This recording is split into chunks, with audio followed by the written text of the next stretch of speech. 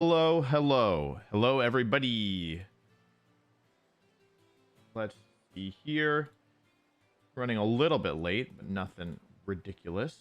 10 more seconds until I am live. I should tweet this out. Let's see here. 2, 1, go. Okay. Should be able to go live now. Okay. Am I live? Oh, okay. Looks like that worked. Okay, let's see if that has worked. Okay, hello everybody. Am I live? Test. Oh, I could have had... Hello. Okay, I am live. That has worked. Great. Okay, here we go. Okay, so I'll give everybody a second to get in here. Let me tweet out that it's live. If you want to retweet...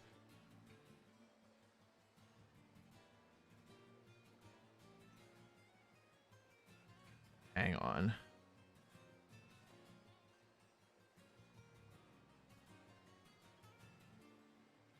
Okay.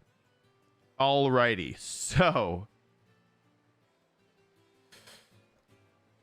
I will give everybody a second to get in, but this is going to be, I don't know how this is going to go.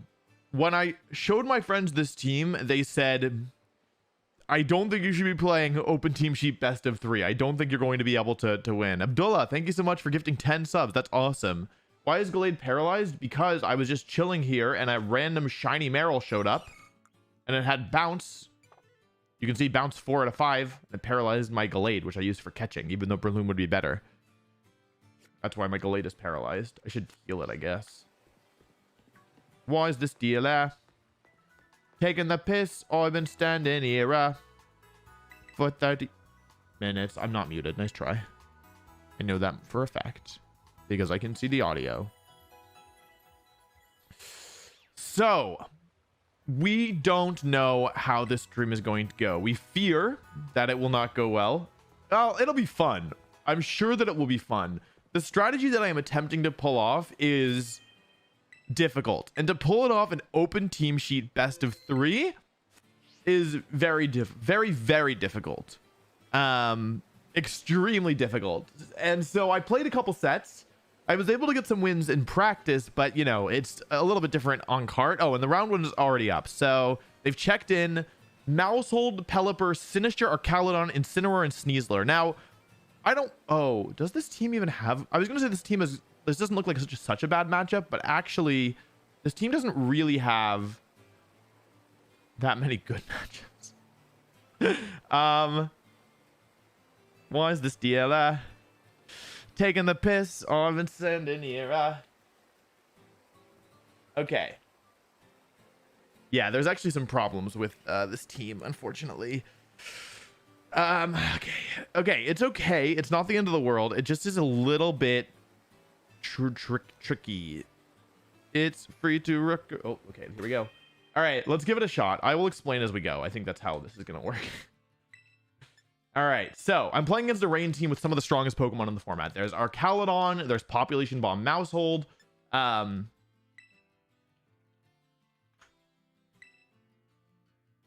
of quiet now. I gotta turn the volume. There's Sinister for healing. There's Incineroar, who does Incineroar things. But here we go. Okay, let me say good luck, have fun. I don't know if this is going to work. I do not know. But I suspect that it's going to be difficult. So let's give it a shot. Let's take a look at the team. Forbidden. This is the Forbidden strategy. I use a lot of fun teams on my channels. Do not try this at home. It will not work for you. It probably won't work for me either. Do not try this at home. I'm serious. Like, if you enjoy it, have fun, hang out, do not try it. Here's the team we're dealing with. The Sneasler. Then we've got the Sneasler. We've got Sinister. We've got Mousehold. We've got Pelipper. We've got Archaludon.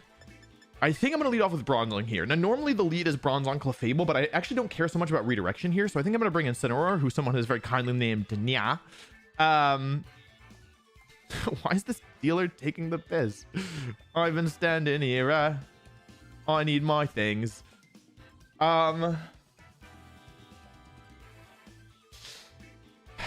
Is Incineroar the best support mon I could do here?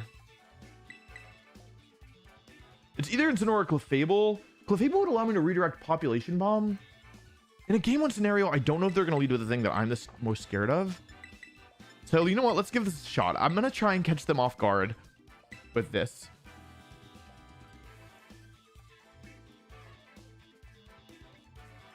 Goggles, Mousehold. Leftovers Pelipper with Ghost Terra. A couple Ghost Terras. Sash, Dark, Sneasler without Fake Out and with Protect. Gotta watch out for that. I gotta break the Sash at some point. Probably.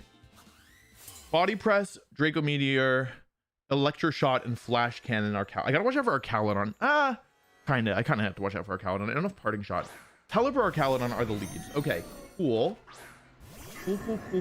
Cool.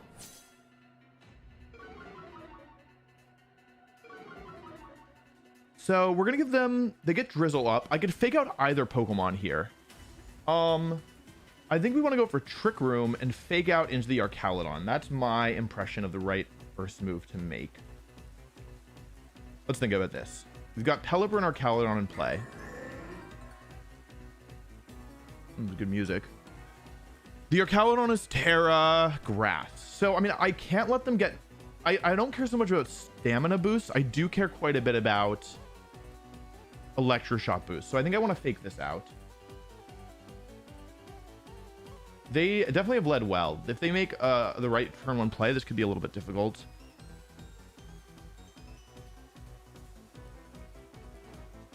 Oh! Okay. Good start. Okay. Protect from Pelipper. Here's the Fake Out into the Arcalodon. It's going to give them a Stamina Boost, which is okay. It's okay. That's fine. We get Trick Room up for free. Okay, this is a good start. This is a really good start. Okay. This requires some setup. Here we go. Okay, so we have now Hypnosis Threat active. However, what we want to do is go for Skill Swap and bring in Golurk. Let's get No Guard onto Bronzong. This will make Hypnosis 100% accurate. Here we go. Bronzong should make it through the turn. Here's Skill Swap. So now let's keep track of the abilities. Currently, Golurk has Levitate, and Bronzong now has No Guard. Here's Weather Ball. Oh, this it's cool. Die. Please, die. That's so good. Here we go. Golurk is down. We've lost a Pokemon. However, this is actually quite good. Here's Electro Shot. Arcalodon getting a special attack boost. However, that's not the end of the world here because Arcalodon cannot protect itself. So we have 3 turns left of Trick Room. Golurk has gone down. Yes, Arcalodon gets a special attack boost. However, Bronzong was chosen because it is so incredibly bulky. Even at +1 special attack from that actually did more than I thought it was going to do. Bronzong still tanks it. It probably would have taken a Weather Ball there as well. Now Lapras is on the field inside Trick Room, and Bronzong has No Guard and Skill Swap. So if Bronzong uses Skill Swap, it's not PP Max. I gotta fix that. If Bronzong uses Skill Swap on Lapras, Lapras will now have the ability No Guard. And No Guard means your moves can never miss, including moves that can KO a Pokemon regardless of its health. So, Sheer Cold comes out and will always connect. Arcalodon goes down in a single hit.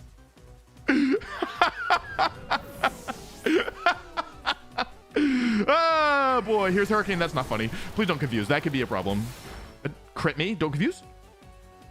Okay, it's fine. That's fine. Okay, now this game is not over. We need to get another Sheer Cold KO here. We need another one.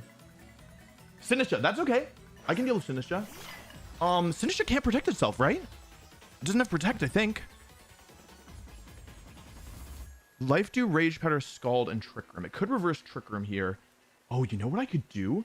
Okay, so currently Sinistcha has Hospitality. I'm going to Skill Swap here and go for Sheer Cold into Sinistcha. And what this will do, as you will see, is something quite mean. So, here's my Terastallization. I don't want my Lapras to go down to Matcha Gotcha here, which is a Grass type move. So instead what I'm going to do is Terra Ghost my Lapras. Here we go. Now I'm no longer weak to Sinistcha. Okay. And let's, Sinistcha has this great ability. Why don't we borrow it? Here's Rage Powder. That's fine. We were targeting Sinistcha anyway. Here we go. Here's Skill Swap. So I'm going to give Sinistra Water Absorb here, which is fine. I don't want to use a water move here. Here's Water Absorb. Here's Hospitality. And Hospitality, I don't know this for sure, but it should reactivate now that Bronzong has it. Let's see here. Here's Hospitality. Somebody borrowing Sinistra's ability to heal Lapras up as Lapras connects another Sheer Cold. Here we go. See ya, Sinistra. Thanks for playing.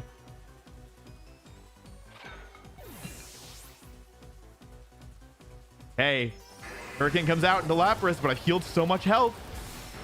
Yeah, as long as it doesn't confuse, we're fine. Yep, that's actually, we're in really good shape now. Let's see who the last Pokemon is. Here we go. How many turns of Trick Room are left? 2, 1, Sneasler. Okay. A bit spooky, no?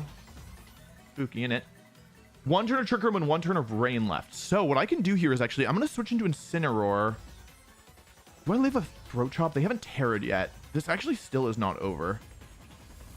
I'm going to try and get them to protect here. I'm going to switch in Perish Song. Surely one of the Pokemon wants to protect from Sheer Cold, right? So I'm going to switch in Perish Song here. So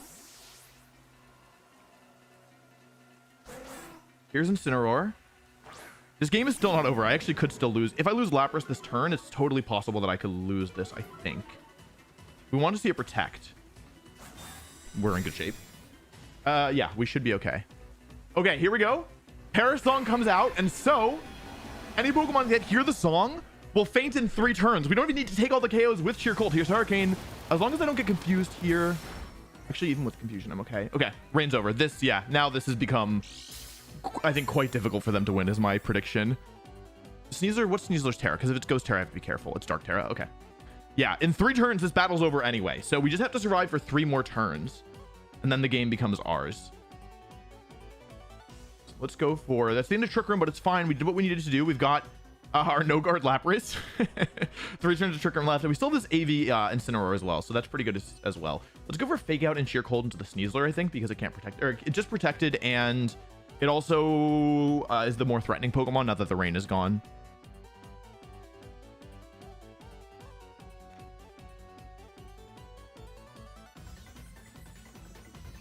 Okay. Now keep in mind, this tournament is all best 2 out of 3. So even winning one game with this, it probably won't be so easy the second game. And even it's not over yet. Here's the Terra. This is either Dark Terra for the damage, or it's Ghost Terra to make them immune to Fake Out. Either one is okay. I've covered for both options here. It is Dark Terra. They're going to try and go for Throat Chop here, which is why I went for Fake Out. This is Focus Sash Sneasler. Yeah, like it's fine. What we have to worry about here is like Hurricane confusion, basically. Here's Fake Out, stopping the Sneasler from moving. Want to make sure Lapras makes it through this turn. As long as I don't lose Lapras this turn. Let's see. We connect Hurricane without the rain. Okay. No confusion. Yep, that's the end of that. Yeah, this game is now guaranteed to be over. Okay. Lapras has hit 3 Sheer Colds. Oh, wait. Hurricane can't miss. I have no guard.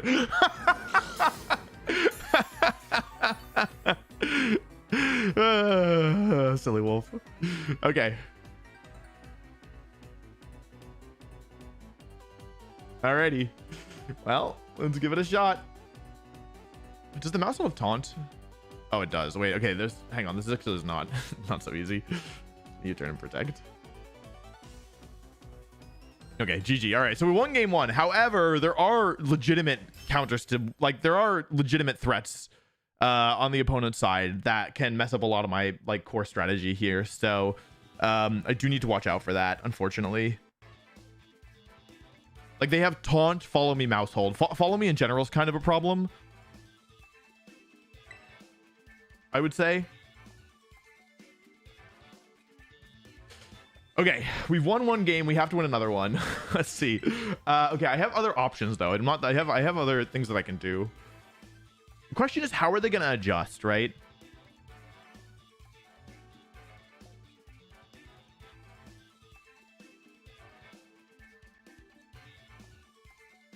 I think Incineroar is really good here because it's Assault Vest. If the Fake Out pressure is really valuable. So I think I should be bringing Incineroar here. Question is, what do I bring with it? I could do... I mean, honestly, just try this, right? It's not the best idea, but it's certainly not the worst.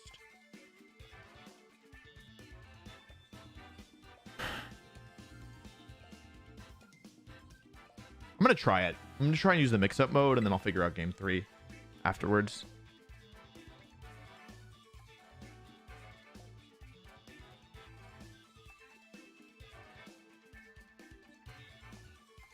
Okay.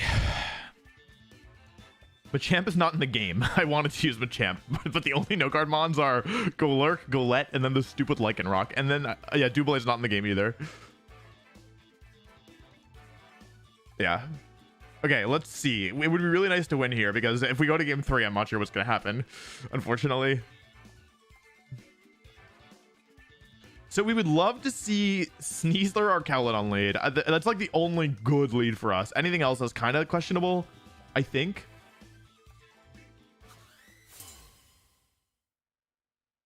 Why is this deer there? Taking the piss. I've been standing here. Okay, that's the worst case scenario, I think. Household Sinistra. Okay. Okay. Yeah, this is a good anti-sheer cold strategy. Or yeah, sheer cold strategy. I could just launch it. Gothitelle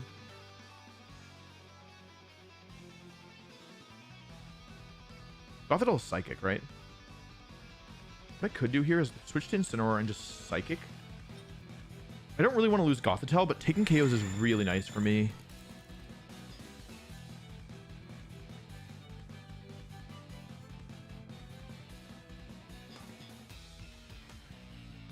Finish switch it out. Okay. See who this is. Instant. Okay. Cool. I mean, not cool, but not awful either. Getting the Intimidate second is actually pretty nice here. Because Mousehold actually, it doesn't have any damage output. Yes. Oh, it has Population Bomb, but it's Friend and it's Safety Goggles. So it's not very strong. Here's my Incineroar.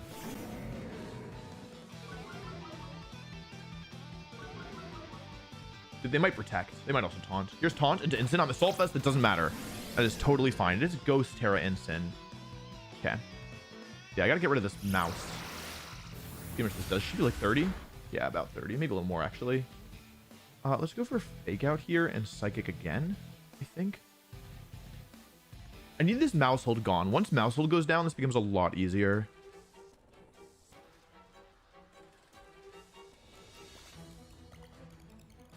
And once I get the Terra out on something, it becomes easier as well. Yeah, I do have to watch out for this Mousehold. Like, I need to get rid of Mousehold somehow.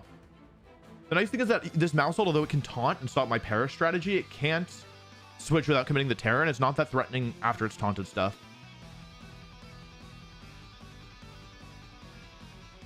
This is Ghost Terra on both Mons. Okay, protect from Mousehold. That makes sense, in my opinion. It makes a bit of sense. Fake Out. This looks like a dead turn, but it's actually pretty good for me, I think, because... Okay, we've confirmed that their Incineroar is slower than my Gothitelle, which is interesting. That's actually very good to know. Nope, they're faster. Just wasn't paying attention. Let's go for Flare Blitz and protect. The instant this Mousehold goes down, this game becomes significantly easier. Here's protect. Population Bomb comes out into Gothitelle. Okay. Every KO we take matters a lot, but getting rid of this Mousehold is really important because the eventual goal of this game... Oh, I got the KO! Oh, right, I'm strong. My Incineroar is strong. I forgot. Wait, that's huge. Now that Mousehold's gone, now that Mousehold is gone, what am I saying? I forget. Now I can Parasong. Because taunt is off the table. There's no more taunt. I'm not taunted either. Nice. Okay, Sneasler's the last Pokemon. Okay. A bit spooky now. And Grass Terra as well. Yeah, that's kind of not ideal, is it? I could switch. It's also... This is really annoying. You know what I'm going to do here? Hang on, let's think this through. Switch. Follow me, Perish Song. Try and kill the Sneasler? Yeah, switch. And then win with Perish, right? Because they don't have the damage after that point. Yeah, this is a little risky. Grand Clef. The reason that I'm doing this is that I'm worried about the Dark Terror on Sneasler. Otherwise, I would actually consider just going for Psychic here. But because they could Dark Terror to stop a big attack, I'm doing this instead. Here's Lapras. Here's the Terra. Now that the Terra's out, this means that I have ways of stopping Instant from switching out, which is good. Here's Dark Terra. Oh, this could be Throat Chop, actually. I didn't consider that. I also could go for... I could try and go for Moonblast here, actually, if I wanted, and try and get Sneasler that way. I wasn't gonna do it, but I could. Here's Close Combat. Nice. Good switch from me. The threat there was that Lapras is gonna take either a Dire Claw or a Close Combat. Let's see what they do with Incin. Parting Shot. Oh, interesting. Okay, hang on a second. Then... how do I want to play this? Because I have options now. So Sinistra comes in. I can go for like Matcha Gotcha, which is spooky. I think I follow me and Perish Song and try and get Clefable to go down and then go into... hang on, wait, let's say I follow me Perish Song. Clefable goes down. Gothitelle comes in. Fake out the Sneasler, counters 3. Fake out the Sneasler. Switch to instant counter at 2. Fake out the Sneasler. Do whatever with Gothitelle. Counter at 1. U-turn. Counter at 0. Might not work. Follow me Perish Song is probably fine.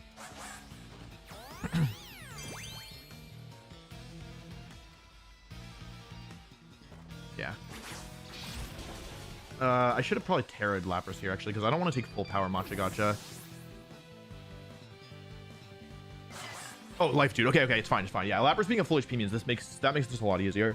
So, here's the deal. I sacrifice Clefable, which looks silly. However, this lets me get Perish Song up and, in the same turn, bring in Gothitelle. So, Sinister is a ghost type. It can switch out of Shadow Tag. However, Sneasler is not a ghost type. Sneasler is a dark type Pokemon at the moment, and that means that it cannot switch out of Shadow Tag. And what that means is that I get to go into Gothitelle here.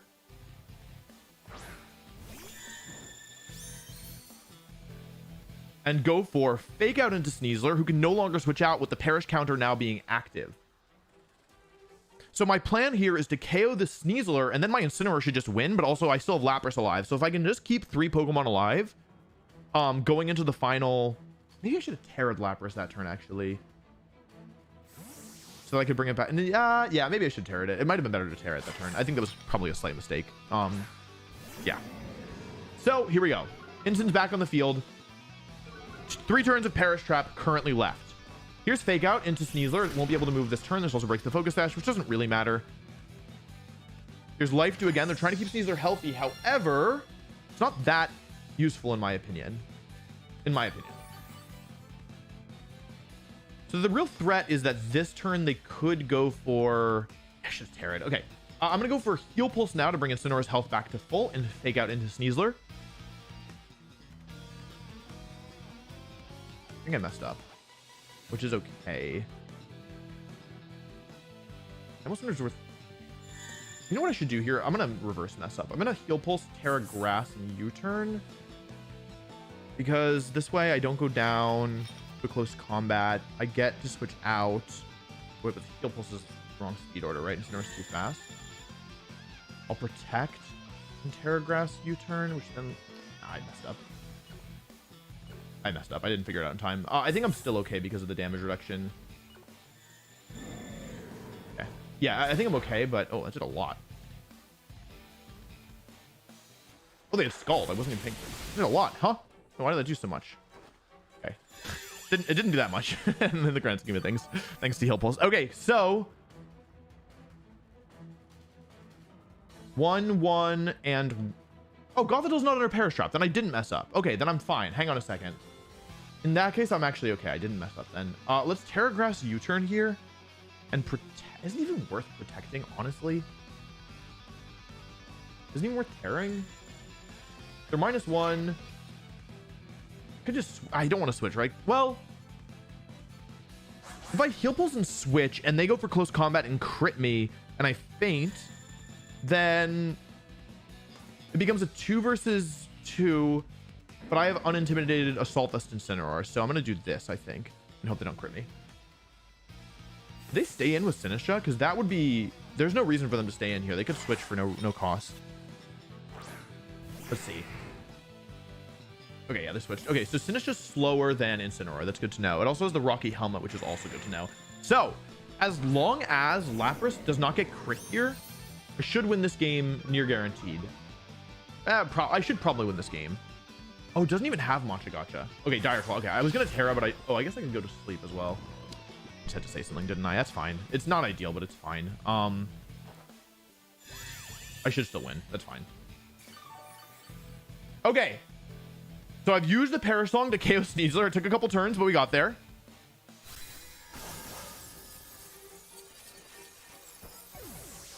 Thanks for the dono, Axtro. My favorite Mega is Mega Gengar. Okay, so it's a 2 versus 3. I should have the advantage here, especially with all my healing. So all I need to do is wait until my Lapras wakes up, hit Parasong once, and then I should win the game. Especially with the Sinistcha's only attacking move is Scald. So let's switch. It doesn't really matter what I do this turn. I'm not landing it this turn because I'm asleep.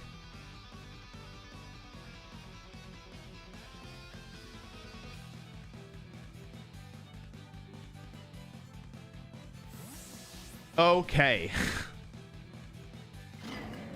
Incineroar's back on the field.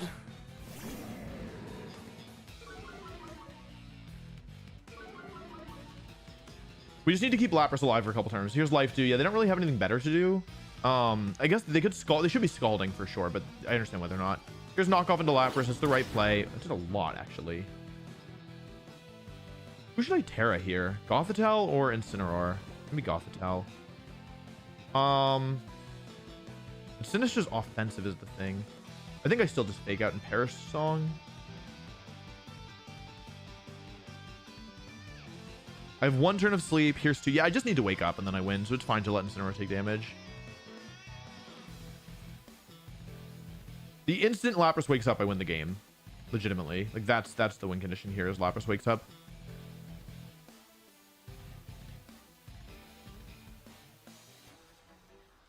Here's Fake Out.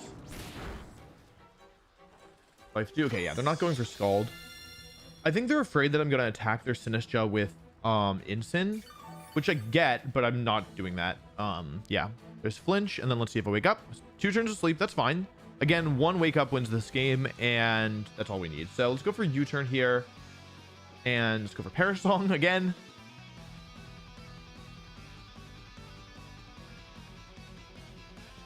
The thing is, I'm guaranteed to wake up after 3 turns. So even though, like, the sleep was unfortunate, it came at a time when it didn't really matter, is the truth. I mean, I think, I don't, because the Sinistcha doesn't have a grass move. If it had a grass move, this would be different. But because it doesn't have a grass move,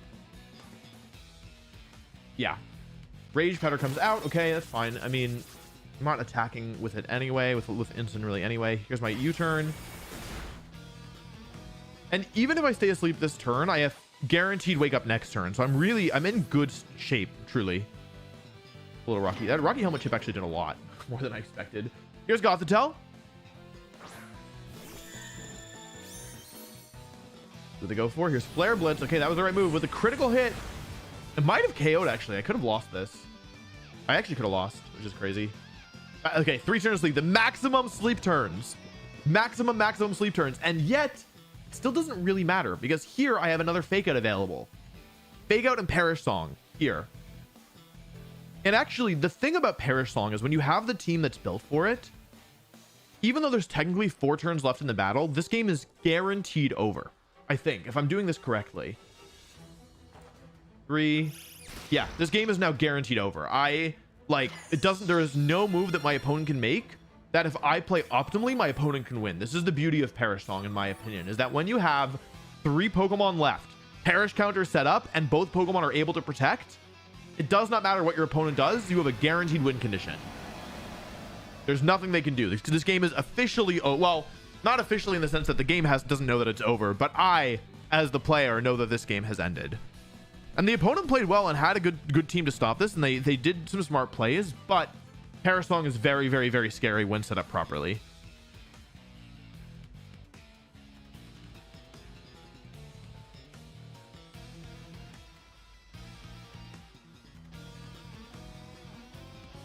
They're thinking about it.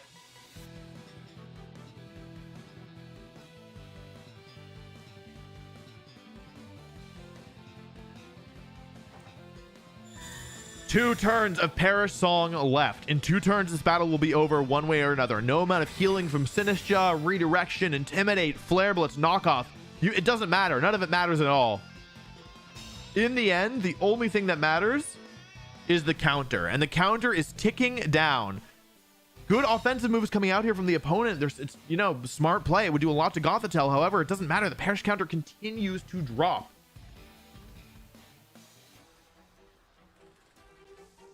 Lapras is down to 2. Okay. Let's go for a Terra here. Keep Gothitelle. It's more animation time. Yeah, whatever. I'll do it. Like, there's no reason to throw on purpose, right? Let's land a Sheer Cold. Let's go for a raw Sheer Cold. Oh, yeah, they forfeit. Yeah, okay. Yeah, the game was over. There was no more way for them to win at that point. So that's the way that it works. That's the way it's supposed to work. There's 2 modes. There's the No Guard Sheer Cold mode. And then there's the Perish Song mode. And there might be a couple other modes that I haven't shown off yet as well. So that's the strategy. Do not try this at home. Every win will be a miracle. Every loss, probably the expected outcome is my guess. So that's how it's going. What's the schedule today? How many rounds are there? Looks like 8 rounds. I need to win 6 of them. Seems like 1, 2, 3, 4, 5, 6, 7, 8. Let's play details. Yep, 8 rounds, and I need to win 6 of them to make top cut, and then a single elimination. So that's the strat. That is the forbidden strategy. It's No Guard, Sheer Cold, Lapras. And when it works, it's really, really funny. And when it doesn't work, it looks really bad. So we will see what happens. We will definitely see what happens there. It's not a Perish Song strategy. The core strategy is No Guard, Sheer Cold.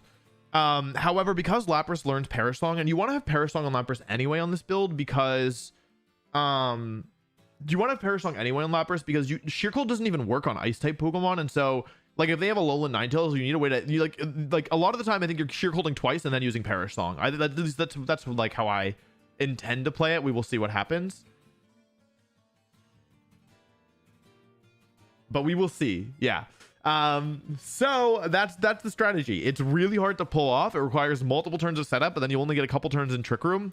So yeah, like that's the way that it works. We will see how many No Guard Sheer Colds we're able to hit. Top cut today is today. So this whole thing is going to be over by the end of the day, one way or another. Instance higher special attack because Goldango beats both strategies in theory. Like you can beat it with No Guard Sheer Cold, but it does so much spread damage that it's like if they have the right partners, it's really hard. So yeah. Let me turn off. What happens if I turn off this for the stream? Is that gonna fix my eyes? Cool. Nice. Am I okay? I look blue? Like emotionally or physically? Because emotionally is fine, but physically that's gonna be a problem. That's gonna be a big problem. How's everybody doing today? How is everybody doing? How do you get the No Guard? You have to skill swap it off of Golurk and then skill swap it onto the Lapras. There's no Pokemon in the game that works, like has both skill swap and a 1-hit KO move, or skill swap and No Guard. There's none of them. And so yeah, it doesn't work. So it's not easy to set up, which is why it's a forbidden strategy. Yeah. So No Guard or 1-hit KO moves have set accuracy, and you can't increase them in the normal way. You can't increase them with like, you know, accuracy up moves or anything like that. However, you can increase them with like No Guard doesn't. It's like a different thing that it checks. It's not checking your actual accuracy. It's just ignoring accuracy altogether. So it works with 1-hit KO moves.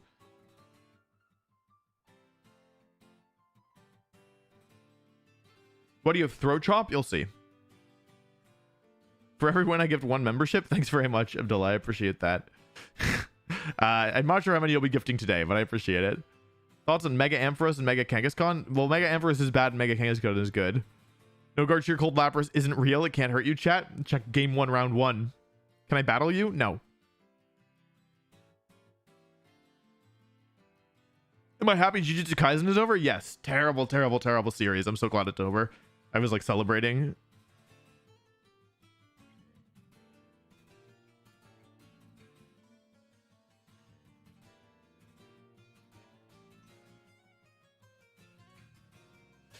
Oh boy. Folks, I have been to 3. There was a period, not this past. I don't know exactly how to describe it, but sometime in the last, like 2 weeks ago, I went to 3 weddings in 3 cities in 7 days. I was in New York on Sunday, and then I was in Philadelphia on Friday, and then I was in DC on Saturday for weddings. Love is in the air. It is an epidemic, okay? Don't go outside. You'll fall in love.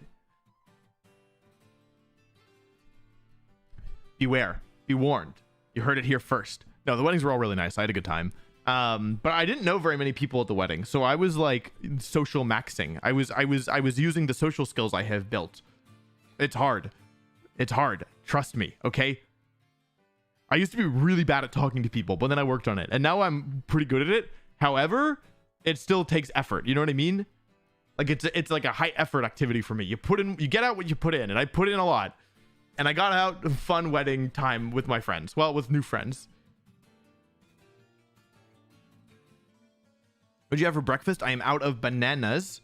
So instead, I had oatmeal. Okay. Okay, so here's what happened to you. Want to hear what happened to me recently? I have a cousin who was in town who just turned 21. And so I was like, oh, like you're in town.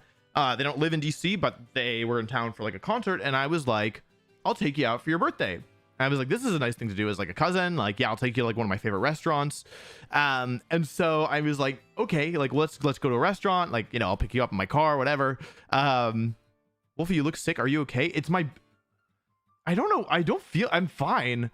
Here's what's wrong with me. My hair is too long. My beard is not looking the best. And I have glasses on. That's probably why I look different. Also, I have a zit. Which is probably apparent, but other than that, I feel fine. I think it's just the lighting. I think it's the lighting. Also, I don't have my gamer lights on. Look at this. Look at how much prettier I look now. Make me beautiful.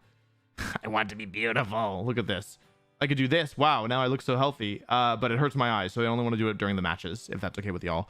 Anyway, what I was saying is that my cousin's in town for my birthday, and this is like a cousin who I didn't spend like that much time with until recently. We've definitely gotten closer like in the last couple of years.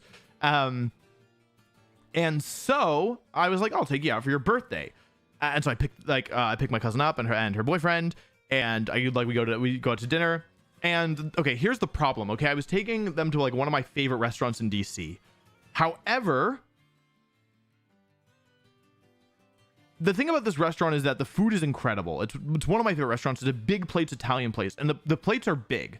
The plates are like big. Like huge, like it's hard to finish. And so I was like, okay, we're going into somewhat early dinner. I'm gonna skip lunch. This is a good idea. Thanks very much, Drifting Breath. I appreciate it. I'm gonna skip lunch. The dinner place is huge. I don't want to be like full during dinner. It's an early dinner. I'll just skip lunch. Okay. Which I don't really recommend skipping lunch in general, personally. But like, I was like, I didn't have that much like easy like lunch food around. I didn't have that much like small stuff for like snacks. I was like, it's fine. I'll just skip lunch. I'll be hungry. Love your content, buddy. Thanks for everything. Oh, it's awesome. I hope you enjoy your time in competitive Pokemon. Okay, so I'm like, I'll skip lunch, whatever. But the thing about me when I skip lunch is that I don't do like my brain stops working. You know what I mean? If I don't eat, I'm sure this isn't unique to me. But my brain wasn't working. Like I was like so out of it because like I'd skipped lunch. So I was like, yeah, whatever, it's fine. Like I'm just, we're like, we'll chat with my cousin, drive to the restaurant. It's like a 20-minute drive, if that. And yeah, like it's gonna be fine. Who cares? Except that my brain was off. Okay, so I get in the car and we drive, and this isn't a problem with like my driving. And we go and we're like, okay, like let's park. So I go to parking garage. I like park the car. I get out, I close the door, I lock the door. I go to put my keys in my pocket, my car keys, and I go and I have them in my hand, except that I look down, I'm like, these don't feel like the right weight, and these are my house keys. And I go, okay, like where's my car keys? And so I check my pocket, not there. Check my other pocket, not there. Check my back pockets, look at the ground, look inside the car. Car keys are in the car. So I pick my cousin up, I drive to the restaurant, I park, I get out of the car, I lock my keys in the car, and I'm like, oh, my keys. So then yeah, I looked like a fool. Anyway, that's what happened to me. And then we had a nice dinner, and then I had to call like a locksmith, and they came, but we timed it pretty well, so I didn't have to wait that long for them. Oh, yeah, the restaurant is called Philomena. It's in Georgetown. Yeah, strongly recommend. It's really, really, really good. But the plates are huge, so I don't recommend skipping lunch, but eat a small lunch if you're gonna go. And make sure you have your car keys. I keep getting roasted for my car. I got my car in 2015. It's a little... I'm not gonna tell you my car, actually. But anyway, it's not a nice car. It doesn't have a backup camera. It doesn't have cruise control. I almost got a car without roll-down windows. Because I needed a car, but I didn't have, like... I didn't have a lot of money at the time. And yeah, like my parents were helping me to get it like back in the day. So we like went to a used car dealership, found a car with low miles. That was like, I didn't really care. I'm not a car guy. Okay. Like I don't really care. People are like, oh, this car is so cool. And I'm sure that it is, but I don't care about cars. Okay. What I think is cool in a car is a car that doesn't break down. I love when cars don't break down. That's my number one priority. So that's like some grounding. I'm not like a car guy. So basically I had gone to get this car in like might have been 2014, honestly. And I've had it for a while. However, nowadays, like everybody's older and like, you know, they're like investing more in their things. And I still have my old car and my friends are roasting me relentlessly, especially Brendan. Brendan is on me about this car and he does it in such like I don't want to say subtle, but he's so dry about it. I'm like, because I was like, oh, Brendan, what do you think about my car? I guess I kind of teed him up for this. And he like deadpan straight face is like, I think you should get a new car. And it kills me. Anyway, so my friends are making fun of me for my car, but the thing is, it works. It looks stupid and it's not very nice and it doesn't have cruise control. And it doesn't have the backup camera would be so nice. Whenever I drive other people's cars, I'm like, oh my God, a backup camera makes it so much nicer. But I don't have one. I only know from when I drive other people's cars, but it works. The thing is, it still works. I've got like 50,000 miles on it. And it doesn't have, I don't even think it's broken down ever. I think it's gotten one flat tire. And one time I thought it was broken because it was shaking really bad. But I didn't know this, but I could put the automatic car in manual. And I had put it in manual automatic, like accidentally. And so I took it to a dealer and tried to park it. And I couldn't like, the way that it works is the gearbox is like this, right? And it's like park, reverse, neutral, drive, right? But there's also to the left of the drive, there's drive plus or minus, which I never put the car in on purpose, which apparently means manual. The plus or minus, I guess, reverse to shifting gears. I guess. I don't know if this is true. And so I was like, man, the car is like shaking really bad. I'm like, something is wrong with this car. I'm like, oh no, my poor car, Francisco, he's like broken. And I was like, I gotta find a dealer. I drove to the dealer. I went to park. But the thing is, it's like, again, park, reverse, neutral, drive plus or minus. It's off to the side. So it was like trying to move it up to put it in park. Then I couldn't put it in park because it was in drive plus or minus. Then I was like, what's going on? I looked down. I saw it was in drive plus or minus. And then I moved it to drive and then it started working. Anyway, that's the only trouble I've had with my car. One was it got a flat tire. And then one was I put it in the wrong gear by accident and I was driving it. The thing is, yeah, someone says backup camera is good, but not amazing. You're probably a good parker. I am a terrible parker. I'm really, really, really bad. I probably shouldn't tell this story on stream. Should I tell this story on stream? 50 miles in 9 years, bro, you don't drive? Yeah, the thing is that I got the car. I live in a city, so I don't drive. It's not like I drive. Let me ask you this one, smartass. You think I drive to work? You think I'm going to the WolfeyVGC office space, huh? Oh, you don't put miles on your car. I don't go to work. This is my work. Here. How do I turn this? I'm in a bedroom, okay? The commute is easy, okay? That's how you add miles on a car. You drive like a little bit every day. Miles on it. Yeah. The thing is, I live in a city, okay? And it has good public transit. And I hate parking. So I try to take the metro when I can. I used to just drive to and from college, which was like a 4-hour drive, but even still, like a 4-hour drive 10, 12 times a year, maybe more. 14, like not more than 20 times a year, certainly less. Maybe 20. Like it's not going to add up as much as like, 30 minutes of driving every single day. Anyway, what I was saying is that I'm quite bad at parking, jarking. I'm the kind of person who I will drive. I'm happy to walk further. If it means that I do like the parking is easier. I'm not a terrible parker, That being said, I can't parallel park. I was at regionals. I think, yeah, I was at regionals and I was going to dinner with like Aaron and Justin and Brendan and Carly. And I was like, oh, I'm kind of stressed about parking. And we found a spot that was like a pretty good parallel parking spot. And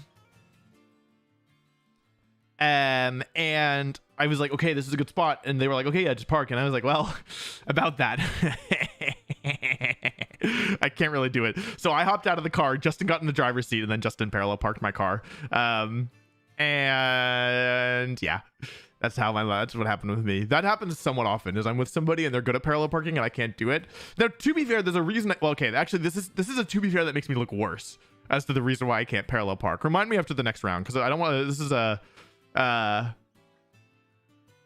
This is a story that I don't know if will be done before the round ends, so I'm gonna. Oh, wait a minute. Am I going to Lowville? Planning on it. Pajarking. Went to Virginia Tech. Yes, go Hokies. I suck at parallel parking, but to compensate, I'm also bad at regular parking.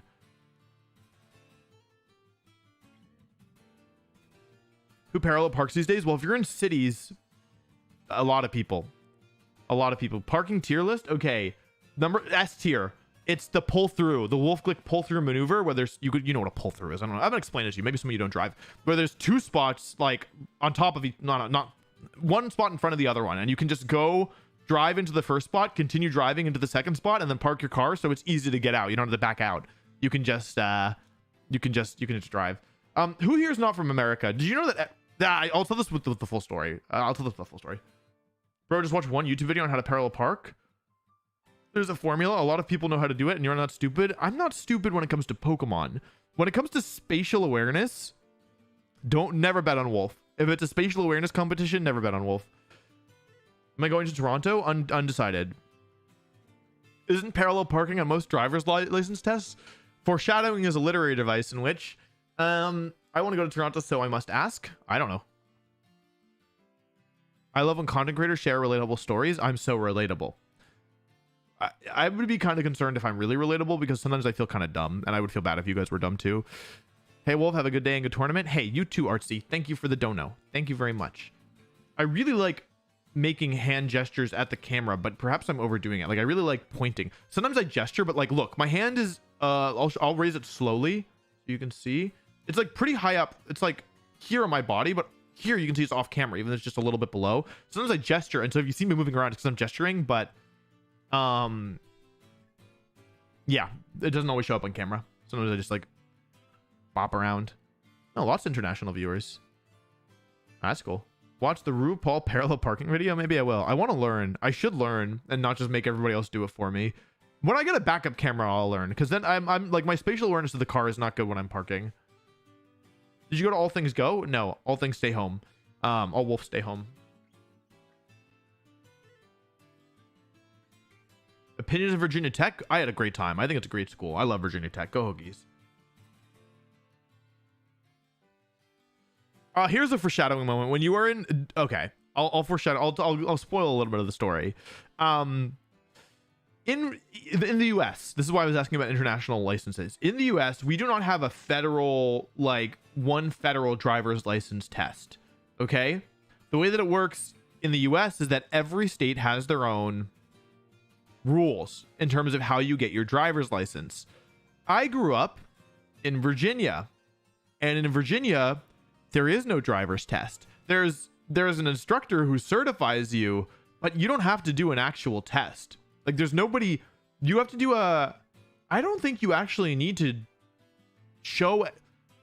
I don't think that any like state official has to like verify that you've even been in a car before. In fact, I'm almost positive that that's the case. Oh, Sweden. I love Sweden. I was in Finland this summer. Great country. It was so nice. Was this dealer taking the piss? I've been streaming here for 20 minutes. I heard up front say raw dog flights with no entertainment. How? Well, he's not wrong. The thing is that, like, okay, flights are a really good opportunity to think, because if you don't have your like anything prepared, you've got nothing else to do. So I have used them as times to like reflect on my life, and I don't know, like think about stuff that I think is important. That's what I do. Who do you think is better at parallel parking, me or Olivia Rodrigo? I'm becoming an Olivia Rodrigo fan. But I didn't realize so many of her songs were sad. I was driving, I had like a 3-hour drive yesterday, and at the end I put on Olivia Rodrigo, but I looked up Olivia Rodrigo happy playlist, and it was like 40 minutes, and I think she's released more than 40 minutes of songs. So I hope she feels better. She seems cool. Yeah, I don't know, but I don't really know that much about her, but I like her music. It's very, she really makes me feel seen as a 28-year-old white hairy man.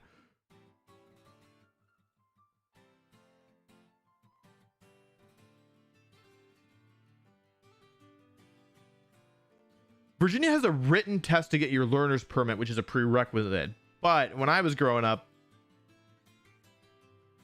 no. What'd you do in Finland? I swam in the lake, brother. What was your degree in? Dual degree. First was called computational modeling and data analytics, basically big data. And the second was economics. And then I had a minor in business. Originally, I was a business major. It's funny, the business minor and the data science major were like the same amount of credits. So I was taking like, I don't think I ever took less than 18 credits, which is roughly 6 classes. And I think I got up to 22 one time.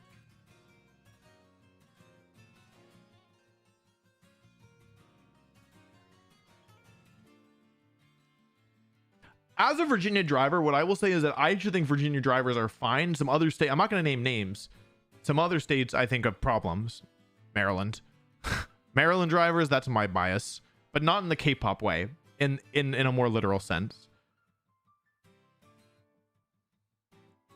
Where is the place you hated to travel to the most? I'm not going to stand here and... Wait, where is it? I'm not going to sit here and badmouth somebody's place that they live. But where's the place that I didn't like the most? I forget. I'm sure there have been places. The most? Thoughts on the specs of Little Ninetales I got to use to win... I don't even know how to pronounce... I'm sure it's not Joinville. Stupid American Wolf.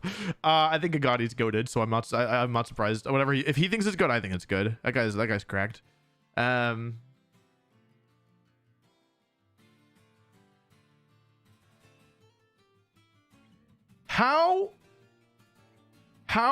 does, wait, hang on. There's almost 6,000 people watching, so I'm gonna use this opportunity to further myself. Does anyone here have connections that can get me an honorary degree in Pokemon? Like, surely some place will give me like an honorary PhD, right? Somebody will do it, probably. I don't know if somebody will do it. Donut from Chris. I'm really happy to hear that you find the way that I describe things is helpful. To be honest, it's nothing I actively think about doing, which I think is actually probably good because that means I can get better. So yeah, thank you very much. I really appreciate the support. Wolf bald? I'm going bald, folks. I have this bit where I tell people that I'm going bald because it's not just like, okay, here's the thing. I haven't been to Perth. I've been to Brisbane, but I love Brisbane. Here's the thing. My understanding of whether or not a man goes bald is that it mostly has to come from your mother's father. And my mother's father, my grandfather, is very bald. He's a lovely man. I love him very much. But he's very bald. And so in high school, my dad was like, ha ha ha, you're gonna go bald. And I was like, no, I don't want to go bald. But because he was always making fun of me for my future balding, because he was always making fun of me, I came to terms with it. I was like emotionally prepared to go bald. And so I was like, you know what? Like, I love myself regardless. Like, if I go bald, I go bald. And then I started to internalize it. I was like, I'm a bald man who's living on borrowed hair. Okay. However, I'm now 28 and my hairline is this, which I think is the way it's always been. And I have quite a bit of hair that needs to be cut. And so I have this bit because I was doing it since high school where I was like, oh yeah, I'm going bald. And people, when you say you're going bald, people think that you are like actively in the process of going bald, like you're losing your hair. But I always meant it in the sense that like I'm going to go bald, like I'm going bald. I'm just not at the stage where it shows yet. But now I'm suspecting that I might not go bald for a while, since it hasn't started yet. And so yeah, but now I tell people I'm going bald and they're like, but I'm at the age where people like, it could be visible, like, you know, obvious. they're like, no, like you have so much hair left, and I'm like, oh, like my joke is like it was clear that it was a joke when I was in high school, but now now I have to stop using it. There's nothing wrong with being bald. I'm future bald and I'm proud. Is this why you had the long hair phase? Good question. Unrelated. I had the long hair phase because when I was a kid, when I was a wee lad, when I was a child, when I was a little boy, when I was a little wolfling, when I was a little kid, what story was I telling? Oh, when I was a kid, I saw pictures of my parents, as many children do, I assume, and in some of them, my dad had just terrible hair. I think he had a mullet. And I kind of feel like it's important for you to have a photo, like for kids to see photos of their parents where they have terrible hair. I feel like that's like a rite of passage. And although a lot of my hair over the years has been terrible, none of it looked intentional. All of it has looked like I'm just a fool who doesn't know what he's doing, which is accurate. And so I was like, well, I need to have. So basically, my friend Alan, love Alan, great guy, really nice. Alan, this was in college. He was going to school in Scotland, and he messaged me on Facebook Messenger, and he said, "Hey, I think we should grow our hair into man buns." And I was like, Alan, that would look terrible. We should not do that. Like, I don't think that we could pull it off. And he was like, I agree. However, this is the last time that we're going to be, well, we didn't know what was going to happen to me, but he was like, you know, we're seniors in college, or maybe this was middle of junior year. We are, you know, juniors in college. Oh, I should have the record on stream. Hang on. We're juniors in college. Like, by the time we grow it out, we'll be seniors. And like, after this, we're going to enter the working world. We're going to enter the working world, and like at that point, like, you know, we're not really gonna be able to have we might not be able to have silly hairstyles anymore, and it might not be working for us, right? Our employers might not allow that. So this is the last time, like, chance we have to really do something stupid. And I was like, oh yeah, you're right. And like, if I want to have a bad hairstyle at some point, like a bad hairstyle, an intentionally bad hairstyle for my kids at some point, then it's probably now's probably the time to do it. And so then I grew up my hair. And that's what happened. There's one match left, so I think within the next, if you have tabbed out, just be ready to tab back in about a minute. I kind of forgot this was a Pokemon stream. I was just telling stories about my terrible decisions. What is this deal? I got these sunglasses. Well, my girlfriend got these sunglasses for me. Let's not have stolen valor. But I don't know if you can tell me if they look good. I can't see anything with them on. Just sweet and 12. Oh, I can see if I do this. How does this look? Frankly, not as bad as I thought. I thought this would be funny because it's a joke, but it doesn't look as bad as I thought. I have no idea how this looks. You'll have to tell me. The problem, of course, being that I cannot read the chat without my glasses on. So I'm going to invent chat responses. Wow, Wolf, you look so good. What's the link to the Patreon? Oh, I should probably put the Patreon in the chat. Yeah, good point, sir. Or is this deal? Taking the piss. The worst part of the man bun was the mid phase, truthfully. The mid phase was by far the worst.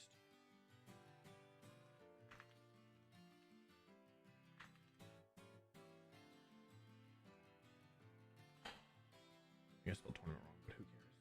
Not me. What inspired you to try and become Pokemon World Champion? Oh, round 2 is up. Oh, I've played this person before. Spec, Sylveon, and Didi with it. It's turbo doomed. Grass Pledge, Decidueye. Actually, it's not turbo doomed yet. Hang on, it's actually not. Oh. Why is this dealer taking the piss? So I've been standing here. Okay, this isn't the worst matchup. It's not a good matchup per se, per chance. However, it's not the worst either.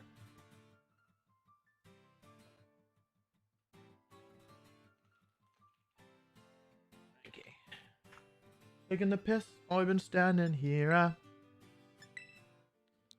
Oh, hang on. Before I do this, let me fix the EP because I might need. I genuinely might need H-Shear colds. I think this is the main thing I need to fix. How many PP ups do I have left? I'm running low. I need to do grinding. Well, that answers that question. My last PP up.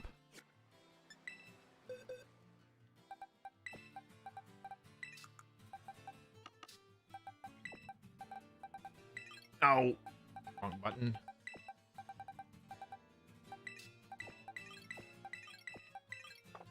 Okay. Why is this dealer taking the piss? I've been standing near her.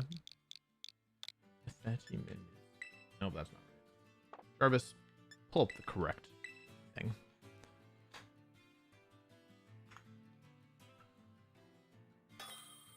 Oh, I didn't get to see people react to my sunglasses. There's a 30-second delay, by the way. For anyone curious. So what's rules? It's got to be this one, right?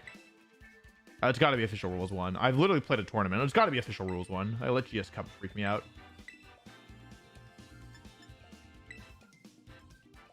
Okay, so safety goggles and DD mail. Safety goggles and DD mail. Okay. Okay, I think that we have tools here, truthfully. I really truly do believe that we have tools in this matchup. They do have this Meowscarada is a pain, but it's not the end of the world, is it? It's really not the end of the world. No, it's really not the end of the world. That's really not the end of the world, is it?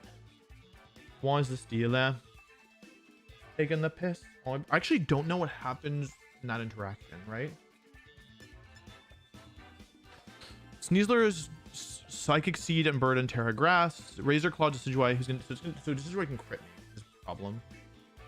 Let's try 1, 2, 3, and 4, I think.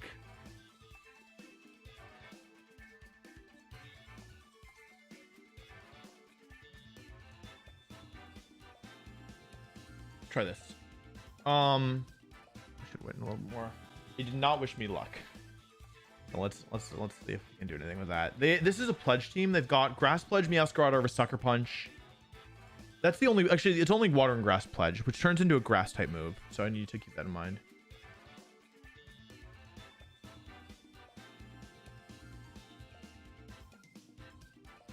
Okay. I don't think we're gonna have any like super good matchups in this tournament, but I think that we have tools here, which is all we can really ask for. And they don't have any raw like true ghost types. Okay, and DD Primarina are the lead. Interesting. I have Lapras and Incineroar the Anxious. So the DD is Safety Goggles, Expanding Force, Terra Blast, Trick Room, and Imprison. So I think here what I can do is go for a Perish Song and a U-turn into the Indeedee. I don't really see that many issues with this.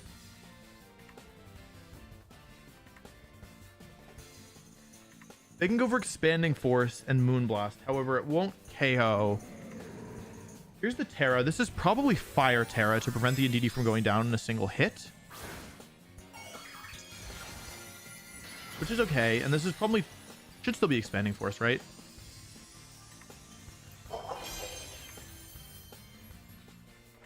Expanding Force, yeah, they want Lapras gone, which makes sense. Lapras is the biggest threat here. That crit is actually really bad. That's actually quite bad. Okay, U-turn comes out. I crit as well. That one doesn't matter. Let's see here. Going to Clef. Let's go into Goth. Okay, so we got Perish Song. Well, we don't have Perish Song up yet. Sorry. Yeah, the crit is really bad. Water Pledge. Okay, into instant. There's a lot of damage. Oh, they're Life Orb? Oh, I definitely didn't see that. Okay, that's fine. It's all right. Let's see here.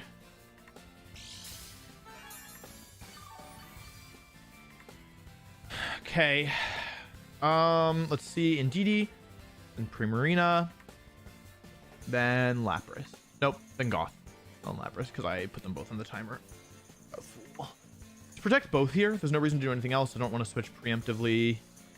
Water Pledge actually did a lot of damage. Means Moonblast will do even more, actually, which is a problem. You know, maybe I need to bring Clef in this turn, actually.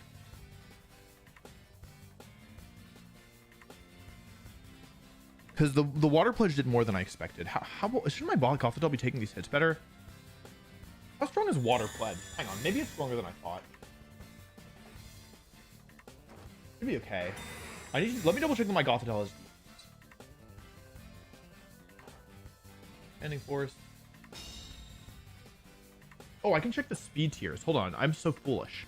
I can check the speed tiers with Perish Song. Let me pay attention here. I think they just really high roll. I think they might either they max rolled the Water Pledge, or my Gothitelle is missing EVs, both of which are bad. Okay, here's leftovers. So here's a fun fact: the Perish counter decreases in speed order. So first we'll see Indeedee. Question is, who's next? Is it Gothitelle or is it Primarina? Primarina is faster than my Lapras. Okay, so interesting. Okay, so let's see if my Gothitelle should have 165 special defense stat. It has the right HP stat, so I imagine it has the right special defense stat. Okay, so then I'm not really in danger of going into Moonblast here, I think. Let's switch to Clef and Heal Pulse. Yeah, let's switch to Instant. It'll only take one attack. What are the other mons on this team? I might want to keep Instant healthy though, right? I'll switch in Heal Pulse.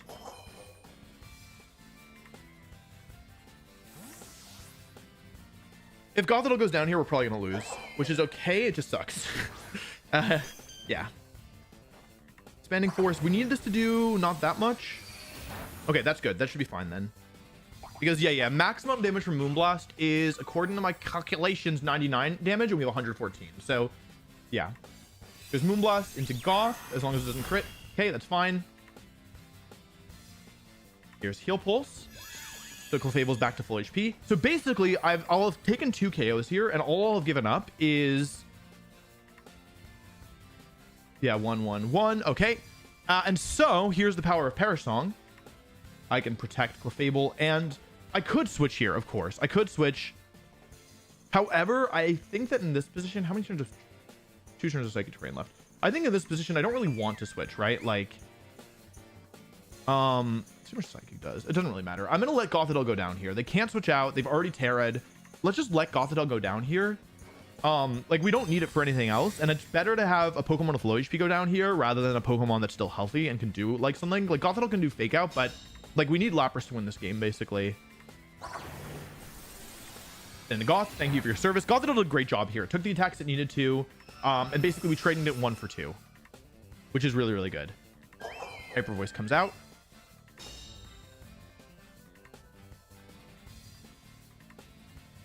Okay, so this game is not over, because depending on what's in the back, we could still be in some trouble. I imagine one of the Pokemon is the Sneasler, right?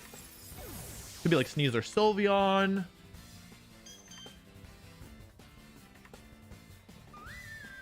We just need to make it through this turn with...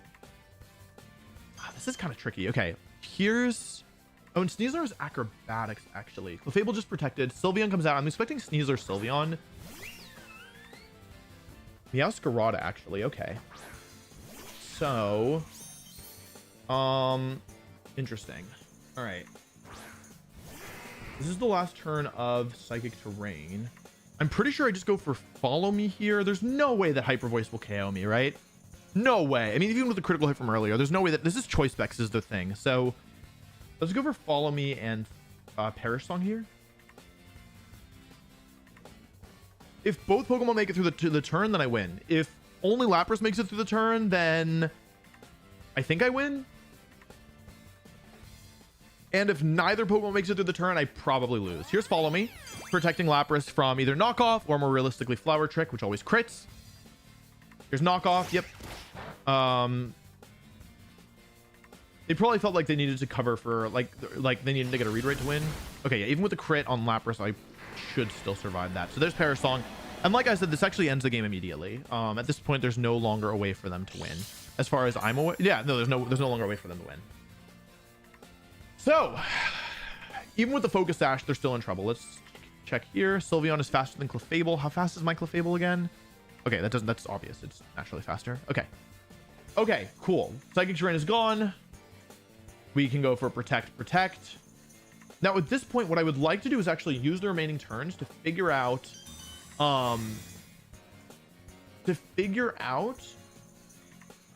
if Sylveon is faster than Incineroar, because that actually ends up being really important, I think. Flower Trick. There's 2 turns left. I can save one of my Pokemon. I feel like I should save... I'm going to save Lapras because...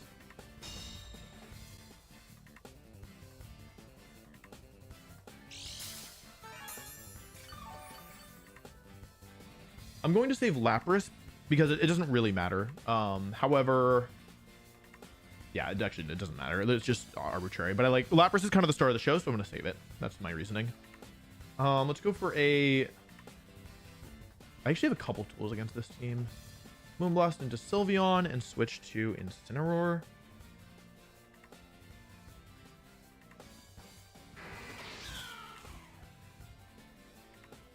Right, yeah. This is part of the guaranteed win. Okay. Okay. I can fake out Sylveon, yes. However, what I want to know is who's faster between Incineroar and Sylveon, because that could be a big deal for future games. There's Flower Trick. Oh, Incineroar will be faster. I forgot how fast I made this thing. Yeah, Incineroar is definitely faster. There's Hyper Voice. I did a lot. That's a Soul Fest. I guess it is. I guess it is Spec Sylveon. Okay. There's Perish counter of 1 on 2 of their Pokemon. And what that means is that Lapras can protect and win the game.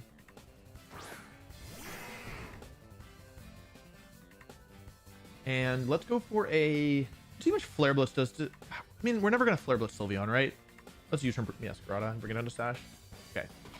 That's fine. Okay.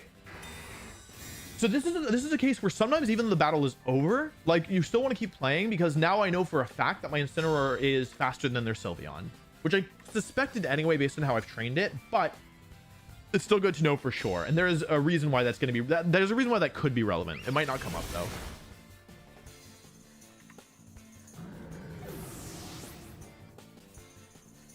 Okay. And now, even though Lapras is on the field against 2 Pokemon that both outspeed and KO it, it doesn't matter is the thing, because as you will see here, the Perish counter falls to 0. And that means it's the end of both of their remaining Pokemon. And so even though Lapras didn't really use any damaging moves here, I don't know if I connected 1 U-turn. That's the only thing I did to do damage. I need to look something up. Hang on a second.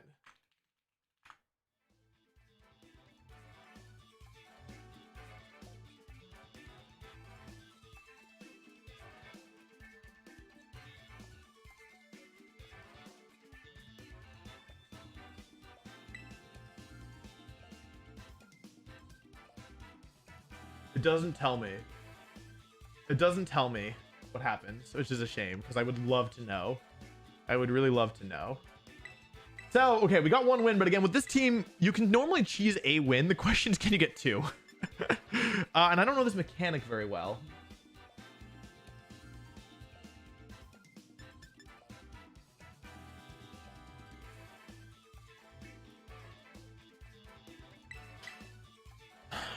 I kind of expect them to lead with Meowscarada. Is that foolish of me, or is it quite wise in actuality?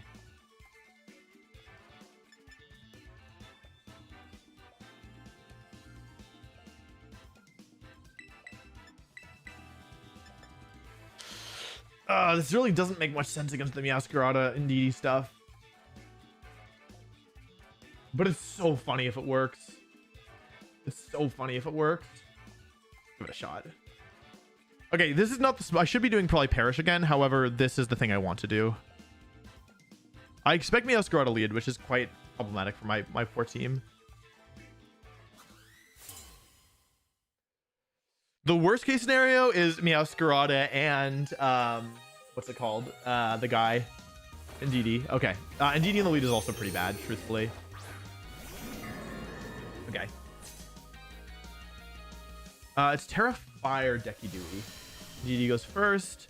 I can't intimidate this thing, which is a pain. So, I mean, only one of these Pokemon can Terrastalize, right? They also could neither Terrastalize. This is a bad situation.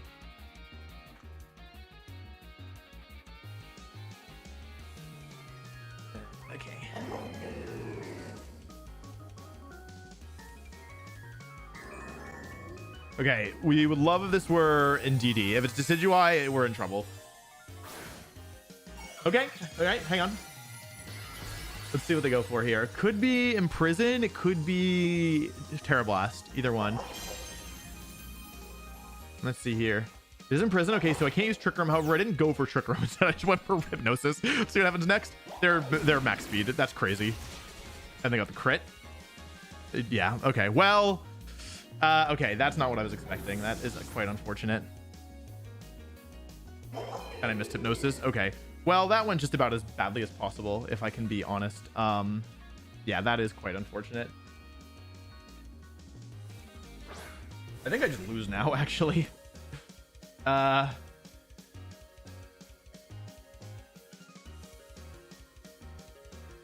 that turn almost went so well. That turn almost went so well. If I hit Hypnosis and if I was... I can't believe they must be like... Can't believe they were faster. I'm in disbelief. What do I need to do to win this? This situation is actually a problem. Let's try and Hypnosis it. They're probably just going to over Terra Blast triple arrows into Bronzong, which is somewhat safe. Okay, yeah, Expanding Force also makes sense. I mean, I could... The thing is, I'm never truly out, because I could just start hitting Sheer Colds, which would be funny. Okay. If I hit this Hypnosis, we're back in it. We're actually back in it if I hit this Hypnosis. We're not in it. Okay. I don't live a Leaf Blade, so I think my best bet is genuinely double protect. Folks, I don't think I'm winning this one, I'll be honest. Yeah. Okay, all right. Yeah, Imprison and DD is kind of good into my comp, no? Sorry, Golurk. I really did try to save you, if you can believe it.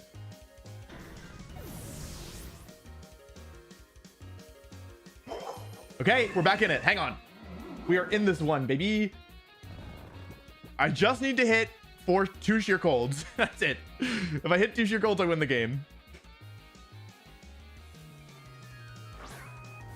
That's literally the win condition. I think I should just go for them right away, right? I can't go for Protect. Skill Swap doesn't help me here. I want to kill the Desi Dewey, right? Okay. Fine, it's fine. I have unlimited health. Okay. If I hit both moves, I'm chilling. Okay, it's 1 turn of sleep. I can still win this. I just need a couple Sheer Colds.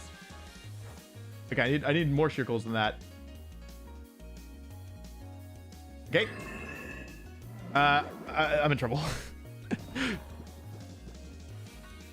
I have nothing for Bronzong to do anymore. It's out of stuff to do. I just need a couple of Sheer Colds. That's a couple. There's literally nothing for Bronzong to do anymore. Hypnosising. Come on, Lapras!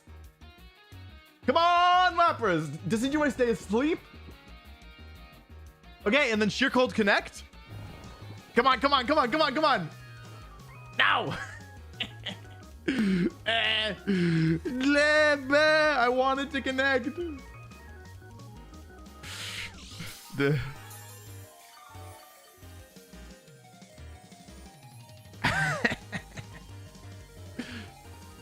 Okay, this one for sure. They're gonna get the 3-turn sleep. I'm gonna hit. Okay, 2-turn sleep. Stay asleep. Stay. If it wakes up, it's over. If it wakes up, it's over. Okay. If it hits here, there's a tiny chance. Shoot.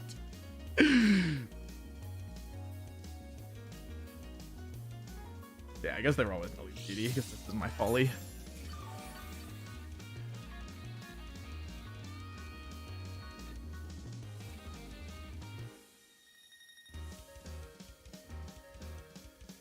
Oh?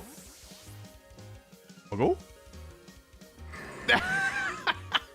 So doomed. It's unbelievably doomed. Okay, protect. All right. Wakes up. Okay. Triple arrows. Oh no. No. They crit me. My defense.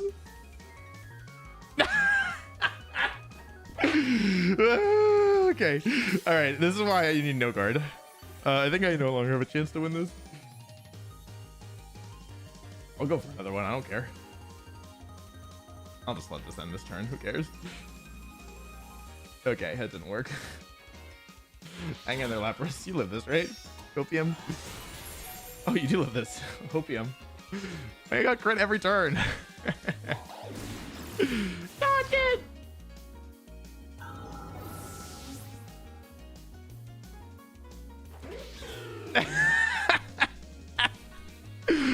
Okay. Okay. I gotta think about this because that was funny, but now I should try to win this now, right? Oh wait, what are they doing? Hold on.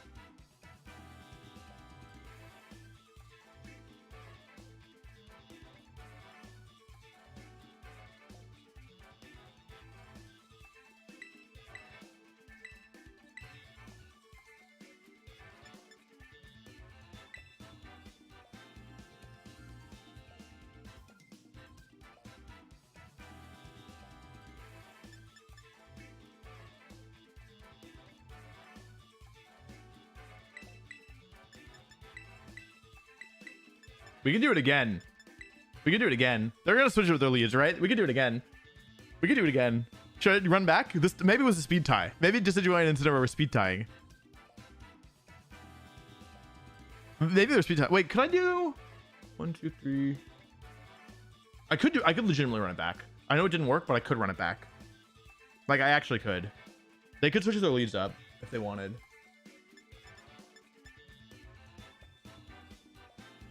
Actually, I don't need. I could run it back. Like I actually could run back.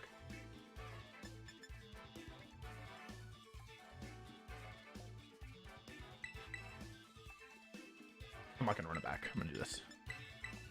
Alternate mode, baby.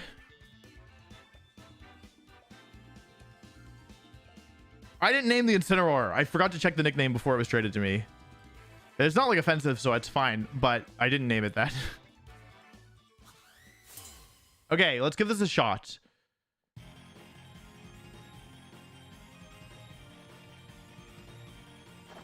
Okay, they have the same leads again.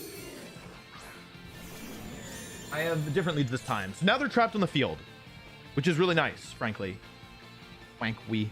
The problem is that this Decidueye could crit me. It has 50% crit rate with its stupid Razor Claw. Unfortunately, which is quite threatening. I can't intimidate him either.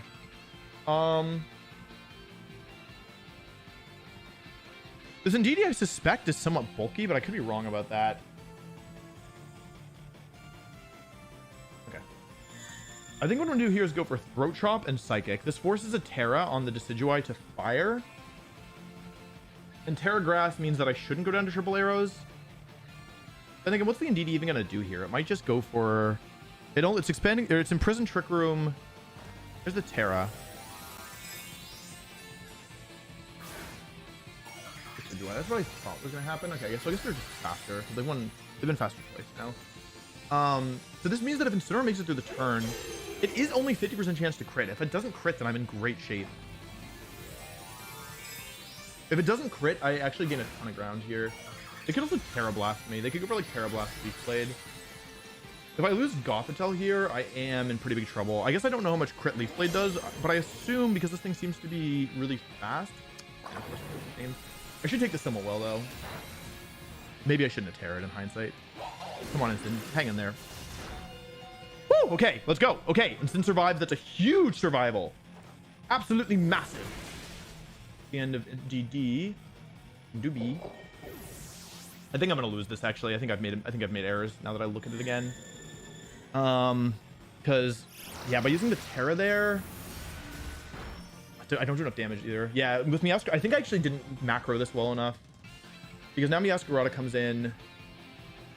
And I'm kind of just in trouble regardless, right? Yeah, I think I messed this up in hindsight. Because I keep critting. Oh, Sylveon actually. Hang on. If Sylveon's in, then what does that mean?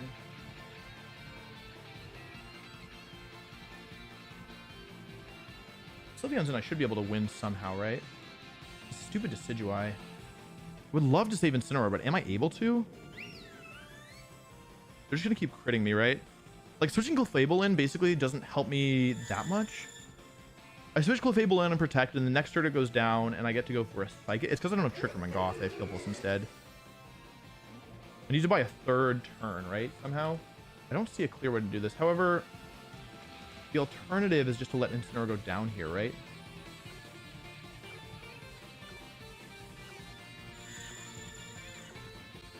Protect. I'm gonna let Incineroar go down. I don't think I want Clefable to take the damage. Yeah, I knew they were gonna Leaf Blade there, so I critting. It's only 50%. It shouldn't be critting more than that. Okay, I think I'm in pretty big danger here. However, it is still possible for me to win, I think. Hyper Voice, Shadow Ball, actually. Okay, if it's Shadow Ball, it should be winnable. I wish I had my Terra left. If I had Terra on Lapras here, this would be pretty good. I think I'm gonna run out of health is the problem. I'll go for Moonblast and Psychic here.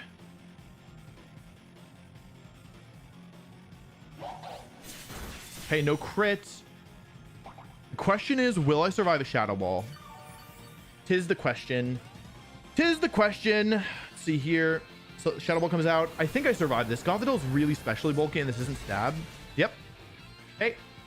Like, it comes out. That was a really good time for the move not to crit, frankly. Doesn't KO. However, I have Moonblast. This is going to be down to the wire, folks. I do not know if I'll be able to win this. However, the good news is that the Sylveon is choice specs locked into Shadow Ball, which is just not that powerful of a move in the grand scheme of things. Yeah, Meowscarada is the last. Okay, so we have all the pieces that we need to figure out if this is possible to win, right? 2 turns. So if I go Protect and let's say I go Protect and Psychic here, then let's say the KO Gothitelle with one of their moves this turn. Then next turn I go into Lapras, I go Follow Me, they Flower Trick, Shadow Ball, and Perish Song. Protect, Follow Me. So it depends on if I live Flower Trick, Shadow. So this actually works, I think. And if they're not going to attack me this turn, then wasn't it?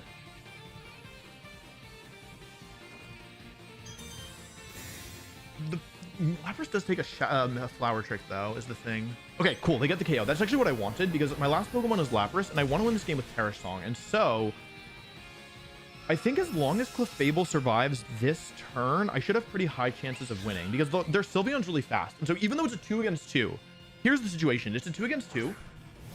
However, in a 2 against 2, if Perish Song, all 4 Pokemon will faint, right? In a 2 against 2, all 4 Pokemon faint to Perish Song. However, what determines the winner of a match where all 4 Pokemon faint when it comes to Perish Song is whoever has the slowest Pokemon wins, because the Perish Song faints in speed order, and whoever faints last wins. So if my Clefable makes it through this turn, if it lives the Flower Trick and the Shadow Ball, this should do maybe 60%, maybe less. Okay, I don't think I'm going down even to critical hit Shadow Ball. Here it is. Here Shadow Ball comes out. How much does it do? Does Clefable survive? It does. A critical hit would have been enough, but it survives. Perish Song goes up, and so there's 3 turns left in this battle. All 4 Pokemon will faint at the end of those turns. However, they could side knockoff, but that doesn't help them, right? It gives them Hyper Beam, but that they're taking away 50% of their damage. So, okay, now there's 3 turns to counter left. So I just have to survive for 3 turns. I can protect both this turn, which gives me 2 turns left.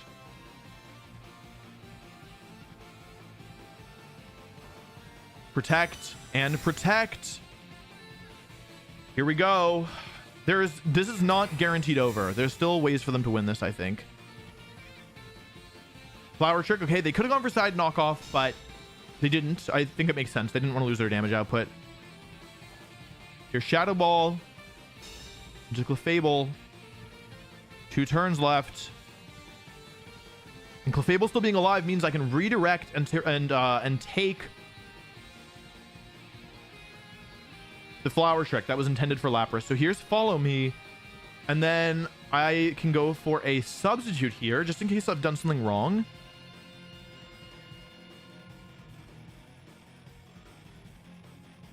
Here's Follow Me. This will Meowscarada is now forced to target Clefable with Flower Trick here. It's the end of Clefable. However, Clefable has more than done its job. Takes the crit. Goes down. My last Pokemon left is this Lapras. Here's Shadow Ball. Sylveon's Choice Specs is forced to use Shadow Ball. Here we go. Not a lot of damage. Doesn't get the special defense drop. Here's Substitute. Lapras survives. And now there's just one more turn left, and all 4 of these Pokemon will faint. Perish counter at 1. Sylveon at 1. Lapras at 1. And then Protect. Okay.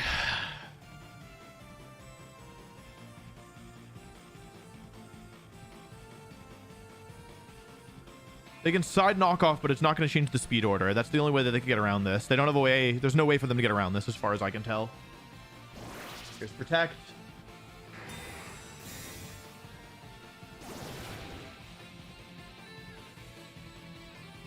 Here's Flower Trick.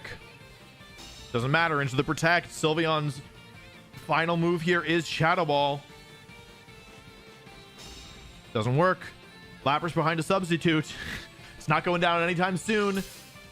And although Lapras will faint here, this is the end of the battle. Perish counter's hit 0, and Lapras has not cleansed itself of the Perish counter. It activates in speed order.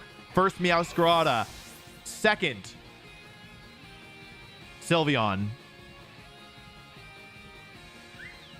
And last but not least, with 0 Pokemon remaining at present, Lapras and Lapras's Substitute. It doesn't play the animation because the Substitute faints. With no Pokemon left, your winner is me. GG. Every Pokemon fainted. Every single one of them. But we were the victor.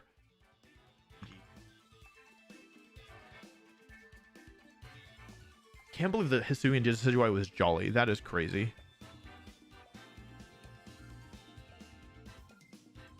That's nuts. Whew.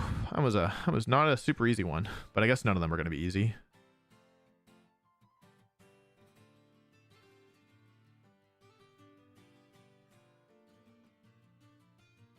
Okay, cool.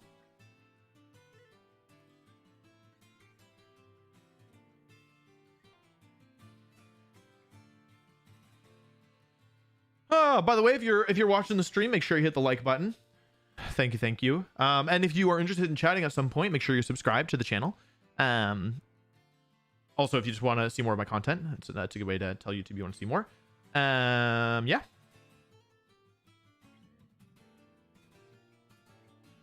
Yeah, the one crit that did, like, if Gothitelle had gotten crit, I would have lost for sure on the Leaf Blade, but didn't crit that one, so yeah. But also, if they hadn't crit the other ones, I would have been okay too. And also, their Decidueye was Jolly, which is weird, so who cares? Yeah, well, wait, who took 5 KOs? Did Lapras take 5 KOs in one game? It took 4. No, just 4. I truthfully didn't think Clefable was going to be getting any KOs, so that was cool too. Yeah. Okay, it would have been so funny if that turn 1 of game 2, the Decidueye was slower, Flare Blitz KOs, and then Hypnosis hits. That would have been so good. And because it was up a game, I don't feel bad going for it. Water Absorb didn't come up very often in testing, but the thing is that you're skill swapping the ability most of the time, or you're trying to at least, and so...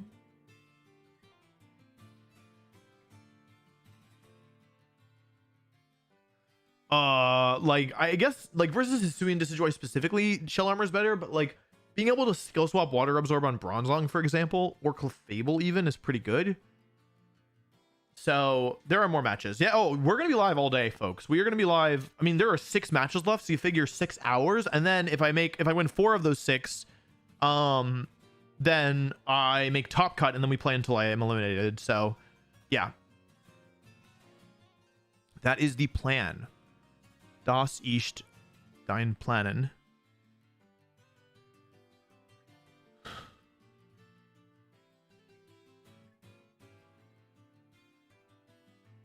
I don't want to spoil the strategy. Abdullah, thanks for the gift sub.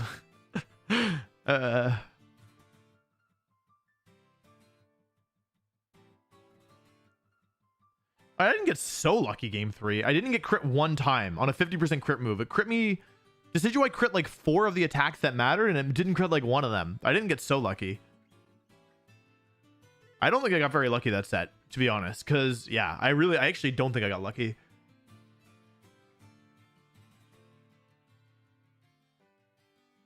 The main tactic is not perish, but in order to make sure that I could win best of 3s, I've added a perish mode.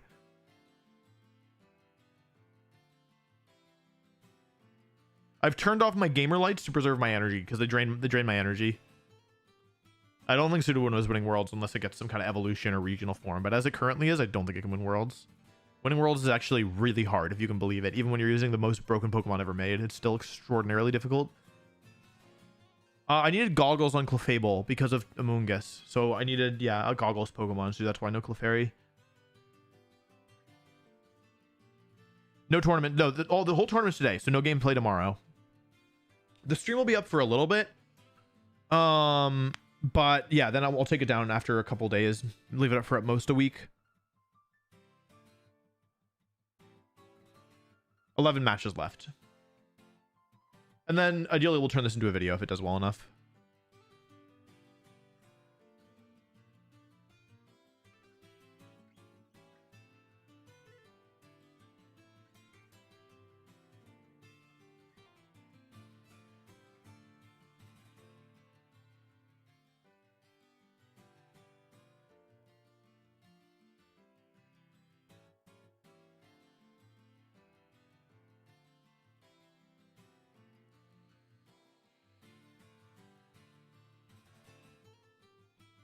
Thanks, Crazy Nightmare. Appreciate it. Do you think you win all your games? No. I will be happy if I win 6 of the 8. I'd be very happy. I don't plan to come to Brazil for internationals, unfortunately. It's actually the one international I've ever been to. I think Corviknight's good in the meta. Corviknight is good. The VODs will eventually be up on WolfeyVGC. If you look it up on YouTube, you'll see it there, but it takes a little bit. We normally don't publish them until after the tournament. After the video, it goes live.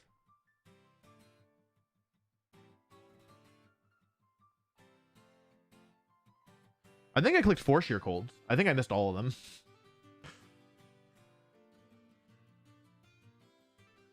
Wolfey, can you battle me on Showdown? No. Sorry. What do you think about stored power bronze like a weakness policy? I don't think about it. You consider the next gen with megas. We don't know what's next gen going to be.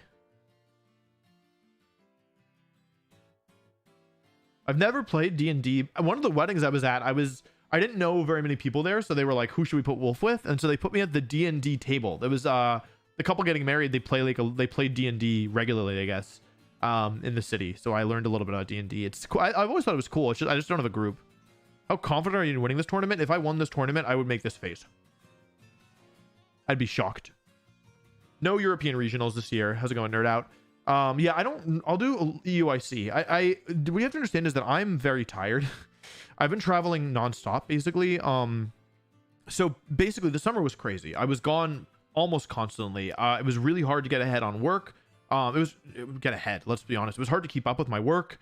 I was just like never home. I was never around. And I thought also, like, you all know this, Worlds is emotionally exhausting. It's like physically exhausting, mentally exhausting, and emotionally exhausting. It's just overall exhausting because I put a lot of myself into preparing and I take it really seriously, and it's super high pressure, super high stress. Like, you know, it's one weekend a year where, you know, your choices matter quite a lot, and you work towards it for literally months. I worked on my Worlds team for like 3 months, all with the goal of doing well. And so,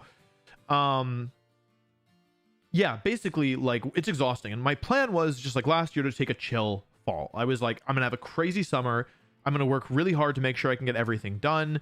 And then at the end, like, I'll have September through December, I'll be very chill. And that's not what happened. So basically, I think I had 2 weeks after getting home from work. No, I flew directly from Worlds to a bachelor party. Then I think I had 2 weekends off, bringing us to like September 14th weekend. And every weekend from September 14th until mid-November, I have something, oftentimes 2 things in different cities. It was Baltimore regionals, then a wedding in upstate New York, then a wedding in Philadelphia. Then the following weekend was wedding in Philadelphia, a wedding in DC, which brings us to this weekend, which is the live stream. This is my last like chill weekend, except that it was the Jewish holidays and I was in Philadelphia for the Jewish holidays Wednesday, Thursday, came back Friday morning, yesterday, finished this team. Then next weekend I have Louisville regionals. The following weekend I have something that I can't talk about, and then a wedding in DC.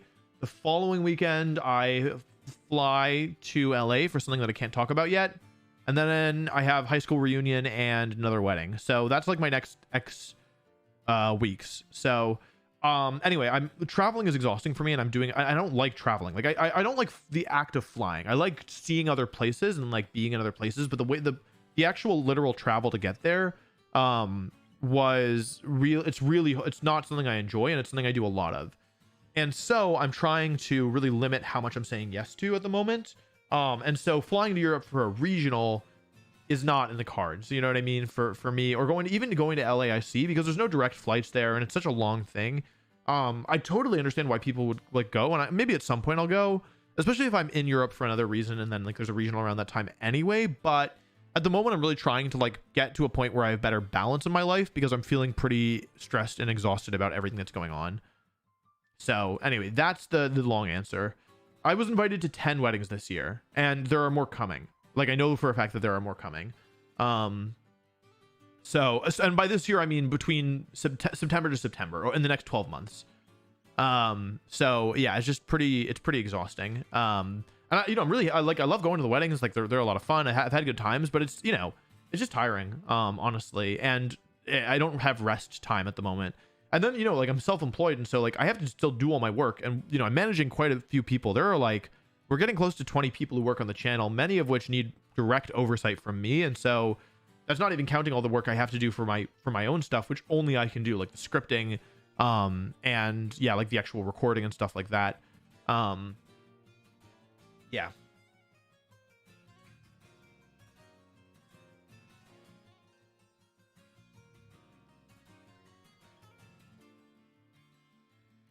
Four matches left. You fly economy? Yeah, I fly base economy. I could afford to do non-base economy, so maybe I should. But my thought process is, once I start paying for like better quality flights, it's gonna be hard to go back, because I'm used to having the crappy flights. You know what I mean? And so once I start paying for nicer like business class, or even anything else, I think it's gonna be hard to go back. So I'm delaying it as long as possible.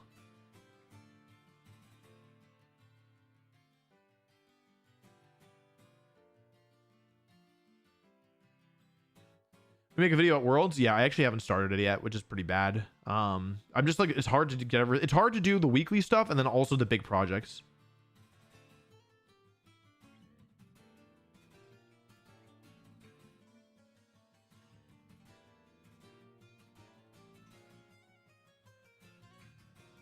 Appreciate it, Nightmare. Thanks very much. 4 matches left. This is best of 3 open team sheet, which makes my strategy a lot harder to use. Yeah. Yeah, I could write off it as a business expense, but like my thought process is like, right now things are going well, with the business, and I'm really lucky, but I don't want to take it for granted. I don't want to assume, like, I feel like a lot of YouTubers, they get success and then they're like, this is the new baseline, like it'll never go down. And as a content creator, you can like, lose an audience overnight, really, right? Like, and so I don't ever want to assume that, like, things are going well now, and if things were going this well forever, that would be awesome. But I don't want to assume that that's going to be the case. I'm going to try and make things better, but like, I also don't want to be arrogant about it. And so like, I don't want to start lifestyle creeping in ways that are like, like non-sustainable, because I don't want to get to a point where like, I do need to, like, we're like I need to budget for financial reasons. Like I need to be more mindful of my spending and then not have built those habits already. You know what I mean? Like even though I've had a lot more success on YouTube and stuff, the main lifestyle creep that I have is like maybe I order food delivery twice a week, honestly, or like on a crazy week maybe I'll do I don't know if I do. It'd be pretty crazy to do 3 times. Like that's the main lifestyle creep that I've had. And I like got a nicer apartment, but before I was living in, my whole setup, like I was eating and sleeping and also like working all in one room in my bedroom. Like everything was in my bedroom. And like that wasn't the only room in the apartment. I wasn't living in a 1-bedroom, but like that's where I spent most of my time. And I was like, you know what? I think I'd like a different room to eat and sleep in than I work. So yeah, that's like my main lifestyle creep is slightly nicer apartment. And then, like I order food delivery more often now, when I wouldn't before. So, yeah, I mean, I don't know, like I also don't really care about things that much. You know what I mean? I'm not really a things guy. Like I actually feel like I have too much stuff and I don't have very much, but I don't know. Like I don't have a nice car. We've talked about this. My car's not very nice. I don't know. Like I don't really have that many nice things. I don't know. I need to buy a bookshelf. I have too many books, but not enough bookshelf.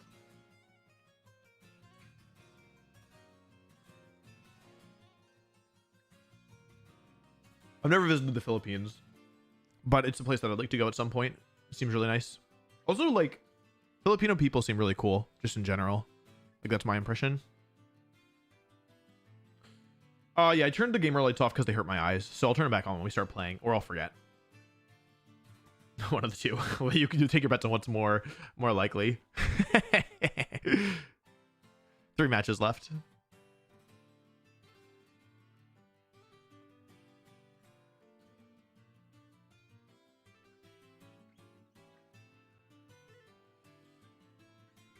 Are you worried about age making you lose your edge?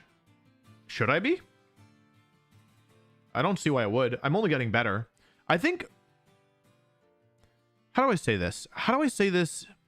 Okay, so I'm going to try and say this. You'll have some grace with me if I don't say it super gracefully, please.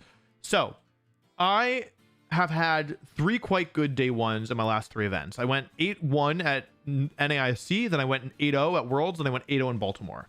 And I didn't win any of those events. I got top 32, top 16, top 32. 2 of those were top cuts. And I was like, oh, I wonder what people are saying online. So I did the forbidden thing and I looked up. I think I watched the match and I read the comments, right? I went in the YouTube video to watch the match back to review it for my notes, for my stream matches. And then I looked at the comments and I saw a lot of people, not a lot of people, that's really disingenuous.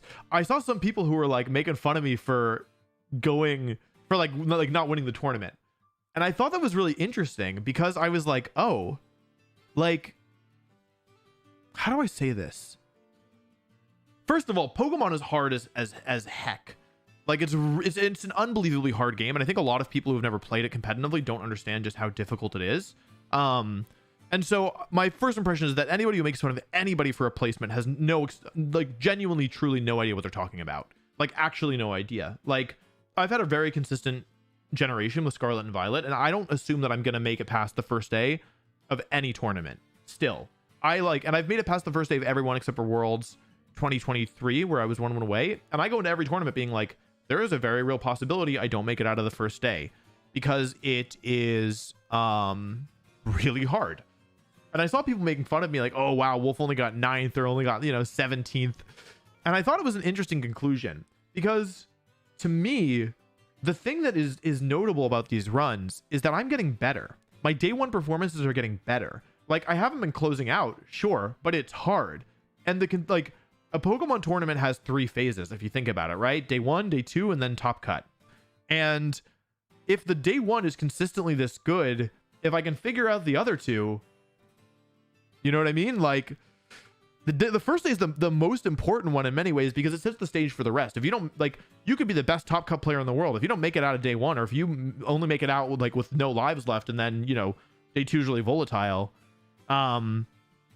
Yeah, it doesn't matter that much. The first day is the most important one, and so I feel kind of bad because I feel like people who root against me are celebrating the I'm not going to call them bad performances because frankly they're phenomenal performances. I set a record at Worlds. I'm the only player ever to go undefeated in games on day one, so I'm not going to call it a bad performances. But for the failure to fully capitalize or to fully translate the day one success into a win, I feel kind of bad because I feel like I am continuing to get better and my process is improving and I'm getting better. Like for my standards, the results are getting better, right? Like even though the finishes aren't necessarily better, Top Cut is always volatile because you're always one win away from, like one loss away from being eliminated from the tournament. That's just the way that it works.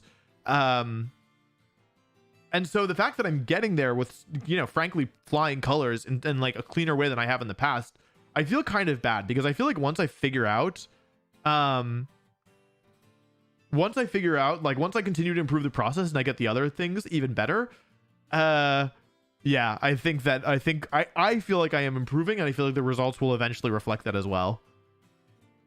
That's just my onion though. Who knows? Maybe that last one was the last success I have, or maybe I never win again. It's genuinely possible. I'm not saying that to be facetious. Like Pokemon is incredibly difficult. There is a totally real possibility I will never win another regional level plus event again. Yeah, like and that's not me being fake humble. That is genuinely how difficult Pokemon is. It is so hard. And people don't know that. They don't understand. And I think that actually is one disservice that I've done to the community, I think, is because I've been so consistent. I think people have a misunderstanding of how hard it is, truly. And so, yeah, like, I think that, like, people don't understand how much of an, like, I think because I'm the most visible player, people see it and they think that that's, like, the norm or the baseline, or, like, that's, like, you know, the upper of the bell curve. It's, like, you know, kind of, like, a little bit past the median. Like, people don't understand how ridiculous the consistency is. Like, it's actually crazy. So, that's my onion, but who knows? Marcus loves Furret. He really likes Furret because there's the video of, like, Furret walking with the song, you know what I mean? It's like, ain't nobody gonna break my stride, nobody gonna slow me down, oh lord, I've got to keep on moving. That song Marcus really likes. There's a video of Furret walking for 10 hours to that song, and Marcus really likes it.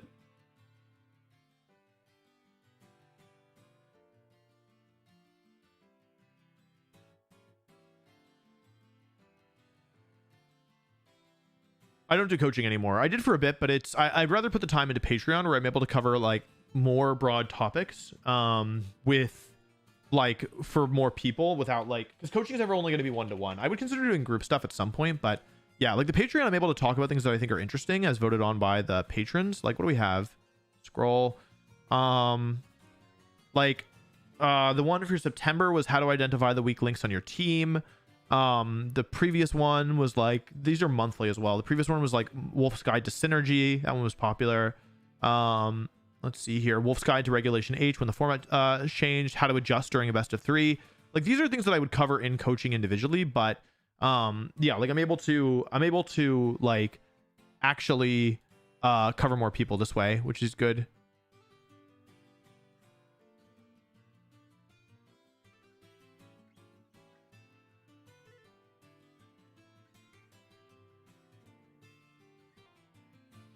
Well, Wolf, how long do you plan to keep playing to go to Worlds? I'll play as long as I'm enjoying it. That's my current opinion. I'm not setting like a 5 years and then I'm done, you know, because like if I feel like still playing in 5 years, then I'm gonna keep playing. If I don't feel like playing in 3 years, then yeah, like I'm not gonna play anymore, you know. I think for me the thing that's most likely to make me stop playing is if my friends stop. Like I really love Pokemon, but for me it's mostly not like, maybe most is the wrong word, but a huge chunk of it is like being able to work with people who I love towards a common goal. I feel like their success is my success as well. That's like for me, I think a big part of the enjoyment of it is working with my friends. So if my friends stop playing, then I think that's the thing that's most likely to make me stop as well, because I really enjoy it. Like I really do have fun with it, even though it's hard. It's so hard, y'all. Like it's hard to be so visible. You know what I mean? Like it's hard to like have a spotlight on you. Like I wish that WolfeyVGC, the YouTube creator, and WolfGlick, the competitor, I wish that they were separate people. You know what I mean? Because it's hard to be WolfeyVGC, the content creator, when you're competing at the World Championships, you know? And when there's like, so when it's so important to WolfGlick, the person, it's hard to then also be WolfeyVGC, the content creator. I'm not like, I don't want to make it seem like I'm complaining. I'm very, very fortunate to be in the position I'm in, and I don't take it for granted. But it's hard. Not like it's hard as in like, oh, my life is so hard, but just like it's difficult, you know?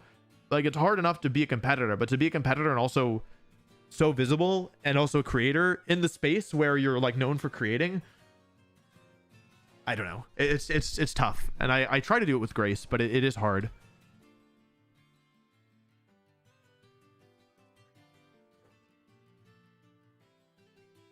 It's a work in progress. Always getting better, right? Always learning, always improving. Next round's up. Glamora, Talonflame, Dondozo, Tatsugiri. Ooh, Dondozo, Tatsugiri. It's taunt Talonflame. Quite rude. Ain't nothing gonna break my stride. Nobody gonna slow me down. Oh, Lord. I actually think that this is kind of... I actually think this is kind of not a bad matchup. I don't think it's good.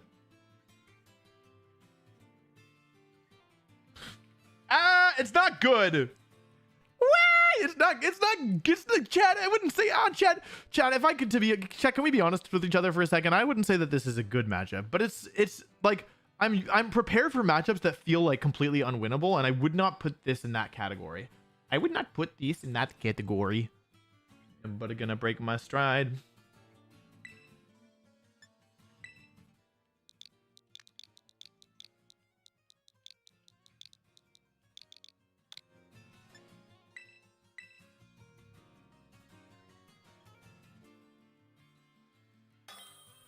Icky. Next round. I wish them good luck. Have fun. Why is this dealer taking the piss? I've been standing here for 30 minutes. Why is this dealer taking the piss? I've been standing here. Do I have a day job? This is my day job. Gotta bring the haze. I don't need haze, truly. Sorry to disappoint. I've been standing here. I actually think that Dondozo is not a good matchup against me. The question is, do I want to do Incineroar or do I want to do Clefable? I don't think that this is a Perish game because it's not super good versus a lot of the mons here, and they have too much offense. So, yeah. The forbidden strategy is not Perish Song. The forbidden strategy is whatever I'm about to do here. Truthfully. Why is this dealer taking the piss? I've been standing here for 30 minutes.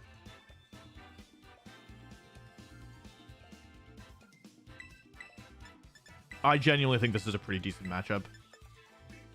Let's see. Your opponent is watching your stream? I don't know if we have any evidence of that. Also, I kind of just assume people are watching, to be honest. Like, I don't like... It's not... They shouldn't be doing it morally, but, like, I mean, it would give you an advantage, right? And I understand the urge, too. Like, it's completely... You have to be pretty stupid to get caught. So, I, like, just assume that people are watching most of the time. That's why sometimes I take time. I like, actually should have waited before locking in, because, as you can see, they're still taking time, which means that even with the 30-second delay, they now would be seeing what I said 30 seconds ago, which would mean that they could now choose their mons based on what I'm leading.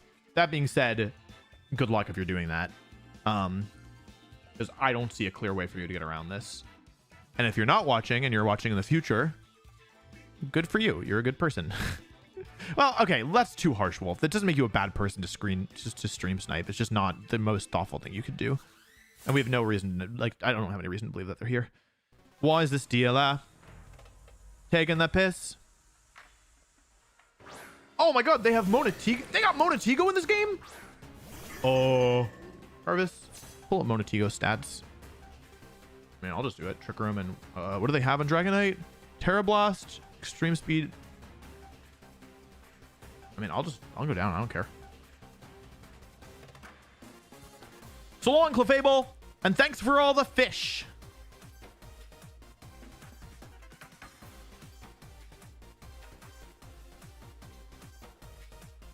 Oh, this music is good. Hold on. Hold on. Oh, I need to wait 15 seconds. Okay, wait, hang on. I need to wait. I need to wait.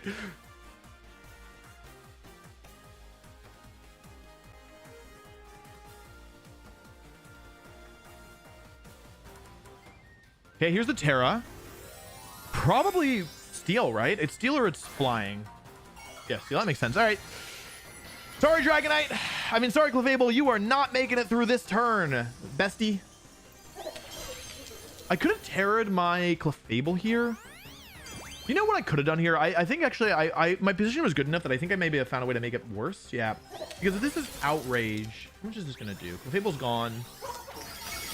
That did a lot, actually. Okay, I think I may have just messed up in a big way.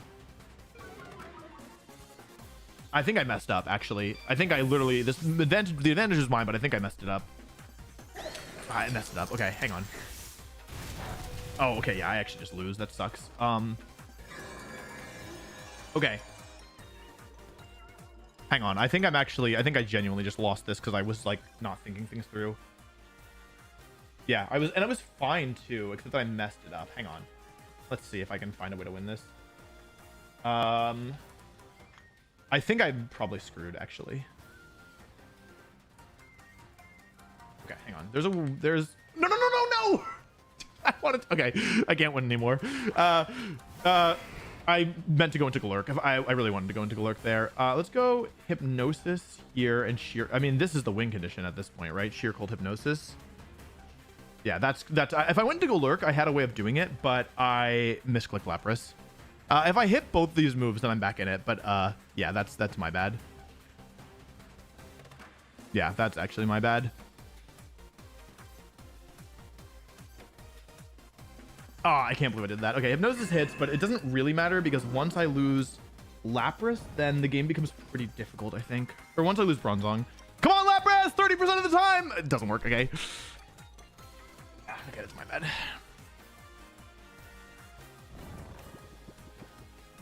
Yeah, the thing is, actually, knowing now that I hit Hypnosis, I would have been okay, probably. God, it's strong. Okay. It actually could... Could I still win this? Probably not. It's possible. It's okay. It's okay. It's okay. It's okay. Yeah, I know what to do. And also, it's actually... I mean, I haven't hit a Sheer Cold without No Guard yet, but it actually is still possible if I get a little bit lucky. I just need to hit one at some point is the thing. Like, that's really it. If I hit one at some point, then I'm okay.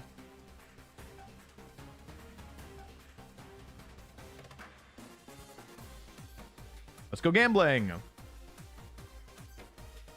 I need to take more time. They're taking full time every turn. They actually, yeah. If they, yeah. I need to take more time. Yeah, that's my bad. I need to, yeah, that was super my bad. Okay. I learned a lot here. Here. Dozo. Okay. Hey.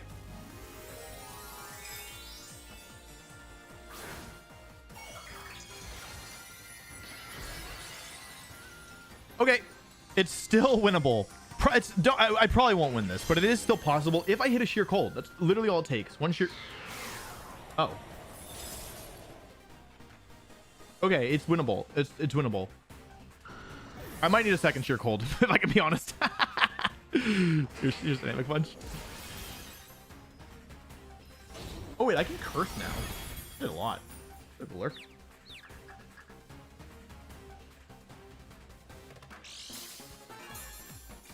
I can curse for setup, but they have Oblivious, right? So we don't even, it doesn't even matter.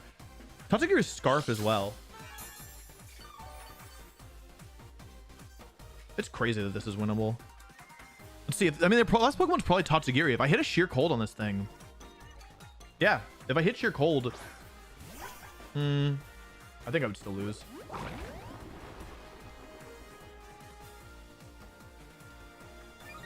Yeah. I think I don't think I can win this. I needed to KO the Denozo or like before I hit the Sheer Cold. Yeah. Fusion to Trick Room left. I would need to KO. I think the win condition is legitimately hit Sheer Cold this turn. I think that's actually the only way that I can win. So I have basically I only have a 30% chance of winning, but I do have a chance of winning. I think that if I hit this Sheer Cold, if it connects, then... Oh! Wait, hang on! It's doable! It's actually doable! I'm so goated! Oh, I should have dynamic punched. Wait, I can do it. I can still win. But only if dynamic punch KOs Goldango in a single hit. Otherwise not happening. Okay, let's not move too quickly here. Its moveset is Make It Rain, Shadow Ball, Thunderbolt, and Trick. Tatsugiri has Draco Meteor, Muddy Water, Icy Wind, and Sleep Talk, which means that the only move that can damage Lapras is Draco Meteor. So, if I go for a Dynamic Punch into Goldango and it goes down, I win regardless, right? Because then they have to lock into Draco, which they're never winning. If I can go for Perish Song this turn, or Substitute. This will mean that I'll do it. I'll just Protect. It's fine. Okay. I made Terra Fighting on Golurk specifically so that I could KO Pokemon like No Bulk, Terra Steel, Goldango in a single hit. The question is, does this thing have bulk? Does it survive? It does not. It goes down. Goldango goes down to a single hit from my Terra Fighting Golurk, which never misses thanks to No Guard. Draco Meteor comes out into Golurk. It never misses because of No Guard, but it survives.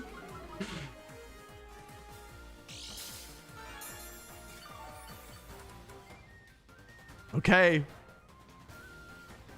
Trick Room is up. However, doesn't matter. Here's Dynamic Punch. Here's Substitute. Should I use Perish Song here? I should just Perish Song, right? There's no reason to sub first. Draco Meteor again. Okay. I survive. That's going to seal it. There's no longer a way for them to win, I believe. Okay. Who needs No Guard? KOs. Wait, no, it took 2. I got 2 Dynamic Punch KOs and 2 Sheer Cold KOs. Woo! Doesn't really matter. I don't know if they were watching the stream, truthfully. I don't know if they were watching the stream, but it doesn't matter if you know what they're gonna do if Sheer Cold just connects anyway. Oh boy, that was a good one. Thank you, Lapras. Oh man, Lapras is so good. Wait, Golurk popped off. I didn't really expect Terra Fighting Dynamic Punch to work ever, but I mean, that's the way it works sometimes. Okay, it is 2 out of 3. We do need to win another game though.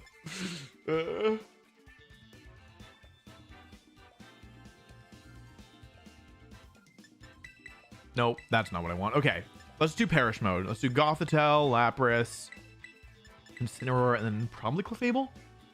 Could be Golurk. It was so good last game.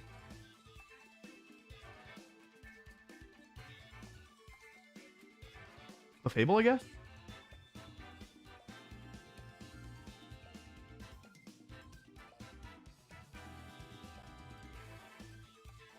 It could be Bronzong for Trick Room, and like as insurance against Dundito.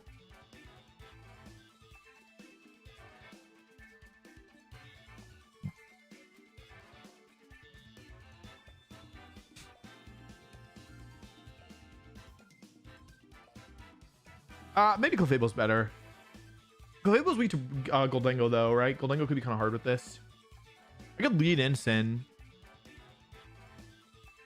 Yeah, obviously I'm not doing this. Sorry. I just wanted to, in case they're watching. Bop. Bop. Bop. They haven't locked in yet.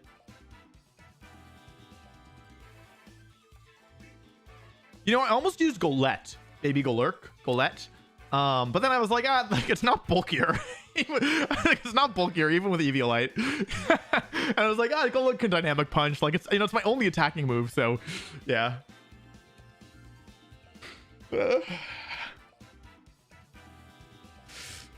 Why is this dealer taking the piss? I've been standing here for 30 minutes. Why is this Sheer Cold taking the piss? Okay, let's give it a shot. Okay, let's do what I should have done game 1, okay? Which is number 1, wait 15 seconds. Oh, I'm gonna hit the run button. Ooh. You don't have, it doesn't matter what moves you click because I'm gonna forfeit. Ooh. All right, let's give it 10 seconds before I do anything.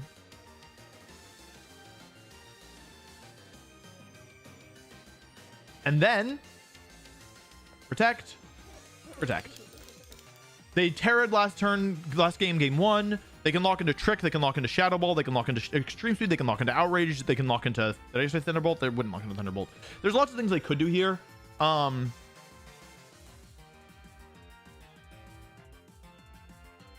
Cool. We now just know the Terra, and we also know what move they're using. And if it's Terra Steel, then I have counterplay this time. If they make the same play again, I actually have counterplay, which is good. Because I like counterplay. It's fun for me to do. Okay. Protect. And protect. Now that they can't Terra Dragon as well, I'm a little less... I feel like less pressured to save my Terra. Here's Make It Rain.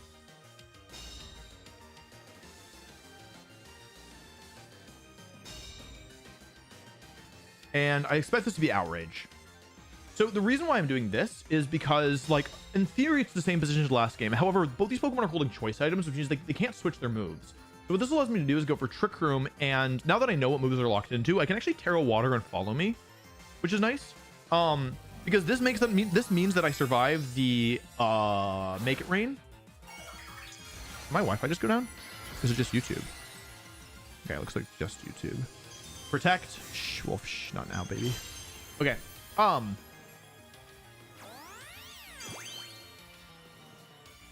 Am I still alive? Is everything still okay? Fine. Anyway, here, now I don't have to take the Outrage with Clefable, with Dragonite. I can instead take it with Clefable. Clefable will go down here, which is okay.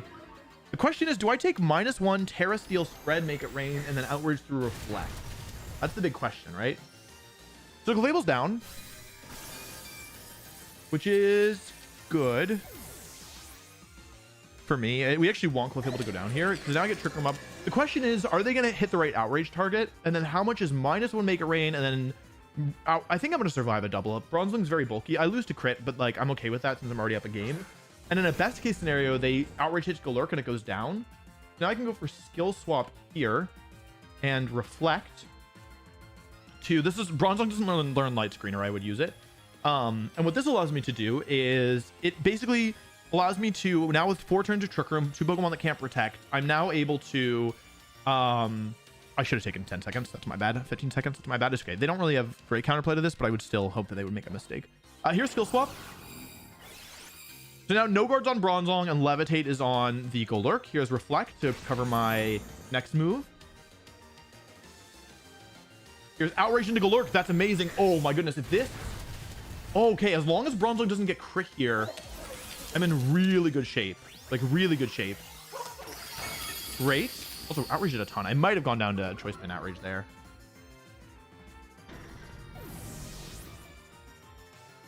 And they're not confused yet, which is good because that means that I know that Dragonite can't switch here because it's locked into Outrage. So now, even though I've lost 2 Pokemon, let's take stock here, chat. I've lost 2 Pokemon. I've used 2 of my turns of Trick Room, and they have taken out most of Bronzong's health.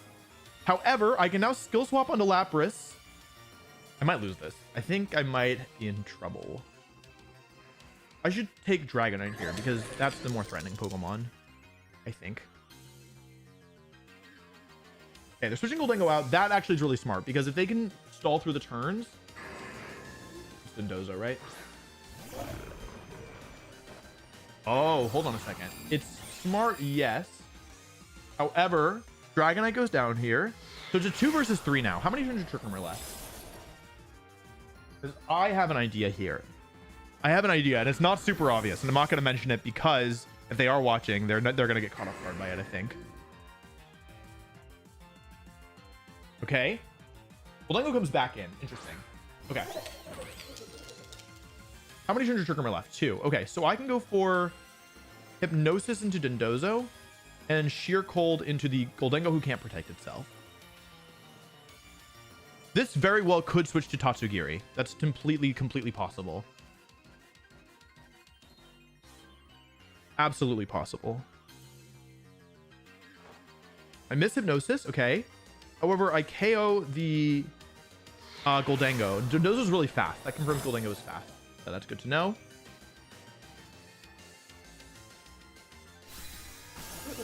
They can't Terror anymore. I go for sub. That's actually really bad. If the last Pokemon is Tatsugiri, that's actually really bad. Because they can PP stall me, potentially. So, it's 2 versus 2 now. However, we only have 1 turn of Trick Room left. Okay. That's a little threatening. I'm not going to lie to you. That is just a wee bit threatening. Okay. This is scary. Because they can PP stall me or timer stall me and win that way. 1 turn of Trick Room left. Yeah, they can potentially PP stall me.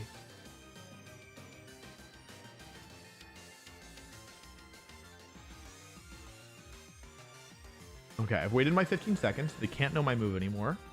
Go Protect and Sheer Cold here. It's Terrace. It's Heavy Slam, Wave Crash, Protect, Substitute.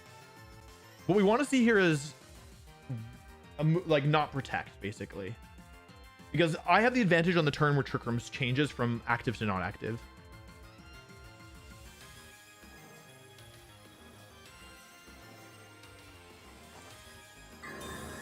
This is why I need 8 PP on Sheer Cold, which I fixed. Okay, so if they attack here, I think the advantage is mine. I don't know how much heavier Dondozo is compared to Lapras, though. I also don't know how much damage it does to Lapras with Heavy Slam. Okay. Not very much is my guess.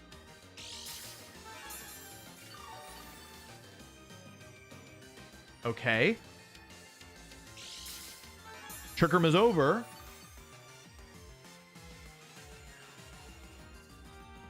However, with Bronzong still alive, despite taking so much damage early, I can Trick Room again and go for Sheer Cold.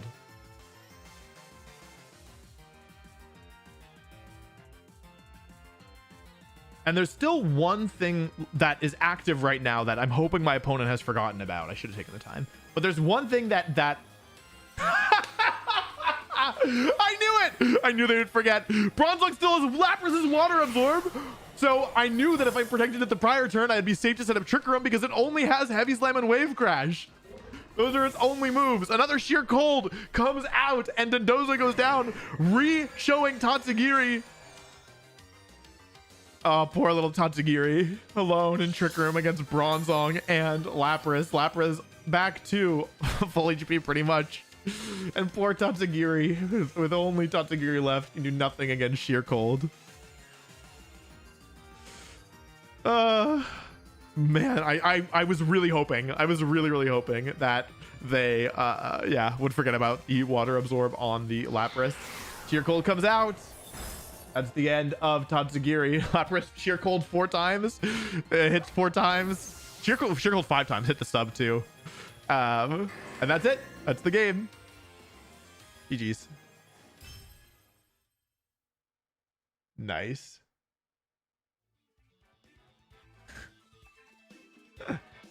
Oh man. Yeah. It's really hard to keep track of all the abilities. I had a feeling that they would forget. That's why I didn't say anything about it in case they were watching.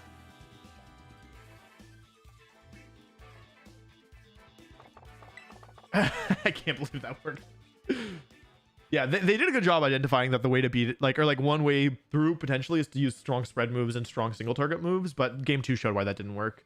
Let's get the record.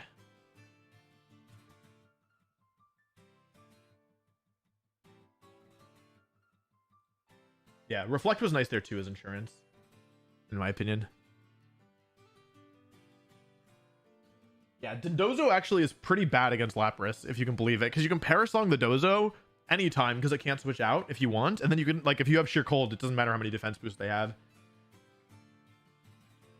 Can you explain all the Sheer Colds are hitting? The strategy, the forbidden strategy, is no guard, an ability which means accuracy and evasion checks just don't happen. Your moves will always hit. All moves that target you always hit. The idea is you skill swap. No guard is given to very few Pokemon. Machamp, not in the game. Duo Blade, which is Middle Aegislash, not in the game. The only ones in the game, as far as I'm aware, are Golurk, which is not a Pokemon anyone's ever used. Golett, which is Baby Golurk, again, not ever used. And then excuse me, stupid Lycanroc that looks like a furry. The stupid furry Lycanroc one. The like, or the, was it midnight? No. Dusk? I don't know. Anyway, it's pretty difficult to set up. It requires multiple turns. Like, at best, you're doing it in 2 turns, I guess. No, Trick Room skill swap. It takes 3 turns minimum. Not a very efficient use of turns. And then, yeah, like, you lose all your Pokemon to get into position. However, if you can pull it off, it's really funny. But it's forbidden because it's extremely difficult to pull off. If anything goes wrong at any point, you lose. And yeah, like, it's just not consistent at all. Abdullah, thanks for the gift. You weren't kidding about what's it called? Gifting a sub for every win. Anyway, if you can pull it off, you get a Lapras who always connects sheer colds. Always. Yeah. Unless Weezing is active, in which case it doesn't work.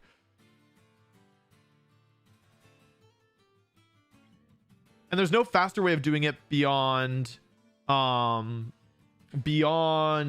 You can do it in 1 turn or 2 turns with Smeargle, kind of, but Smeargle's really bad. And Smeargle's not bad, but it's not a good, like, Lapras is really bulky. So if you can eventually pull it off, then yeah, it's like, it's good. But Smeargle, like, even if you pull it off, it's so frail that, like, yeah, you can one-shot them, but they one-shot you, so it doesn't actually help that much. If it's Smeargle a Dark Void, it would be good. And like level 1 Dark Void Smeargle would be good here with like fake out Dark Void Endeavor stuff. But yeah, even like regular Dark Void Smeargle would be good, but yeah, it doesn't work. I had Garganacl on the team for a little bit because it learns Fissure, but I thought like in the end having Sheer Cold was better personally. The backup strategy is Perish Trap. So if it doesn't work, which it doesn't a lot of the time, then you can switch to Perish Trap in game 2. That person had like a lot of offense and they were leading with Goldango, and so there wasn't really anything that made me feel like that my strategy wasn't going to work. I assumed that I would live Terra Steel, Make It Rain plus -1 Terra Steel, Make It Rain plus Outrage and Reflect. That may not have actually been true. I think it was going to be close, and if I could live all 3 of those, then I was going to be fine, I think. However, yeah, because I also had I had Reflect up. That's why those didn't do anything. Oh, then I was super fine. I was worried about Heavy Slam potentially KOing Bronzong. I didn't think it was gonna, but yeah. What do you do against Galarian Weezing? Legitimately auto loss. Like, I start going for Sheer Cold without no guard. Like, actual auto loss. Like, no, not kidding. Actual auto loss. If there's any Weezings, it's just immediate loss. Nothing I can do. I would not bring this to a tournament, beyond an online tournament. It's fun and it's silly, but it's not like, I put a disclaimer in the description. You can check the description to see what I wrote about it, which is don't try this at home.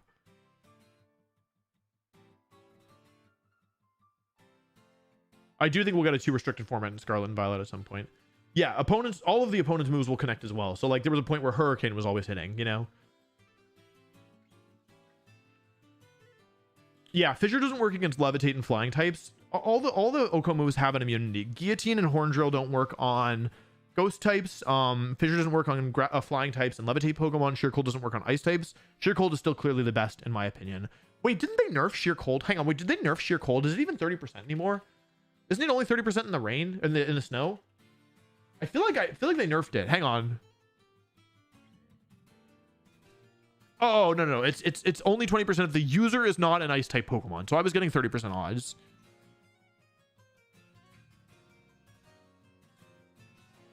Okay, so it's 30%. So I hit 2 30% moves to win that game. To win the game 1 of that set. Why is this DLF? No, tournaments allow. This is a tournament legal team. You could bring it to a tournament if you wanted. I don't recommend it. I'll put a rental up on the Patreon after the tournament is over. I'll either do it tonight, but if I'm really tired, I'll do it tomorrow. Because I like to write up explanations explaining the EVs and the choices that I made. There will eventually be a video on this, though it'll probably not be till like December, to be honest. Can you stream later? I'm busy. I'll be streaming for at least another 5 hours and hopefully a little longer if the tournament's gone well. Hang on, I gotta make myself some beans. I'll be right back. I gotta heat up some beans. I hope it's okay that I eat the beans. We have a little bit of beans left, but I'm kind of hungry and I think I should eat some beans. Okay, I'm gonna go make myself some beans. Let me add something here.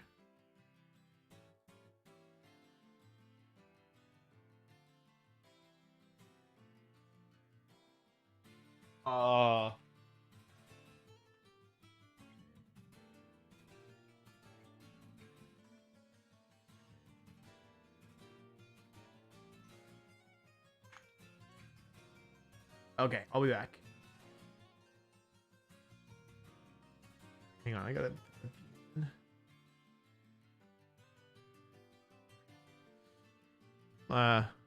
Okay, I'll be right back. Gotta make my beans. Well, I gotta heat up the beans. They've already been cooked. Otherwise, I wouldn't be able to do this shortly. Then it would be back longly because of beans. Okay, I'll be right back. Well, I won't. I'll be back after I heat up the beans, and then I'll eat the beans on camera. Your nose is orange. Your nose is purple. I don't care. Okay, bye bye.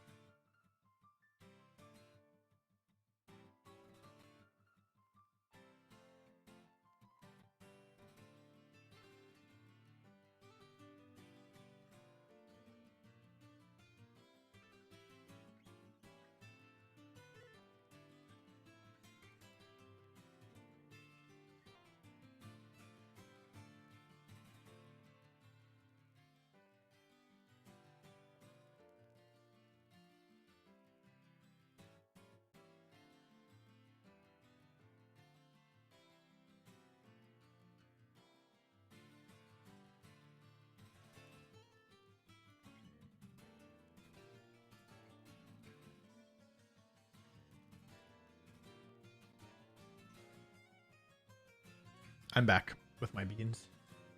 Wolf and his beans. Is Dwobblefett's not in the chat, right? Trey, are you here? I have a mechanic question. I think I know the answer to it, so it's fine. But yeah, I would like to know because it came up earlier in one of the matches.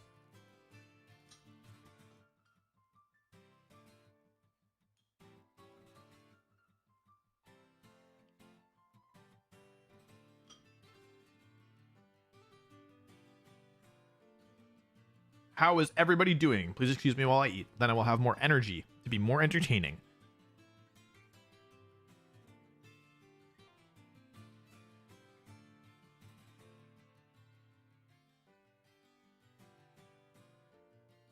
That's the rule.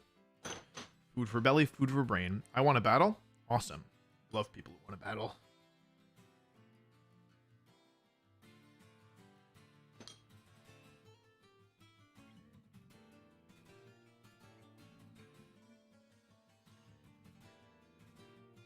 What kind of beans? These are Rancho Gordo subscription beans. My girlfriend loves beans a lot. Like a lot. Like a lot. And so she has this bean club subscription where every month they send like 4 pounds. No, sorry. Every quarter they send like 4 pounds of beans to our apartment. She splits them with a friend, but even still, it's bean overload. Anyway, these are like the gourmet beans. They're like the fancy beans. These are like the beans that like your grandmother would be jealous of, I think.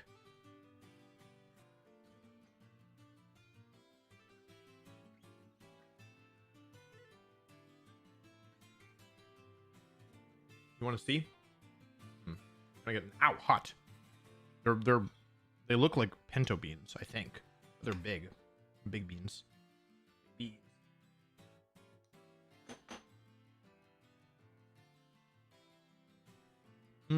For the skill swap users,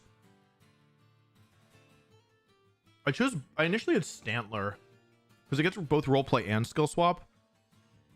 But Stantler, like, the obvious problems with the team are like taunt, rage powder, follow me, spore as well, like a Moongus. I chose Bronzong because it's really bulky and it can hold the mental herb. Like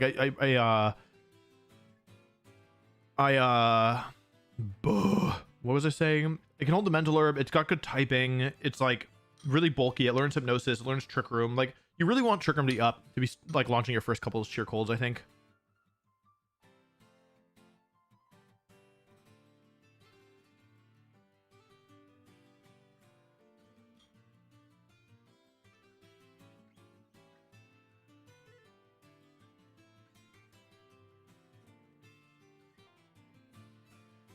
Evasion stats and the accuracy stat don't affect Oko moves.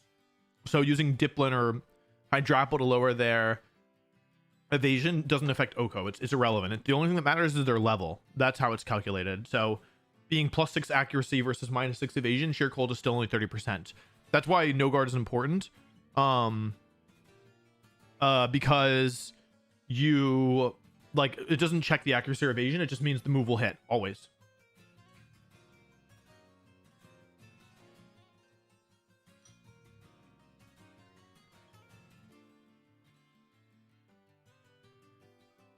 Nine matches left.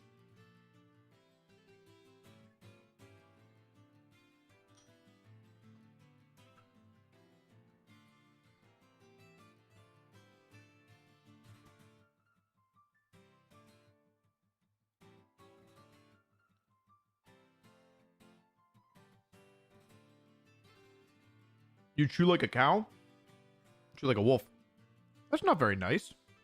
Why would you say that to me? The beans are in my teeth. Now I'm self-conscious. Why would you do that to me? I'm trying to provide entertainment.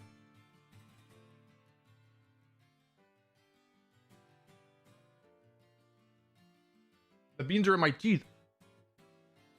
And I don't want to open my mouth and have bean apparent. It's a good thing my lips are so big. I can use them to kind of obscure my teeth. I should be a ventriloquist. Beans for wolf. Oh.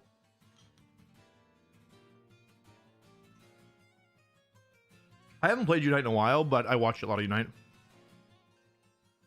I don't really care about opening booster packs. Like maybe at some point, like if there was like something going on, I would do it. But like in general, I think it's not like, okay, how do I say this? I don't think that I could make good content opening booster packs. That's the right way to say it. Like, because it's basically all on the streamer to react. And I'm just not like a super big reaction. Like, I'm not good at like faking it. You know what I mean? And I don't really care about, like, it's not like I have any attachment to a specific card that I want to pull, you know? Like, I don't care.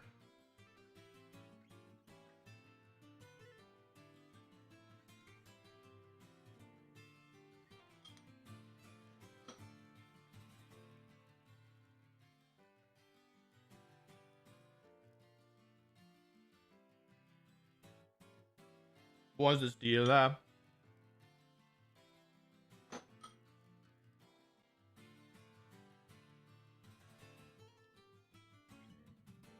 I'm not planning on going to any international tournaments except for EUIC. Other than that, all my tournaments will probably be within the US.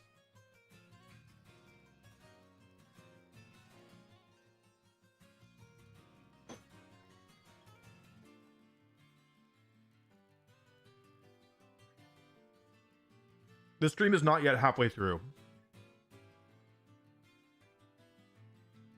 I would consider doing group coaching for VGC, like big group. I would also consider doing a course, like basically creating a master class that people could like buy a subscription to and then just work through at their own place, which is like, 8 hours of content or whatever. Not currently working on either of those things, but I would consider them, especially prior to Gen 10 launch.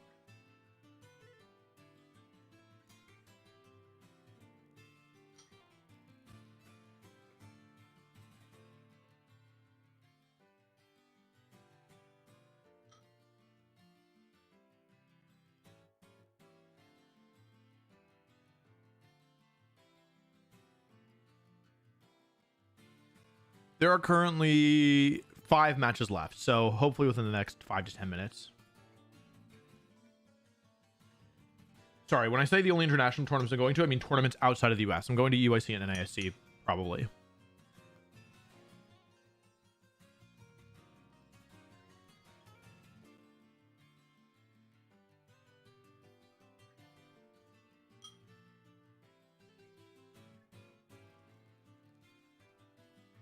Yeah, for courses, that would be probably closer to Gen 10. Because that's when, like, a lot of people want to get into competitive, and so, yeah. It's also when there's the least, like, active resources, so I feel like it's the best time to, like, put in a lot of effort and make something really good.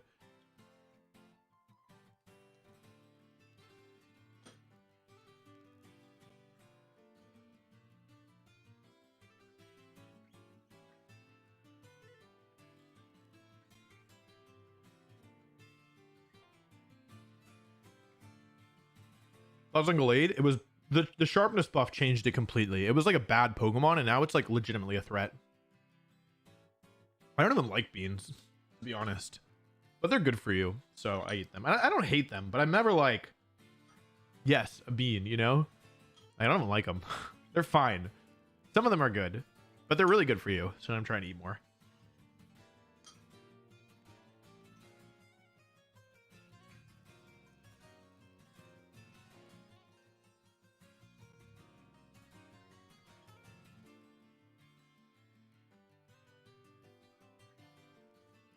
Do you think Pokemon VGC or TCG is harder? Oh, they're hard in different ways, I think.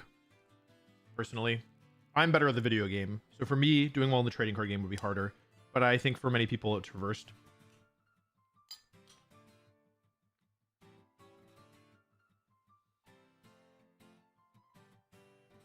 The music playing is, I think, from this. This is the music, I think.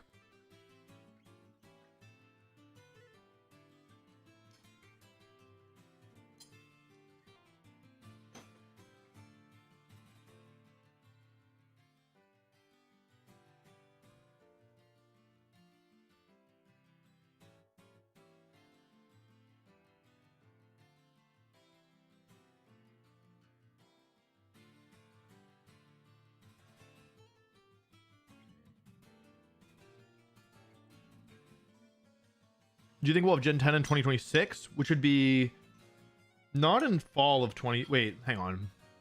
We're about to be 2025. It might be 2026, right? Because this is end of 2025 will be 3 years of Scarlet and Violet. So yeah, maybe in 2026. Yeah.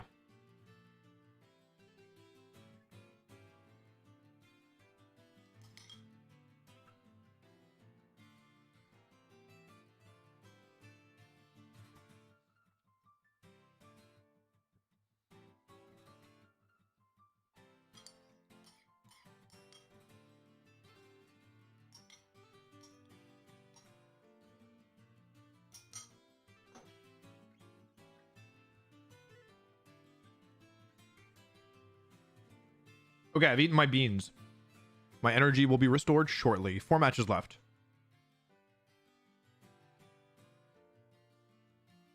How much extra energy is to stream while playing like this versus just playing? It's a ton of extra energy. It's much like more draining. It's actually not the playing itself that's so hard, like, but you know, it's the like being live for, you know, 8 hours, right? Or like, especially this time when there's nothing going on and it's not really often enough time for me to do something else, so it's kind of just on me to be entertaining and fill the time. That's what's hard for me. Also, the gamer lights, excuse me, really drain me. Like, it's like hard because I have these like big bright lights just shining on my face. Where are you in the void? Well, I have a, this is what it looks like normally. When I record, it looks like this, and I send this to the editors, but as you can see, like, my glasses make it weird, so I turned it off. I think Gen 10 will probably have Mega Evolution, but I'm not so sure.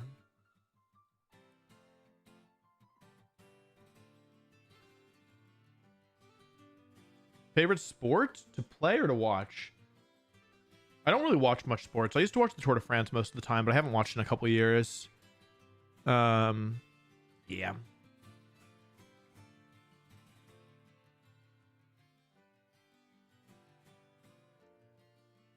Yeah, I imagine the next Pokemon game will be on Switch too, based on what they've currently said.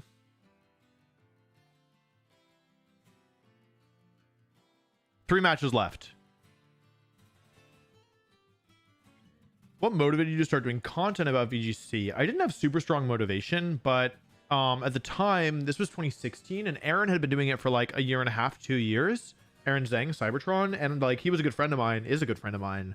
And I was like, oh, that looks kind of fun. Like, I think I might have fun doing it. So I reached out and I was like, hey man, like, I kind of want to give this a shot, but I don't think I'd be very good. And he was like, oh no, I think you'd be good. Like, and yeah, I was like, all right, well, if he thinks so, then I'll give it a shot. So it wasn't like I didn't have super strong motivation. I didn't have any aspirations of like becoming a proper YouTuber. I just wanted to like make videos, I guess.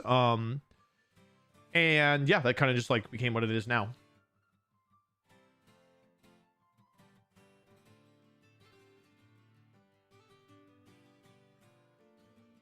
One match left, so we'll be ready soon for the next round.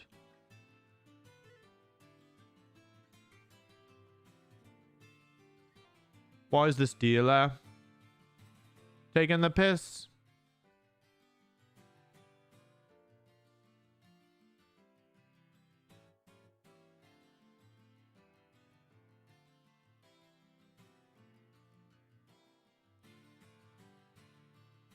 I don't watch the NFL. I don't really care about American football personally.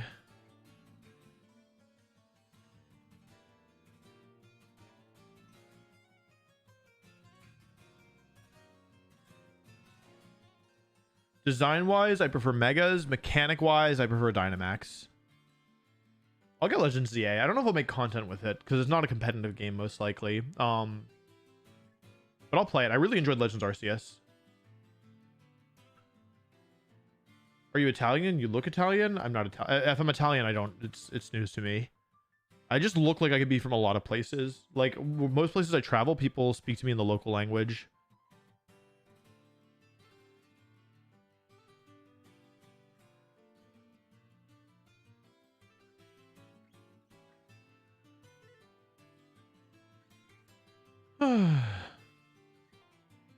Next round will be starting shortly.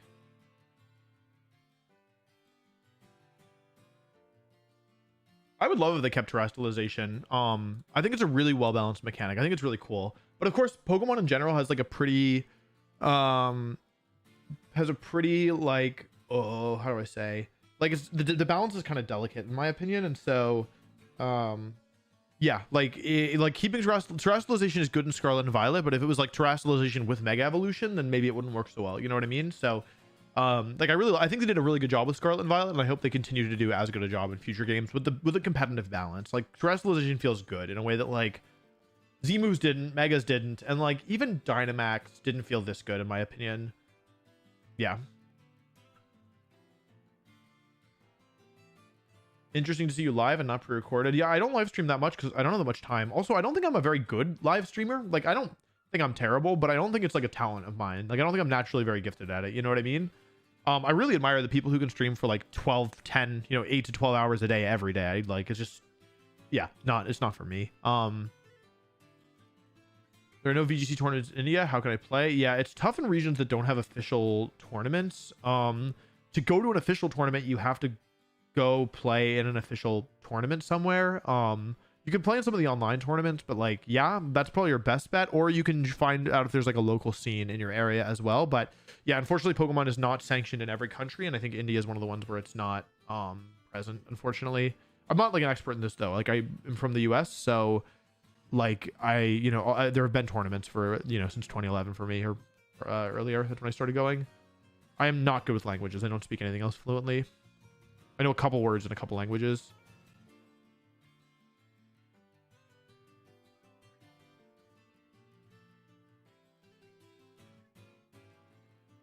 Still one match left.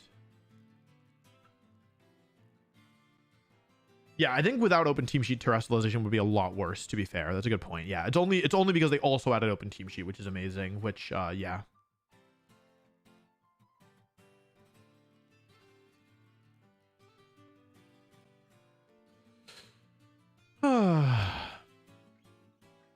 Yeah, I don't think we're getting Gen 10 in 2025 personally. That's my personal guess, because that would be a year from now. That'd be a year and 2 months from, like a year and under 2 months from now, 14 months less than. So I don't think we're getting Gen 10. They haven't announced anything yet. I would be really surprised. I think they're not following their 3-year cycle this time. Like then they normally would have some kind of like news about it. We don't even know anything about Legends ZA at the moment.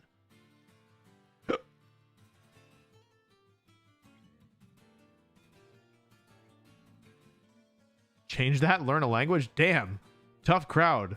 I'm bad with languages, and I don't have the time to learn a language, to be honest, and it's not something that comes naturally to me. Maybe in the future, but not right now. I got enough on my plate.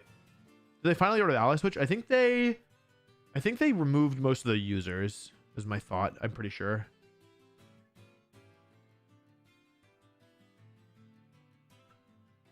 What would you be doing if you never got into Pokemon? I think my whole life would be different, truthfully, so it's hard to say. Why is this DLR?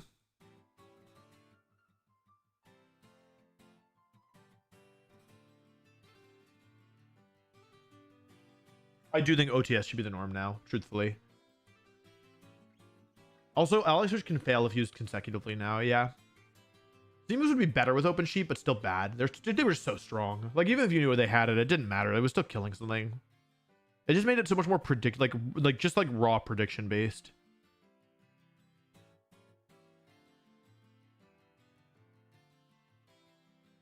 What's your opinion on Lunchables? I think I've had Lunchables maybe once in my life when I was a kid. I don't have a strong opinion on them. I remember that stupid Rock Terror Rillaboom. That sucked. Oh, it's up. Next round is up. Okay. Annihilate, Barcalodon, Pelipper, Mousehold, Sinistcha. It's this team. Okay. Oh, but it's slightly different.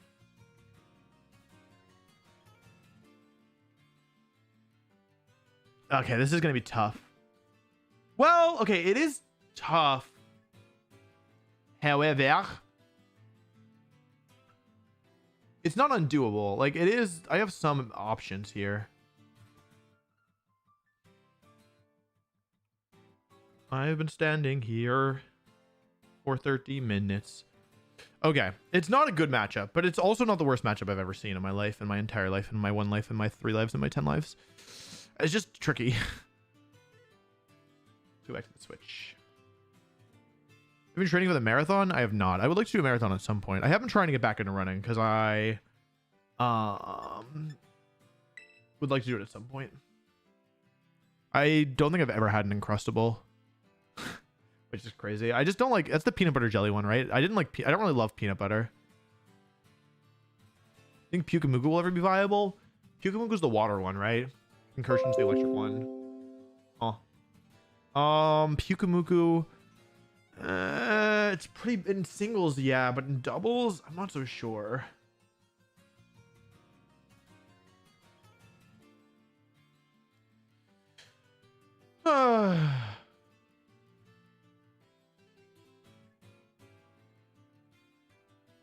Alrighty, we're getting ready soon. Getting ready to go. What's this deal have?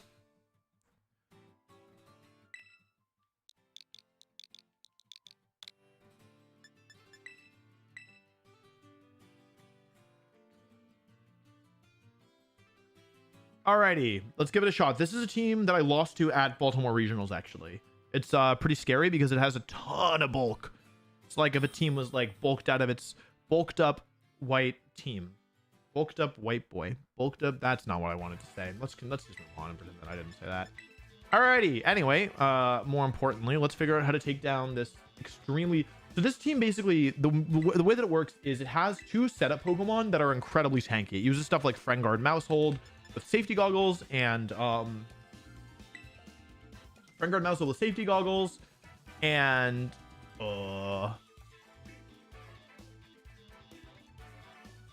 what else? Friendguard Mousehold with safety goggles. Friendguard, what am I saying? It uses Friendguard Mousehold. When it uses Friendguard Mousehold safety goggles to and Grimmsnarl to support our Caledon and Annihilate, and basically help boost their stats or boost their powered up moves, and then Pelipper's here to like help out as well with Rain to boost our Caledon even further and reduce fire type moves, and then also you have Sinistcha for healing and support, and it's just overall really scary team. This is not a good matchup in my opinion. However, I do have some tools and I have a couple traps that I can lay. I have the Perish mode, which is really good into some of the leads. The Mousehold's Terra Fairy, and yeah, so like the Grimmsnarl doesn't have Parting Shot, though both the Pelipper and the Grimmsnarl are Terra Ghost, so it's going to be somewhat hard to trap some of these mons. I think that my start is going to be, I could do Perish. Clefable actually is really good here because I can redirect Beat Up, and I can redirect I also am immune to stat boosts with Clefable because I have Unaware, which is one of the main reasons I use it over Clefairy. That being said, I think for this first game, I think I want to try and do Sheer Cold stuff. It's a little bit risky because like there's many ways, like this is difficult to pull off for a number of reasons, but I'm hoping that I can make it work basically.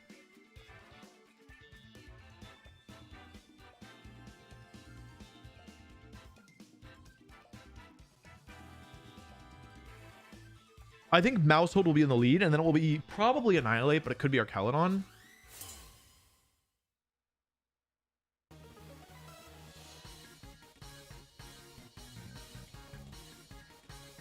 I can't read this. Yeah, this is what I thought was going to happen. This is probably Taunt plus Bulk Up, right? Go for Trick Room and Follow Me.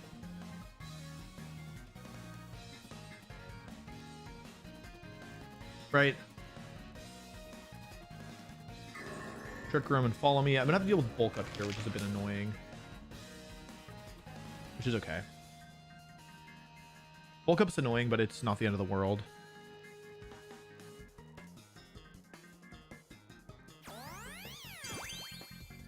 So this is gonna be Taunt and Bulk Up, is my guess.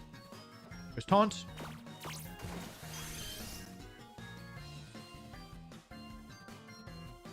Bulk Up.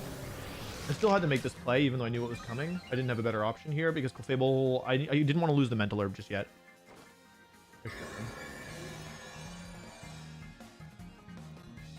There's now +1 Annihilate, which is pretty spooky.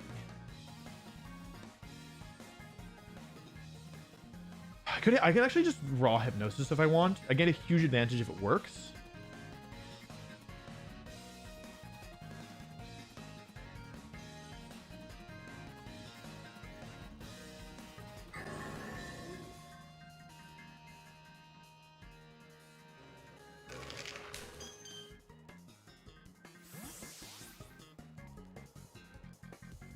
I'm gonna use my Terra here because I don't want to take a +1 Rage Fist without getting Reflect Up first. There's a couple ways this could backfire. They can go for Follow Me. They could also go for Taunt, which would be bad.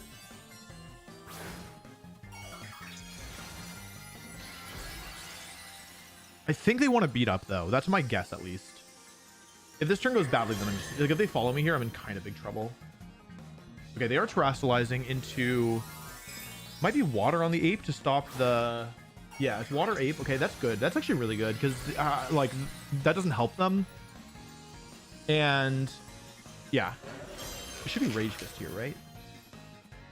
Okay, I got the skill swap off. If they Drain Punch, I'm going to feel pretty silly, to be honest. I'm thinking this is Rage Fist, though. Okay, that's... Oh, into that slot. Okay, that's... I didn't need to Terra in the end then, but that's okay. Okay, took some damage. Not ideal. Here's beat up. So now they're at max power, or like 4 stacks already, which is pretty not ideal. Okay, this is not ideal. However, it's not terrible either, because...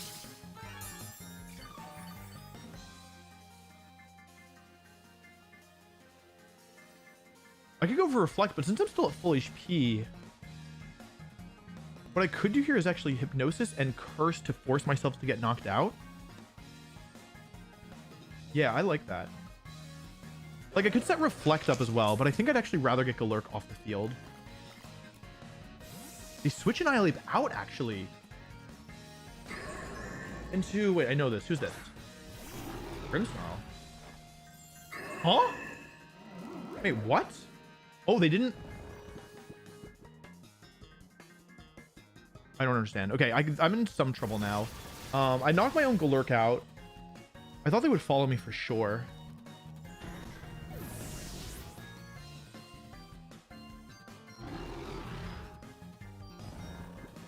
Okay, so I've got a Curse on the Grimmsnarl, which is good. Which is a little under a quarter. Well, just roughly 25%. Let's go into Lapras. If they get the 1-turn sleep here, I could be in pretty major trouble, to be honest. Because I've lost Galurk now, which means I don't have a chance to reset this later. And I didn't get Reflect up either. 2 turns of Trick Room left. Let's go for a skill swap into Lapras. And I think I want to substitute here, actually. If they wake up with Mousehold and just follow me, I'm screwed. That's basically what I'm afraid of.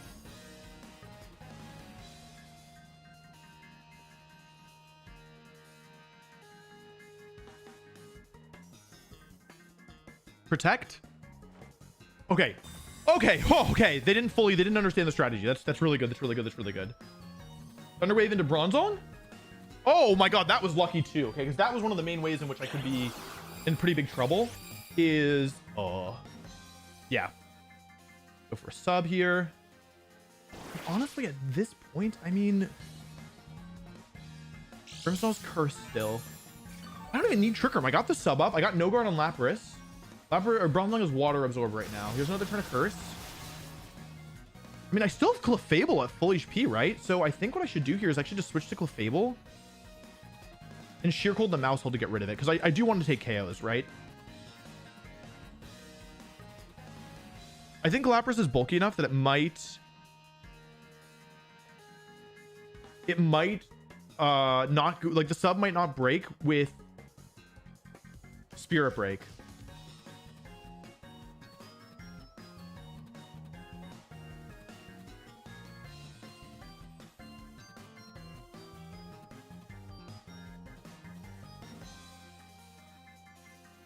Yeah, okay, I have No Guard on Lapras. I have a sub up. Bronzong switching out. I want to save Bronzong here because I don't want to take damage in case I do want Trick Room later, or in case I need to get Perish Song up. I don't want to lose him on, and I want to keep Lapras safe. And right now, the most effective way of doing that is actually Sheer Cold, or is actually Clefable support. Sheer Cold comes out. It's the end of Mousehold. It's the 1-hit KO. Okay. It's 3 versus 3, but I have No Guard, Sheer Cold, Lapras currently behind a sub. Let's see if Spirit Break breaks the sub. I think I could survive this. Grimmsnarl's actually pretty strong. I don't think yeah, it doesn't survive.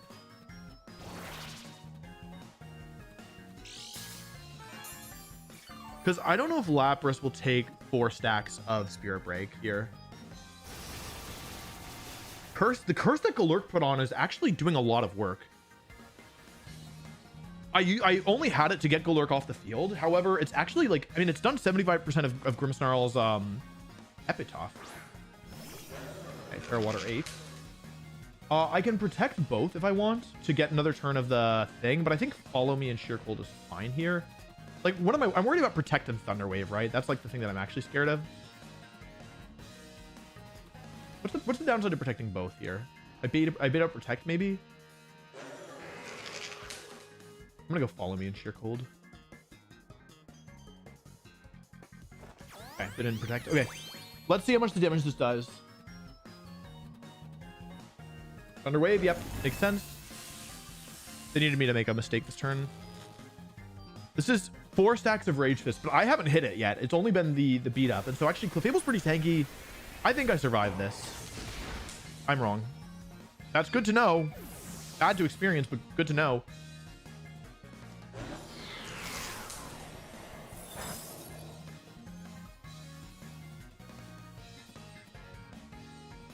Did it say it was not very effective? I didn't know it worked with Oko moves like that. Okay, so it's technically not over. Technically. Right? Because they still have a Pokemon left. 2 Pokemon left even. And if it's Sinistra...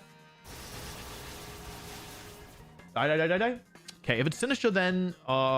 what's the problem with it's Sinistra? And the Grimmsnarl will survive. Yeah, okay. Alicia.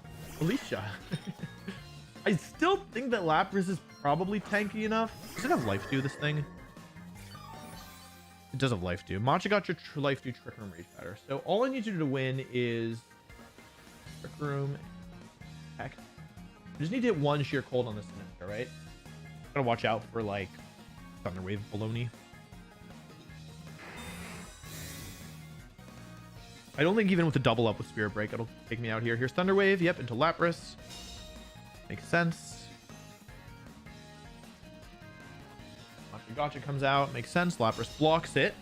Yeah, I mean, support Pokemon are really good. Like, these Pokemon, Sinistra and Grimmsnarl, they excel at keeping the sweepers alive. However, I mean, like, healing their health or reducing damage, it only matters when you're doing non 100% damage. And the thing about Lapras is that it's you know, it's doing damage. Okay, that should survive unless the healing is weird. Okay, as expected. Okay, let's go for Hypnosis into this thing, because the way that I lose this, they don't have Protect, right? So if I hit Sheer Cold, I win regardless. Yeah, the way that I lose is like Thunder Wave into Infinite Paras, right? So this hitting Hypnosis basically gives me another shot at hitting Sheer Cold, because I will never miss. It's just a question of whether or not, yeah, that I get paralyzed. So this is the right play from them. This is the way that they win this still. Let's see if I connect Hypnosis. I miss it. They are doing the right thing. If they get a lot of paralyses, it's totally possible. Yeah, I mean, it's possible. I could lose this. Honestly, I'm just grateful that the curse is stuck around this long, because if I had to deal with Grimmsnarl while this was going on too, it would be even harder. Of course, we are still in Trick Room. I do have the massive advantage in a single hit win through the game, so I should be... I'm like, probably... I should be favored here, right? Also, hitting Hypnosis gives me way more chances. So I'll do Hypnosis. You're cold. Just have to hit 1 of the moves. Is this happening right now? Okay, that's fine. Bought myself some time. Eventually, I should get through, right? Right?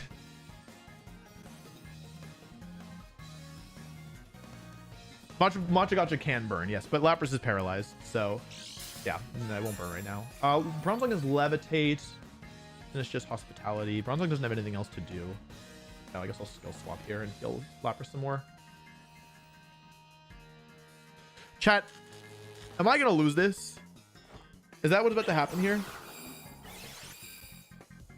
I need 1. I just need 1. I literally just need 1. Are they gonna have the 1 turn sleep here?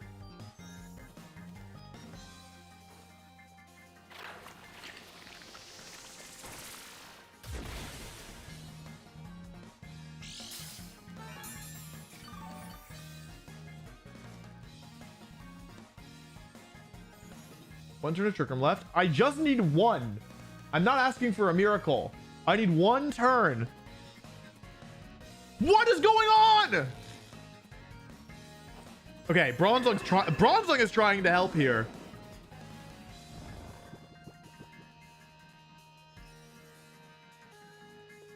Is that 4 in a row? That's 4 in a row. They paralyzed me once. They paralyzed me I'm stuck in a loop. Get me out, please. You're cold. Okay, 2 turns of sleep. Okay, there we go. All right, it took a while, but we got there. All right, thank you, Lapras. Okay, I need to remember what's going on in this matchup because this took so long. I forgot how I was supposed to do. I mean, I have the Perish strategy. However, versus Mousehold, it's not actually that good, right? Because they can taunt me. Like, Mouse Ape is just, like, I need to lead Clefable, right?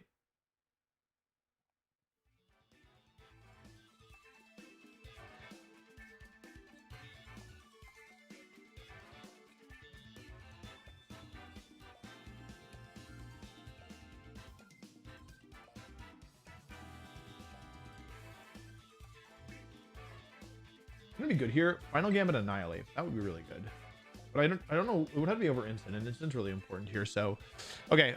We won the first game, but that's the easiest one to win in theory because now they know what I'm trying to do. Like, if they had realized that I was trying to go for no guard cheer cold stuff, like they would have stopped it.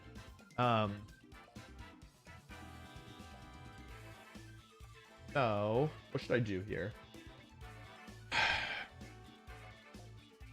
I mean, if I can get it set up, it's really good. The problem is, can I get it around the stupid mouse hold? Incineroar doesn't help me here. Getting it set up. Clefable doesn't really help either because I just get taunted, right?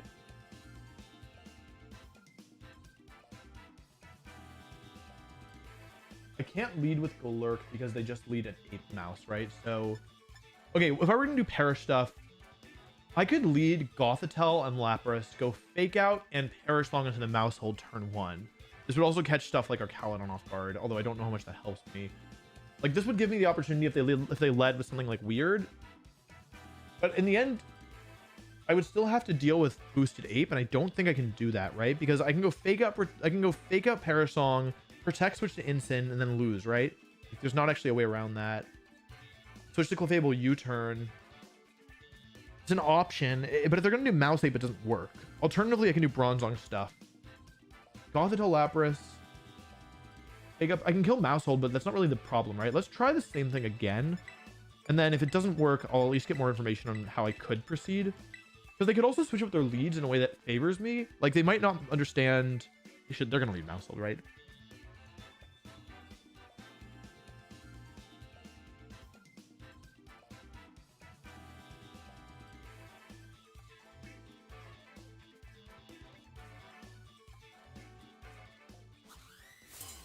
This is pretty difficult because they have both Rage Powder and Follow Me and Taunt. All of them. And they also have Thunder Wave to make things weird. Arcaludon Annihilate. That's pretty good for me, no? And no? Trick Room. Switch to Galurk? I mean, I'm not under pressure, right? Yeah, they could... I could also Terra Ghost here if I wanted. Or Terra Dark. This just gives me Reflect next turn. Is that more valuable than... Is that actually more valuable to me? Reflect versus taking the... What are they going to do with Arcaludon? They're going to, like, Snarl or something, right? Or Body Press? I'm going to switch.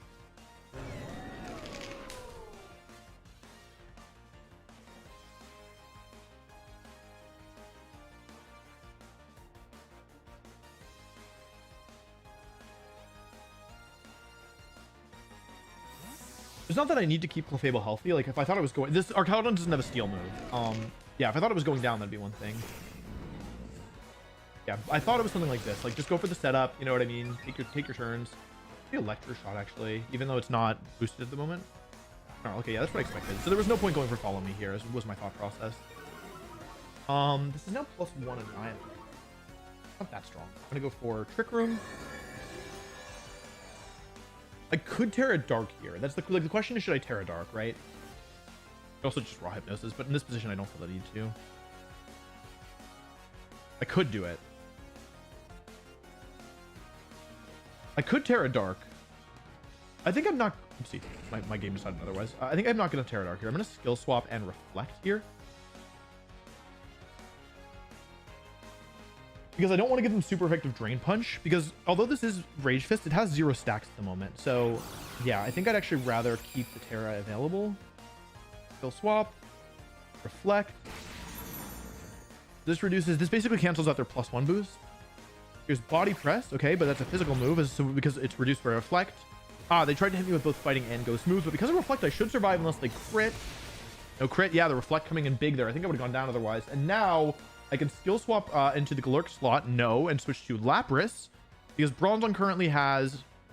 Okay, well, it does have no guard, even though the game doesn't agree with me. Let me just make sure I click the buttons correctly. Skill swap into Galurk. Switch to Lapras.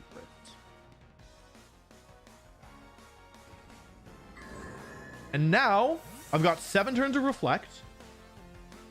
I've got 2 turns of Trick Room left, and I've got Sheer Cold, No Guard, Lapras active.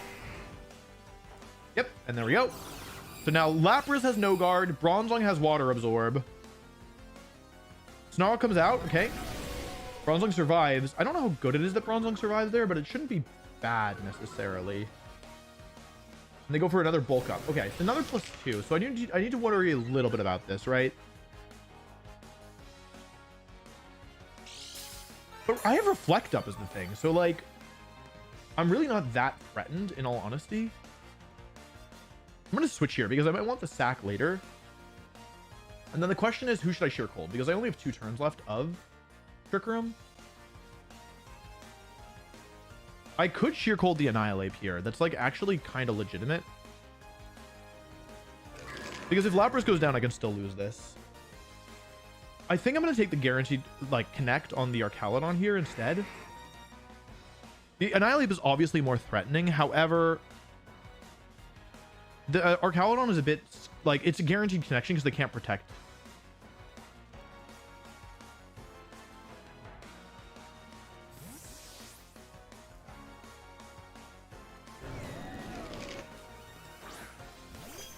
Did they protect here?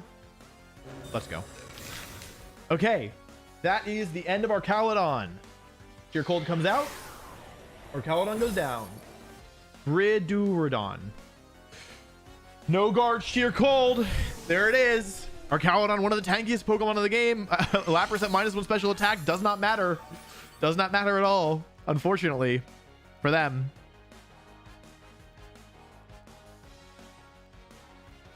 And actually, that means that now bulk up is less. It's probably Pelipper, right? No, it's Mousehold. Okay. I mean, this thing just protected is the thing, the Annihilate. And so I can just go for Follow Me. I can just go for Follow Me. I didn't realize I even had a turn left. Follow Me and Sheer Cold feels pretty safe here, frankly.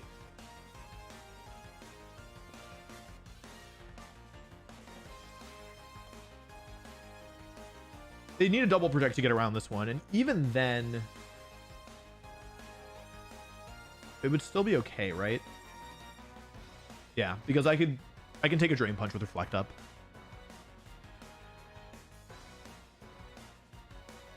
This is +2 Annihilate, which is scary, but because Reflect is reducing the damage so much, they don't even go for the double protect, which is the one thing that I was worried about.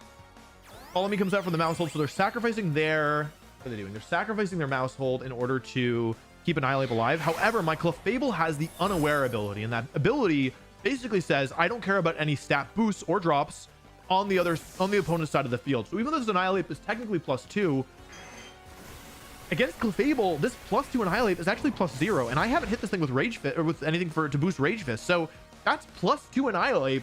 It didn't even do 30 damage. Here's Pelipper. Here's Pelly. The thing is though that I can't actually KO Pelipper in a single hit because it has the Focus Sash item. So I need 3 Sheer Colds if I want to KO everything with Sheer Cold. And like with Bronzong low HP and Galurk still like in range of Weather Ball and having a little damage, like this probably looks a little bit scary. However, I don't need to KO everything with Sheer Cold. I have another way of winning. Yes, they can protect both the stall alternative Reflect. However, Follow Me comes out, redirecting neither attack into Clefable. Clefable will be taking an attack, though it's the Perish Song. And now in 3 turns, no matter what the opponent does, the game is over. This is the real reason why I chose Lapras as my Sheer Cold user, because there are other one-hit KO move users. The thing about Lapras though is you don't need to hit all 4 Pokemon with Sheer Colds, especially if they have Focus Sash or Sturdy. You really just need to hit the 2 Pokemon that you can take out in 1 hit, and then finish off with Perish Song. There's nothing left they can do. This game is guaranteed over. Even if like they were to somehow KO both my Pokemon in a single hit, doesn't matter. There's 2 turns left of Parasong. Bronzong has Protect, and so does Galurk. These 2 faint. There's 1 turn left. Protect, game over. And frankly, I'm not sure they're even going to take a KO here. Here's Drain Punch into the Lapras slot. Smart play. Weather Ball. Oh, Hurricane. I guess Weather Ball is stronger, but that's fine. Okay. 2 turns. 2 turns. 2 turns. 2 turns. Go for Follow Me. Keep Lapras safe. And just for good measure, we'll launch a cheeky Sheer Cold. Get another connect here.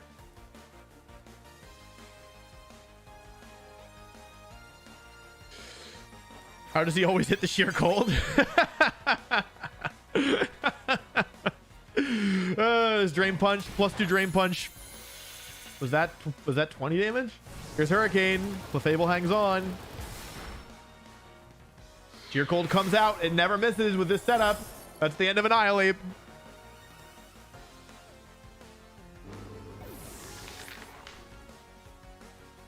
And now we have a decision to make. We could try and save all 4 Pokemon if we wanted here. However, we would sacrifice somebody probably. Or we could go for Moonblast. Okay, let's try and lose no Pokemon here just for fun. They might forfeit. Okay, they didn't forfeit. Okay, so if they go for Weather Ball into the Clefable to try and get a KO,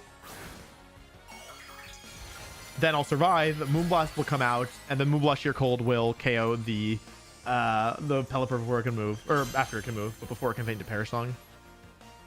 Okay, Hurricane to Lapras. If it doesn't confuse,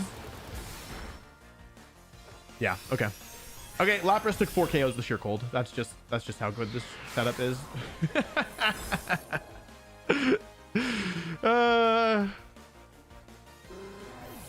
I'm sorry. Didn't even need the Parasong. Could just Sheer Cold everything. I actually feel kind of bad about that one. I'm sorry. I'm sorry. When it works, it feels really good, and when it doesn't work, it feels so bad. Oh boy, that was something.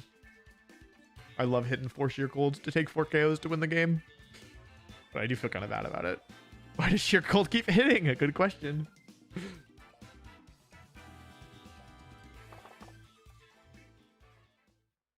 Good question indeed. Oh man. What have I done? What have I done? Oh man. I just didn't want Lapras to faint. I didn't want any of my Pokemon to faint. They did such a good job. Yeah. I think that like it's really not intuitive how to play against a team like this, because this is like not something that people have seen like in recent generations, right? Like, I mean, no, Okamo's didn't even really work in Sword and Shield, and I haven't seen anything with it in Scarlet and Violet. So, yeah.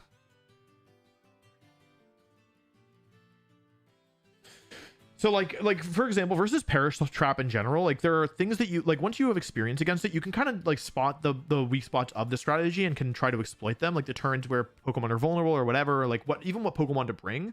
Yeah,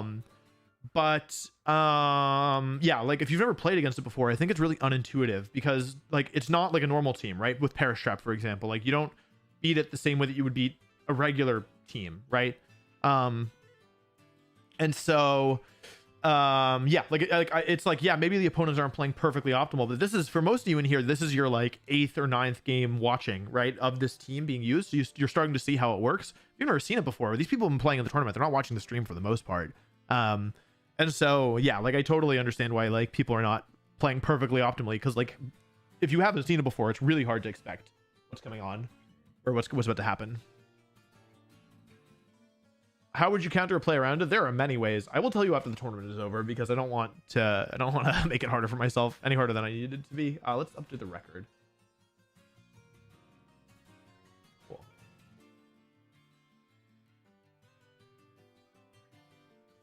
Cool. Cool. I'm actually going to the bathroom real quick. I'll be right back.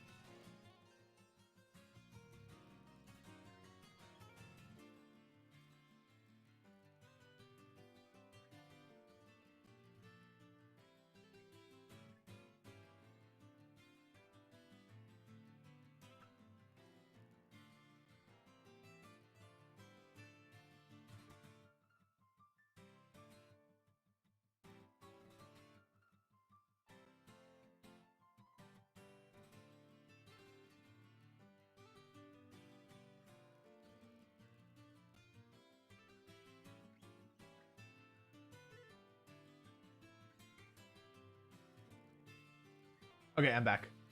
If that weren't obvious. Hello. That's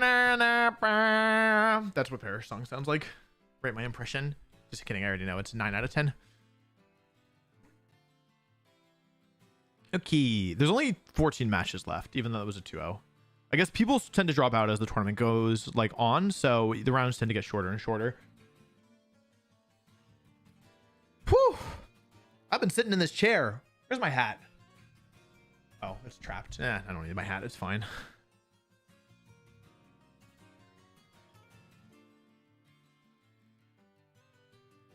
Why is this DLF taking the piss? Why? What is this so-called forbidden strategy? I can't even speak of it. It's so evil. So evil. Strat is so cheap. I'm a big fan. Thanks to you, Sam. Hope you're doing well, brother.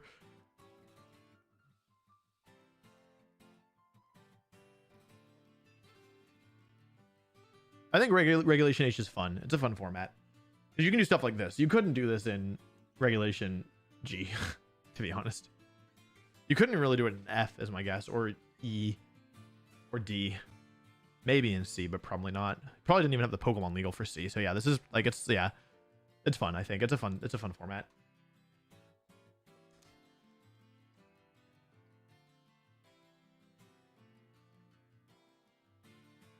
I wanted everybody's verdict on my glasses, on my star glasses, but then the match started, so I didn't get to read the chat. What do we think, chat? What do we think? I'm sure you're saying very insightful things. However, I can't read them because my vision is awful. It is abysmal. Yeah, I have negative 1 billion, one more billion.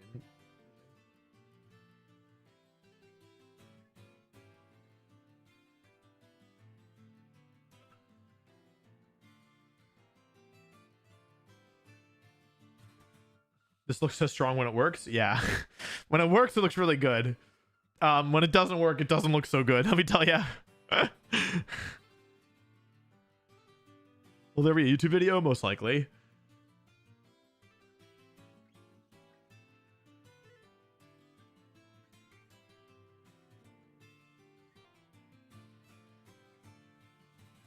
Next regulations, we're going back to Regulation G. Abdullah, thanks for the sub. There's somebody who said they'd gift a sub for every win, and they have kept to their word thus far. I expect better than this BM from Wolfey. What will my children think? Your children will think, wow, I love to have fun in video games. That's my prediction.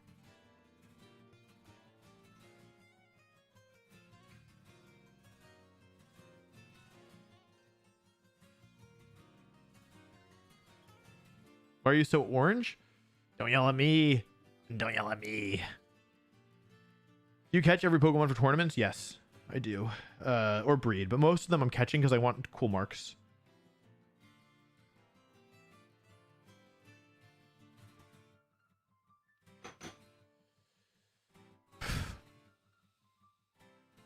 Yeah, Reg G was really diverse. It truly was. There was a lot of diversity. It's not as obvious because it's like, it's a little top heavy. This format's top heavy too, but the top Pokemon feel less oppressive, so it's easier to like not realize. Have you used Instant yet today? Yeah, I did in round 2. It was needed in round 2 because they had DD mail with Imprison, which was hard. Instant's better for the Perish mode, which I've done a couple times, so I've probably brought it a couple times. But most of the time I'm trying to sheer cold my way through. I think I've brought it Instant to like 4 of the 9 games, I think, because all 3 of round 2 and then. Wait, no, only 2 of 3. I've run Instant into a third of the games, but it's only there for specific matchups, basically. Otherwise, I don't feel like I'll use it.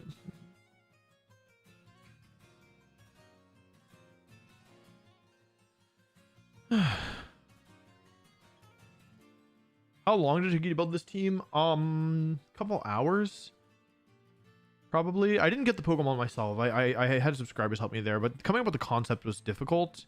I spent like 8 hours probably total working like getting the team to a place where I felt like it was good enough to win games. Catching and building a team depends on how much style you want. I could probably get a full team from nothing with just my in-game resources. I could probably have a full team done in like 4 hours if I didn't need to like any specific legendary Pokemon, for example.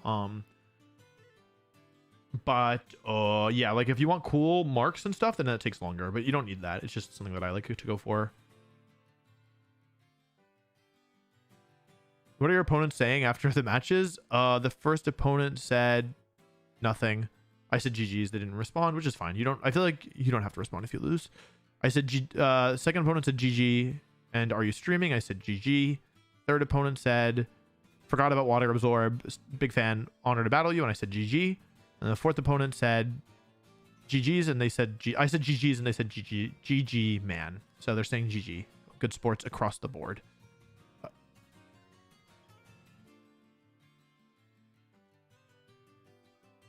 You can only play Pokemon tournaments on your Switches. Only official tournaments, that is. I initially had Lycanroc Midnight form on this team. I was using Charm, Fling with King's Rock. It didn't work. Or like, I actually didn't play a single game with it because I looked at what I was doing and I thought that's not going to work. It's not going to work at all. So then I took it off the team. It gave such like a good ability to Pokemon that like can't use it at all. It's not that Incineroar is like that oppressive, but I needed a Pokemon that could work with the Perish mode, and I needed a Pokemon that could hit Goldengo hard, and so and like also didn't die to Goldengo because Goldengo is immune to Perish Song, and it's a strong spread attacker. So like if you pair it with certain like Pokemon, it can be really hard for Bronzong to handle. And you can't Hypnosis it, which is like always it's like the emergency button a lot of the time. Thank you for the dono, Sethatron. By the way, all of you are enjoying the stream, I'd recommend checking out the Patreon. I think a lot of people don't realize, but I post like at least 3 hours, like, or 3 bonus videos a month there. And it's like a lot of like, if you're watching the stream, it's a lot of like, some of it is more in-depth VGC stuff, like reacting to whatever matches the chat wants. I've been going through old historical matches that I think are interesting, like matches that people probably haven't seen, and talking about why I think they're interesting. Like I went through one of the world's top 8 matches where the player who was the world champion, he like loses like so much ground early, like he like loses so much. And then like it looks like he's gonna lose for sure, and then he just like turns it around. And I also do stuff like I talk about like team building synergy. I do a lot of team building tips. I'll talk about like, did you lose because of your team or your play? I'll do yeah, like videos about consistency. But basically every month people get to vote on what they want, and like whatever, like people, like the patrons get to vote on the video that they want me to make for the month, and then I just make whatever that video is. And then also I do a breakdown of the current metagame every single month as well, regardless. And so if it's something you're interested in, I would check it out. It's like I really feel strongly that it's good value. That was really important to me, that like for how much you pay, which is $5 is the lowest tier, $10 gets you all the like every video, $5 gets you 2 of the 3 videos, $10 gets you every video and voting rights, and then there's higher tiers as well. I really feel strongly that it's good value, and that's really important to me. And most people who join tend to stick around, actually. Not everybody, of course, but the majority of people who join do tend to stick around, and so I feel like that's an endorsement that I'm personally quite proud of. So anyway, and also, oh yeah, most importantly, I post all of my tournament teams there after the fact, as well as occasionally like deep insights into my prep when I like have done a lot of serious prep. So yeah, so anyway, you don't like, of course, like nothing's changing on the main channel, but if you want more content and you want to support me to being able to do this, I definitely recommend checking it out, because yeah, I feel like it's good value, and I want people, if it's something that they're interested in, to know about it. Is Amoonguss any use without Trick Room? Yes, it is. Yeah, I mean, you do not need Trick Room for Amoonguss. In fact, there's a case to be made that it's, yeah, like more useful or equally as useful without Trick Room, because it's so bulky.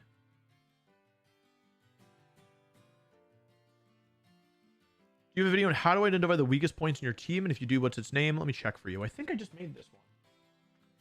I'm pretty sure I just made this one. The video is titled, wait, did I make it or am I making this up? Yeah, 5 days ago, I posted how to identify the weak links on your team. So if you look in the channel for 5 days ago, also, if you want, you can just buy individual posts. So if you want to like, if you just want that video and you don't want to join the Patreon, it's now possible to do that for certain posts. So yeah, I mean, you do get better value. Like you can buy the post, but you can also, for the same price, just join the Patreon for a month and get the post anyway. So I don't recommend it generally, but if you're like, if the subscription model like freaks you out, then you have the ability to do that and give it a taste before you try it for yourself. How do you rate your Baltimore team? It was really fun. I really liked it. I use older games to build my team when I need them. Like for Baltimore, I needed Galarian Weezing, so I had to boot up my old Sword copy. By the way, we are still only halfway through the Swiss round, and if I win 2 more, then we have at least 1 round of top cut. So yeah, there's still many rounds left in the tournament. I would expect it to be another at least 4 hours and maybe longer. It will be interesting in the coaching tier. I struggle with team building and breeding, etc., but I do enjoy playing code teams, and that's usually how I play. Nothing wrong with code teams, but if you want to be better about learning to build your teams, they take me a while, but as long as you give me like 2 to 3 weeks to get back to you, I do personally review every team that is submitted. That's like, yeah, and I try to give a good chunk of feedback as well. I feel pretty good about the amount of feedback I give. It's actually why I can't do them faster, is because I go pretty in depth. So yeah, Patreon link is pinned in the pinned message. If you click at the very top.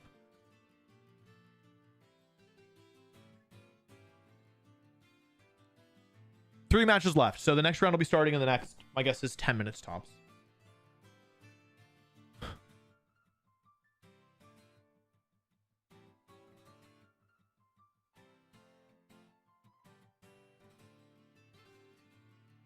If you're catching a legendary Pokemon, you want it normally you want its attack IV to be as low as possible. If it's a special attacker, it's not always the end of the world. Yeah, hang on, wait, I have an edit. Let me watch this really quick. Should we watch it together? How do I do this? Oh, I don't know how to watch it together. Give me 1 second. You're gonna hear some of my audio. Too loud. Hang on, sorry, I know it's probably blowing your eardrums out.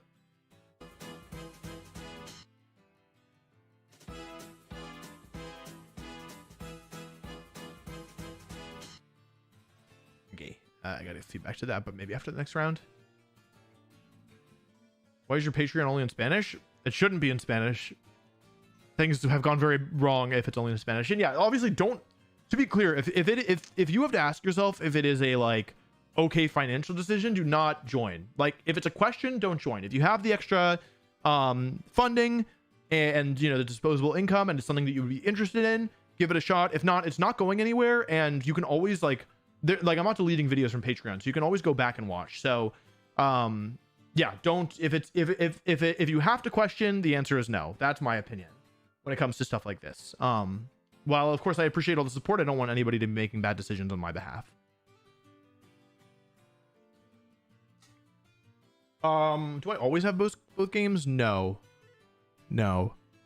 I don't have a Violet copy that's beaten. I have like the base Violet game, but yeah, if I needed any, I actually have gotten lucky in that I haven't needed any of the like game exclusive mons like Miraidon. Like obviously there's the Paradox mons, but you can catch those in like the buddy mode, the Union Circle.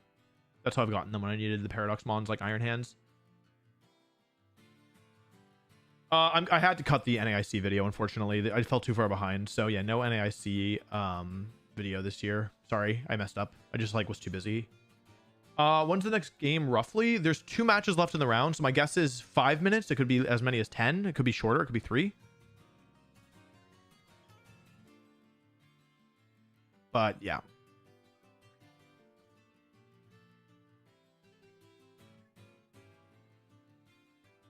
Actually, this is solid.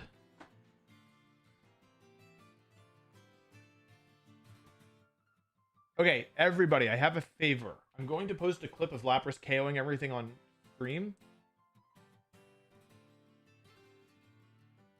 I would like you to retweet it and interact and like. Incredible.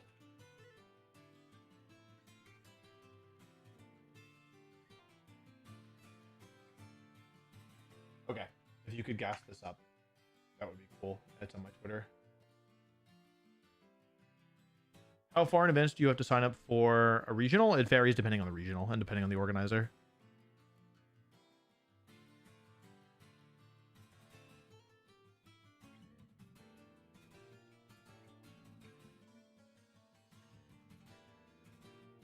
NIC is North American Internationals. It's a tournament formerly known as US Nationals. The top 10 Pokemon players of 2023 didn't get a lot of views, or didn't get enough views to justify doing a sequel, I think. Dylan, thank you for the dono. I really appreciate that. When's the Worlds video? I'm hoping for December. Is it possible to go full-time VGC without doing content? No. Do not do it. In my, possible, yes. Will you be...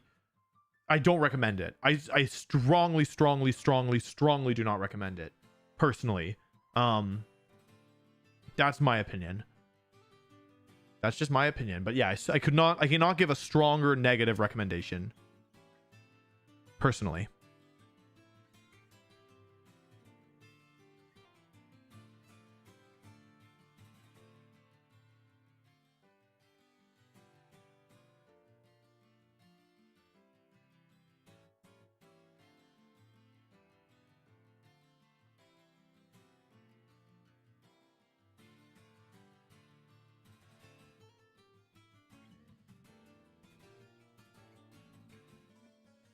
I've heard of the Pokemon Auto Chess, but it's not like official, so I haven't like really messed with it. I also don't really have time at the moment to be playing other games.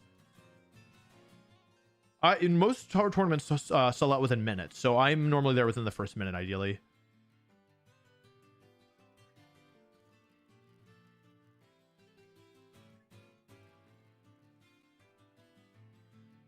It's not. Oh, the next round is up. Let's see what we're dealing with. Can Gambit Primarina Sash? Oh, this is like the team. Oh, right. This is like the team. Oh, this is like the team.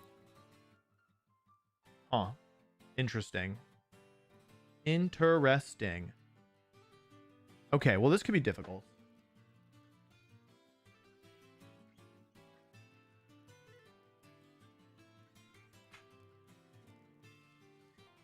Okay, this is like one of the main teams to beat right now, and it's pretty. It's in my onion, it's pretty difficult to beat in my onion.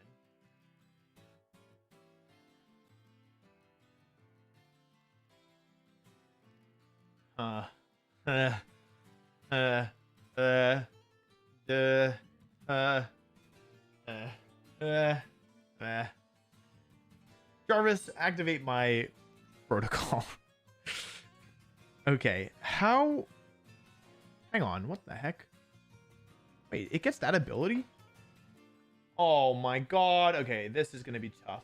Wait, where's all my teams? Wait, deleted all my teams. What the? Oh my god, Showdown deleted all my teams. Oh, okay. Gotta look it up the old-fashioned way. I lost all of my teams. Wait, that sucks. I lost all my teams. Wait, that's... I hate losing all my teams. I don't know. Maybe there's a way to recover them, but maybe not. I'm out of memory. Oh, it does get an ability.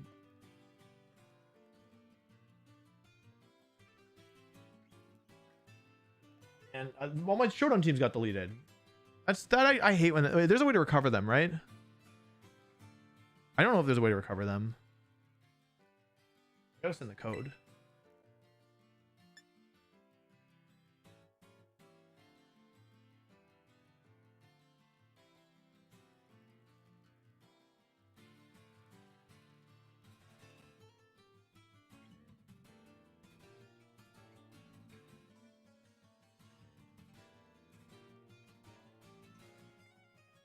I guess I was out of storage space.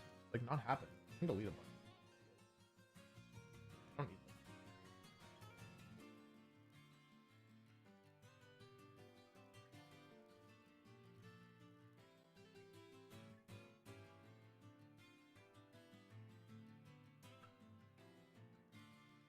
They aren't sending the code.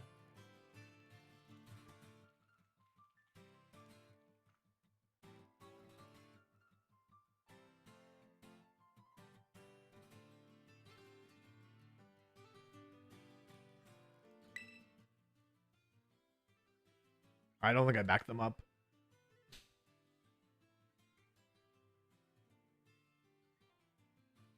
I didn't delete my cache or my cookies. Gus, thanks for joining the channel. Really appreciate it. Anyway, I can worry about that later. I mean, my laptop is where I have most of my stuff, but yeah.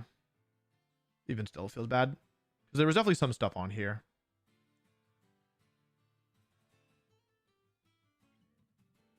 This person does not send in the code. Okay, but it's more time to think. Basically, oh, it's that Terra. This is kind of bad. No.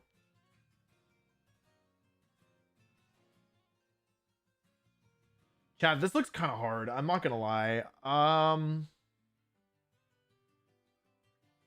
There isn't like a clear way to do this in my onion.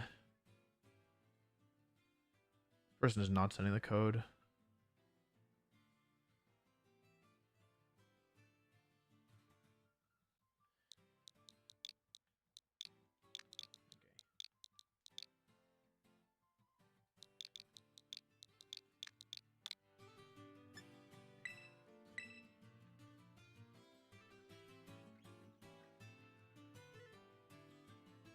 sure I'm taking my time in this one. Oh, let me turn my game lights back on.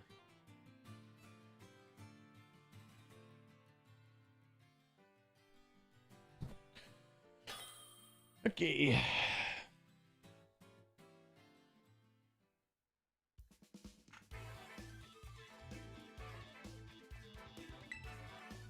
Oops, that's not what I want. Official rules 1. Okay, let's give it a shot.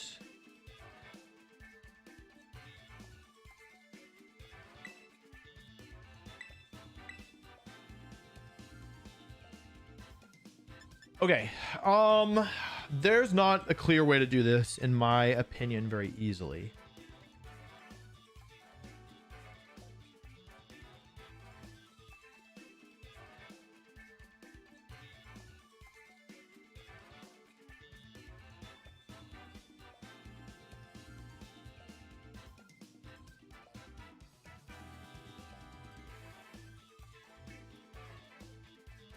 I can go for Perish right away. This beats Magmar stuff, which I think they're somewhat likely to do.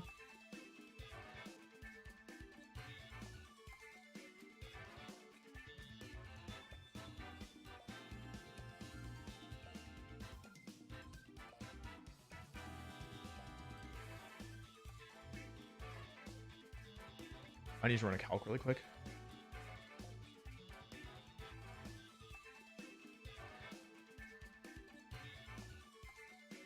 No damage. How weak is this move? God. Oh, I'm not.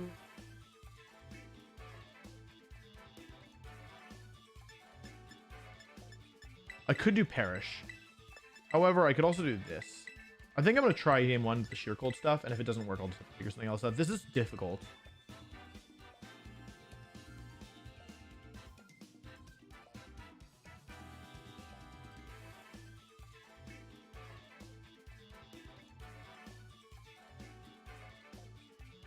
I have a slight suspicion the opponent might be in the chat because they took a really, like, they asked if I was the real Wolf, and then they took a really long time before sending the code.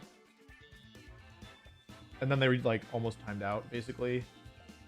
So I need to make sure I'm not moving too quickly and I have to rely on my 30-second delay. This is a bad matchup though. I think like so far everything has been doable. This one's like a little less so. I think that like they could do Sneasler Dragapult if they expect to Perish stuff. Worst case scenario is King Gambit in the lead, but that's also such a good Gortrum and Sneasler. Okay, that's okay. They got Gortrum, but that's okay. It's all right.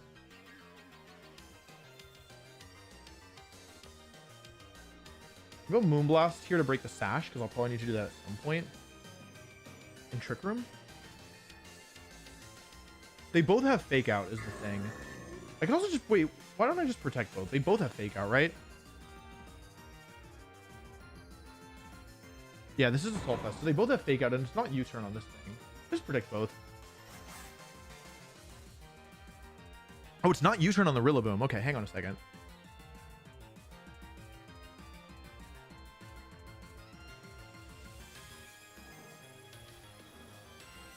Yeah, they're really taking their time at all points. Okay.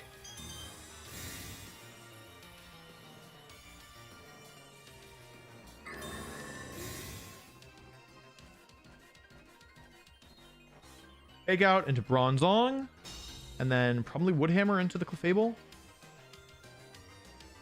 Okay, that's fine. Do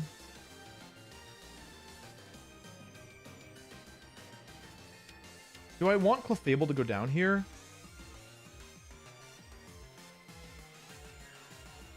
Kind of. Moonblast and Trick Room, I think. Like, I'm not really worried about close combat, right? The Sneasler's Protect is the last move, so...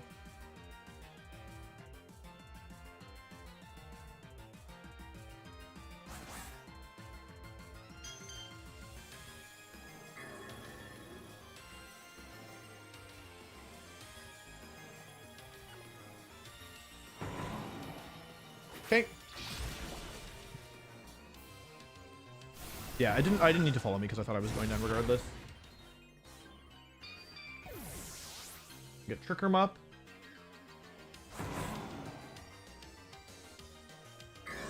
It's going to be putting a lot of the pressure on Lapras here, unfortunately.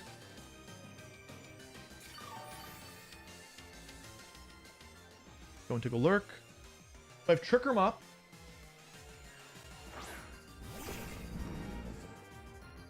I'll go for Reflect here and skill swap. Oh, I shouldn't take more time. I shouldn't take more time. Shoot. That sucks. Okay. It feels good to have Reflect active for sure. I should have taken more time. I need to remember.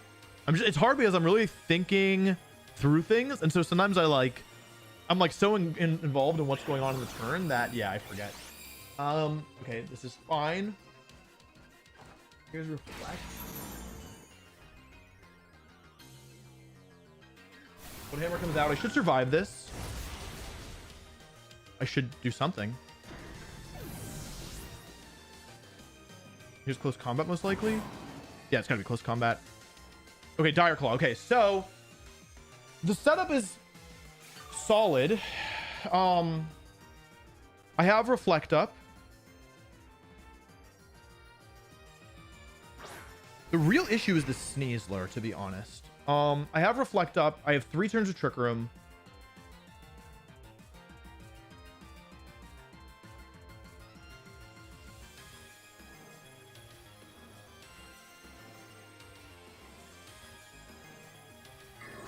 I could just rip Terra Ghost Sheer Cold here, right? The problem is that they most likely have Gambit in the back, and Sheer Cold's an attacking move. So alternatively, I could Terra Ghost sub and launch a Hypnosis into the Rillaboom slot.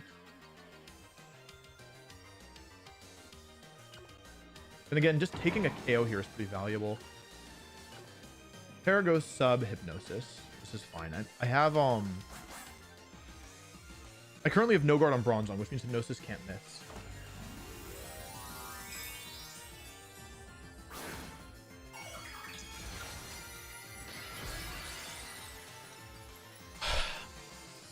I think my play is to try and win with Perish Song, like KO 2 Mons and then Perish Song my way through. They didn't go for Grassy Glide, which I'm a little surprised by. Which is okay. It's just not ideal. Fortune falls asleep. See, this is close combat. First turn sleep on the Rillaboom. Okay. Interesting. Okay. So now I have a choice to make, which is that I could start launching Sheer Cold into the Rillaboom without having no guard yet. Or I could skill swap now. The problem is I'm going to let them get, like...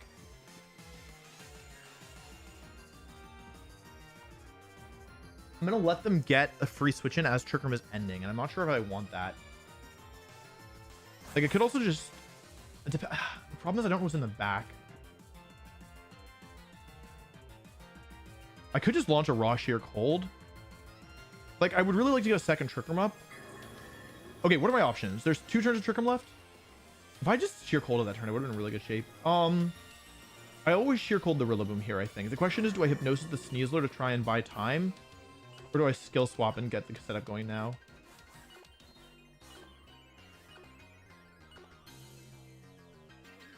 Okay.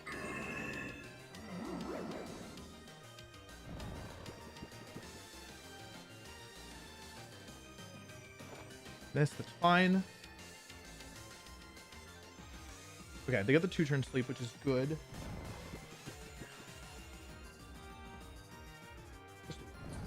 Okay. Grass ends this turn. 2 turns sleep on Rillo, 1 turn on Sneasler.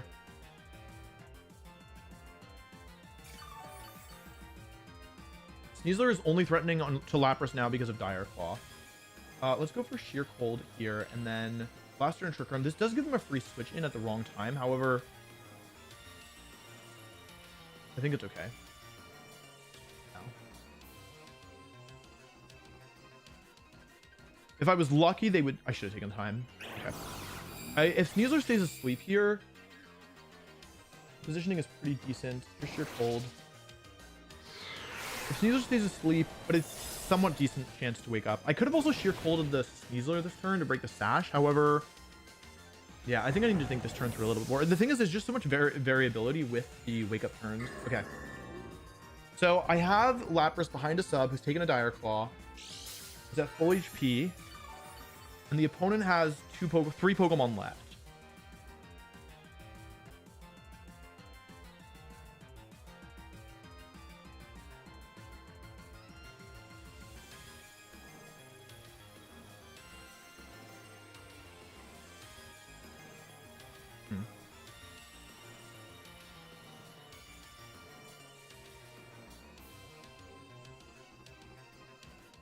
They're jolly.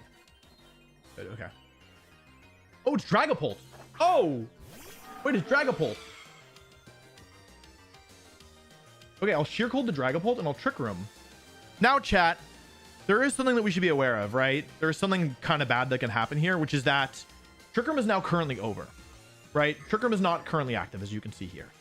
And so what can be really dangerous here is that Dragapult has the move Phantom Force, which will cause it to vanish this turn, and then next turn it will reappear and do big damage. And the thing is, if I set Trick Room up, Dragapult will be invulnerable on the turn where I would normally hit it in Trick Room. So it will vanish this turn being invulnerable. I'll set Trick Room up, and then next turn it will move last, but I won't be able to get around it. I won't be able to protect.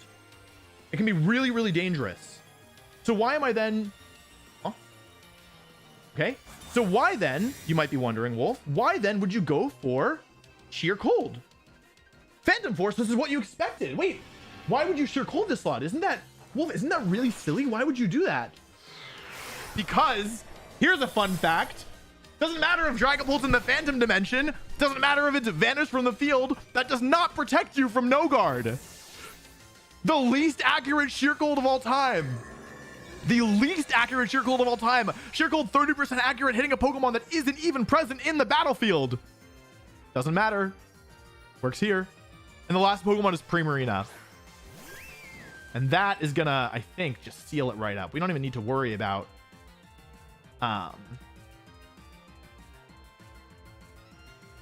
honestly, I can just Sheer Cold the Sneasler here.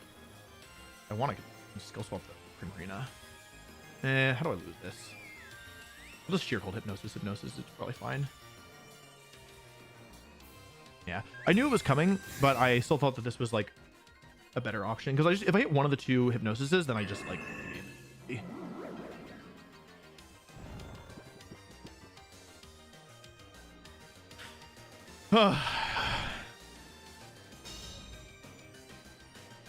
okay.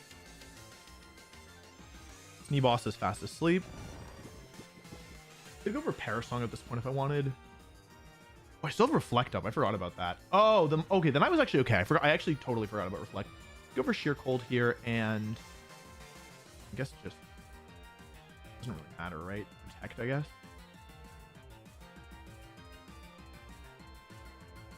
Like Bronzong has nothing else to do. If I had Gyro Ball or something, that'd be good. But I think Protect is kind of important here. They go for the Protect. They fail. They wake up. They Protect. Okay. And here's Sheer Cold. Never misses, thanks to No Guard. That's the end of Primarina. It might be not very effective, but it looks quite effective to me. Okay. And now it's just Sneasler, and I don't think, I'll be honest, chat, I don't think that Sneasler is going to beat Sheer Cold Lapras here. With only 2 turns left to Trick Room. I have Parasong, so I can end this whenever I want. How many Sheer Colds do I have left? Only 3? Yeah, I'll just Sheer Cold 5 times to win the game. I think that's funny.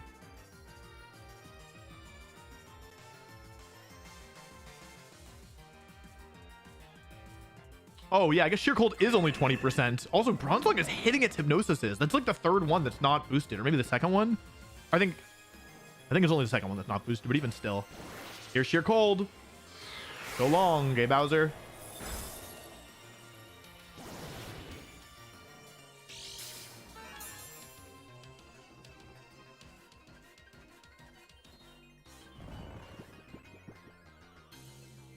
Reflect is gone. 1 turn of Trick Room left.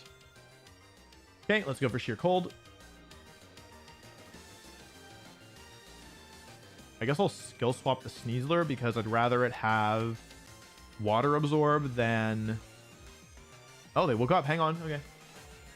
I'd rather it have water absorb than poison touch.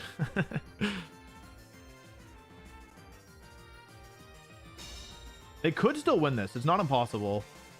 If they get the double protect, then I would be out of sheer colds.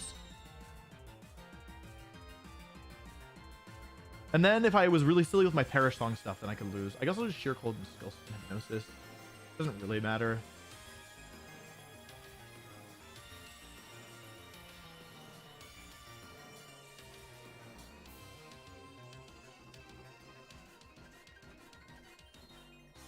Of course, the real problem here is that they could have just brought Magmar, right? If they brought Magmar, this would not have worked at all. But I don't know if they realize that, so I might be able to just run it back. Because if they don't realize that they need Magmar, truth is that the Pokemon, yeah, leading Magmar would make this really, really difficult. I was kind of banking on them not doing it in game 1, which is why I did this. But I don't know if they're even going to realize, like, because the Lapras was so threatening, they might think that they need King Gambit instead. When, like, yeah, King Gambit actually is fine with Clefable, right? Because I can just follow me all the moves. Anyway, we reversed. We went down 2-4 right away, and then we reversed, brought it back.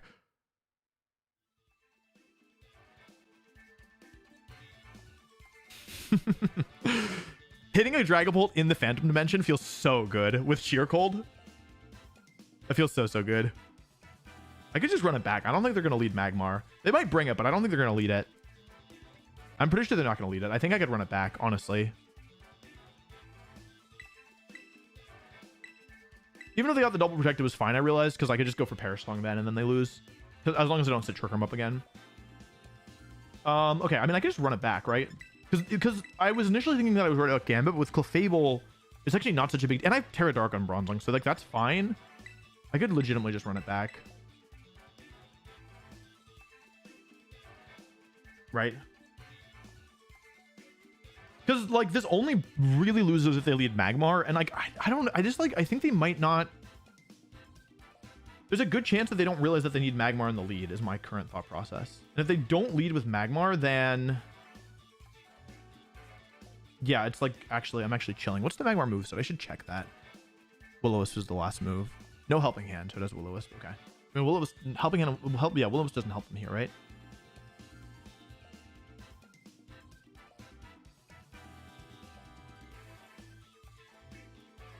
Right? They're not gonna lead Magmar. They're not gonna lead Magmar. Right? Okay, yeah, sorry. That was just my anti-stream snipe tech. Obviously, they're gonna lead Magmar, regardless of whether or not they're watching. But if they are watching now, they're gonna definitely do it. Or probably. 1, 2, 3, 4. Cool. Let's do Perish Song.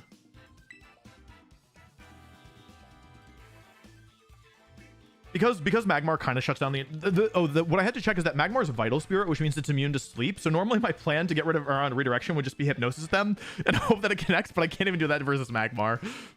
So yeah, that's the plan.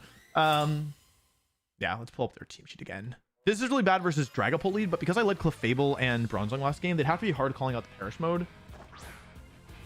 This is the single worst thing they could have led for them. This is the absolute single, like, this is the when I made this lead, I was like, I really hope they do one specific thing, and it was this. Yeah, this is incredibly good for me.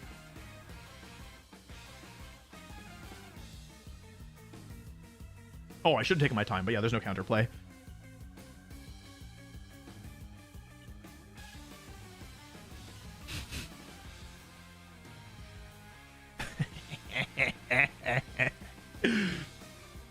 This is the worst. In my opinion, this is the single worst lead they could have had beyond Magmar plus... Nope, this is the worst lead they could have had. Yeah, and maybe Magmar Primarina. Nope, this is probably the worst thing they could have had, actually. I should have checked to make sure they weren't Covert Cloak or Black Glasses. Okay, Burn comes out. Fine. I have leftovers, so that's actually doing very, very little for them.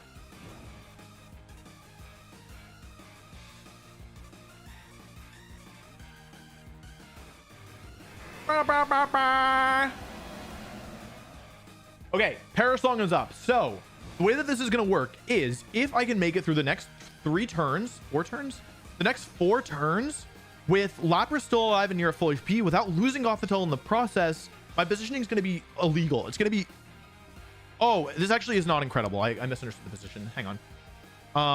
Okay, it's not as good as I thought. Hang on. I misread something. Anyway, yeah, okay. Actually, no, this isn't as good as I thought. Sorry. I actually misunderstood the position. So it's not bad. Like, I still have the advantage, but it's not as good as I thought it was. Do this and switch and protect.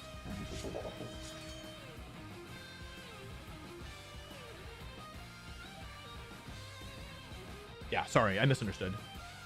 I misunderstood. But it's okay. It's like, it's not a bad, like it's still an advantage to me. Every KO matters so much with Parasong that yeah, every turn just matters so much. Let's see what they go for here. Overheat potentially into Gothitelle. I brought in Clefable here because although it could have had fake out pressure, it would have then given them an attack boost. And if they want to go for Swords Dance, again, doubling your attack is really, really good. I'm not saying that it's not good. However, the thing is that Clefable doesn't care about the attack boost on the side of Kingambit. And even though Kingambit is a steel type in the current format, most Kingambit don't run steel moves. If they run Swords Dance, they run Kowtow Cleave, a dark move, Sakura Punch, a dark move, Swords Dance, and Protect. And so even though this Kingambit is +2, unfortunately, it doesn't really help it that much because I can follow me, take this +2 and turn it into +0. And actually, I can Heal Pulse in the same turn to heal up any damage that... Okay, this needs to be Magmar or else they're screwed. Yeah, this is what I didn't realize, is that it's Ghost Magmar. Yeah, good play. It's Ghost Magmar, and what that means effectively is that they can get out of the Shadow Tag lock. This is, I didn't realize they were ghosts. I thought they were something else. But yeah, actually, I might have made a mistake here anyway because of the turn. Maybe I made Gothitelle too fast. Here's Overheat. So Clefable takes some damage. Not ideal. Takes a lot of damage actually. However, the damage will be healed off by Heal Pulse. It's slightly more efficient to have Clefable be faster, but whatever. And then Kowtow Cleave comes out, doing a good chunk of damage. It's a very powerful move. So now Magmar is able to switch out, which is not good for me. Which means I don't get 2 KOs this turn, which is bad. So the question here is, what do I want to do with my Clefable? Because they're going to switch into something. It's going to be, I mean, it's one of these 4 mons. Dragapult was pretty bad last game. So if it's Dragapult, I would like to go for... Basically, my options are Follow Me or allow Incineroar to take potentially +3 Kingambit attack. What is it even going to do? We do a lot. I think I should Follow Me. I want a Moonblast, but I think Follow Me is just safer. And also, this lets me bring in Lapras, right? Which potentially allows me a second Parasong, depending on what they go into. Magmar switches. Yep. I could have gone Instant here, but I wanted to go with Lapras. It is Rillaboom. Okay, so then in that case, then I'm glad that I didn't go for... This is Rillaboom. I'm glad that I did not go for a Moonblast, because it wouldn't have done very much, and then I would have taken a ton of damage on Instant. Just lets me go for Follow Me. So, Lapras comes in.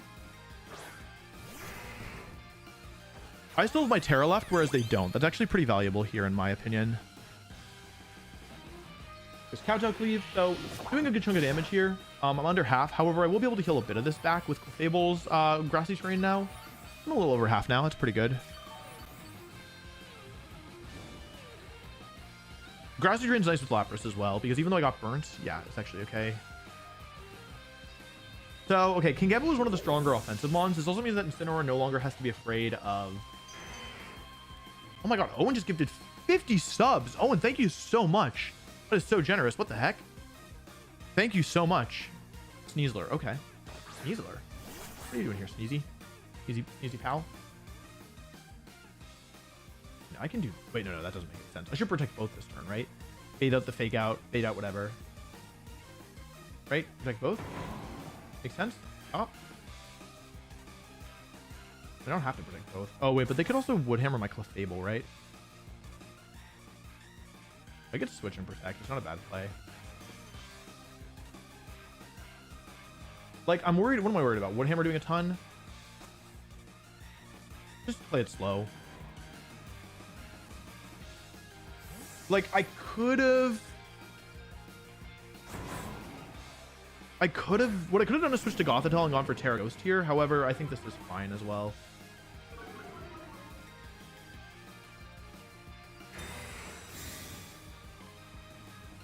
Depending on what they do here. Okay, they got into Lapras. Yeah, I don't think they covered for the Terra Ghost, to be honest. Okay, I could have won the game this turn, but that's fine. That's okay. Okay, cool. So now both Pokemon are at -1, and because we've already normally in this position, they could just switch both their Pokemon out. However, because we have managed to KO the Kingambit, I don't need to worry about both Pokemon switching out. I can just Terra Ghost and Perish Song, and yeah, they can switch one Pokemon out. However, they can't KO Lapras without a critical hit, and even that I actually don't think will KO. And if they leave both, if they only attack with one Pokemon, they're only getting one like piece of damage off this turn. And if they stay in with both Pokemon, then both Pokemon are trapped by Gothitelle, so they're in a lot of trouble. They stayed in with both. That's not necessarily. My Incineroar could be faster. I didn't actually. I should have checked the speed order. That was. I've been lazy about that. It's actually not bad. Not check the speed order. Okay. Well, it doesn't matter now. I think. Unless they double instant with like Dire Claw, Woodhammer, and get like a poison or sorry, a sleep or a para, then they'd be in trouble. But if they go for close combat this turn, I think that the game is probably over. I get Ghost Terra up. It is close combat into the Goth, so nice. Yeah, nice. Well, I mean, nice job not attacking into the Ghost Terra, but it's not that much better. You need a crit on Gothitelle this turn, or Lapras. Otherwise, I think it's toast. Don't get the crit. Crit would have KO. That's a really offensive Rillaboom.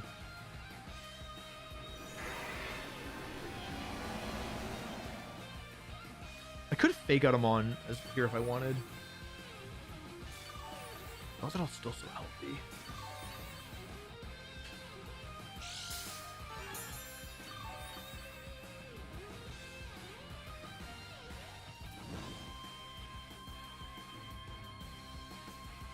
The one thing worth noting is that, well, hang on, I'll say it in a second. Fortrum.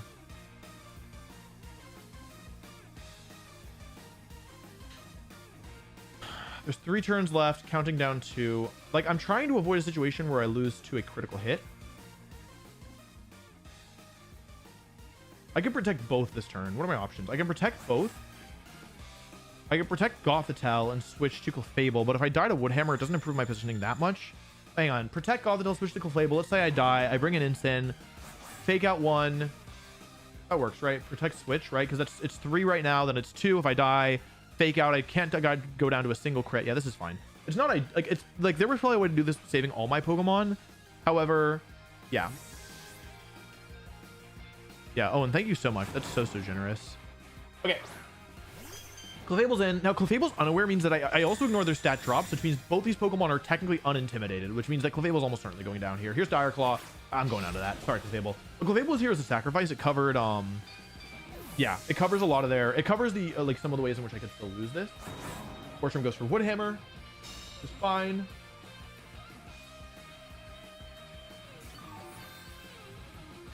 Killing comes out.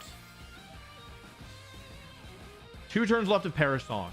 So here my thought process is that even Dire Claw crit won't KO Gothitelle. What I was worried about was Woodhammer crit. And so what this allows me to do is, if I'd gone for Fake Out into Rillaboom last turn with Gothitelle, then what I was worried about was like, oh, what if they Dire Claw sleep me, right?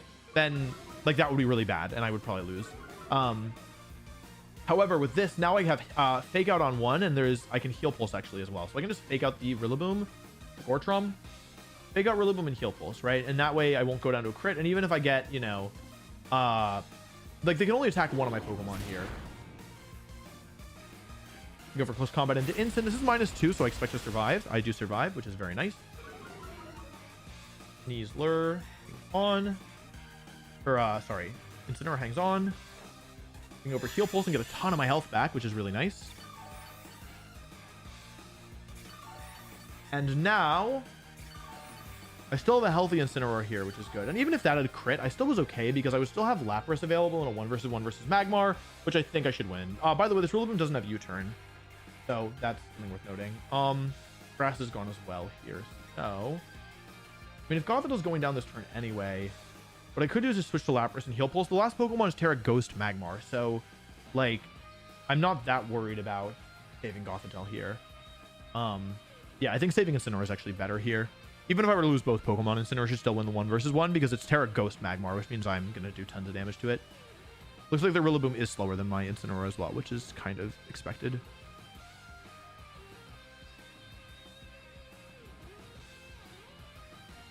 Okay.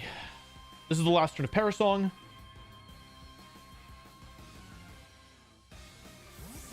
Even if Lapras goes down, I've played this in such a way that because they brought Magmar, there's like not an easy way for them to win anymore.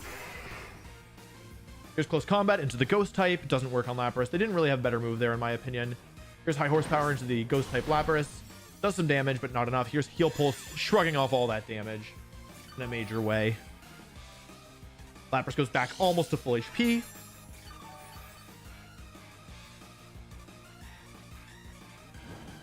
Burn. And then Perish counter falls to 0. That's the end of Sneasler.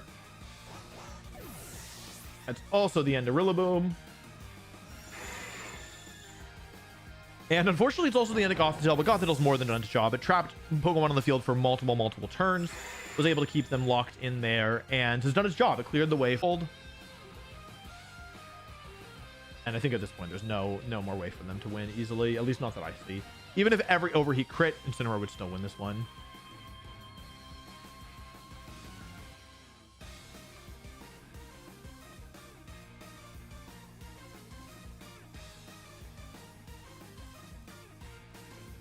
They're thinking about it.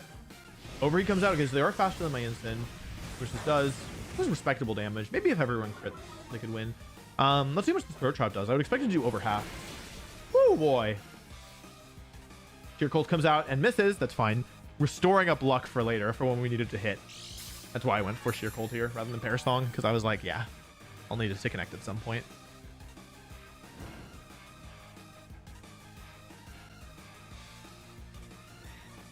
Throat Chop for good measure, and Sheer Cold. Start clicking it. Overheat comes out. Yeah, I had a feeling Instinct could solo, to be honest, against this Ghost type Magmar, and they were forced to Ghost type. They said, "You are a phenomenon." It's very nice. I feel like a villain more than a phenomenon. Yeah, GG's. Alrighty. Wow. Well, that went well. It was a hard matchup, but stream buffering. Oh, sorry. Looks like everything is okay on my end as far as what I can see. Obviously, not everything. Obviously, it's on my end. Sorry, it's not on all of your individual ends. But yeah, something is. It looks like I'm still on Ethernet, which is the main thing that causes issues normally. Sheer Cold can miss. That's a good point. Hey, what kind of weird bug is this?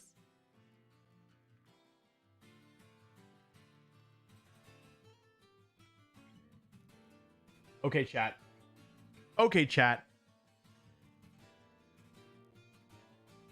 If I win one more game, I make it into Top Cut. And I have 3 rounds to try and do it. What did I just press? Did I just press a button?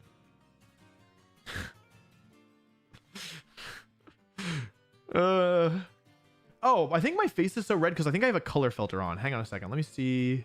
Filters. Let me see what happens if I turn it off. Nope, that's just how my face looks. I don't know why it's doing that. Sorry. It just looks super red. It's not. It's something about the camera. I trust. Oh man.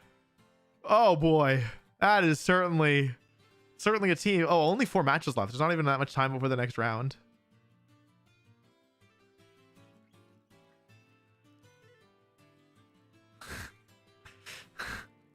This team is ridiculous. This team is truly something else.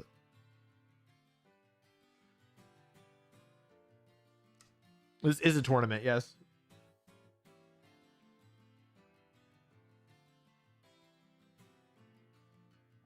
We don't know if they were sniping, chat. Let's be nice. I have no idea if they were sniping. I wanted to be careful, especially that round, especially because it was a hard matchup.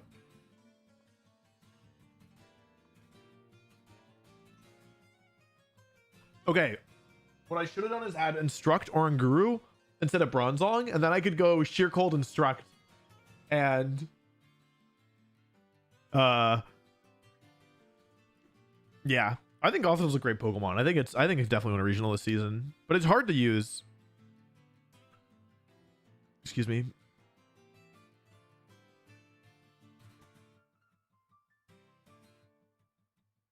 Oh. Thank you, Joe, and you've been very, very generous. I really appreciate the support. Thank you so much. I really appreciate it. It's very, very thoughtful. And if you got gifted a membership, yeah, make sure you join the sub Discord.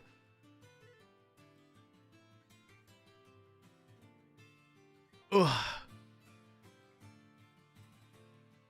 Oh boy. Oh, this is hard.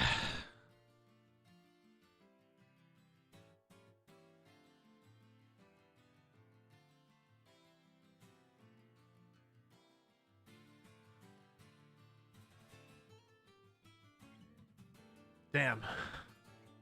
Sheer cold. And this team is going to be up on the Patreon today or tomorrow. I recommend joining. See how to use it. See the details. See the EVs. Ooh. What are you sipping on? I have a big chug jug of water. Look at how big this thing is. I feel like Chiron leading people across the sticks with my big water jug.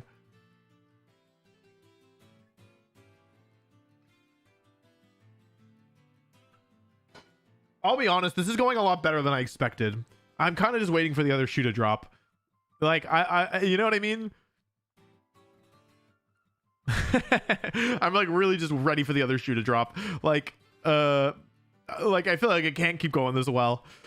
You know what I mean? What are your wins and losses today? I'm 5 wins, 0 losses, and I think I'm 10-1 in games. I think exclamation point Discord should work for Discord, but maybe the bot is broken. I don't know. 4 matches left, so we don't even have that long of a break.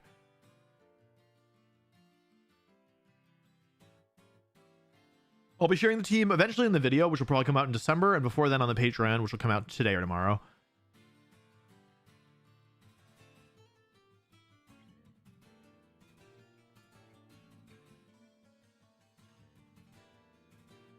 Interested to know if you'd be willing to do guides to each archetype, like hyper offense, parish, balances on the Patreon. I could do it, but it would be one of the monthly videos that people vote on. Let me see if exclamation point Discord works. Thank you for all the donos, Owen. That's super generous. Work. Okay, that didn't work. Hang on. Let me talk to my mod. I would say mods, but I think we have one mod. Hang on. Let me ask my mod. I'm so stupid. Do you know how Discord question mark? It didn't work. Hopefully my mod can help. Hopefully somebody in this somebody is competent, but the problem is the person who's competent is not the person who's on the camera. I'm so stupid.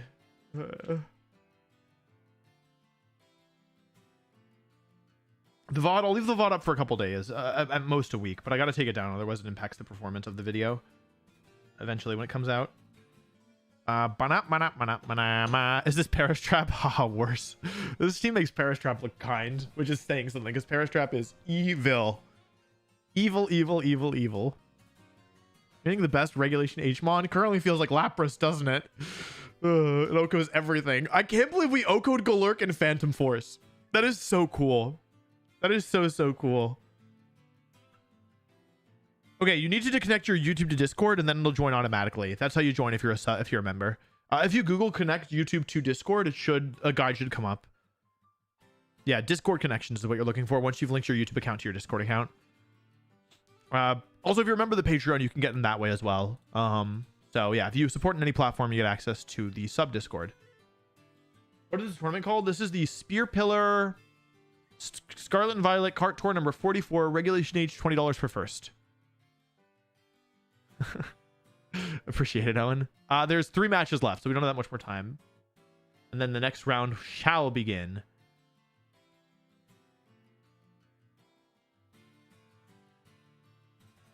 I gotta make sure I'm keeping my energy up. It's hard to stream and play for this long. I'm already on hour 4.5, which for an actual streamer is nothing, but for me, for little old me, that's something.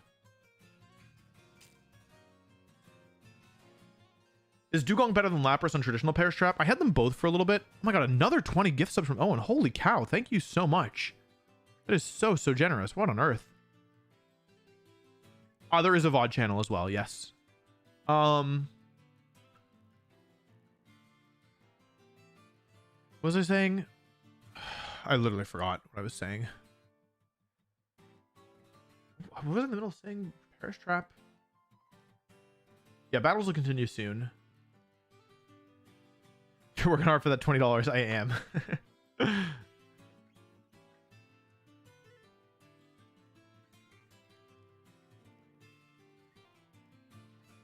Is your nose so red because you have a sheer cold? No. That's a good pun, though.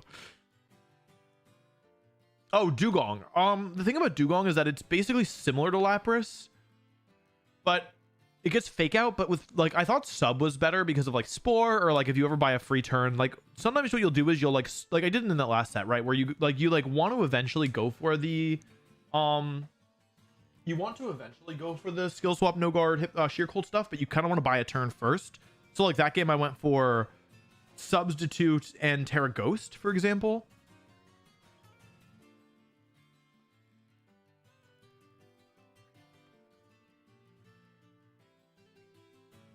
So I thought that, like, Sub was more valuable than Fake Out on Lapras, because, like, you mostly want to sheer cold or Perish Song anyway. So it's, like, strictly better if you're using Perish Song as, like, a user. Anyway, I think that Lapras is overall better for this team. I had actually, I had Dugong over Incineroar, but then I was like, oh, I just lose to Goldengo. So yeah, Mr. Ito, thank you for, is that the name? Thank you for joining. Zala, thank you for joining the channel. Really appreciate it. Thank you, thank you. Why is this dealer taking the piss? I've been standing here for 20 minutes.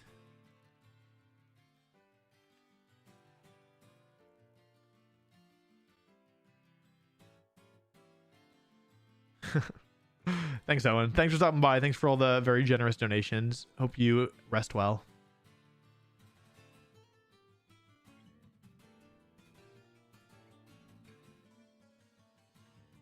Dugong is less bulk than Lapras. Yeah, that's also true. And also, like, for skill swap, yes, Thick Fat is overall probably a better ability than Water Absorb, but for skill swap stuff, you actually probably prefer Water Absorb on Bronzong compared to Thick Fat, in my opinion, because most of the time Bronzong's health is going to drop to at least 50% by the time you get the setup off, if not lower.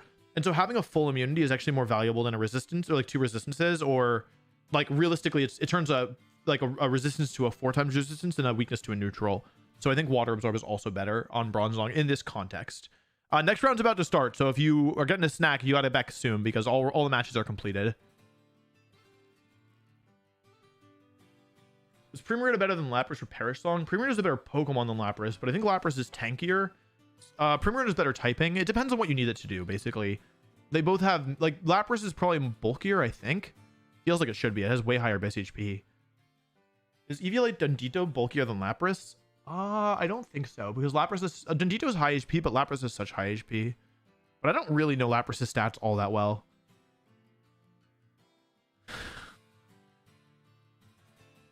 Sometimes it takes like a day to sync up, Muhammad. But it should eventually be there. It's just like, it doesn't always sync up right away. Elsa, thank you for joining the channel. Let it go. That's original. I bet you never heard that one before. I'm going to go stick my head in the sink. Wait, I didn't swear. I mean, I did, but I didn't. Not right now, did I? Is taking the piss a swear? No, no way. There's no way taking the piss is a swear. Is it a swear? Any UKers?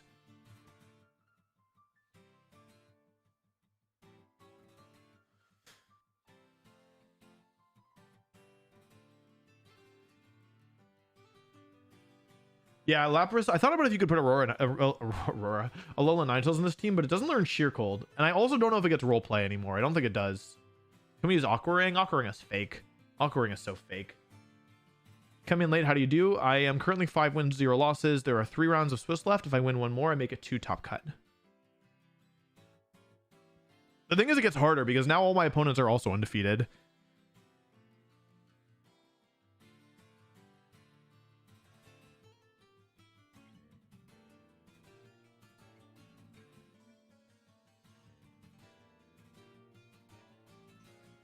Piss is not a swear word. That's not a swear word. Y'all are silly.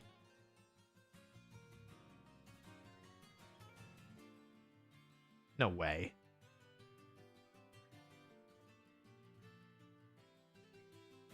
Mini swear? Okay. All right, I'll take your word for it.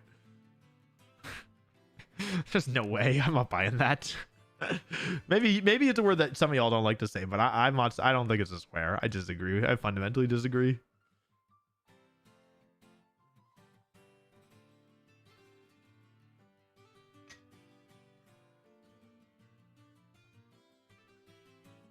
Tournament will still be going for another 3 hours, probably. Yeah, we are. Okay, next round is up. Let's see here. Dondozo Tatsugiri Goldengo with Life Orb. Oh. Oh, that's not good. Okay, Jarvis. This is another Dondozo team. However, it's a bit scarier than the last one in my onion. Because they have Nasty Plot Goldengo with Terra Dragon. Yeah, this is going to be... This might not be doable. Yeah, I think that this might not be doable.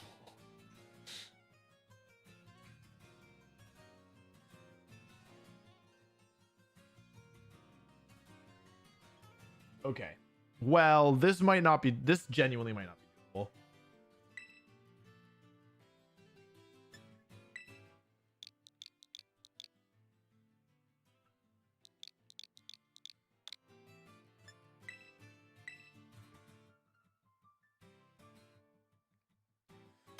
Oh boy. Okay. Well, any geniuses know how to get around this one? I don't really see a good way. Hang on. How much do I do?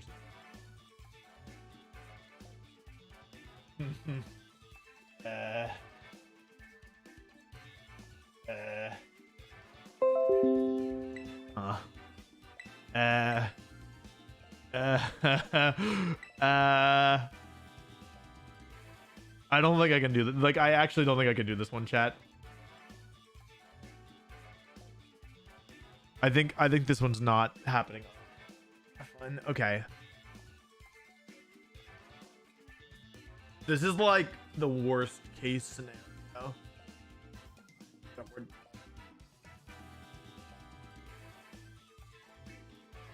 Oh, thanks so much for the donut bucks. I really appreciate that. And thank you for your service. Okay. Okay. Chat, this is not... I gotta, like... If I'm winning this... Like, if I win this one, honestly, I'm just goated. This should not be happening. This is so bad that I don't even know which Pokemon to bring because I genuinely don't see a way to make it happen. Like, at all. Well, okay. If it makes super hard reads, maybe. Super hard reads. Call me Frankie because these reads are super... I can't even do any fake outs. There's nothing like, what? Well, could do that. No, that's so dumb. I can't do that.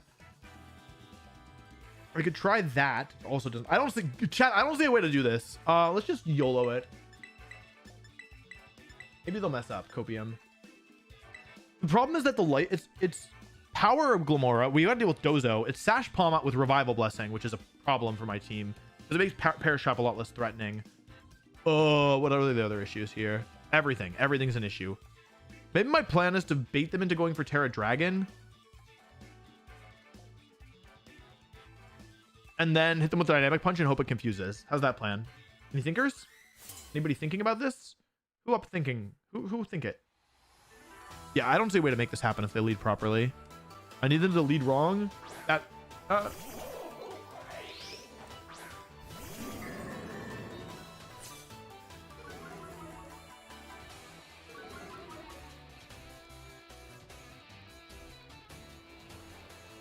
okay, it's not game over turn one. I get to play the game at least.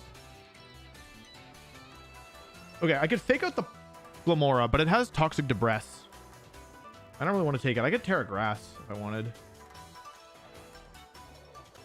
I'm just gonna switch. Probably not gonna work, but who cares?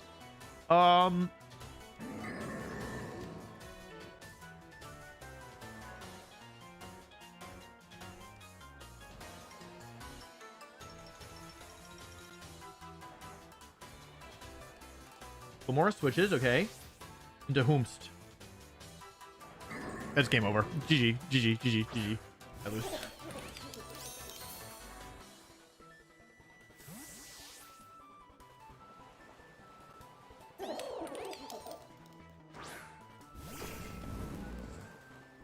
Oh, hang on, wait. No. I didn't lose.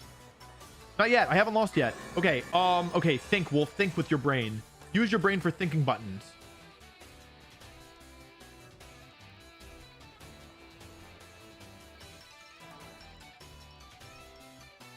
Okay.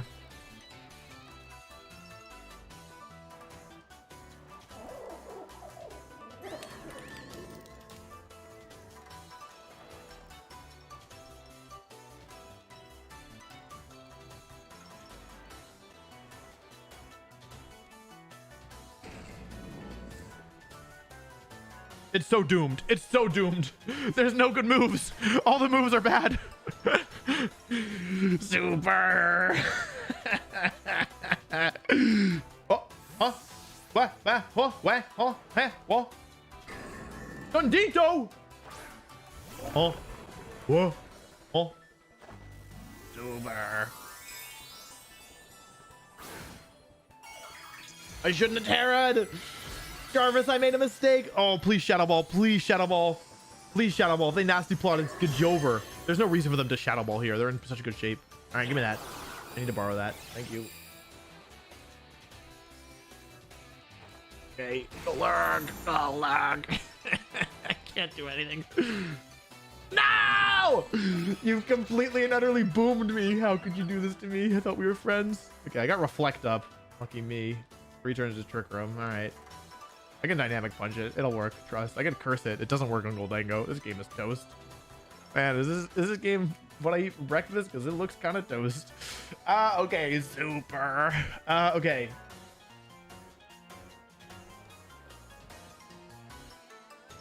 I gotta do this.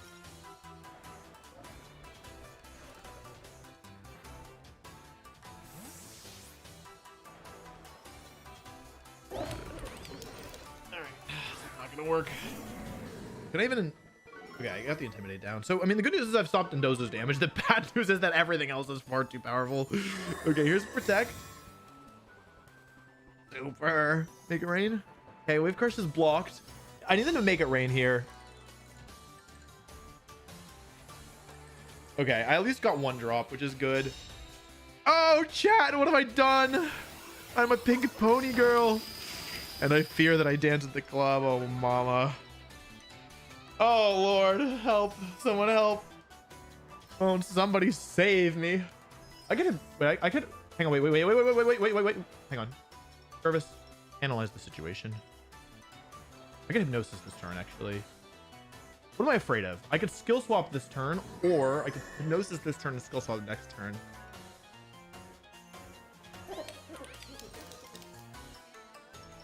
I think I should Hypnosis and then Skill Swap, because I'm not dying to a single hit here, am I? Okay, I'll switch to Lapras with Incin, and I will Hypnosis to Dozo. This covers for Palmot switching in. Dozo. In a perfect world, they would protect Goldango here. If they protect Goldango, I have a shot. They didn't protect, which makes sense, because there's no reason why they should protect there.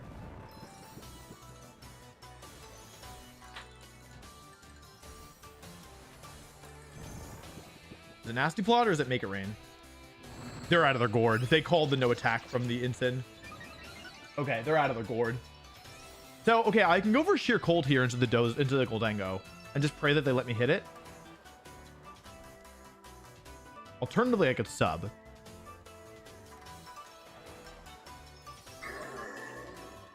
Let's say I sub. You know what? I'm just gonna... I think they're gonna protect, but I think that I need to hit this thing now. Wait, what does that mean? If I subbed, that was okay. Okay, this is +3 Life Orb Goldango. Question is, how much does it do to my Bronzong? Does it KO Lapras in a single hit? I could have subbed here. I kind of overthought it, I fear. Okay, it does KO...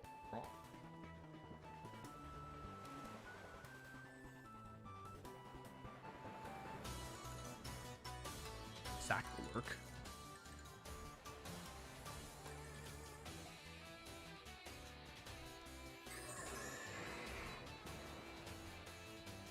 How many boosters do I need to get down to before I can take a hit?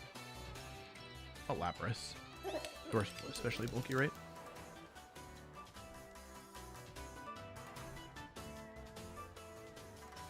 Bad. I've got my setup going. The problem is that everything is terrible.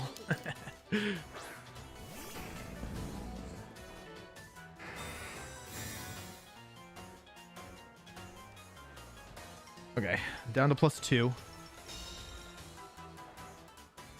It could be Timid, actually. If they're Timid, can I survive a hit?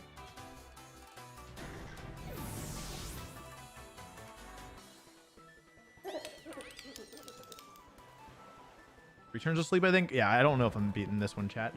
Because even if I need another Trick Room to go up, right? I think that's the only way forward. Even if they're timid, does Bronzong survive? It has a chance to survive. Basically, I almost wonder if my best move here is to go into Bronzong and try and set Trick Room up this turn. Even then, that wouldn't work, right?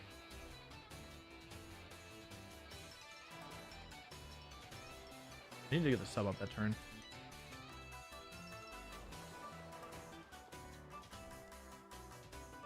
Because I can also revive this stupid thing.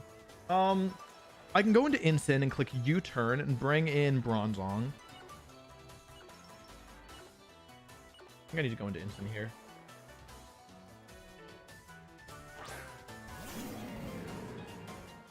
If I get this call correct, then I could be okay, right? Because I could go for Fake Out into Gholdengo. I could Fake Out Sub here, which is okay. Not great. I could also Fake Out Sheer Cold. I could also Flare Blitz.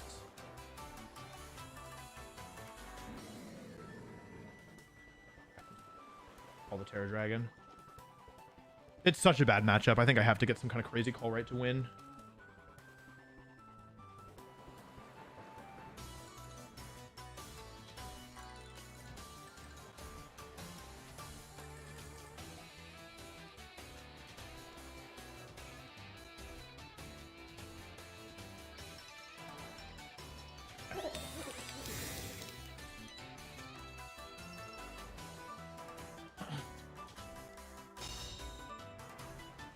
Okay.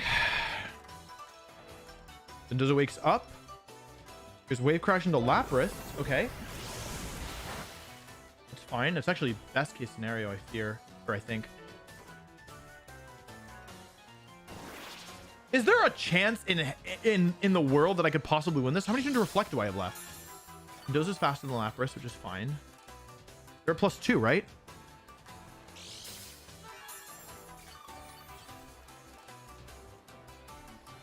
We don't know who's faster between Gholdengo and Lapras either. I mean, I think I need to go for Sheer Cold here and U-turn and just hope that they leave Dendozo on the field. Wait, how many turns to Reflect do I have left? 2. Okay. Means I have more than 1. U-turn into Dozo.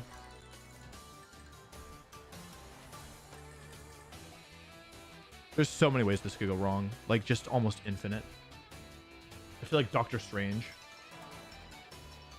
I see so many ways that this could go wrong. I wish Golurk learned light screen.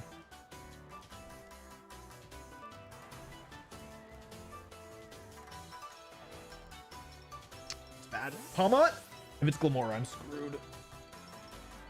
Really, yeah, really. Nice job. Yeah, that's impossible. And Terra. Actually impossible. Okay, they need to be moving first, I guess. Yeah, that's gonna make it really, really hard.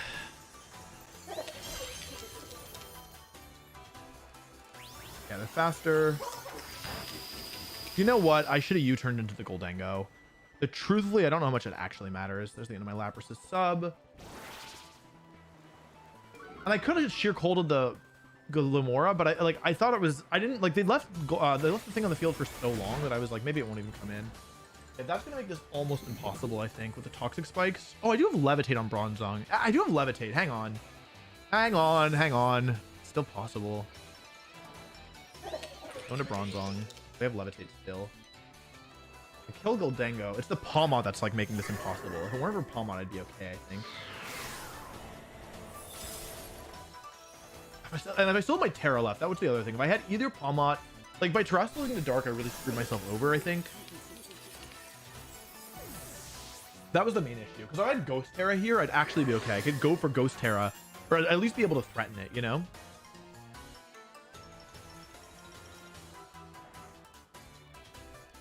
I could pray for Meteor Beam miss. That's a win condition, right?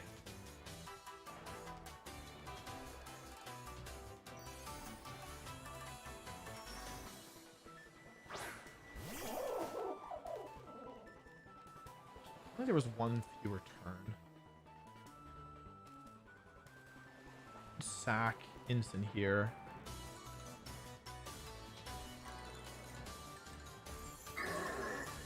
What do I sack Instant? toxic. If it weren't for the toxic spikes, I could have won this still. That's the crazy thing. Oh wait, I can't go for a miss. They have no guard. I have no guard. I could have also gone for protect and I could have called out the revival blessing this turn, but I think they just have such an overwhelming advantage that they have such an overwhelming advantage that there's no need for them to revival blessing. It's kind of win, like they can just win the game on their own.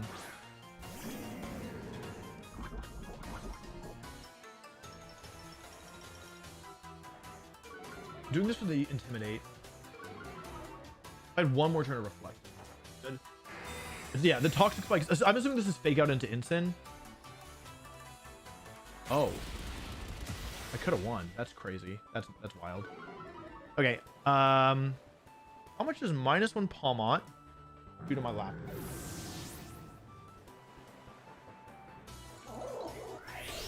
One. Lapras.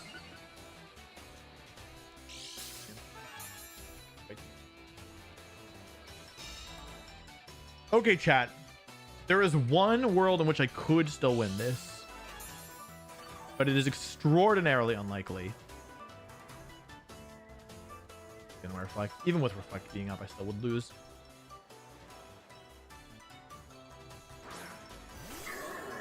There is one tiny world where I can win this. Yeah, and I know it sounds crazy, but I genuinely believe that there is a world where I could win this. And the win condition is I get the double protect, which is a 1 in 3, and then I get Trick 'em Up. And I think I could potentially turn that into a win. Maybe. If I get the 1 in 3 chance, I almost never get double protect. I feel like I never get double protect. So I think we gotta start thinking about game 2, unfortunately.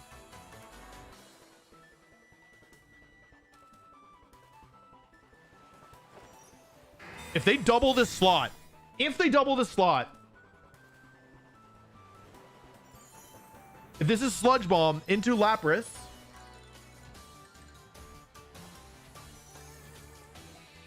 is there a chance? Is it possible? Okay. Okay. So, what should I do now? Because I got the double. I probably still am going to lose this. I need to Sheer Cold one of these mons. Palmont can't protect, but it also has Sash, so I have to actually damage it at some point. Glamora, though, it depends on if I want to read the protect or not, right? I'm going to do this. It has higher potential upside. Like, I don't think it's necessarily going to work. However... Oh? Palmont switches. Oh, so they can reset the thing. Okay. Gnosis connects! No way. Absolutely no way. We could still lose this, actually, because it's now unintimidated Palmont. But Glamora goes down in a single hit, and Dondozo is asleep. Hold on. If I connect Hypnosis, I should win, I think. I think we are one Hypnosis. I think we have a 60% chance of winning. I'm pretty sure. That if I hit, how many, there's 3 turns of Trick 'em left. If I hit 1 Hypnosis more, Sheer Cold into Palmont, who's the actual threat.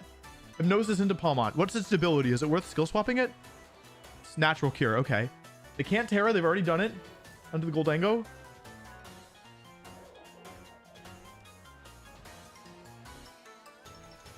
If I hit 1 Hypnosis. No way.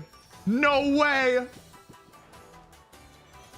Lapras now connects Sheer Cold. Lapras is the second fastest Pokemon here. Palmont goes down to the Sash. I cannot believe this. Dondozo stays asleep. Palmont takes its guaranteed sleep turn. Palmont can't revive anything because it's asleep. It can't use Fake Out because it's asleep. It doesn't have Protect. Somehow, against all odds, I think Lapras is gonna take home this game. Dondozo does not have the moves to damage me. Sheer Cold into the Palmont. I guess I should. There's nothing for Bronzong to do. I'll just click Hypnosis as BM, I guess. Let me make sure I'm doing this correct. Sheer Cold into Palmont for the thing. Hypnosis into Dondozo. Why not? Gnosis does nothing. Your Cold comes out. That's the end of Palmot. That was the only Pokemon that could, in theory, get rid of Lapras.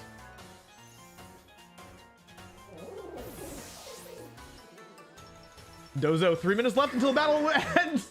We're gonna win on timer. we actually probably could win on timer. Here's Sheer Cold. One turn of Trick Room left. May as well just, oh, I don't have enough PP on Trick Room. It doesn't matter. Left click and Hypnosis. Hypnosis comes out. Doesn't matter. Dondozo's still asleep. Lapras hits another Sheer Cold. Lapras lands 5 Sheer Colds to KO 4 Pokemon. Oh man, and somehow we win game 1.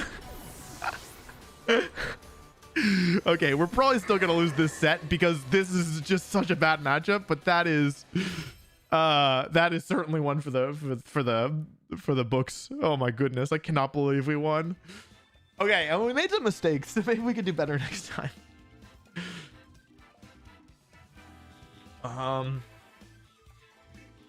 They led Palmot Glamora, right? What's the lesson here? There's nothing I can do. It's too hard. I still don't like. Sometimes after I play a match, I'm like, oh, I see the way to win, and like, that's not what's going on here.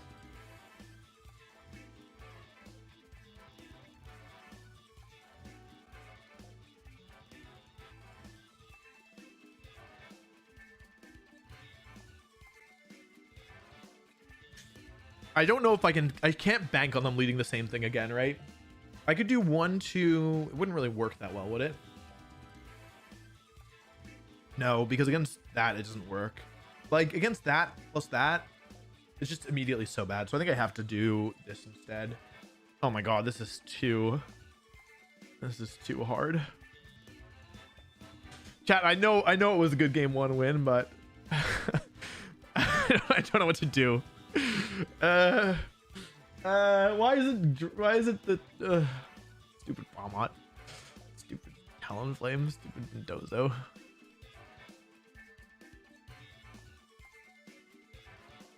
Okay.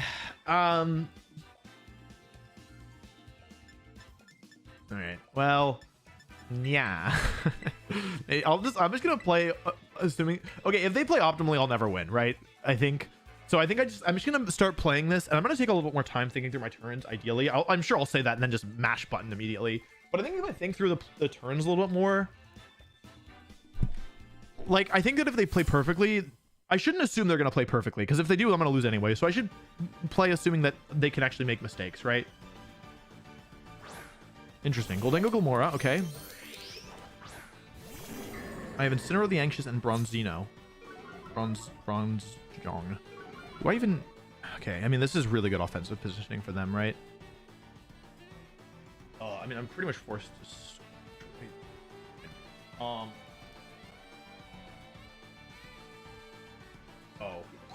I don't survive Meteor Beam. That's really funny. Okay, I think I'm going to go all in here. Go for Flare Blitz and Trick Room, Terra Grass. I'm just going to hope that they don't Terra.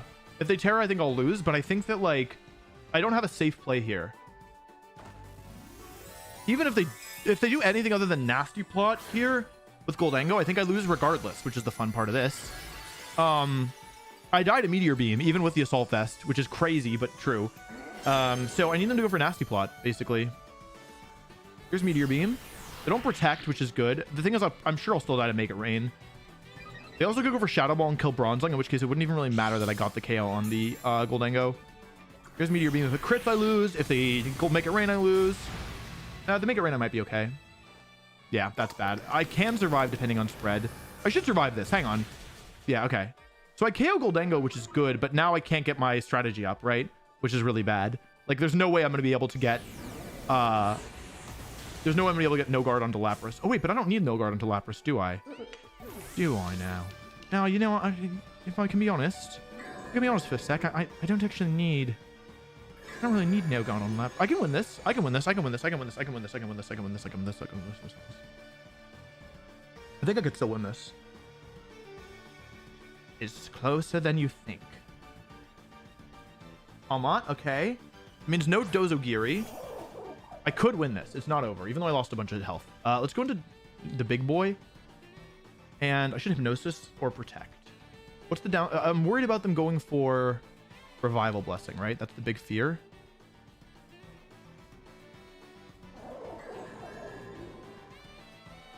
I should probably Hypnosis then.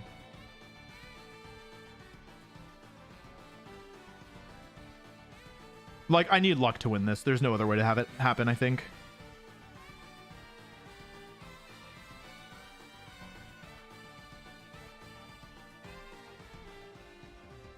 Switching in and out. Landing a Hypnosis would be really good here. Wrong one. Okay.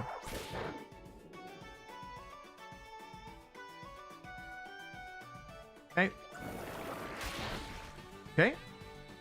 No poison. Nice. Let's go for Dynamic Punch here and Hypnosis here. They can't protect, so I may as well just keep launching attacks into this thing. I should Hypnosis the Glamora. Actually, no, because I need them to not get the Revival Blessing off, right?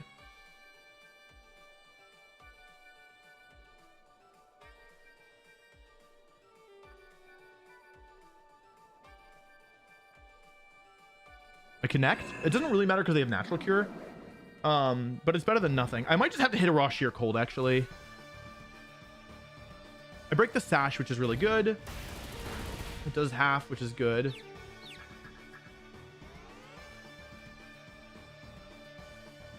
They made a read. Oh my god, they made a read. Hold on. Oh, they can't damage Bronzong. Wait, Glamora can't damage Bronzong. Hold on, hold on, hold on. Dynamic Punch again? Glamora only has Earth Power and Meteor Beam. It can't touch Bronzong.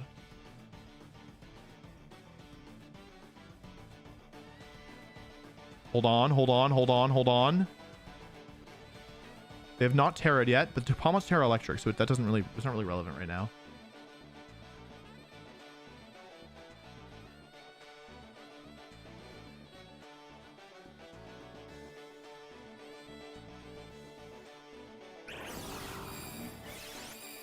Okay.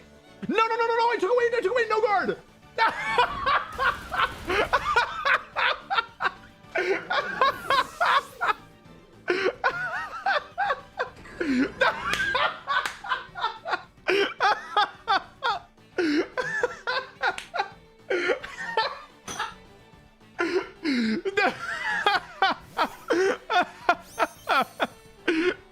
Oh my god, how much sugar left? Oh, wait, that's not good.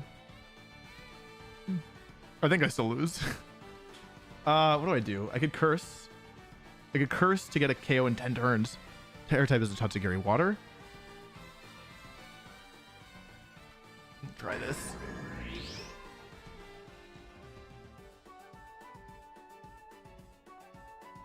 Should I curse here? I get Hypnosis as well. I get curse and Hypnosis into something.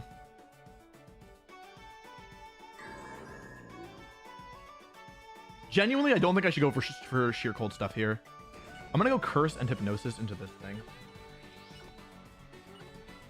Yeah, I actually see a way to win. No guard Hypnosis. Put Glamora to sleep because it's the main threat. The thing is, the Tatsugiri's Choice Scarf, so it has to lock into a move, and if it locks into Muddy Water, then it can no longer damage Lapras. And with Curse on Glamora, this is actually ridiculous. With Curse on Glamora, it'll die in 5 turns at worst, and in best, better. Sleep Talk. Oh, they messed up big time. Oh my god, they messed up Omega time. This thing is now completely useless. Actually useless. Legitimately, truly useless. And actually, wait, they can't damage me. I could switch Bronzong out into Incineroar, regain Levitate, and then hard wall Glamora. And Tatsugiri is locked into Sleep Talk. I'm gonna win.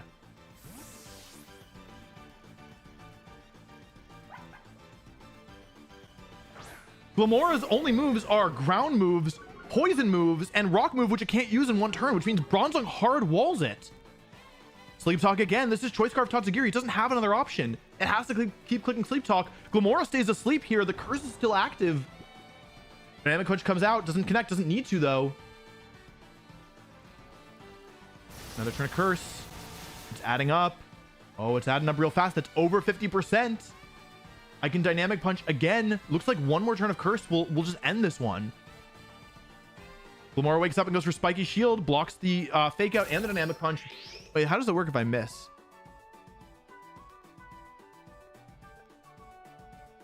Fake out into the Glamora. It's the end of Glamora. Sorry, that's the end of Incineroar. Incineroar knocks itself out, which is bad. However, Bronzong can now come in and it's not... There's no, like, threat anymore. Sleep Talk comes out. Doesn't matter. Yeah, I understand the Sleep Talk. They felt like they had to get the Sleep Talk right to win, probably, because, like if I... the obvious move is to Hypnosis Tatsugiri, I guess, in their mind, but... Yeah, I mean... Whew. Here's Curse again. Curse continuing to add up turn after turn. I think Glamora's going to take one more of those.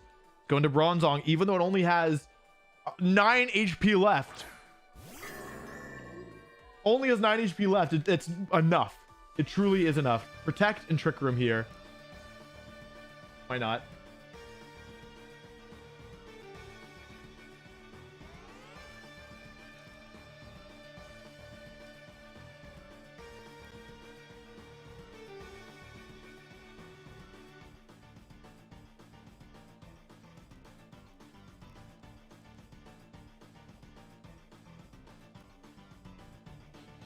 I think at this point it's locked up. I know I'm like, oh, how could I still lose this? But I think with the curse active on Glamora, I think it's actually locked up because that's going to continue taking down no matter what happens. And Bronzong hard walls Glamora. There's nothing it can do to damage it. Here's Meteor Beam. Smart choice in my opinion. They needed my Bronzong to protect this turn so they could KO it next turn to have a chance.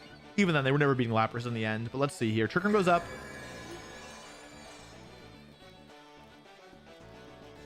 They are +2 now. Here's Curse. Do they survive? I think they're going down. That's the end of Glamora. Sorry, Glamora.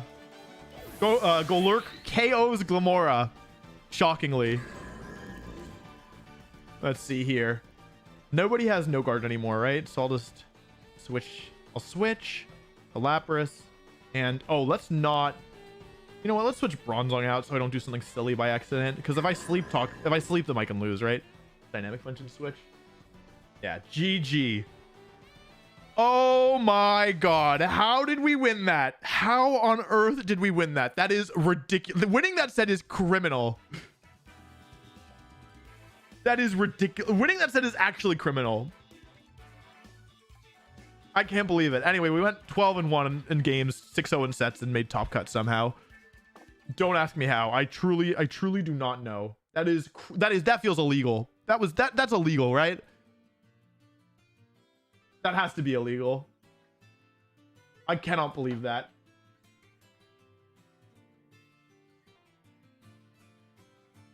That's illegal. I don't care. I don't care what anybody says. That was illegal.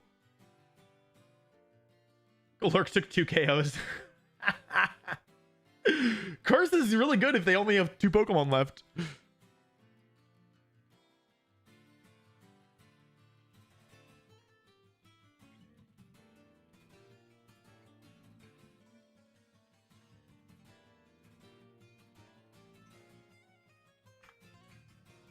That's illegal. That's illegal. That's illegal. We made top cut with this team.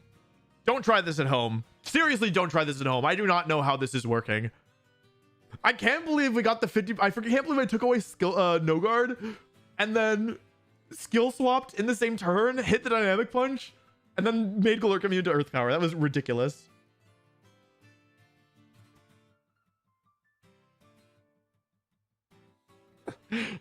That was illegal. Ugh. That's the World Jam difference, baby.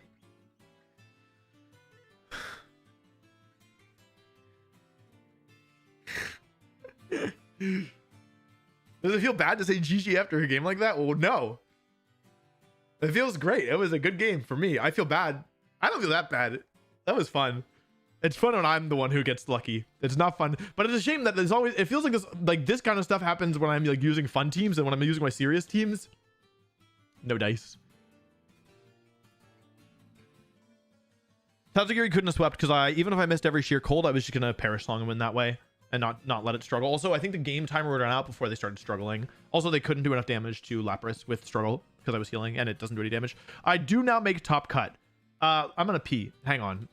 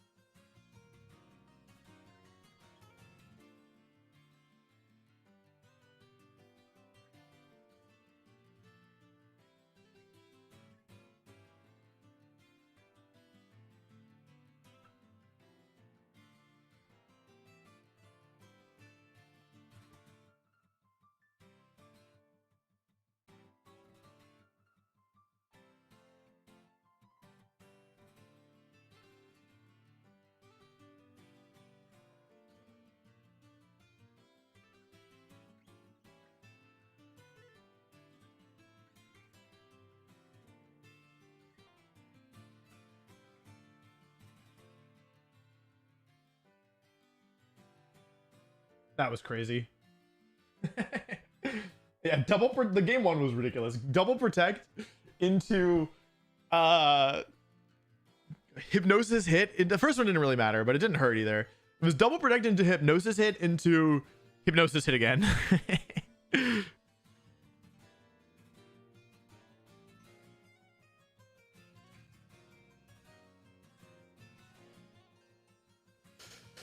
Oh man. I like can't believe we won that. 6 matches left. Damn. Yeah, this will definitely be a video at this point. If I make a top cut, it'll be a video. Oh my god, that was crazy. I think the sleep talk makes sense because if you think about it, they can't lock into Icy Wind. It won't do anything. They'll lose, right? And they can't really lock into Muddy Water.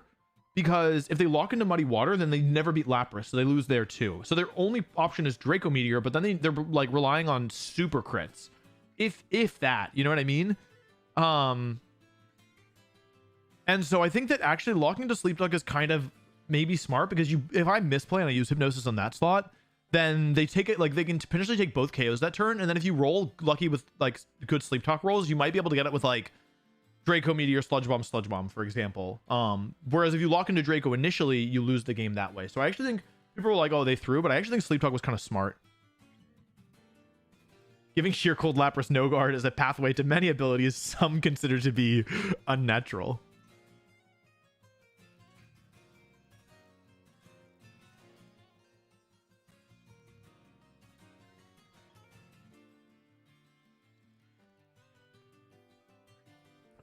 I feel like good about my decision turn 1 of game 2 because I knew the matchup was super bad, and I just basically decided that like I had to just rip it and just hope that it worked. And yeah, the problem was the Goldango because it was Life Orb, meaning it could set up, which is really bad, but it also could protect, which is really bad, and it was Terra Dragon. Normally, like offensive item Goldangos have an offensive Terra type like Steel, so that was the real issue in that match, is that they had both, Life Orb and a defensive Terra. And so they had like the most damage boost you could get, including on Shadow Ball, whereas like Metal Coat doesn't give you any damage on Shadow Ball. They had the ability to Nasty Plot, and they had the ability to protect themselves with Terra Dragon. If it was any 2 of those 3, I could have dealt with it. Like if it was Nasty Plot, Life Orb, Steel, or if it was Specs Dragon, like Specs Dragon, like no setup, no Nasty Plot, I could have like had more tools against it. But because it was specifically Goldango that can switch moves, that can set up, that has the damage amp, and a defensive Terra type, I basically had nothing for it.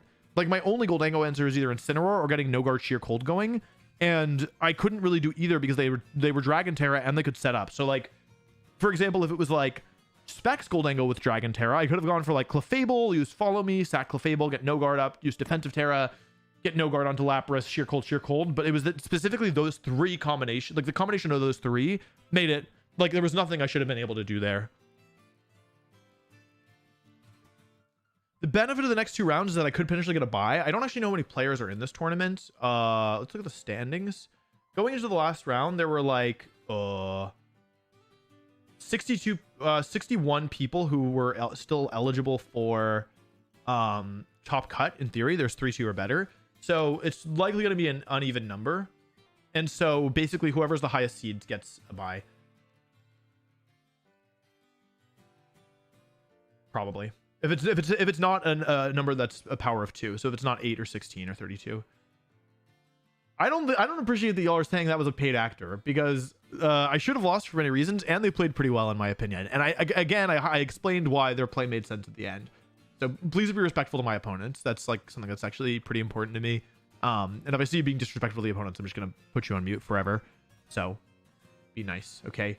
It's not, it feels really bad. I imagine it feels really bad to lose to a streamer and then like come in and see the chat talking smack or like disrespecting you. So yeah. Yeah. So yeah, please be respectful. And I won't be asking again in the future. Timeouts and ban. So be warned. Where do I see your team? If you open the gates of hell itself and stare directly into the fire that is before you, deep within you will find Golurk and Lapras staring back, haunted by the crimes they have committed, and yet not repenting, not relenting either.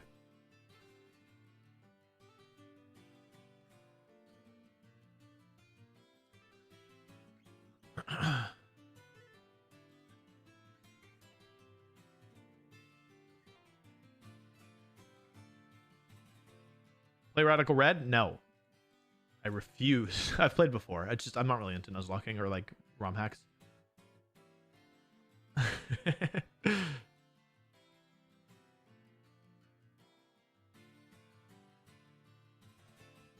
Why is Bro in the Void? I like the Void. Round 7 will be up soon. There's only 4 matches left currently on the round.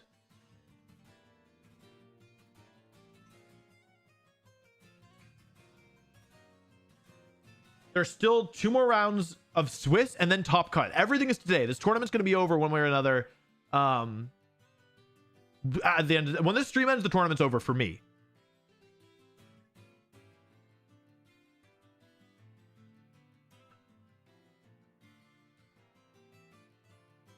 Thanks, Steve. Appreciate it. Thanks for stopping by. Oh yeah, the team will be up on Patreon after this is over. Probably tomorrow if I give myself a break tonight.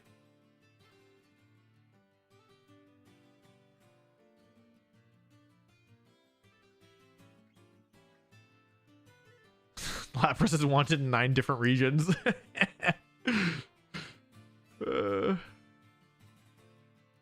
I'm a money whale. How much to pay you to play Radical Red? I'm not doing it right now. Sorry. I'm right now I'm in my taking care of myself and getting my work done era, and I'm not doing it. I got too much to do. I really liked Emerald Kaizo. The next Nuzlocke I want to do is Platinum Kaizo.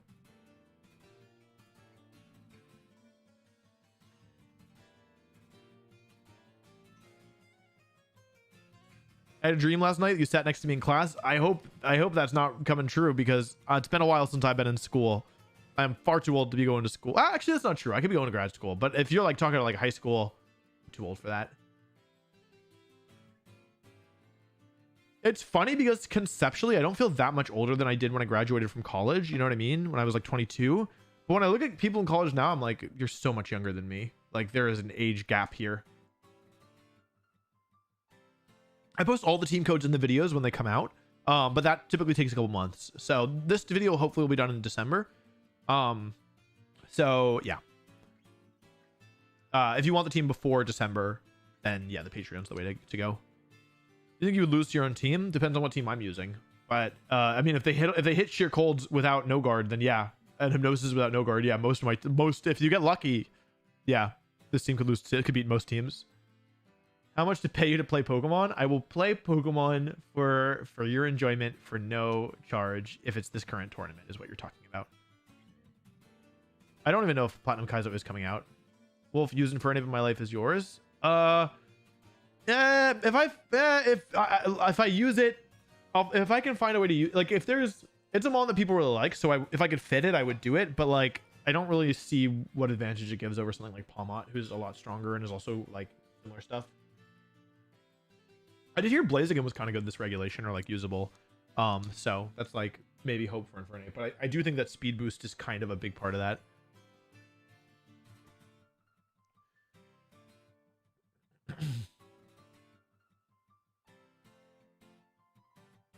I'm not doing direct coaching anymore, but I do team review every month on Patreon. There's a limited number of spots in the tiers, though. I think we're currently kind of near capacity. So, but they open up somewhat regularly. People come in and out somewhat regularly. So if you're interested in team review stuff, that's the place to do it. But in terms of one-on-one coaching, I'm not doing that at the moment. 2 rounds left of Swiss, and then Top Cut is also today. So yeah, we still have at least 3 rounds left in the tournament now. So probably at least 3 more hours.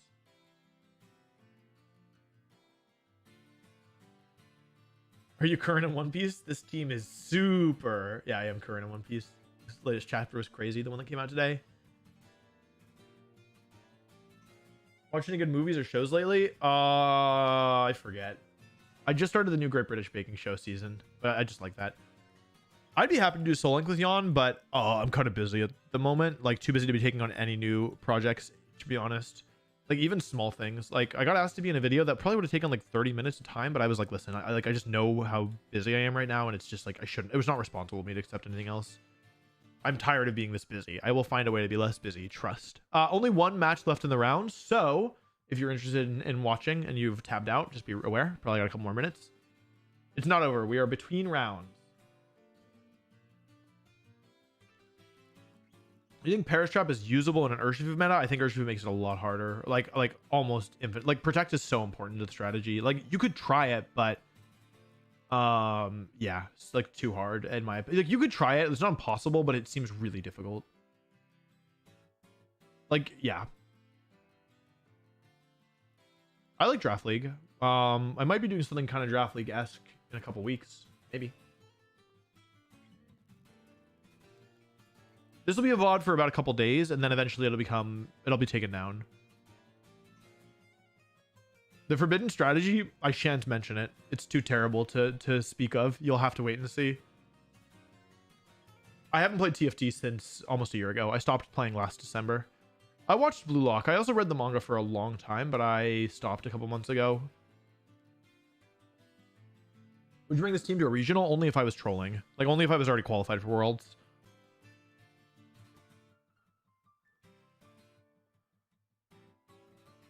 I have not seen Umbrella Academy.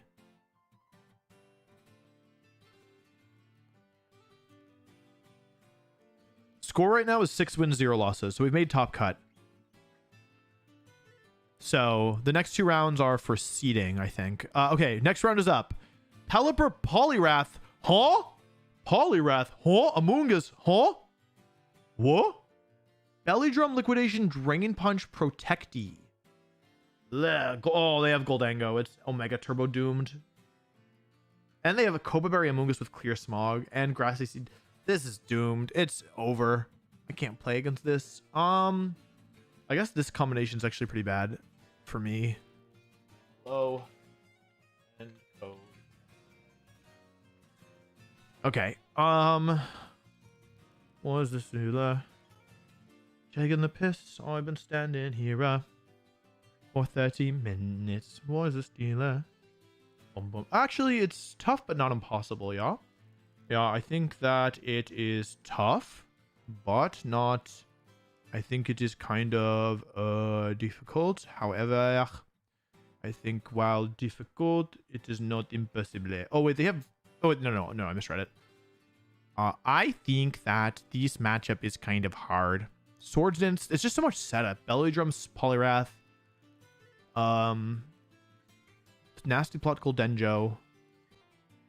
Spore Moon. Do I even have a Spore Moon in this team? I do. 2. Just in case, just in case. Yes, just in case something really terrible happens. What is this dealer? Taking the piss? I've been standing. 30 minutes.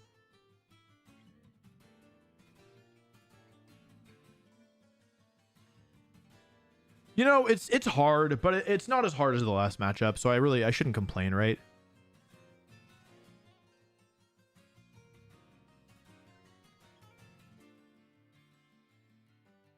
I actually shouldn't complain. Like, it's doable. It's hard, but it's not undoable. Like, it's not, I wouldn't bet on myself in this one, seeing the matchup. However, it's like, it's not auto loss or anything like that. The problem is that I need 5 Pokemon no matter which mode I go, right? Okay.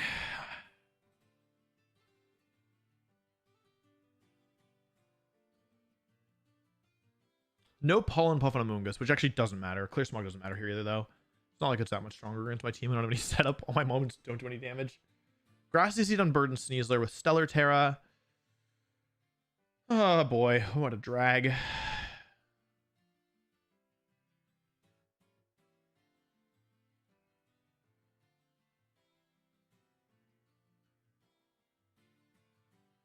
Dual Wing Beat or Dua Lipa? Obviously Dua Lipa.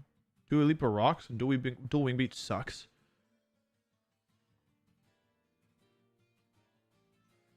Oh, they have U-turn on the Rillaboom. I didn't even see that. Oh man, this is just bad. That's doomed. I don't want to play. So Mega Turbo doomed.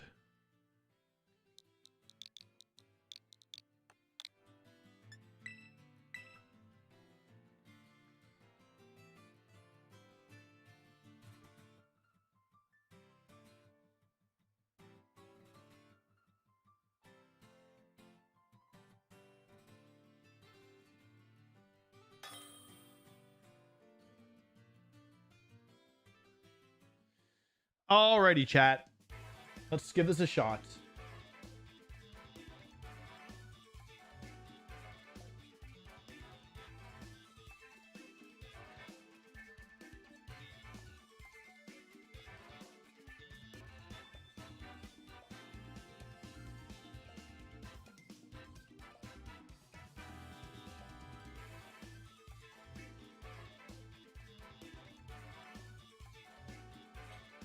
This is tough.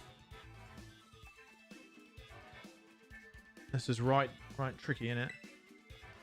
Quite hard. This is quite tricky, innit? Cheeky belly.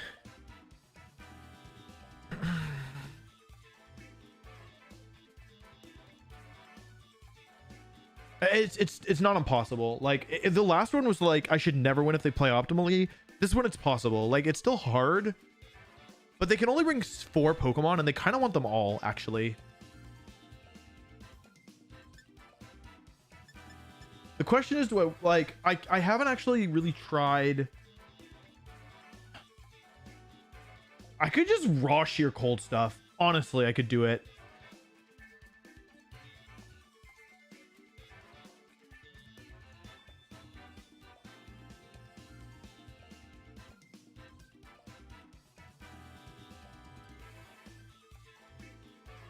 Life Orb, stupid Life Orb Goldango.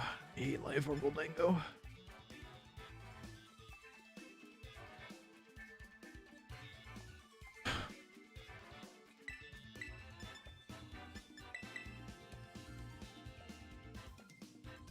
Before the next round, I need to think about the other mode and see if that can work.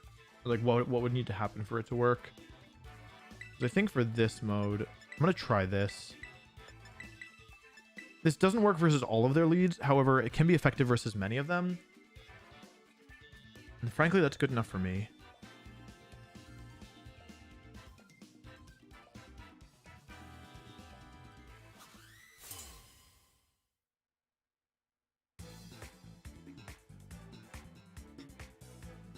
What I don't want to see is Goldango Pelipper.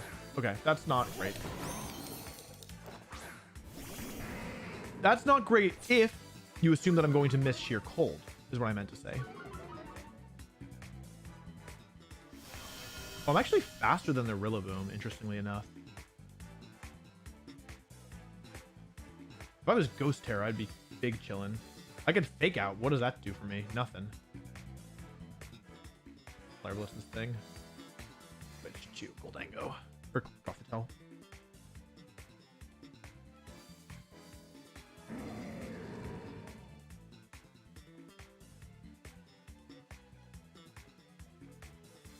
You think Gothitelle takes +2 Make It Rain?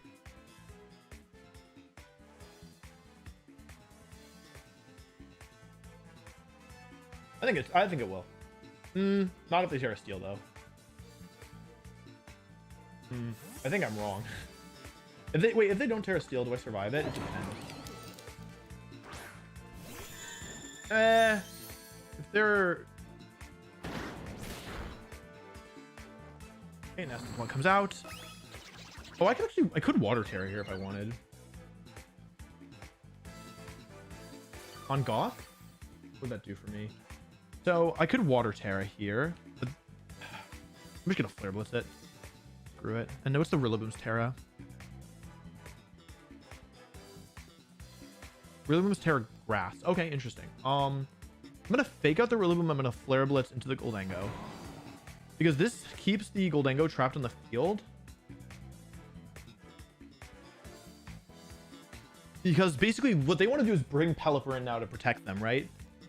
A 1-for-1 trade for the Goldango is actually not as bad as it might initially look because Incineroar is actually pretty good offensively here. I have Clefable, and as long as I get one more KO at some point, I win the game on Perish Song, or I have the ability to win the game on Perish Song, I should say. So yeah, they protect here. That's what I expected. And actually, here's the reason why this positioning is good for me. Because the abilities activate in turn order, what I learned is that what you will see here is that Incineroar is going to move before Rillaboom. Incineroar moves as first, and then Rillaboom gets the opportunity to go for an attack. In this case, it wants to go for U-turn to bring in Pelipper to allow, in order to allow Goldango to survive the Flare Blitz. However, as you can see from Grassy Terrain, from Intimidate activating before Grassy Surge, and from the Flare Blitz going off before the flinch there, I know that my Incineroar is faster, and this Goldango is Terra Steel, and so it has a choice here. It can stay in, yes, it can go for Make It Rain, but it's a Sulfust Incineroar. It's quite tanky. And if it switches out, then it loses the boost, and I get to get a Flare Blitz on something where, like, Poliwrath could take it, but then Poliwrath is stuck on the field in front of Gothitelle. What they would like to do is Make It Rain and U-turn to get the Pelipper in, so that they can protect the Goldango and stay in with Goldango. They could even Shadow Ball and U-turn if they wanted. However, my Incineroar is faster than their Rillaboom, which means they don't have the opportunity to go for a U-turn before I attack. Here's Protect coming out. They don't go for the double with Goldango. This should be Make It Rain. It could be Shadow Ball. It'd be even better. Here's Make It Rain. We're going to take a lot of damage on Gothitelle, but we don't need Gothitelle to win this game. What we need to win this game is... Or on Incineroar, sorry. We don't need Incineroar to win this game. What we need to win this game, realistically, is getting rid of this Goldango, so I open up the Perish win condition. So I'm going to take a lot of damage here, which isn't ideal, but it's also not terrible. Here's Flare Blitz coming out. Lots and lots of damage coming out. That's the end of Goldango, and they're going to go for U-turn here. I could have gone for Terra Water and side Heal Pulse, but I didn't think it was worth it in this position. The problem is that now they have more offensive positioning, but they actually make a mistake, in my opinion, and U-turn into Gothitelle instead of going for something like, yeah, I don't know, something else, like U-turn into Incineroar, which is guaranteed. So, yeah, I understand why they did it, because they didn't think Make It Rain was going to KO, but now the positioning is not that bad for me, in all honesty.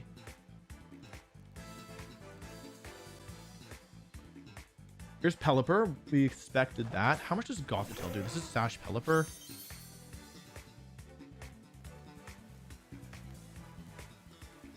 Okay. Interesting. So I think what I'm going to do here is actually bring in Clefable. I want to save the Intimidate for later. And I want to go for Psychic here into the Pelipper to break the Sash, I think.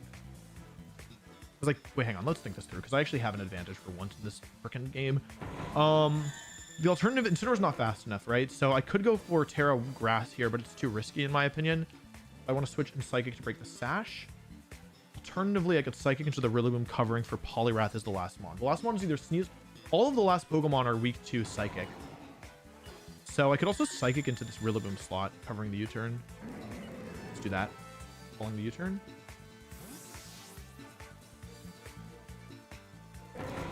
Clefable comes in.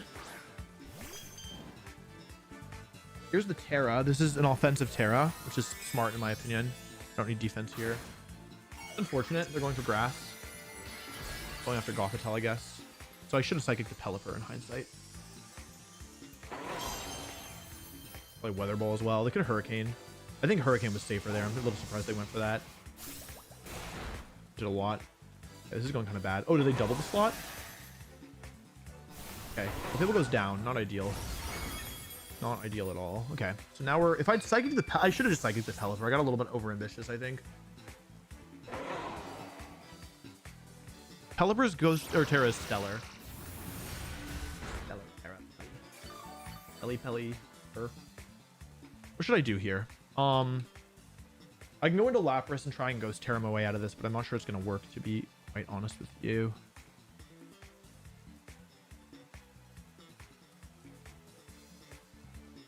A second stage of Intimidate is nice.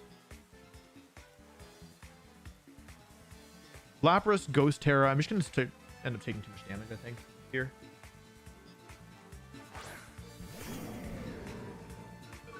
Get this health back up on Incin.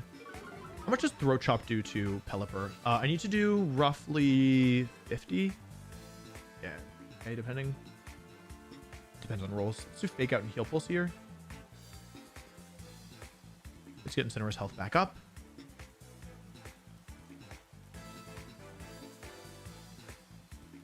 Quite important. Really it is. This is like, because that turn went badly, unfortunately. I needed to... Okay, that's good. Pelipper flinches. Living U turns into Incin. It's actually a lot of damage. The question is, what's the last Mon here?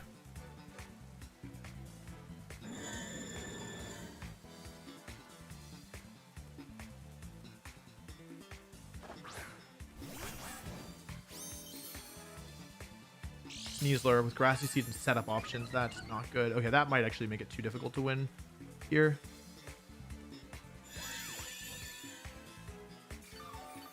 Okay. That's kind of bad, actually. Although now I could perish this thing. What are the moves? Dire Claw, Close Combat, Swords Dance. There's no more grass. How much does Psychic do to Sneasler?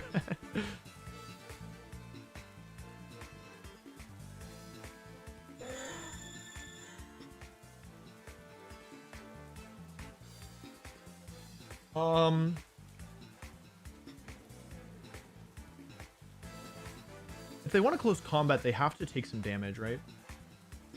Do this. They're trapped on the field. Once the rain ends, there's a lot going on here.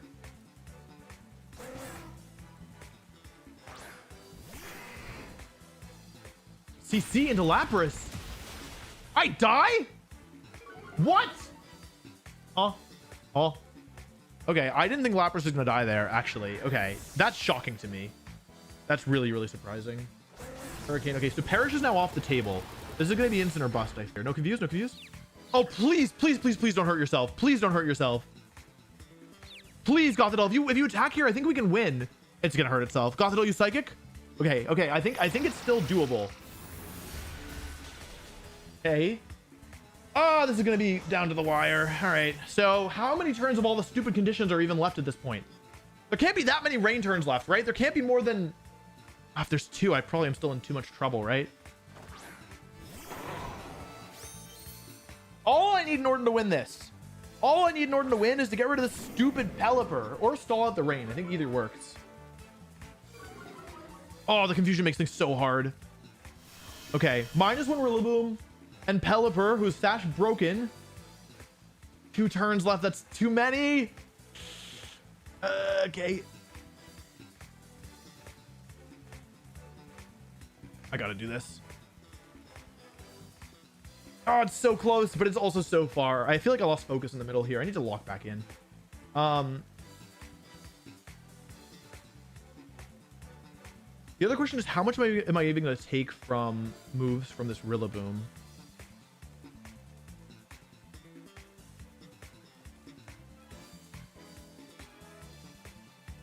Okay.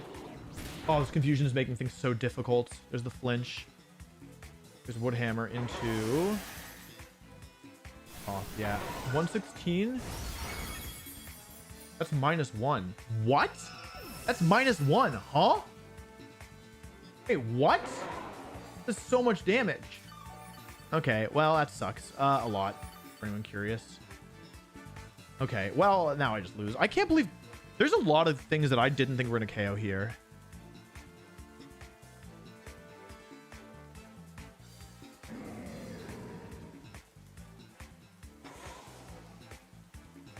Oh, yeah, I just didn't know my calcs.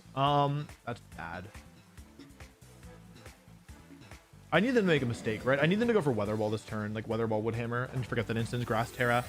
If they go for Hurricane, it's just over.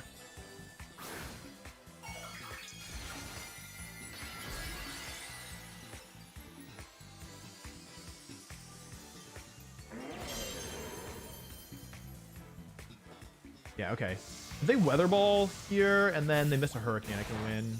Maybe. It's even that's like kind of... I think I need Throw Trap to crit KO here. Yeah, I didn't do enough. I needed one more.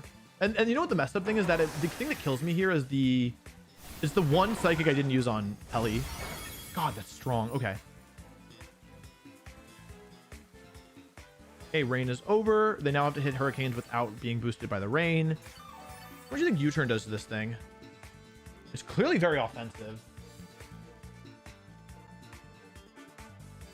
U-Turn probably doesn't kill. I'll just go for Flare Blitz here and hope... I think I win on 2 Hurricane misses. Yeah, okay. I mean, it was always a... Like, I shouldn't win this. Caliber's faster. Okay, well, that didn't go very well. It's a shame because I really got the early game going pretty well, but I messed up my turn. Like, I got the Psychic turns wrong. Like, I Psychicked the Rillaboom as it stayed in, and then I Psychicked the Pelipper as it's... I Psychicked the... What did I even do? I messed up somehow. I didn't Psychic the Rillaboom as... I Heal Pulsed as they... Yeah, I Heal Pulsed instant back to healthy as they brought in Sneasler. Okay, that's not good. I feel super out of it. I feel like I just like fully lost focus. Let me lock back in. Okay.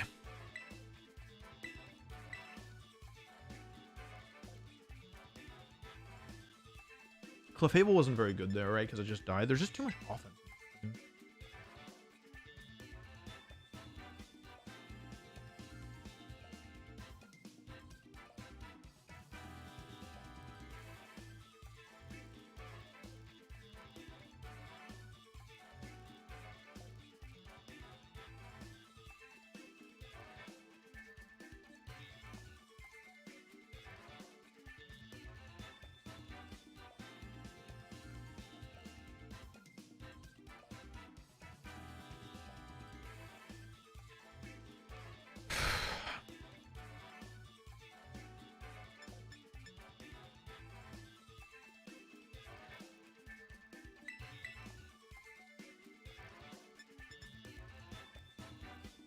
What happened? Why didn't I lose? I lost because I was too much on the back foot. I had no speed control either, which didn't help. Could do Bronzong, but that's against the Pokemon that they brought. The issue is really the stupid Goldengo, right?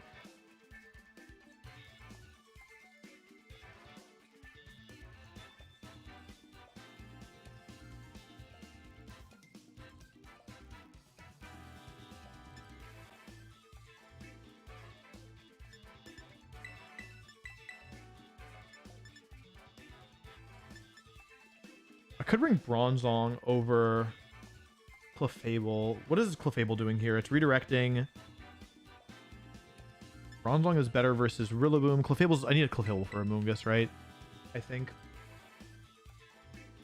I don't think this is necessarily going to work, but I think it's my best bet right now.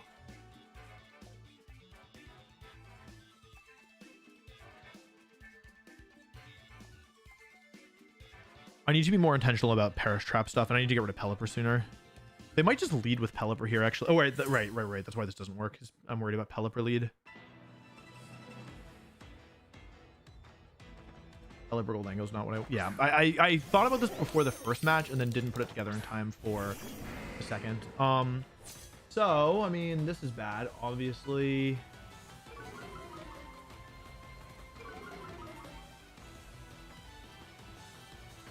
Yeah, I think that I like realized that this was going to be the game 2 mix-up, and then I didn't think about how, like, I forgot. I don't know what happened. Somewhere in the first game, I like really forgot about what was going on here. I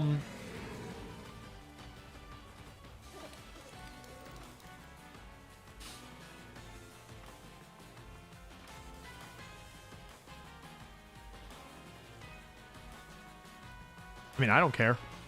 I don't think that there's a safe way for me to win this in this position. Like I needed to win game 1, so I actually think that because my position is so bad here against this lead, which I mean, frankly, I needed to hard call this lead out, and even still, there's not an obvious way to beat it in my opinion. Here's the Terra. That's probably Goldango going to steal, is my guess. It's not Pelipper, most likely, yeah. So that's Steel Terra on the Goldango. This means that I can't hit it with Throat Chop for super effective damage, which sucks.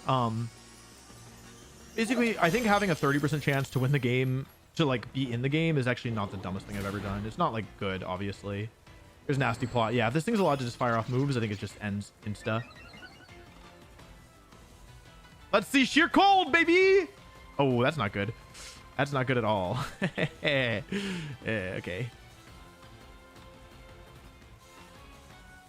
Is it even worth saving Instant? Probably. I should probably just sack Clefable here.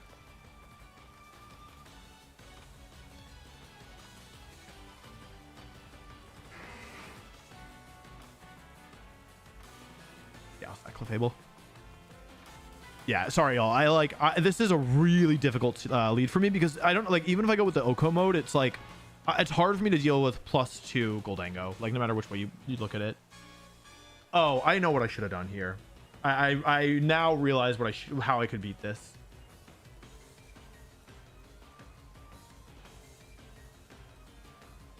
Yeah. Yeah, I see now. Good, I didn't see sooner. It's okay. It's so specific. Like, it's so hard to find, honestly. That I don't feel that bad for missing it. Fable goes down.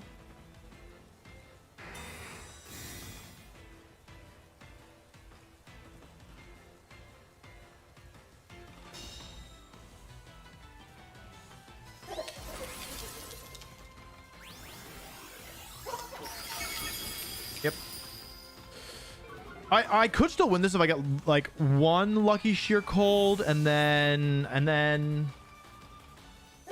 like it's actually not impossible to win. It's just it's looking pretty doomed, truthfully. But it is still theoretically possible. Like I could do it. It's like I wouldn't if I never hit a Sheer Cold, I'll never win at this point. But if I do hit a Sheer Cold, then I could do it. Is it worth tearing to water here with Goth? Maybe not yet, right? Maybe not yet.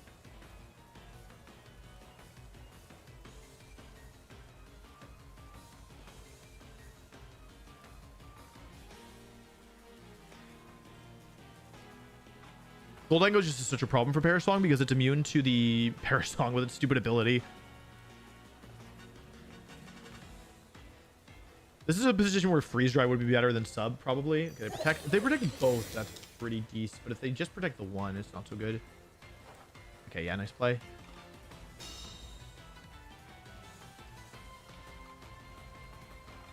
Hurricane to Lapras, all right. That does a lot of damage. Okay, all right. That's a 30% chance as well. Same odds of Hurricane, what's it called? Okay, I got the sub up. Chat, be honest with me. Do y'all think... You can be honest with me, right? Do y'all think that Lapras is hitting Sheer Cold through confusion? I think I have to do... Wait, if I do this, then I'm losing, right?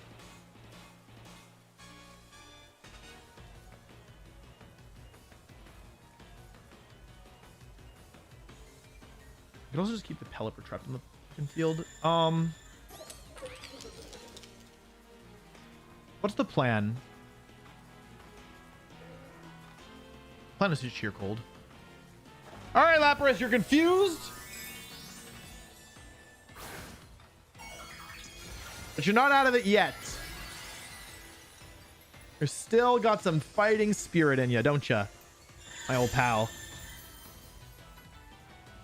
Here's Make It Rain. I've made myself quite weak to Rillaboom. Alrighty. Lapras, nice job. Substitute, taking the damage. Lapras, okay, if you connect to Sheer Cold, there's a small chance we could win this. Actually, if I connect Sheer Cold, I can do it. Weather Ball into Goth, okay, nice Terra for me. Means no confusion that I have to deal with. To heal myself back up. He'll Pulse. Lapras restores HP. I need one Sheer Cold connect. I've used two. I think my odds of hitting 1 and 2 are about 50%. But my odds of hitting this one through confusion are quite low. Let's see if we even get the attack off.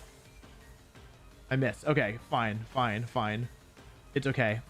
It's actually okay. It's not good, but it is okay.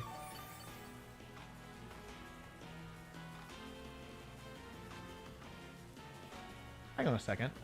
Wait a second. Do I even need sheer cold?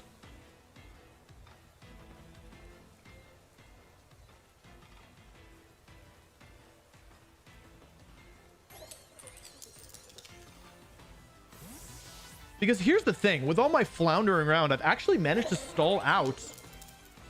I've stalled out the rain. So as long as they don't go for Weather Ball this turn into Lapras, who's immune, which they really shouldn't do. This is the last turn of rain. If they make it rain again. Hang on. They didn't even go for a boost here. There's no way they went for a... They doubled Goth. Hang on, the rain is now over, chat. The rain is over. Is it? Is it possible I could do this? I definitely want a Psychic here. What do I want to do with this thing? Just Flare Blitz?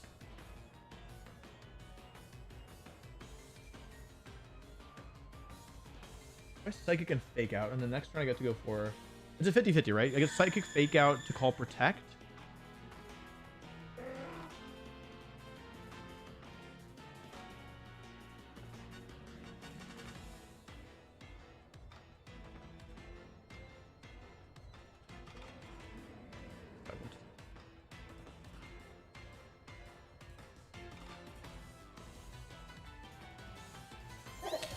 Oh, please miss Hurricane. Please miss Hurricane. Please. Gothitelle, you're so good. Please miss Hurricane. Please, please, please, please. Okay. We are actually in this. I went to instant. I was fine regardless. Okay. I'm actually in this game. No joke. I am legitimately in this game. It is possible for me to win somehow. Oh, wait. Sneasler's going to come in and I'm going to lose immediately, aren't I?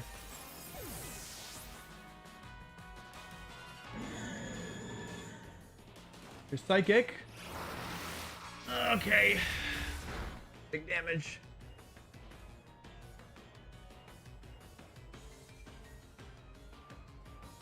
I fought so hard. I fought so hard and I still lost. This sucks.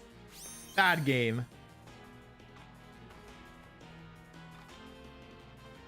I have to like protect and knock off here, I think. I can't let Gothitelle go down, right? Eh. Alright, I'm stacking Lapras. The win condition here is they do something like... I need them to close combat instant here. And then their last one is Rillaboom and then instant wins. That's the win condition here. And the Gothitelle survives a Hurricane. Let's see. Okay, hang on. If Gothitelle survives Hurricane... Gothitelle, please. If you live the Hurricane... Do you survive 63 HP, but you're so specially bulky? Oh, man, I'm so close. Miss, miss, miss, miss, miss. No, no, no, no, no, no. Please, please, please. No confused. If the last Pokemon is Rillaboom.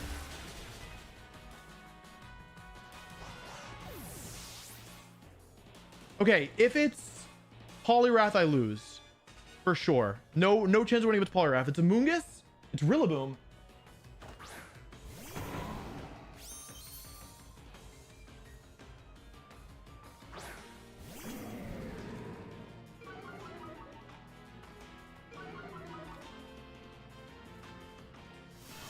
They're -1.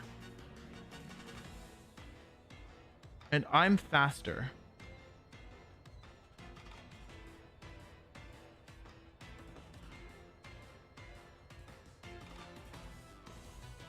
I have Fake Out active and I have the faster Fake Out. So what are my options? Fake Out Psychic is an option.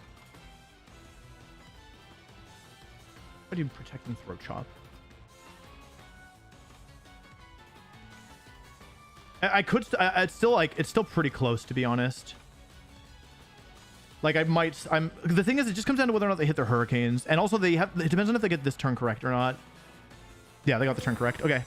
I could have gone for Fake Out plus Heal Pulse, which would have been really good.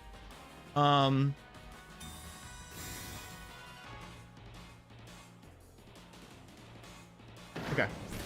That's a crit. That thing is so strong. What on earth? What are they feeding this thing? I think I'm still gonna lose this, unfortunately. Okay. what should I do here? I can go for the double protect, but I think I want to force them to target this thing, right?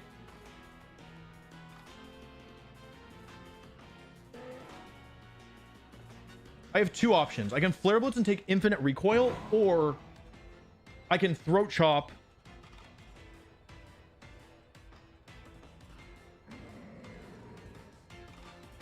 I think I Throat Chop here because I don't want to take infinite recoil, and I'll go for Heal Pulse. And you like, because in this situation, okay, yeah, that's the end of that. It depends on how much damage. It depends. First of all, it depends on if Hurricane connects. It depends on if Hurricane connects. If it misses, I'm in really good shape. If it connects, it depends on how much it does. Here's Hurricane. Does it miss? It misses. Okay, Incineroar's still alive. I think I was fine because of the Assault Vest, but I was worried of the confusion. Throat Chop KO's Pelipper. So now it's a 1-against-1 of Incineroar versus Rillaboom. Am I going to KO this Rillaboom in a single hit? Depends on how it's trained. I'm going for it. Incineroar, outspeed the Rillaboom and prove you are the stronger Fake Out user. Flare Blitz comes out. We're going to game 3. We are going to game 3.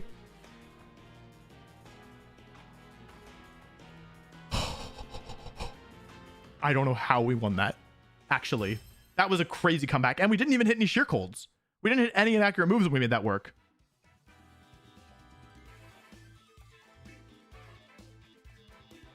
That being said, I mean, I figured out what I was supposed to do versus this lead, right? I think I figured it out and then I forgot. What was the plan? Oh, yeah. Wait, why did I think that was going to work? Oh,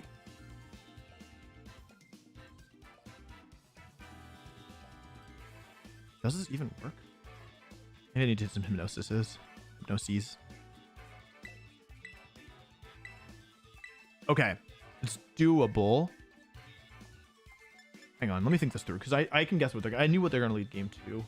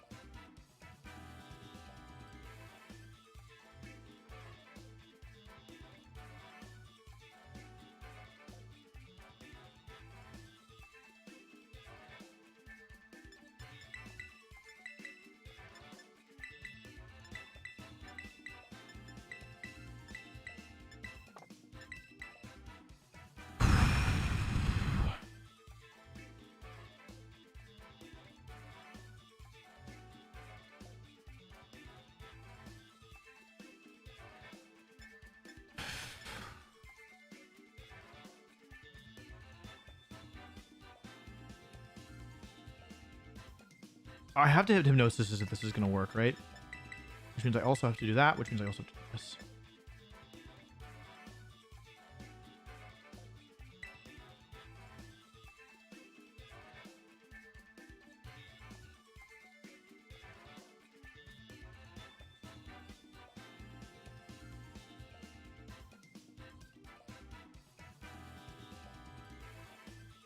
Oh wait, I don't need to do that, right?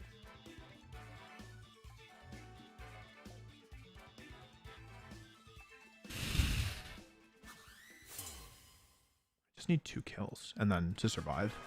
Stupid Goldingo, stupid Mon, stupid Pelipper, stupid ability. Pelipper Rillaboom. Pause? Yeah. Chat? We are not out of this. Chat, we are certainly not out of this one. We are. This is not the worst case scenario lead. Okay. I could Flare Blitz, but I shouldn't, probably.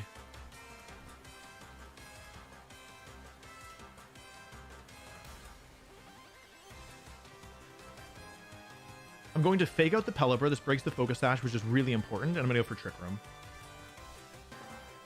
There's like no damage on the team. Oh, you'll be seeing some damage. That Fake Out break is super important. They Fake Out into Bronzong. We trade Fake Outs. This looks like a losing trade. However, it's actually fine. It's kind of fine. The problem is that the Rillaboom's really offensive, right? So let's go for Throat Chop into Pelipper and Trick Room here. I don't really care if Incineroar goes down. It's done its job by breaking the Sash. I could also Flare Blitz the thing. I feel like they're going to double my thing.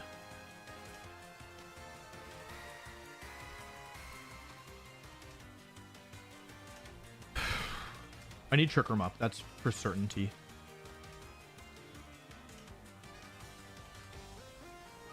I've wasted one turn of Rain. That probably doesn't matter.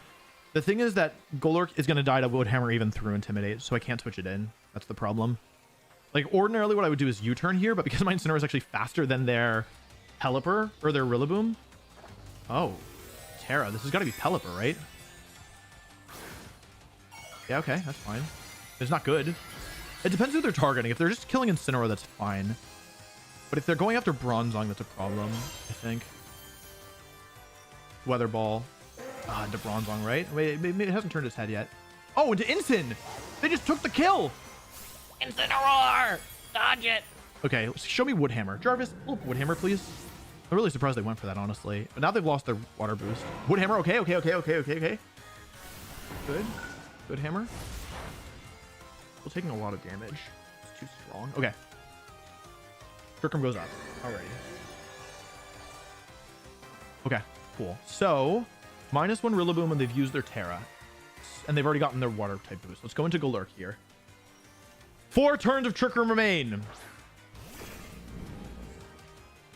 Ideally, they will KO me, but I don't think they'll be able to unless they double up. Let's Reflect and Skill Swap into Golurk. Reflect and Skill Swap into Golurk. Yeah, that's got to be the play.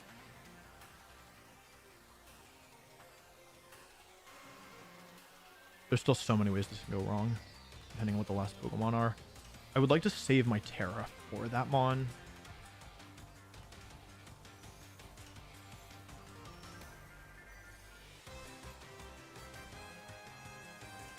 They'll swap, okay. 8 turns to Reflect. This is helpful versus Sneasler and Rillaboom. I assume Sneasler's in the back because it's been pretty offensively threatening. U-turn, okay, not ideal, but not terrible. If they have a Moongus, it's just doomered. Show me Goldango, I guess. Sneasler, either one, either Goldango or Sneasler is fine here. It's the other Mons that I have to worry about. I don't think Golurk takes a Weather Ball. If it's a Moongus, I'm screwed.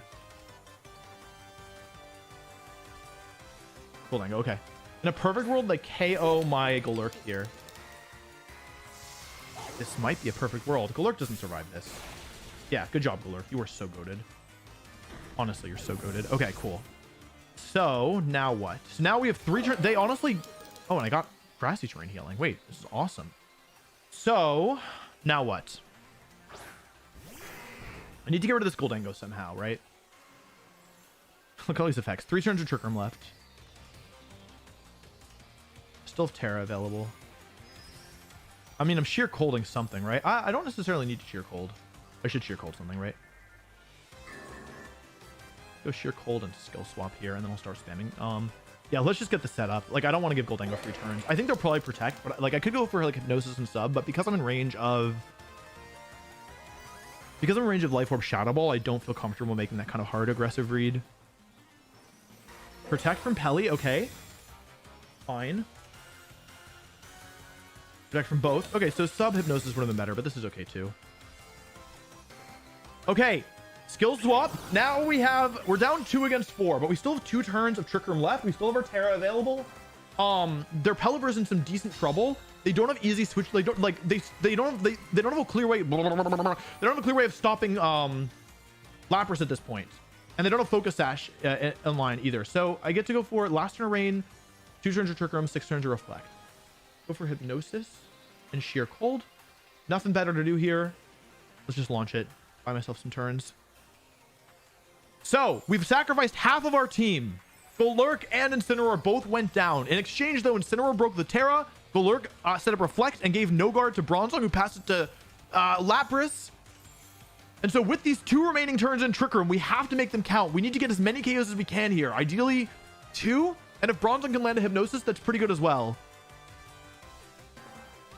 Goldango switches. This is expected. That means Pelipper stays in. However, they might not remember that Bronzong now has Water Absorb. Here comes Sneasler. I agree. It's the least impactful Pokemon on their team at the moment.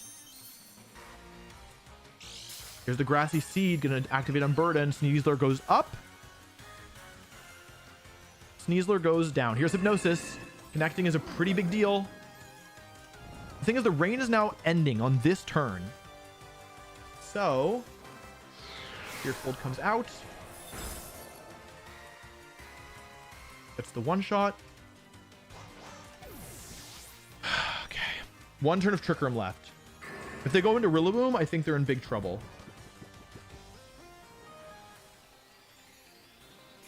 If they go into Goldango, things become a little bit more ambiguous, I think.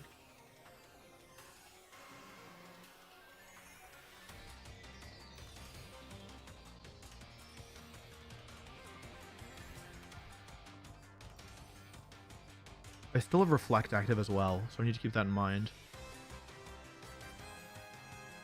Goldango comes in, okay. So, I mean, I could sub here, right? I could sub if I wanted. I don't want that. I think I think they're going to protect, right? I'm pretty sure they're going to protect. So I could sub. I'm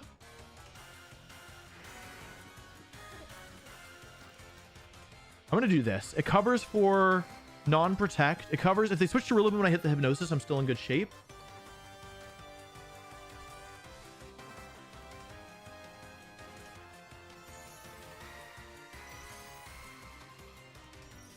This is not over, but I'm in it, right? Like, I could win. I don't think I'm necessarily going to win, but I could. Okay, they stay in with Goldango. What that means is that they no longer have a way of damaging Lapras because their Pelipper doesn't have rain, so it needs to go for Hurricane. Oh, wait, Hurricane hits because I have no guard. Never mind. Pelipper stays asleep. Okay. Alrighty. Twisted Dimensions return to normal. Full HP Lapras. Rillaboom. What's the play? And I can just protect Trick Room if I want. 4 turns to Reflect.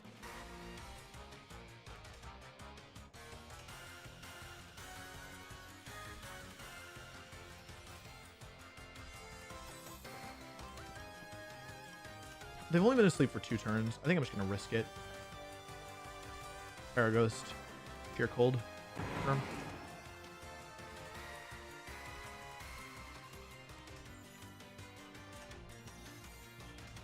This wins. This should win if they don't crit or confuse. This also wins.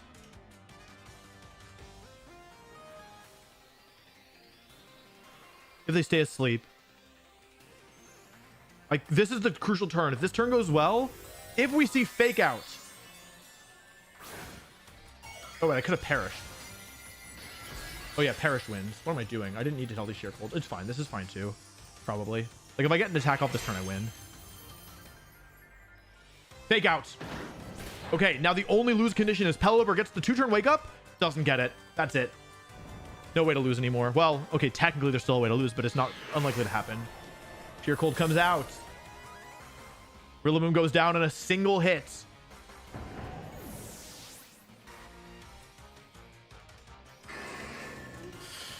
And somehow Lapras takes another KO. It's 3rd of the match? Yeah, it's 3rd of the match. Let's go for Sheer Cold. Let's go for Protect. It's safer. Protect Trick Room. Okay, as long as they don't Hurricane Bronzong, get the confusion. They would need to. They get Wake Up Guarantee. If they Hurricane Bronzong, connect, get the confusion, and then hurt and confusion. That's the way that they have a way back into this. Okay, that's it. Good game. Oh, the stream just went down. What the heck? Am I still live? Looks like I'm still live, right? Okay, go for Sheer Cold. Gnosis. Insult to Injury. I cannot believe we won this set. And we didn't even hit any super crucial low accuracy moves, right? We hit 1 on Pelipper, which was helpful just to avoid confusions, I think. Wow. Unbelievable win. I cannot believe we won that. That is ridiculous. That's honestly, I cannot believe we won this. That is crazy. Oh my God. I cannot believe we won that. How did we win that? That looks so bad.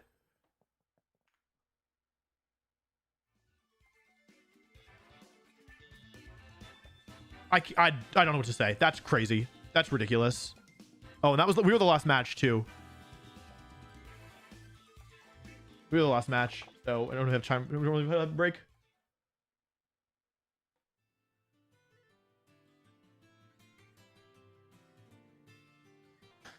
I cannot believe. Oh, last round's up. Alrighty. It's the same stupid team from earlier, the Magmar one. It's 8th.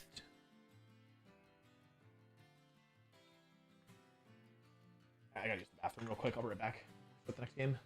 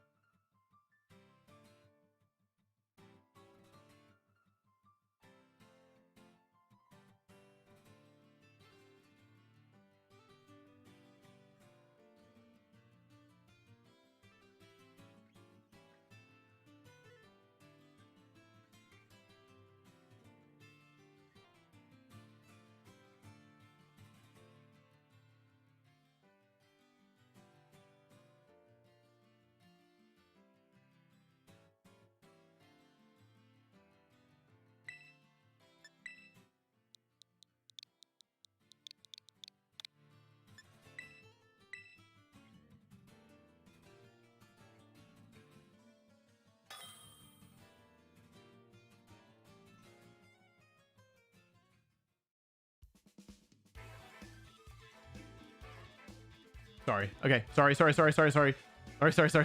I have to deal 30 more seconds. I know. Okay. Alrighty. Oh, I gotta update the record.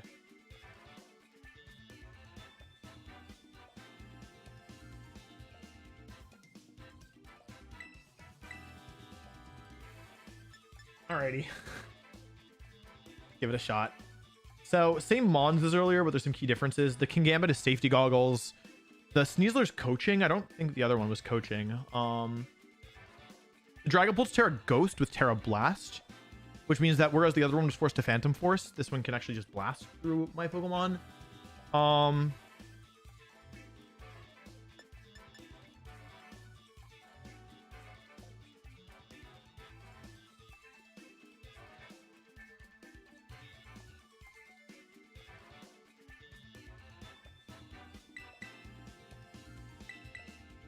Could try and perish him.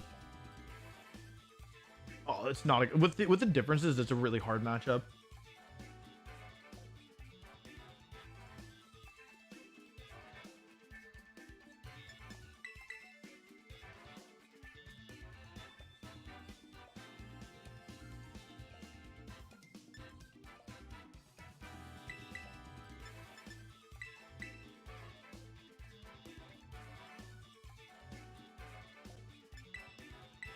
I don't think this is going to work, but I think it's worth a shot.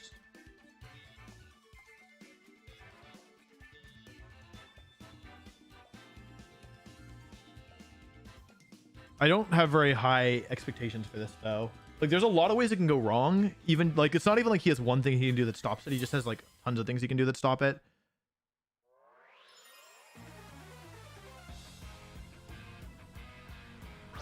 Sneasler, Dragapult. Okay.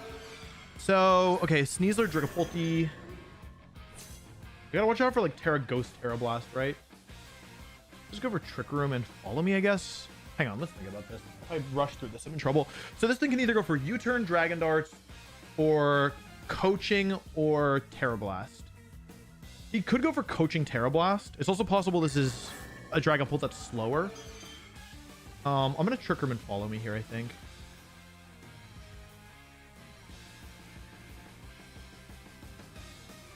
Here's the Terra. This is most likely Ghost Terra or Stellar Sneasler. Dragapult, okay. So you can't redirect Coaching, which is something that I keep forgetting about, but I know right in this instance. Instance. Go for Follow Me.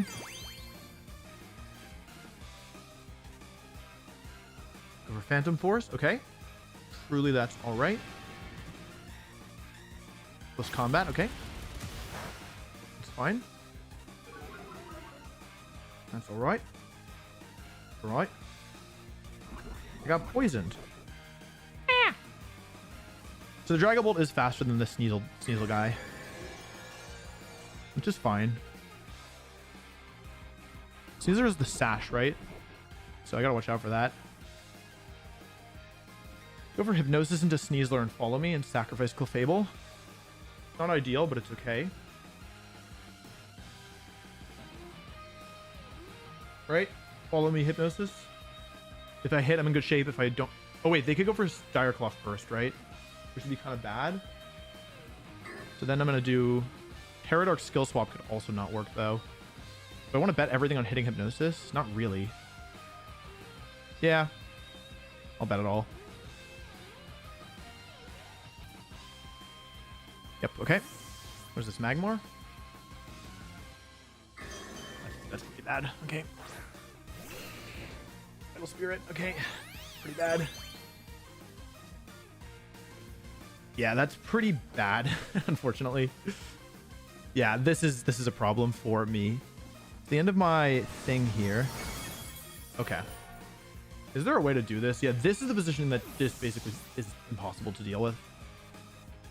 I can go into Golurk here.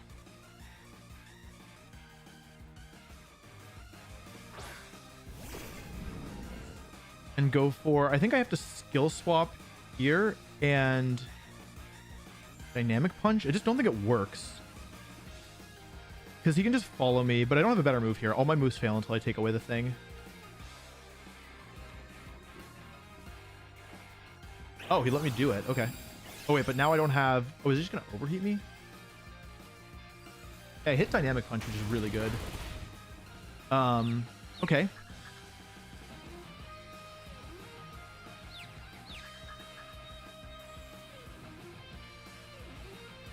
Okay, into Golurk. That's fine. That's honestly fine. Bronzong's the most important Pokemon here, and he goes for another Phantom Core. Okay. What should I do here? I wish I could Hypnosis this thing. I'm gonna Terra... I could Hypnosis and Reflect if I wanted. Because I really don't want to Terra Dark as the thing.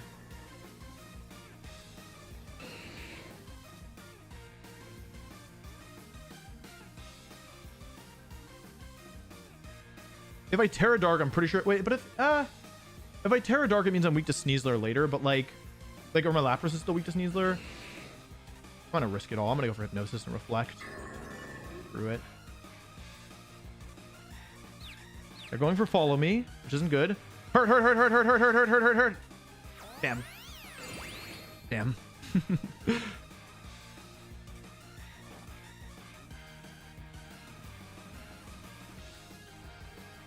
Okay, here's Reflect. I'm assuming I take this, even with the Choice Band. I'm pretty sure Bronzong will tank this. I didn't check. Oh, into Golurk. Okay. Okay, so how can I still win this? That's the question that everybody wants to know. They're just going to keep follow meing is the thing. I can kill the Magmar if I want. Like, I can kill the Magmar for sure. It's the last turn Trick Room, right? I'm going to go for it. I think that the win condition here is they hurt themselves in confusion. 1/3 of the time. It's like hitting a sheer cold. Thanks to Dynamic Punch Confusion. Come on! Go look, your parting gift to the world. Please. Hurt yourself in confusion, Magmar. Come on! Hurt. It's 8th. Okay, well, that's going to make this slightly difficult. I do KO Magmar here because even though I could have switched in Lapras. Yeah, it was hard. Magmar has no guard. So now Magmar is the Pokemon who... now Magmar is a Pokemon who, yeah, has to deal with this. But yeah, the Terra Ghost here is pretty difficult with the Phantom Force. I needed one of them to not hit, I think.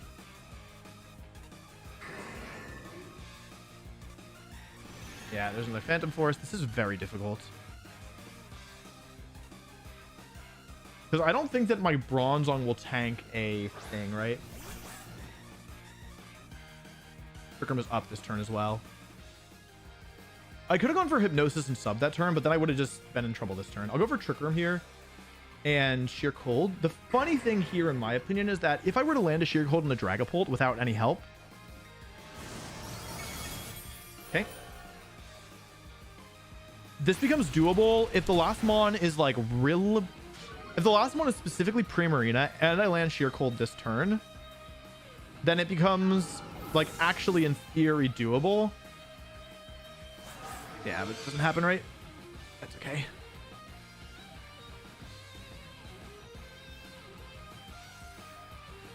Yeah. It's tough. Maybe I could have... Nah, it wasn't gonna work. I was taking too much damage. Yeah, Vital Spirit Follow Me Magmar is like a death sentence, unfortunately.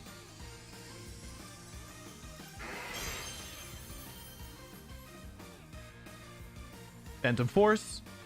It's technically not over yet. Like, I know it sounds silly, but like Sneasler can't really touch Lapras. So if the last Pokemon is like, it would basically need to be Rillaboom. It would basically need to be Primarina because I don't think I can tank Rillaboom attacks well enough.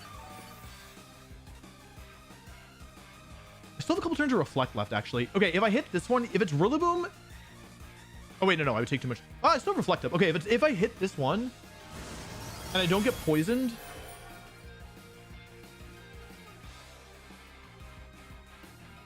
This is my third Sheer Cold, right? Or my second one? Second one? Third one. Second one? I don't know. I don't want to, like, give anybody false hope, but it feels possible to me. If the last one is probably just King Gambit, right? How many turns of Reflector left? There's probably not that few. If it's Primarina, even Primarina does a lot of damage though, right? That's King Gambit. Oh, that sucks. Ah, that sucks. Okay, yeah, it hit the right Mons. How many turns of Reflector left? If it were either other Mon, I could have done it, I think. I can still do it on a triple, right? Lapras in Reflect versus Cringe Gambit. I don't think I can do it. All right, I just need a triple. Or I can go for Sheer Cold. Odds of Sheer Cold are higher than odds of a triple. I'll go for it. I could have done it with Perish. No, I still needed a triple, right? Probably. Look at how little that does. Come on, Lapras. Oh boy, that's gonna make this impossible. That's okay. Actually, the funny thing is, if I'd gone for Perish and they didn't get the Poison Touch, then yeah, it was maybe doable. I went for Perish and they Sucker Punched. I'm gonna forfeit. It's actually comfortable in this position.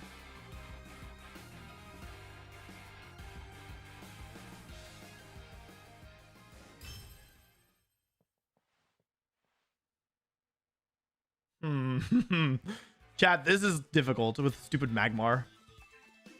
It's difficult, but it is doable. You could even believe such a crazy statement from Mr. Wolf Glick. Okay, how do I do it though? The messed up thing is I actually do believe that it's doable.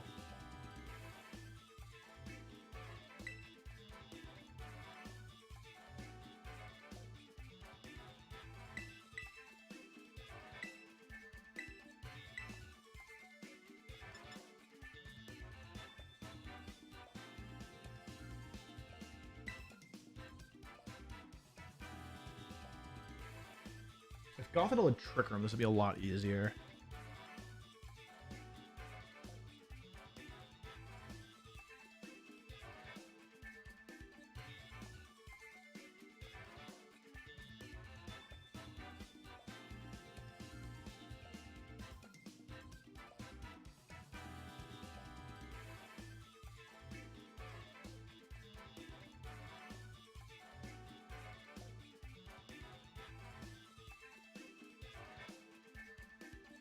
I'm gonna try a mode that doesn't even exist, I think. False mode. To hide the true mode.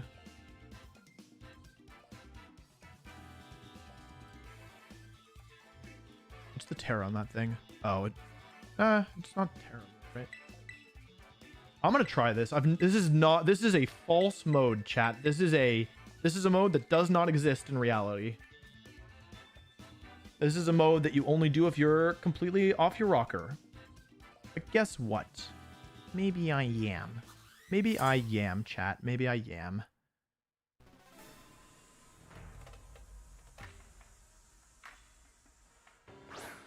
Game lead. Okay. Intimidating the Sneasel.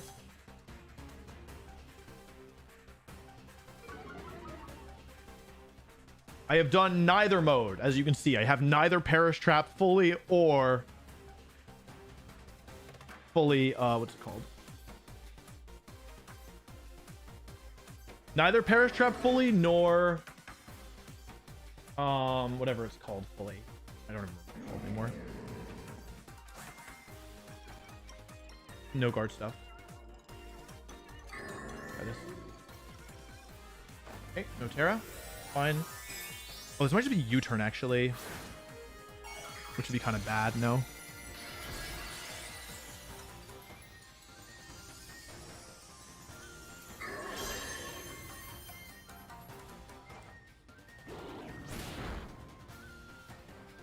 Hey, U-turn, that's fine. At least Bronzong didn't take the hit. That does a lot of damage. Okay, so my Terra was bad, actually. My Terra was quite unfortunate. Here comes Magmar. That's my guess, at least.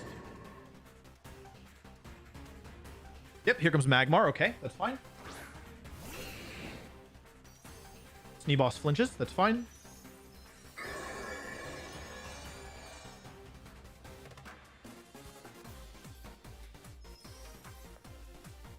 Magmar will go for Follow Me.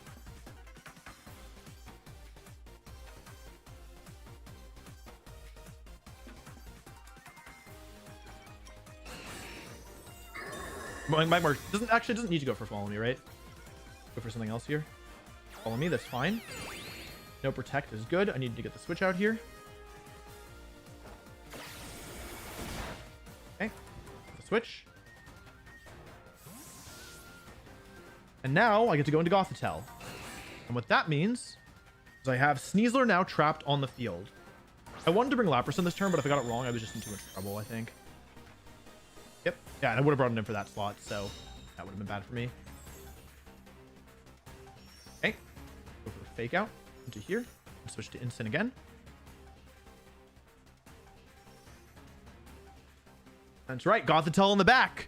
It's a new mode. I'm playing it like an actual team, if you can believe that. I could also have brought in Lapras here. However, I didn't want to. This is Stellar Sneasler. It's not Ghost. It does have Protect, though, so I need to watch out for that.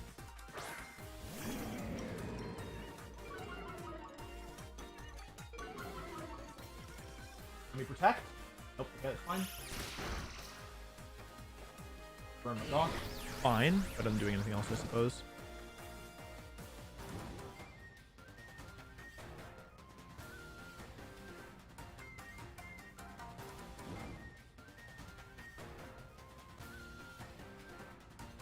I actually prefer being burnt to anything else, I think.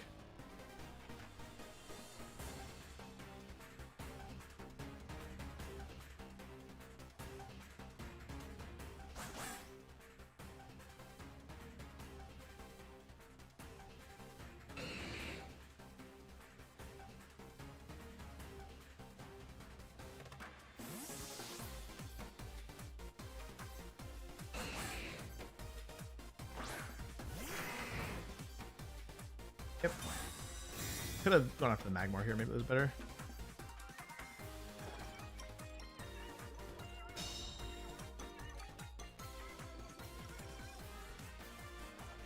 Okay, off.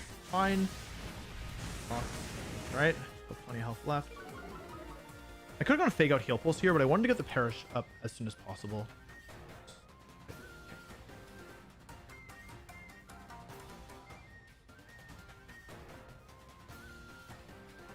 You're cold?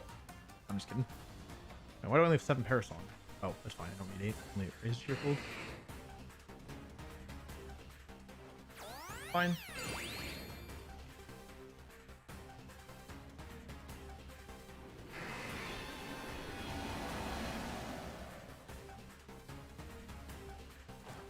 Okay.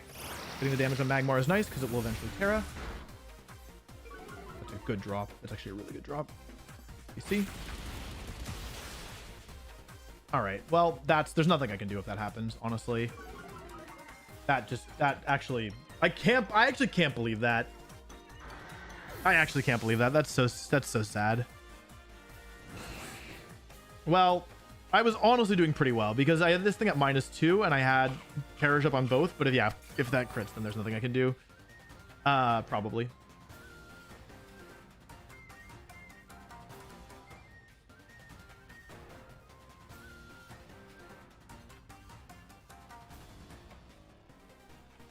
That is unfortunate. It's quite unfortunate. Yes, yes.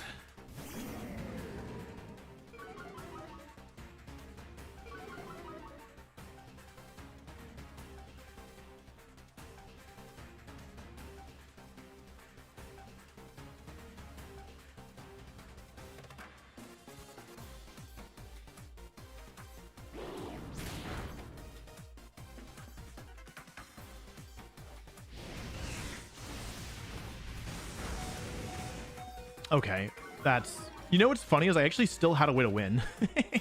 That's the dumb thing here. I actually did legitimately still have a way to win until that turn, which is crazy. Because yeah, like I had, yeah, nothing I can do about that. I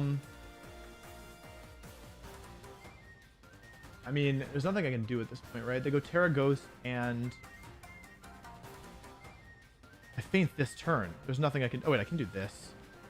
Wait, no, it doesn't work. Yeah, okay, there's nothing I can do. Yeah, that's unfortunate.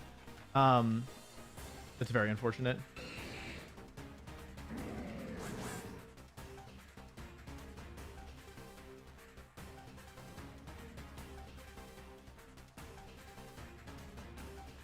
Yeah, literally nothing that I can do if that happens. Ah, that sucks.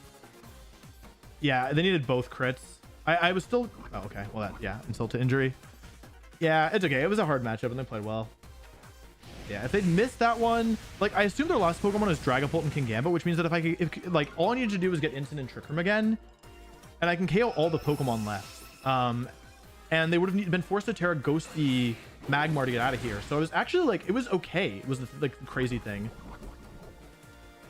Like it was actually somehow okay.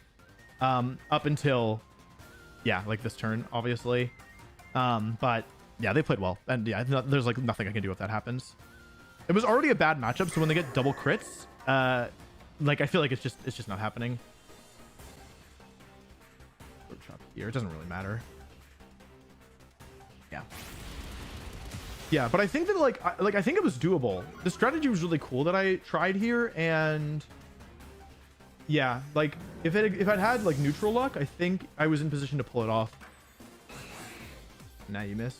Nope, never mind. Yeah. That's crazy. Okay. That's okay. We still made top cut. Still a very good thing. And I think we learned more about beating this type of team in general too, because they are forced to do certain things, I think.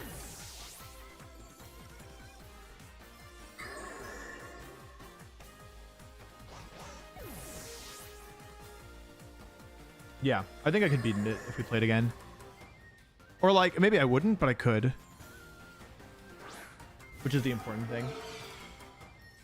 Yeah, I mean, actually, I had it pretty much where I needed it to be. Until the overheat crit. And of course, if I'd saved Lapras, I would have been in decent shape as well, I think. So yeah, honestly, overall, not bad.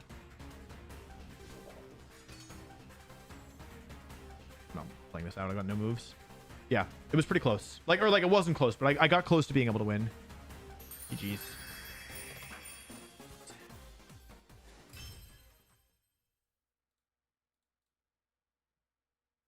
Yeah. Yeah, that was interesting. Because like I basically feel like I unlocked a new... I don't even mean it was an amazing run. I'm still in. There was the only thing on the line there was seeding. That was it. Just seeding.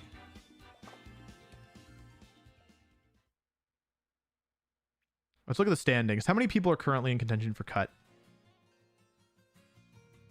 Oh, I was the only undefeated player at that point. Everybody else lost at least once in that going into that last round. I was the only undefeated player. That's so funny. This team was the only undefeated team. That is so funny. Anyway, looks like there's gonna be a top cut of about 25 minus 10. I don't know. Looks like a little bit under top 16. I don't know. I might have to play a top 16 plan, it looks like, because there was 25 people going into the last round who were 5-2 and better, but some of those were X1s. So there will be basically 25 minus 10, 25 minus 9 is, let's say the pair down wins. So there's 16 there. So there's 8. And then 1, 2, 3, 4, 5, 6, 7, 8, 9. I think it's going to be pretty close to a top 16. So I think it's just top 16.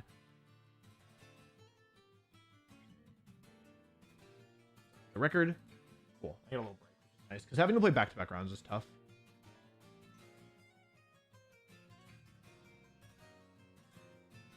Yeah.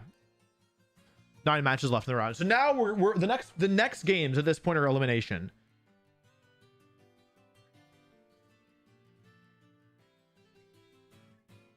The remaining games are elimination games. The next time I lose them out, which is okay because I wasn't really expecting to make it this far in the first place.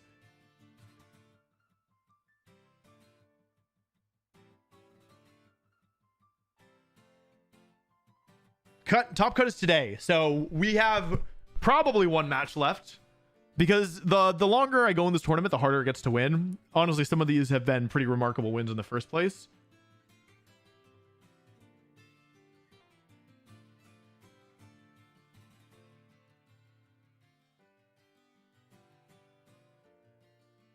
Should we top 16 exactly with X2? Yeah, except that like there's pair downs.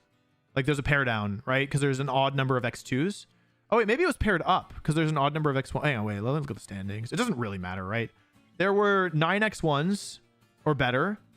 Oh, okay. So there was, wait, is that, so I see it's 9 plus, and then one of these gets paired down. It depends on if the X1 wins or the X2 wins, right? Regardless. So it's definitely not guaranteed to be exactly top 16. Did you shower today? No, but I mean, stream started at 11 a.m. and I'm a night showerer, so you can put 2 and 2 together there. How many games are left? There are 9 games left in the round, and then we are jumping to the next phase of the tournament, which is top cut. We'll basically assume we have to be in top 16 to move on. Why did you swap No Guard into Magmar that last game instead of your own Lapras? It used to follow me, so I couldn't target myself. I didn't choose to give it to Magmar. Believe me, if I was banking on the Dynamic Punch Confusion, basically. That was my hope for myself, for my future.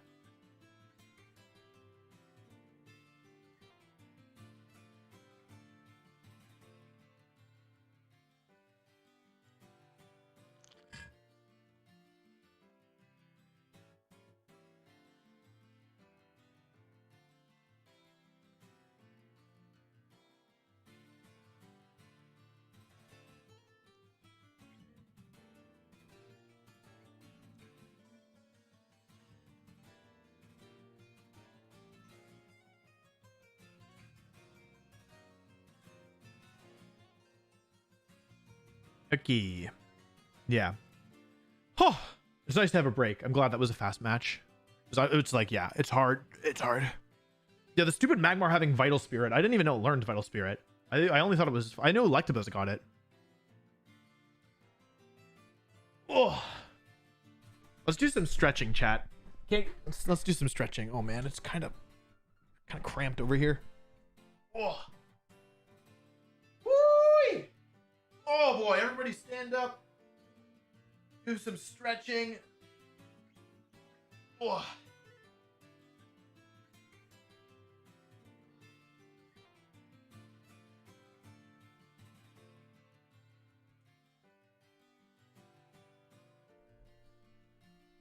I Terra'd Bronze on because it was Terra Ghost Terra Blast, so if it attacked with Terra Ghost Terra Blast, I'd have died, and I didn't want to risk it.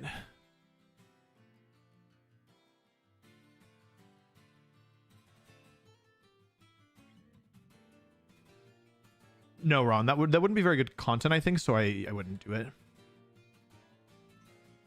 Give him no guard, put him to sleep, and get it back. He could switch out. If at the instant I give away no guard, I lose the ability to get it back because he can just switch out and get in the game immediately. Like the Magmar is actually a problem, and it's Ghost Terra Magmar as well, and Ghost Terra King Gambit, and Ghost Dragapult. So it's like actually pretty difficult, I think.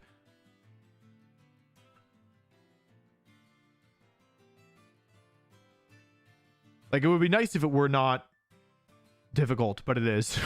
Like, I don't think I made bad plays. I think actually I played really well game 2. And even game 1, I had a chance to... I had 2 chances at confusion. And I think that was actually pretty...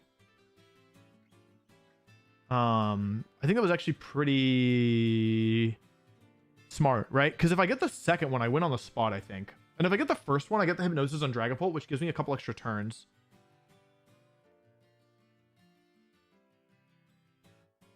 So I don't really fault my play there. I think it was fine.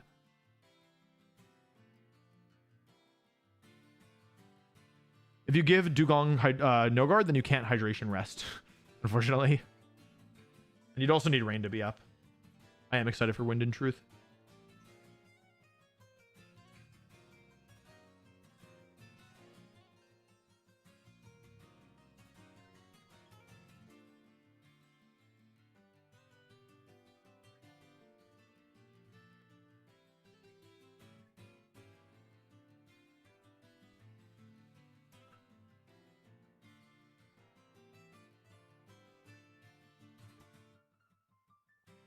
Yeah, some of these matches have been hard. I feel like steam's gonna come out of my ears. Oh, I should go to full screen. Alrighty. We still have 8 matches left. There's still like some time left in the round, 8 matches, so we probably have a couple minutes. If you want to break, now's the time. Ghost Terra means that I can't use Perish Trap as easily, basically.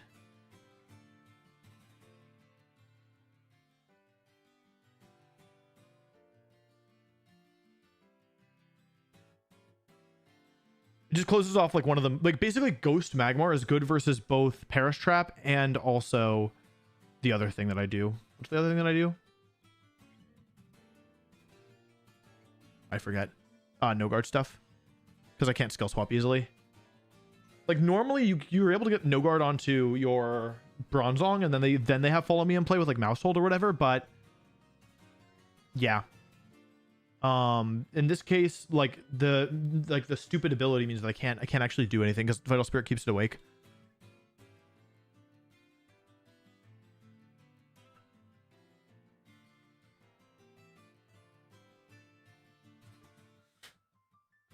Back to the void.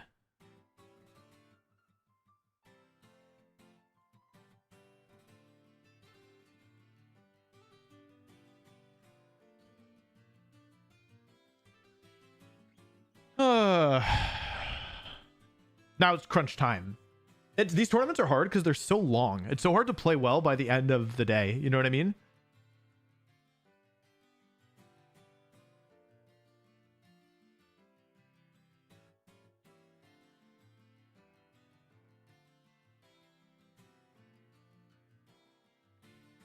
I gotta watch this Jacob video. Which is it, the one where he plays 365 games?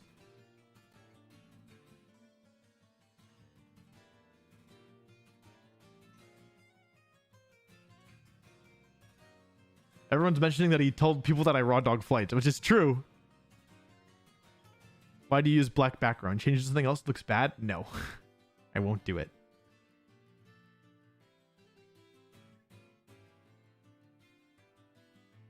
What happened to Gyarados? There's a lot of anti-intimidate stuff, like King Gambit and Dragapult are both really popular, and Annihilate too.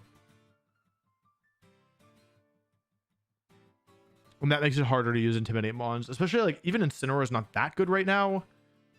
Like, I mean, it's still like incredible, right? But it's like, it's not It's not the peak of Incineroar, you know what I mean? Like there's good counterplay to it with Clear Amulet and then all the anti-intimidate abilities. And like some strong special attackers like Goldengo, Primarina, etc. So Intimidate just isn't that valuable. Like, or it's still valuable, of course, but it's not as valuable as it has been in the past. And Gyarados needs to terrestrialize to get access to offensive flying moves. So like you're using like support Gyarados, but then is that really better than Incin?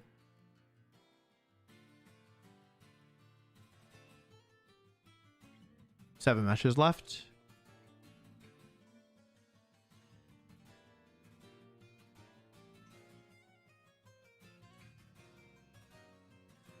How forbidden is this strategy? I would say pretty forbidden. Don't try this at home. My advice to you.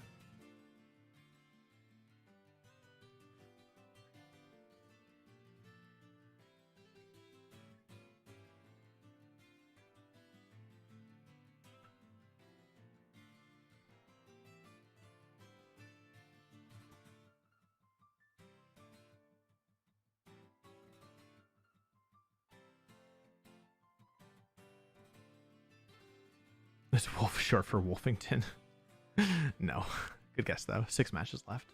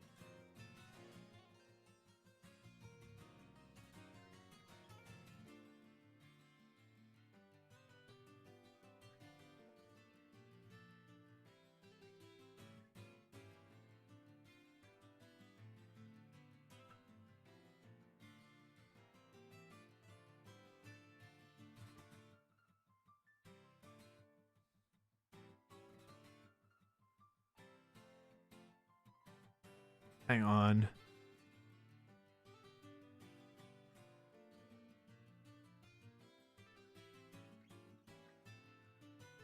Okay. Okay. Wolfington, Bartholomew, Jeremy Glick. Scrappy used Hisuian Dekidui? No thanks. I don't like Hisuian Dekidui very much. I just don't like Dekidui. I don't think it's a good Pokemon. Though I got kind of almost got rolled by one earlier. Truthfully. We almost got Omega boomed.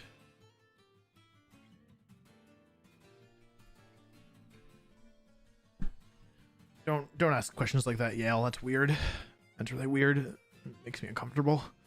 I'm uncomfortable. I grew up with a bird. I grew up with a bird. That sounds like the start of like a poem. But it's true. I grew up with a big bird, umbrella cockatoo, big bird. Like this you can't tell. It's big. It's big. It's like not like a little guy. It's like a bird. And sometimes I think I absorbed some of the mannerisms from the bird. Her name was Lemon. She was very sweet.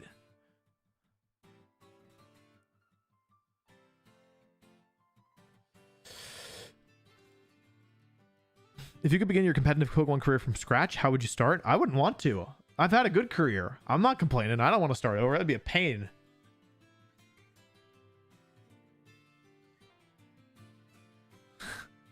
What time is it in my city? 5:42 p.m. or 17:42 military time. How cool would a Mega Gliscor be? I don't know. I'm over Gliscor. He looks cool, but he sucks. Why is Dekidui good? It can't be intimidated and it can hit ghost types and it crits a lot. What do you feel are good counters to Unburden / Sash Sneasler? I don't know. How do you beat it? Ghost types. Oh, Goldengo. But it doesn't do that good a job. But ghost types are good. Poison types are good too. They just Dire Claw you though. It should be just use Goldengo. It's fine. Why is your background so dark? I don't know. Don't yell at me. Thoughts on Delphox? It hits really hard. Congrats on 5-3 type null. That's awesome. I love cats. I'm a big cat person. How could Hisui Gujar work on a team? Oh, You could use like iron or shelter and then body press, but it's pretty slow.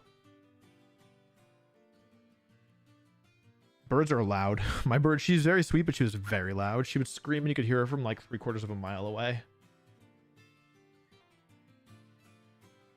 2 matches left, and then we'll know about the next part of the tournament. 2 matches remain, chat. Have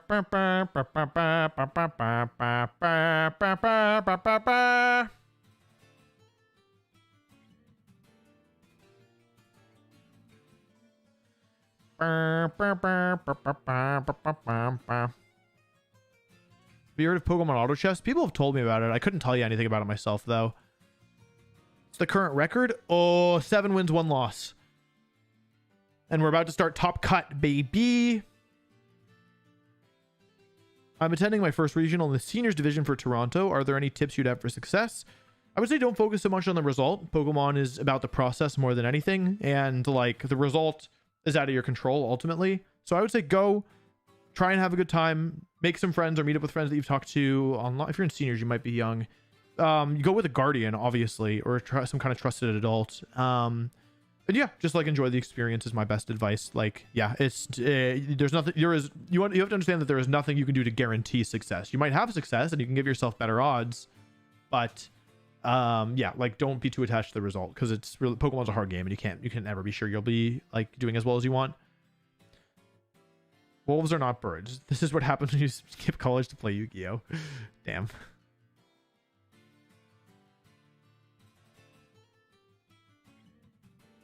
If you gave a single piece of advice to a 15-year-old that wants to compete at a pro level, what would that piece of advice be? Don't all in on Pokemon.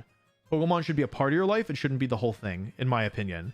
I think a lot of people, they get really kind of drawn into the allure of like potentially being the best in the world, or maybe they have a really good run, or like, you know, there's a lot of different things that like you can get out of Pokemon. And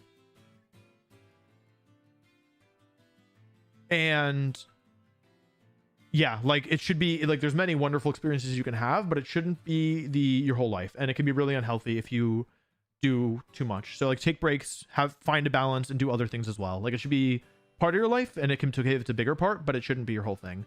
Yeah. If the result is out of your control, why compete? Yeah, like if I'm not guaranteed for something to make me happy, why do anything if it's not guaranteed? I trust that you can figure that one out on your own. Because it's not always about the result. It's about the process. It's about intrinsic motivation. It's about feeling like you're learning. It's not always about the result. Whatever, you can figure it out. You're smart. How would you buff the poison type? I would take away Dire Claw. I'd give every poison type Dire Claw. Make the game terrible. When do the matches start again? There's 1 match left in the round, and then I gotta buy. Oh wait, I gotta buy through top 16. Hang on. There are two. Oh, I'm the number 1 seed. How many people? Oh man, there's 17 people. Okay, I'm playing the winner of these 2 people. So I'm either playing Archaludon, Basculegion, Murkrow stuff with Giga Drain, Volcarona, Wide Lens, Mousehold, Power Herb, Archaludon. Okay, this actually isn't terrible. Like, it's not easy, but it's certainly not awful. Oh, it has to follow me on the mice, though. It's kind of bad. Oh, it's Scarfs. Okay, so I'm either playing Soak Basculegions with Scarf next to Archaludon, or this is the other option I have. I'm playing against the same team I just lost to, Smoge, and I have a feeling I know what it's going to be. Okay, and it's Ghost Sneasler, Ghost Magmar, Vital Spirit Magma. It's freaking doomed. Can't do anything. Chat. I have a bad feeling about this. Come on, Basculegion! Come on, Archaludon! You got me, right? If nobody else got me, I'm sure this Basculegion Archaludon team got me. I'm the number 1 seed! I don't want to play against this team anymore. I don't want to play against the team anymore. I don't want to have to wolf for this. I don't want another wolfer at my door. Just another Wolfey on my list. Why couldn't there have been 15? Why are there 17? It's doomed. I worked hard for nothing. I got the number 1 seed for nothing. Why did I work so hard? I don't want to be wolf anymore. I don't want to have to wolf for this. When is Wolfey going to do some shiny hunting? When are you going to post a better comment? I don't want a shiny hunt. It's boring. I don't like it. If you like shiny hunting, good for you. I don't care. I don't care about it. And that's my right as a Pokemon player. I'm gonna get more water. Hang on, I gotta refill my water. Hang on, Jarvis, refill my water jug.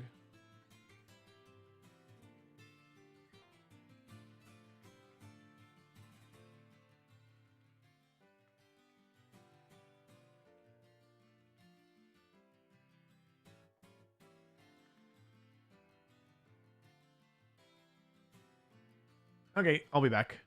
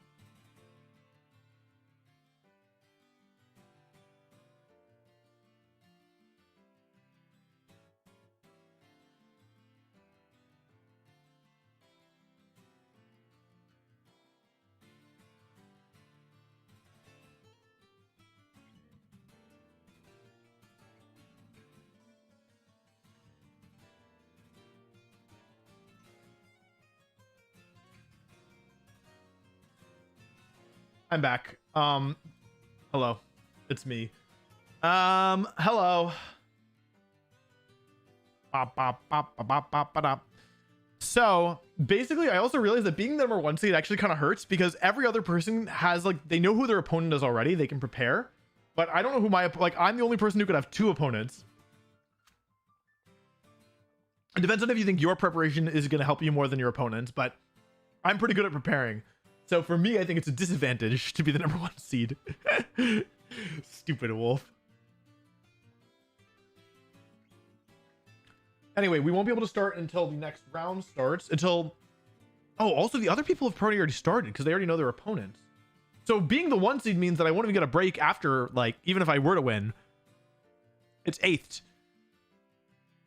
Let's see. Let's take a look at the teams here. Okay, I'm gonna look at the teams again.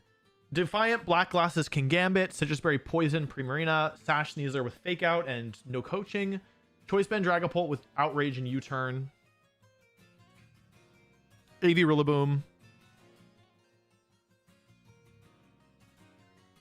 with Woodhammer, Grassy Glide, High Horsepower, Fake Out, No U-Turn, and then Overheat Will-O-Wisp, Follow Me, Protect Magmar. My mag, she mag on my, she mar on my, mag on my, who cares? Who cares more? She mag on my mar, she mag my mar, she mag on my, here in VGC Civilization, nobody chooses to go for the raw sheer cold. It's much safer to skill swap no guard onto yourself first.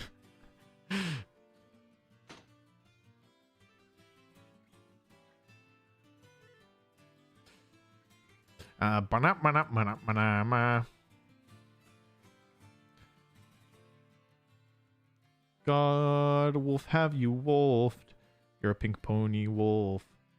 Would you rather hatch eggs or shiny hunt? I think hatch eggs. I like mark hunting because it's easier and there's more like I think it's cool. I think marks are cooler than shinies. I just hope that I hope that whatever team I can beat wins. That's my hope. What does going 8th or it's an 8th mean? Where does that come from? It comes from TFT. In TFT, it's an 8-player game. So if you say it's an 8th, it means I got dead last.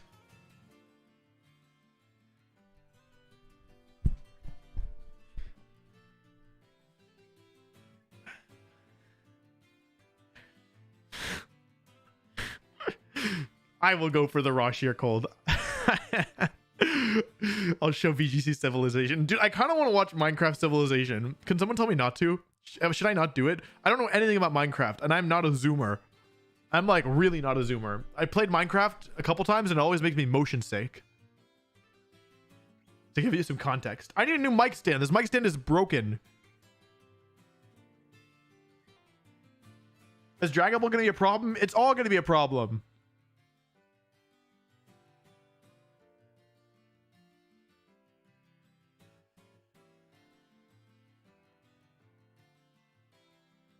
Yeah, Sneeze. I don't get Sneezer. You can Fake Out. It's an offensive mon using support moves. Well, first of all, it can Poison, which is really valuable. Fake Out's also just broken, and then having like the fastest Fake Out user is pretty valuable, I think. Lava Plume, Magmar onto Terra Grass, Weakness Policy, Steam Engine, Colossal. You're cooking too hard. I'll say it. You're cooking too hard. What's your TFT rank? Unranked. I don't even have access to my account anymore.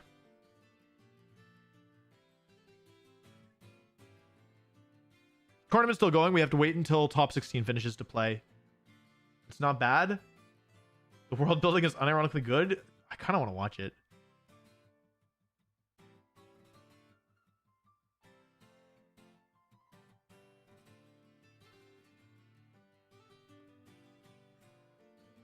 Are you actually Gen Z? No, I'm not Gen Z. I'm a millennial, baby. I'm like the very end of them. The last millennial. Would you rather fly economy or shiny hunt? What are my alternatives? Flying business? Do I get to fly business if I shiny hunt? How long do I have to shiny hunt the whole flight? Because that seems like a waste of time. I'd rather fly economy if I had to shiny hunt the whole time.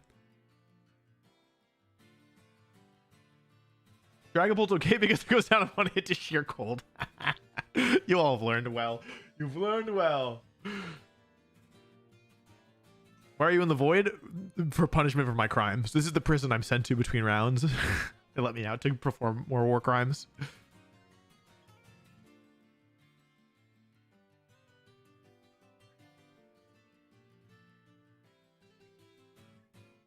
Oh yeah, I need to get a new mic stand. I know what I need to buy. Like it's like the mic itself is fine. It's just the stand that's broken. I don't know why I haven't done it. I've needed it for like a year.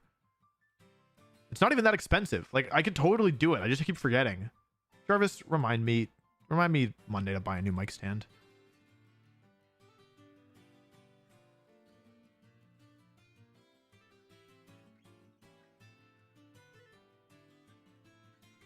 What do you think about Terra Savali? Is Savali even in the game? I don't think Savali's even in the game.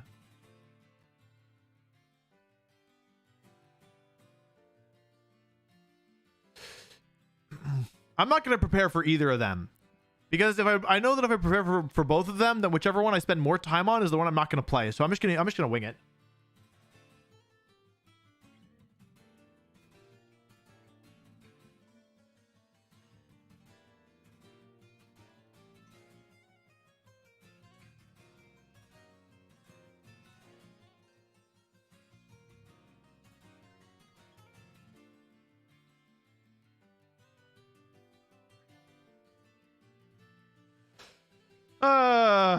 Jarvis, figure out how to win this matchup. How did you get so many wins? I don't know. I do not know, Trey. Trey, I have a question about mechanic. Wait, Trey, it came up earlier. So they had Spec Sylveon and I had Incineroar with Throat Chop and they weren't locked into anything.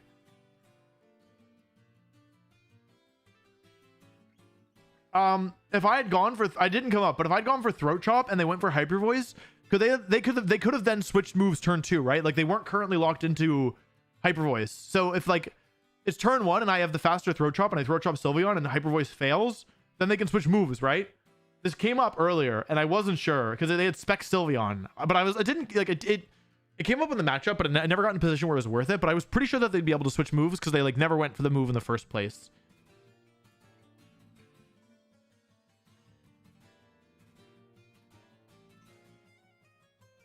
Did you discover this strat? I discovered that I made this team without really any direct inspiration, but I don't think skill swap sheer like Oko move is. No, I didn't discover that. That's been done before for you. Like, I mean, I feel like as soon as you learned that there was a 1-hit KO move, the question was, how do I make it always hit, right?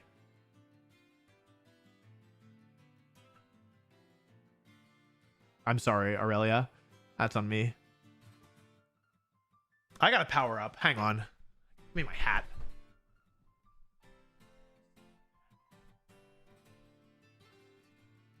Jarvis, bring in bonus Wolf. I got enough messing around. Cool. Thanks, Trey. Bring in mods. Bring out a release bonus Wolf. Let's try and get some wins here.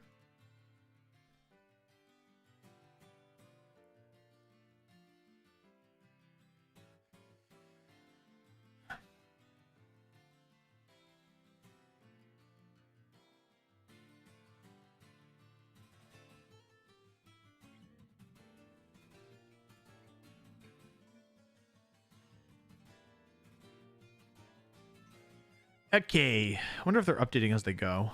Standings.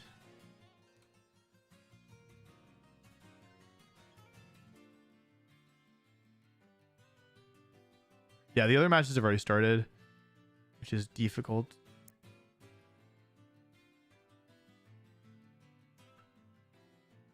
Okay, currently...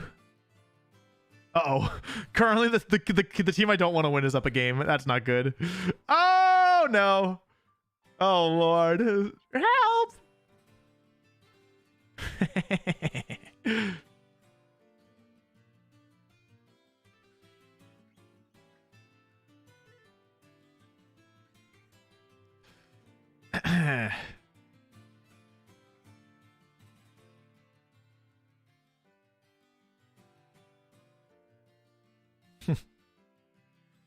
Enough messing around, okay?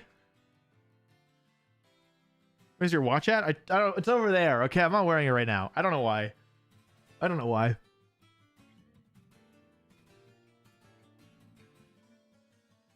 Okay, I just need to hit 8 sheer colds without no guard. That's easy enough.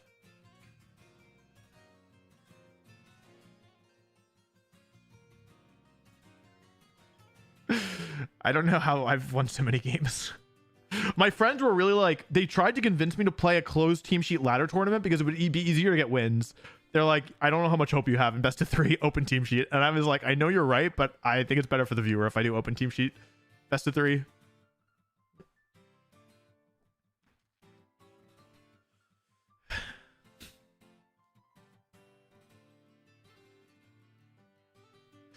I could go full power, but then I wouldn't be able to see the game. How's this for a look? What does the chat think? I went to click around and then I realized there's no point clicking because I can't see anything. I hope the chat's not saying anything interesting because that would make this difficult. Okay, I've had my fun. Back to Vision Land. They tore down the wall in my bedroom. That's not true. They cut a hole in my bedroom ceiling, and now it smells in there because there was a leak on the roof, and then it got moldy, and then there was water falling from the ceiling, and now they're gonna have to take down the wall, and because there's mold and it's bad.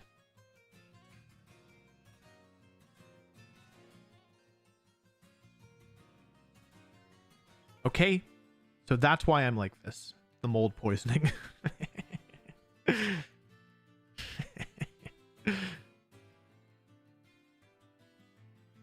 Does Galurk get skill swap? No guard Pokemon gets skill swap.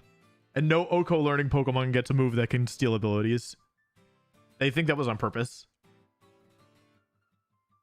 I don't think they would figure it out quickly. I'm going to challenge that.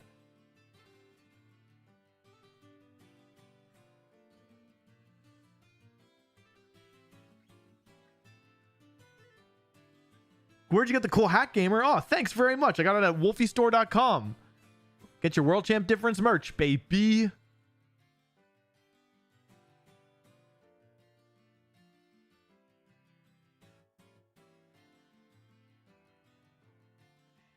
Da, da, da, da, da, da, da, da, da.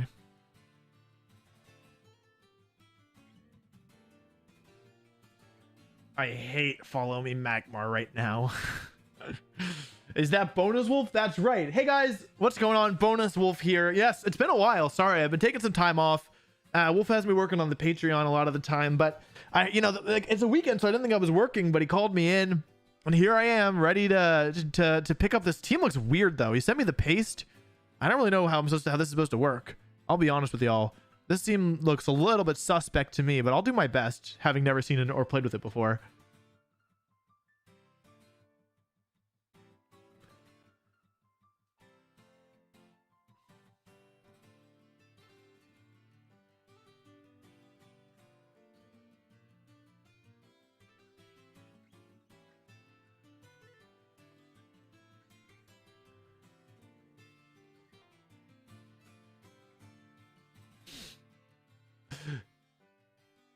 Maybe Gen 1 Machamp, but I'm talking about in the current format. I don't want to play against Follow Me Magmar. I don't, it's too good. I knew it was good in 2013. Don't make me play against it 11 years later.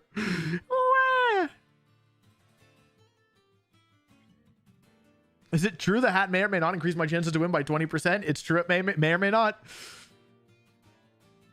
I heard a rumor that getting a World Champ Difference merch and wearing it to your next tournament, you will perform 70% better. I heard that rumor too. I don't know if it's true though.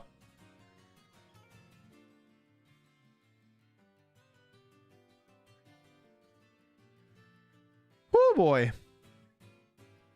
Golurk, delete the Magmar's legs.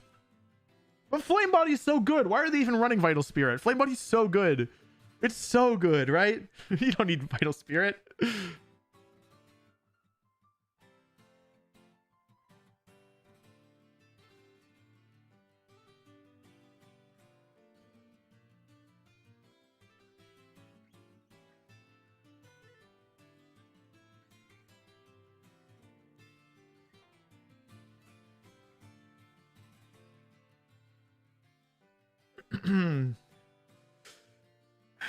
Real YouTube is hit their sheer goals thanks to a helping hand from Golurk.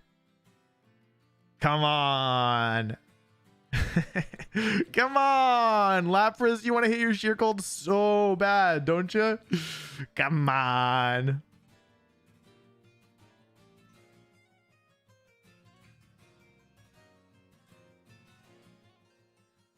When's the next game? Soon. It's as soon as my opponents finish. Currently, one of the players is up 1-0, as far as I can tell. I think, at least. I think that's what's going on. Yeah, it looks like it's not done yet, so. Backwards not that good. It only takes one sheer gold to knock it out. It's hard to hit with sheer gold. That's what I'm trying to tell you. That's hard to hit. That's hard to hit it because it has stupid follow me.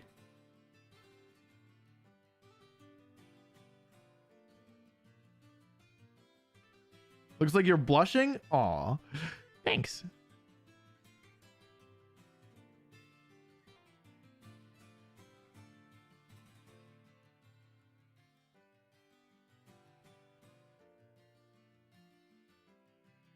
I did see that, Youngert.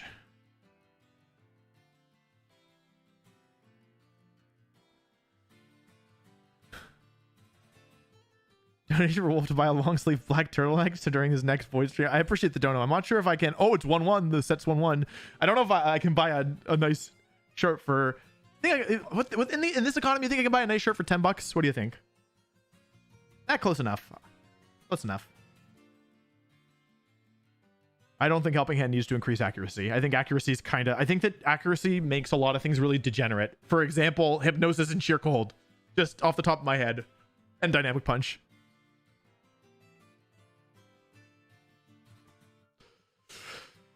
Huh.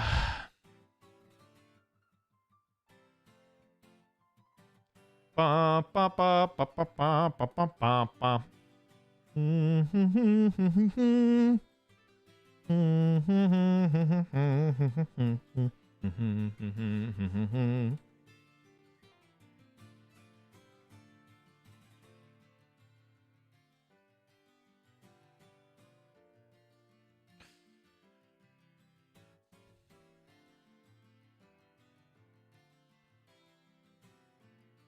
Are you winning, son? I sure hope so.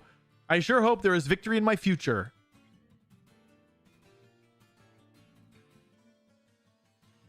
You can buy a really itchy one? Thanks.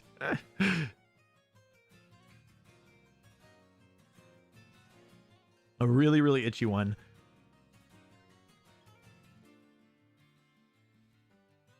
Do we have an employee discount at Uniqlo?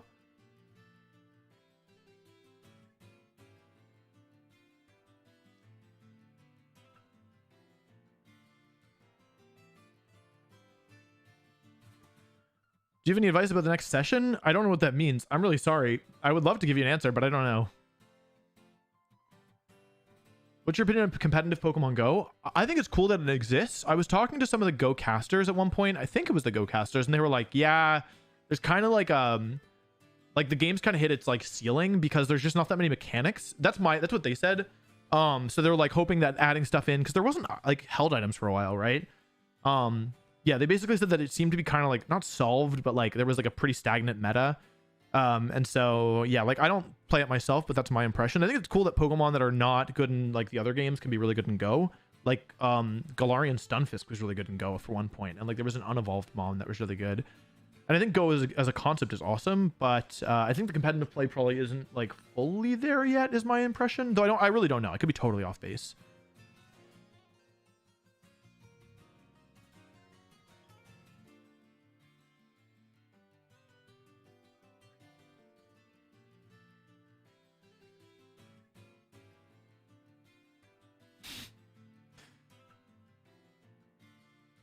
I have black shirts, believe it or not. The skill swap to take away no guard and a dynamic punch connecting anyway is so funny, especially because that was the turn where Earth Power like hit the levitate mon.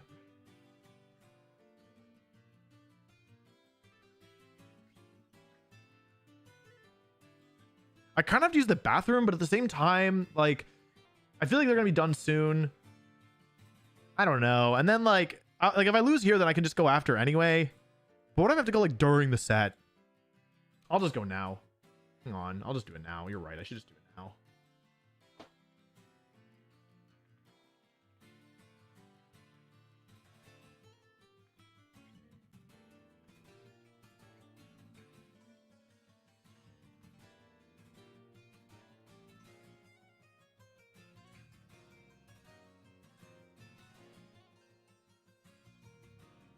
Okay, I'll be right back.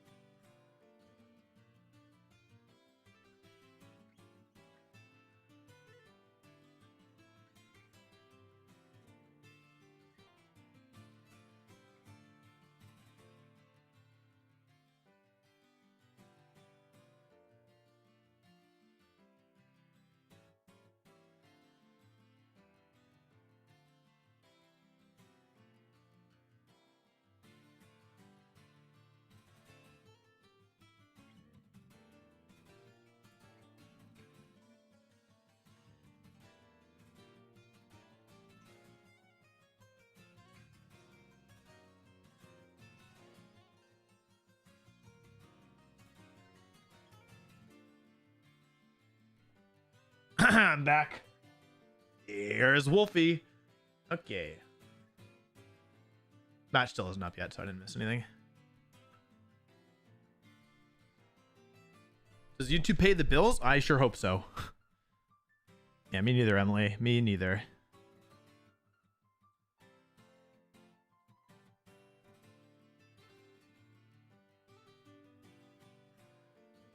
Me neither. Okay. The other match is 1-1.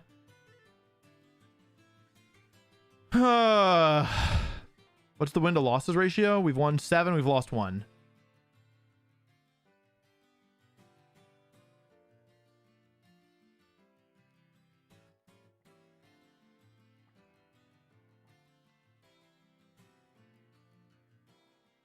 Yeah, do not try this strategy at home. Frankly, if you're Wolf Click, also consider not trying this strategy. It's not easy at all.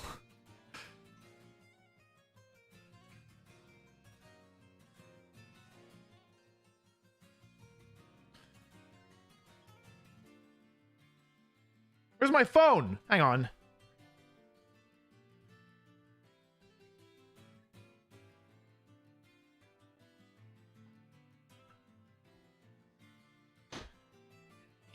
I'm back. Alrighty. Let's see. Where are we at? These people are still playing. It must be a tight set. It's doomed regardless. I lose regardless. I eat regardless. I drink water. I hydrate. Does no guard onto Oko actually work? Yeah. Yeah, I mean, it does in theory. It's hard to do, though. I'll tell you that much. I think I like them in the other order.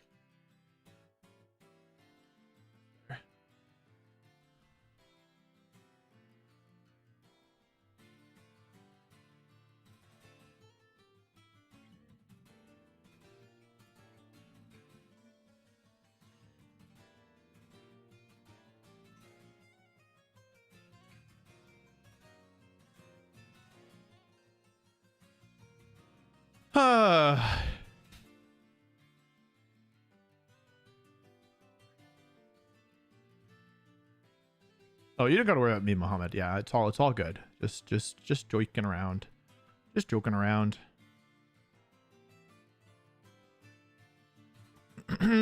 Okay, here we go. I don't know why I said that. Nothing has changed. We're still waiting for the match to finish up.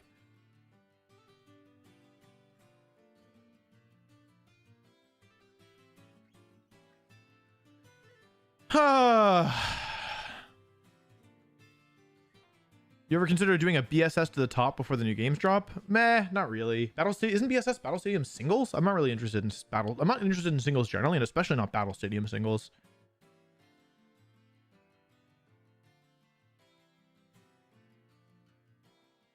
When's Wonder Guard double shock Palmont? That wouldn't. I mean, you'd still be a fighting type, which has more weaknesses. I think you mean like Wonder Guard Burn Up Arcanine or something. Is Burn Up in the game anymore? Is Burn Up even in the game? I don't know that. Are you Wolfey because you're the world champ? Or are you the world champ because you are Wolfey? Good question.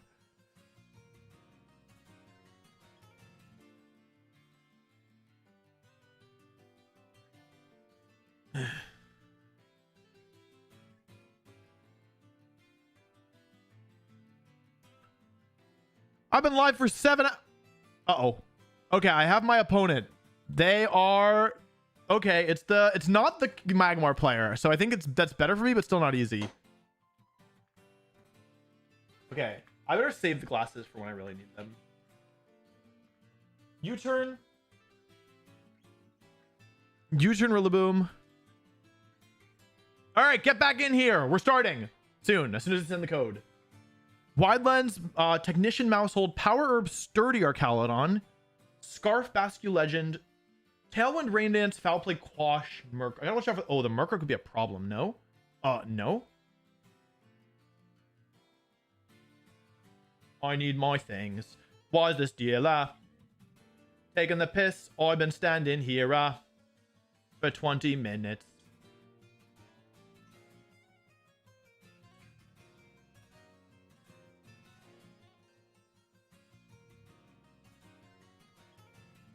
Okay. Well, it's certainly not easy, but it's also not the worst situation I've ever seen. I mean, it's probably... They don't have anything that, like, is an auto loss. Like, they're not auto loss, but, like, anything that's, like, you know, like, so game-breaking. And also, they don't have that many perish answers. I can probably try and perish my way through.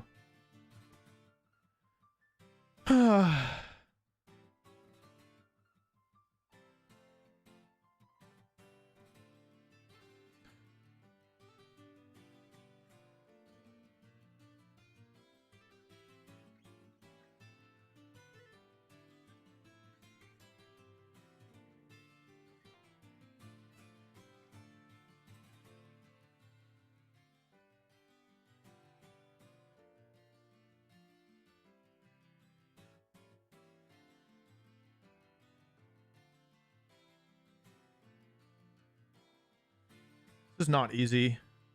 Okay, let's give it a shot.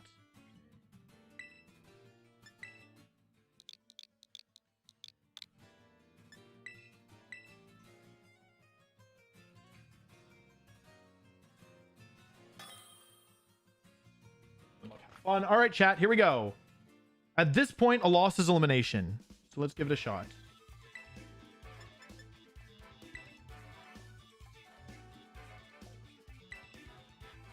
Okay.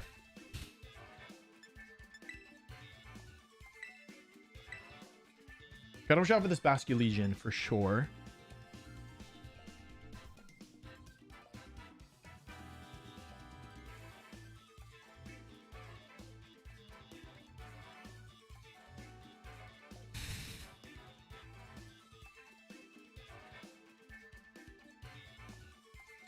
It's a scary team.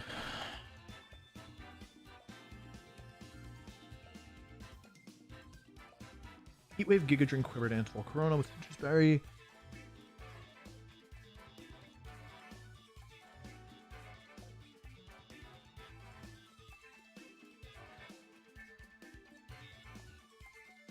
There's two things I could try here. Two things that I could try. Perish which seems pretty strong here, right? Perish seems pretty strong here because they only have one ghost type and it's Scarf, which makes it a little bit exploitable in my opinion. The other one is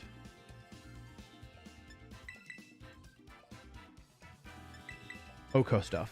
I think I'm going to try Oko stuff.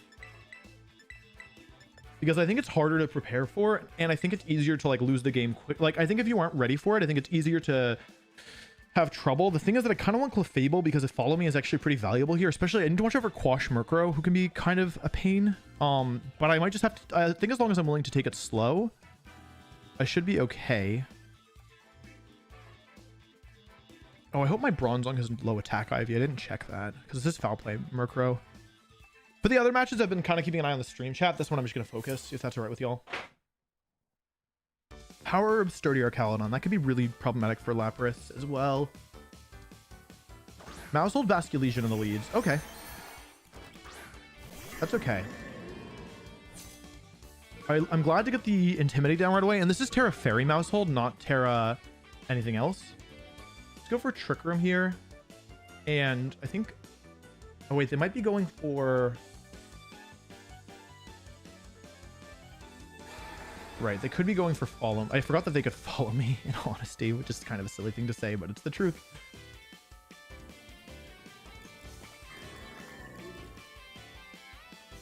Yeah, that's actually a pretty smart lead. I'll go for Fake Out and Trick Room here. Honestly, do I even want to Fake Out here? For Taunt? I'll also do this. I definitely want to Trick Room here. I could just hard switch into Golurk if I wanted. I'll Fake Out. I don't want to lose my Mental Herb yet. Oops. Well, partial loop. No, that was an oops. Rillaboom comes in. Nice play. Nice play. Nice play.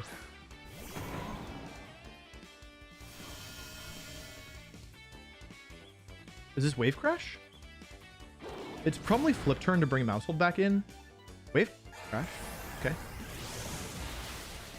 I died? Oh. Wait, what? It's -1. Okay, I don't know any of my calcs apparently. Okay, that's not good at all. That's really bad actually. Losing Incineroar turn 1 is pretty rough. I think I go into Lapras here. Doesn't really work either though, does it? Guess I go into Golurk. Hang on, this is bad. I can't believe I died to that.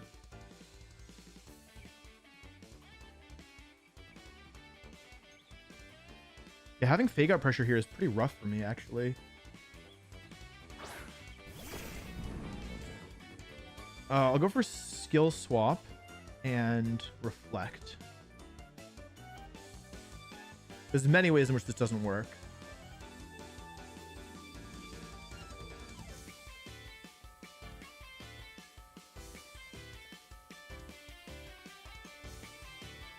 I can't believe how strong that Basculegion is.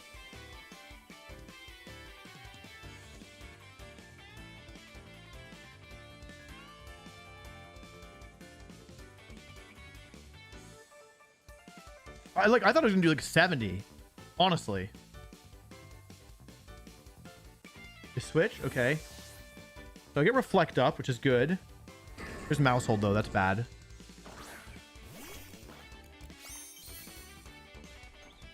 Yeah, that's a nice play.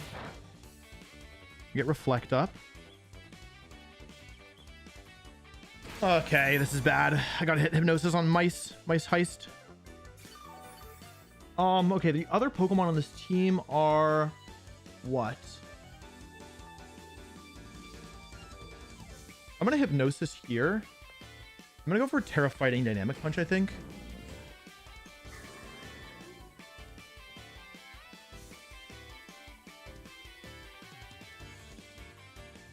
I have 8 turns to Reflect, which is good. I don't love using my Terra here. However, I think it's okay.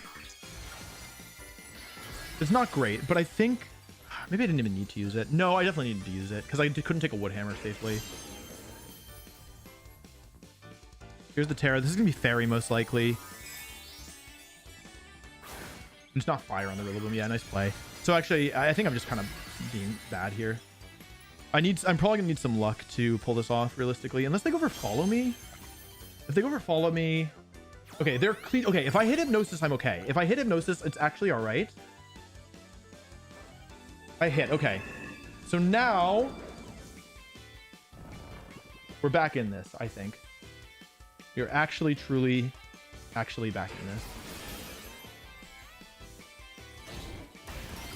I'm gonna do big damage.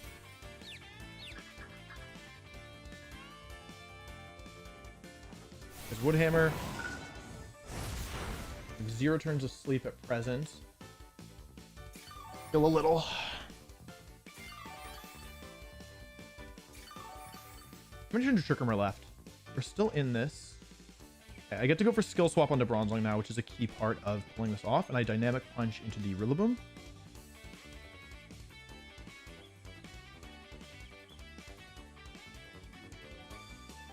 It's going to come down to whether or not I can get a second Trick Room up, I think. And whether or not I can get No Guard onto Lapras. These are like kind of the crucial things. Skill swap. Okay, so now No Guard is on Bronzong now. And what that means is that Dynamic Punch can miss, unfortunately, which is okay. I hope they go for Woodhammer here. And I hope this KOs. If it KOs, we're in okay shape. Okay, we're in okay shape. Okay, we are down 4-2. However, it's not as bad as it looks. Trust me. The first one of Sleep on the Mice. I've used my Terra. They've used their Terra.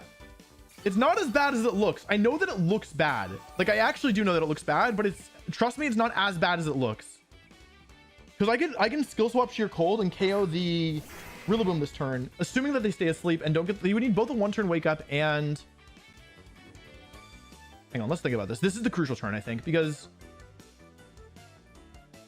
I can skill swap and Sheer Cold to KO the Rillaboom, which beats everything except for 1-turn wake up and attack through confusion. It's probably worth it, right? We know they have Basculegion, who can then come in and do big damage. Alternatively, I could go for Hypnosis into the Rillaboom and substitute.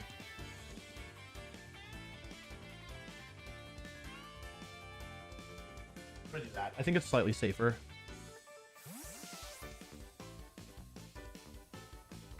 Caledon comes in. Okay, this is sturdy, which is a problem. So I am glad to hit it with Hypnosis, probably. Stay asleep. Okay, that's good. Hypnosis. I know all 4 of the Mons now, which is good as well. 2 turns of sleep on the Mice. 0 turns of sleep on the Arcaladon. Trick Room ends. Rescue Terrain ends.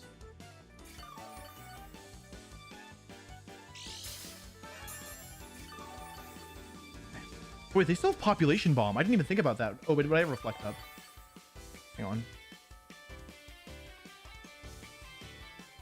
It could actually be kind of bad. They do have Reflect, though, so it's okay. They are confused. Okay, I go for Trick Room, and I guess I go for Raw Sheer Cold. Yeah, if I'd gotten the Sheer Cold off that turn, it would have been good, but I think I need to take a risk. It's a 50-50 if they wake up now. Okay, but it's a 1 and 3 for confusion. Follow me, follow me, follow me, follow me. Or just hurt yourself in confusion. Okay, that's not ideal.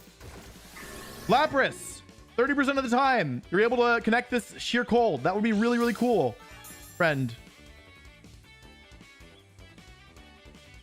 If I can get the Sheer Cold now, I'll win, I think.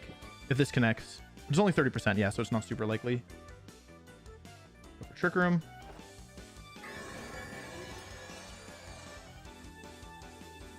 Okay. Now I think they are still confused, right? So I can go for skill swap now.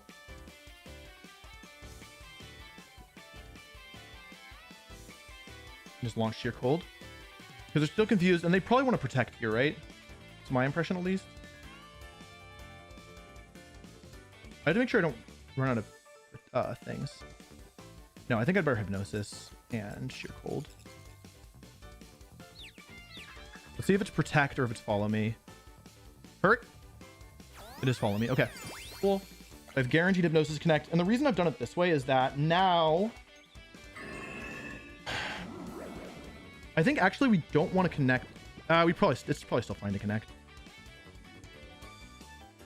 fine that it also doesn't connect. We would love our Caledon to stay asleep here. Okay, that's 2 turns of sleep on our Caledon. Okay, my heart's starting to beat. Okay, so it's taken a while, but now the Mousehold is guaranteed to sleep this turn.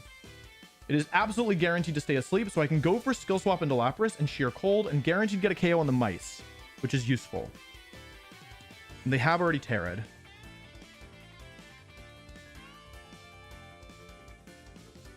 I've already Terra'd 2 though, which is a problem. I'm running out of Reflect turns. Was that turn 2 of our Caledon? It must have been. I don't feel so good about this.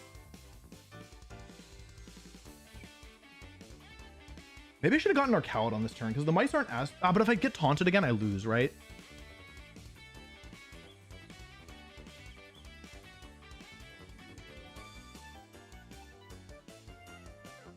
Okay, it's guaranteed sleep. To the end of the mice. Oh, you know what I can do here, actually? Hey, I have no guard. Please stay asleep. Please stay asleep. Please stay asleep. Our Caledon. Guaranteed connect. We finally got it going. Please stay asleep. Please, please, please stay asleep.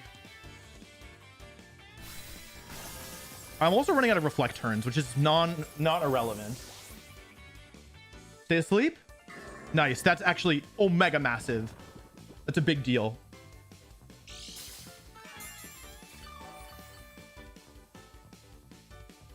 Okay, it's got to be probably Rillaboom coming in here, if I had to guess. The thing is that if I lose Lapras, I just lose on the spot, which feels kind of bad. Like, this actually still is not over, ridiculously.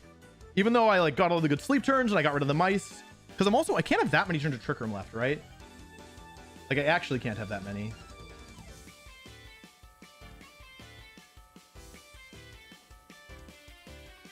Or a Reflect left. I think I have 2 turns left of Trick Room. This is actually, I think this is not favored for me. Assuming I don't hit some crazy Hypnosis stuff.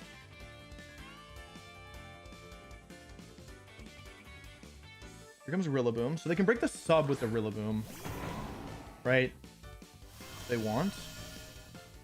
How many turns of everything is left? I gotta check. Last turn of Reflect. Okay. Interesting.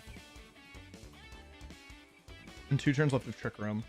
So the question is, how much damage is everything doing then? Like, how much does our Caledon do for us? I don't die to it, but it's not that comforting, right? Our Caledon, I think, is guaranteed to wake up this turn. So I could go for Skill Swap, Sheer Cold to KO the Arcaladon, but I think eventually I would lose if I do that. There's 2 turns of Trick Room left, right? I'm gonna go for Hypnosis and Protect.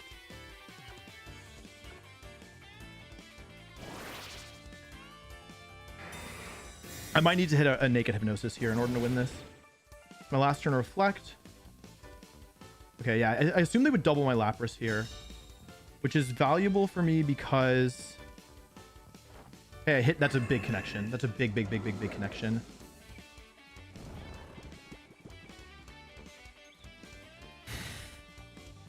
Wakes up. Here's Electro Shot. Yep.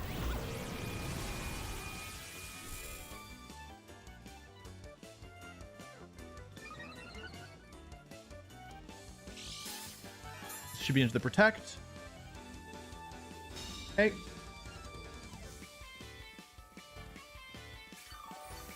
So currently the abilities are Bronzong has...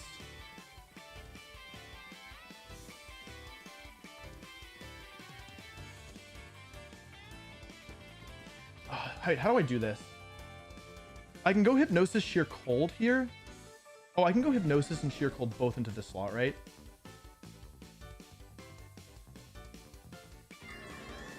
I need to get a second Trick Room up is basically the situation. Hang on, wait, what do I do here? I think I counted wrong. I'm so close. I could Skill Swap. I'm gonna Skill Swap Sheer Cold and let Bastard Legion come in here. This is a little bit risky. So I've taken away Sturdy here. Rillaboom's guaranteed to sleep this turn.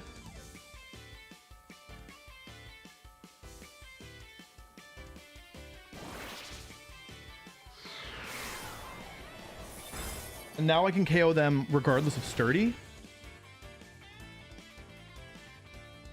Now they have 2 stacks of Last Respects. Rillaboom is guaranteed to sleep for this turn.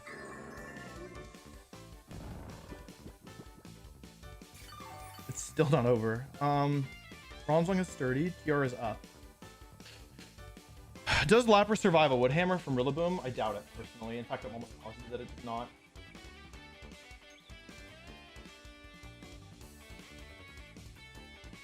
Actually, I could survive. If they are... Oh, wait, I'm really... Oh, that's with Reflect up. Good catch. Yeah, that Reflect is no longer up. The Bastion Legion comes in. It goes for Last Respects. Taking damage. They've both taken damage. I'm going to go for Trick Room here, obviously. And the question is, do I go for Sheer Cold or do I go for Protect? I think I Protect here. This loses to a double up into Bronzong here. Anything else, and I should make it through the turn at least. Show me Last Respects or Grassy Glide into Lap. They're not going to Grassy Glide here, I think. Into Bronzong. No, no, no, no. Sturdy. Okay, I have Sturdy. Don't wake up. I can't believe it. Oh, I'm still alive. I'm still alive. Hang on. We're not. It's not over yet. It's not over yet.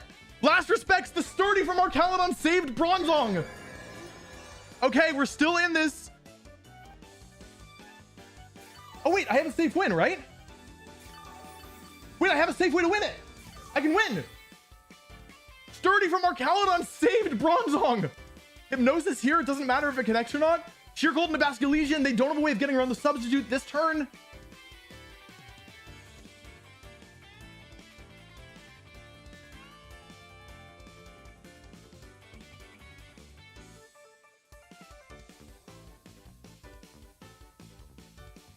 Here's a Grassy Glide. Nice play. Why is the sub so small?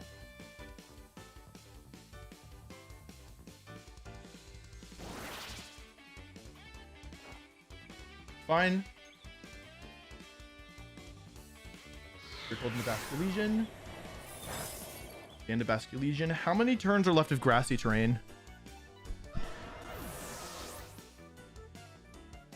How many turns are left of grassy terrain? Because Grassy Glide crit's not going to KO Lapras, right? There's no way. Last turn of grassy terrain. Don't even need to worry about it. Protect both. There's plenty of turns of Trick Room left. And then Hypnosis plus Sheer Cold wins the game. Somehow. 3 minutes left until the battle ends. Oh boy. I forfeited. Okay, GG.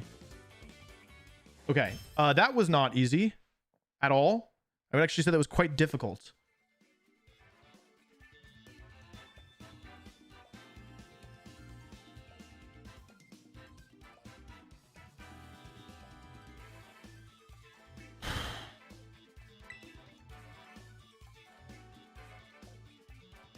Dang, this is not easy.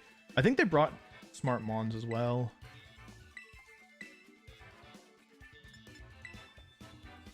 That was really hard.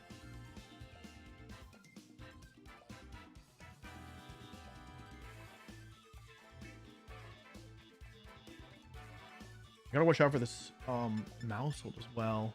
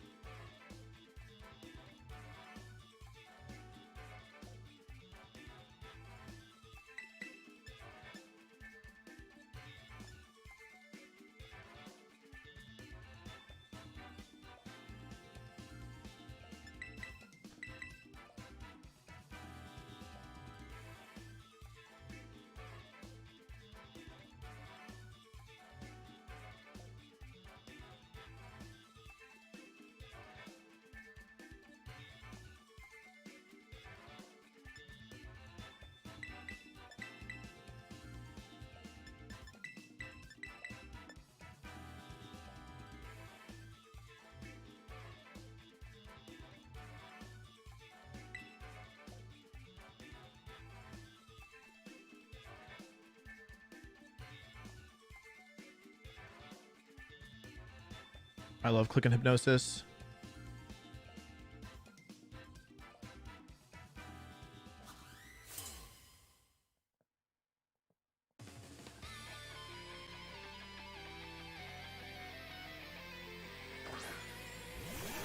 Well, that's interesting. Okay. What's the Terra type on this thing? It's Terra Water. Smirkro has... Go for Throat Chop Terra... Means that I can be... Are they even gonna bother with that, though? I'm just gonna switch. Trick Room here. I could skill swap Prankster onto my Bronzong.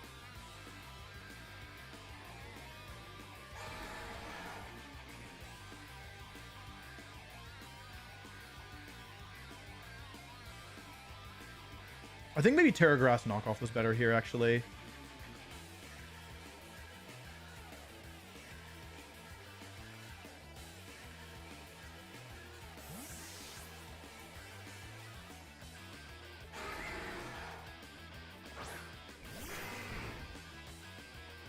Okay. Rain Dance. Let's see who they're targeting here. This is pretty scary. I should just Terra Grassed. Yeah, that was my bad. It's okay. As long as I survive. Yeah, I do survive. Great.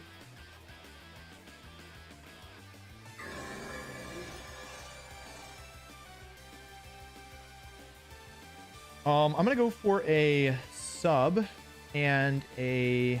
Wait, should I sub here? I'm gonna sub. I'm also gonna skill swap.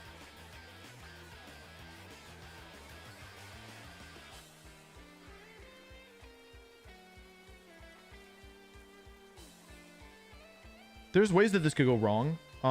Definitely.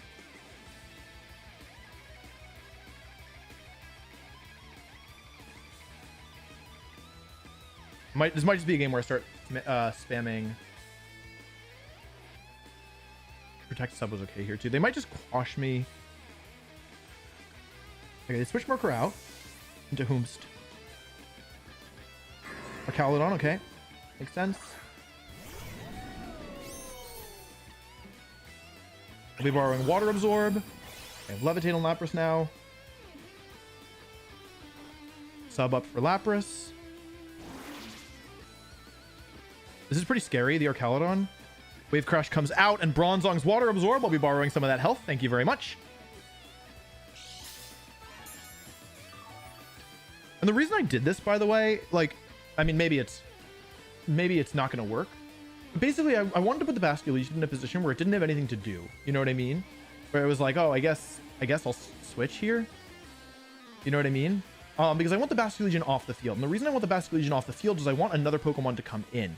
Which Pokemon? Ideally, it's wherever the fourth is. Probably Rillaboom, if I had to guess. But it could be Mousehold as well. Basically, I'm trying to get the Basculegion to switch out so that I can get my Parasong up and use it to KO at least one of these Pokemon. Let's see. We would love to see Basculegion switch out into Mousehold, ideally. Show me a switch. Unfortunate. The Terra, though, that's somewhat good. Wait, is that good? I think that could be bad. Maybe they're wave crashing into the other Mon, into Lapras here. This is actually probably bad for me. And getting the Terra is good, but I'm probably going to take a ton of damage with Gothitelle here. If they double me, I just lose. Like, actually lose. Not even like, oh, haha, I lost. Like, legitimately just game over. Here's a Lecture Shot. Ideally, this is into Lapras, but I have a bad feeling it's into Bronzong. You know? There's the boost. It's into Goth, I'm in some trouble. Is it Goth? I can't even tell. Point where you're looking! Oh no, not there. That's gonna do a lot. I should survive, but... Okay. This is not good. At all. Okay, at least Gothitelle makes it through the turn, which is good.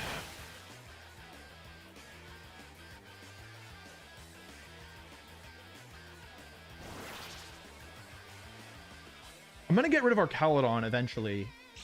I mean, I should, assuming that this works. You know, there's no guarantee. How many turns to Rainer left?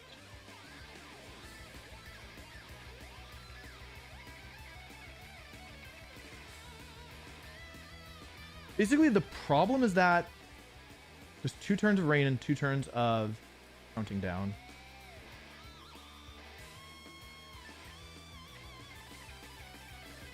The problem is that I don't know if Gothitelle can take -1 wave crash here from this thing. -2 it could probably take, but then I'm opening myself up to.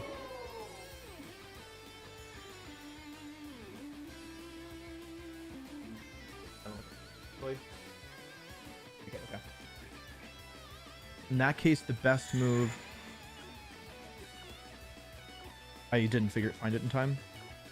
This sucks. I think I probably lose because of this. Okay. That's really bad, actually. Unless I connect, in which case I'm just goated with the sauce, but I have a bad feeling that connection's not in my future. Ah, if I'd done the move I wanted, the move I wanted wouldn't have worked, but yeah. Having a water-type Gothitelle here is really, really, really bad, if that wasn't obvious. Unless I hit Sheer Cold, in which case I probably win the game. Yeah, this is pretty bad.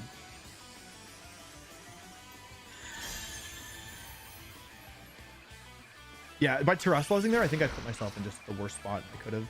Miss Sheer Cold, that's fine. I mean, it's not fine. I'm probably going to lose now, but yeah, it's the best I could do in this position. There's still 1 turn of rain left. Bad. And this ending as well.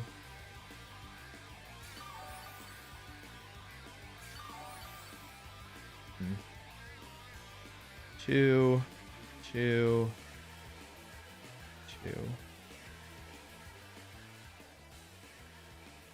Terrestrializing there really made this difficult for myself, didn't it?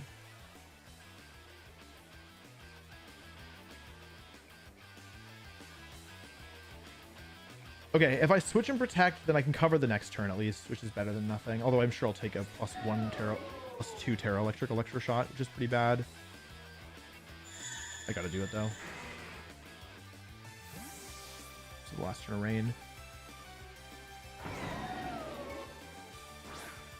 Ugh, this is bad. I think with the Assault Vest I'll take this, but I'm not like so positive about it.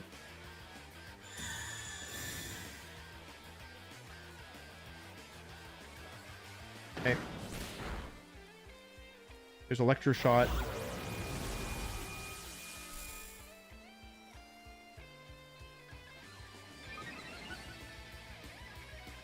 Yeah, they're pretty good, honestly. They're playing well.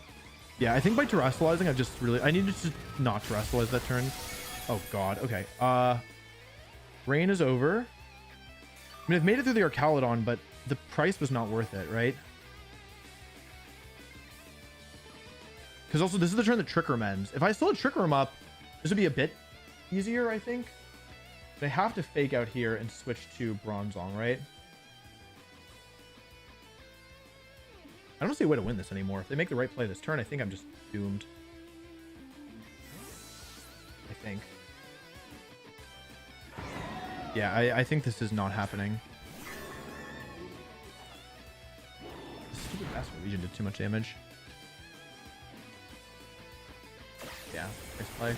Yeah, very nice play. I got rid of the Intimidate too. Or I'm not even sure if Intimidate. Yeah, Intimidate was active. So it's 3-3, but because I have 2 ghost types or 2 water types, it's like actually kind of doomed, I think.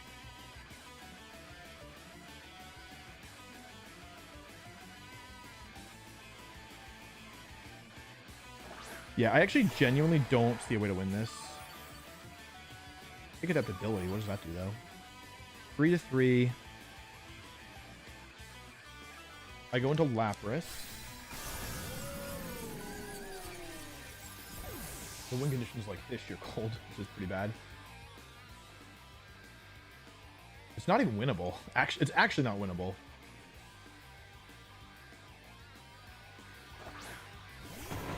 Yeah. I would need a Sheer Cold Connect at a pretty crucial time, like next turn, basically. Yeah, I think I have 1 shot into Sheer Cold Connect, and that's going to be the end of my chances.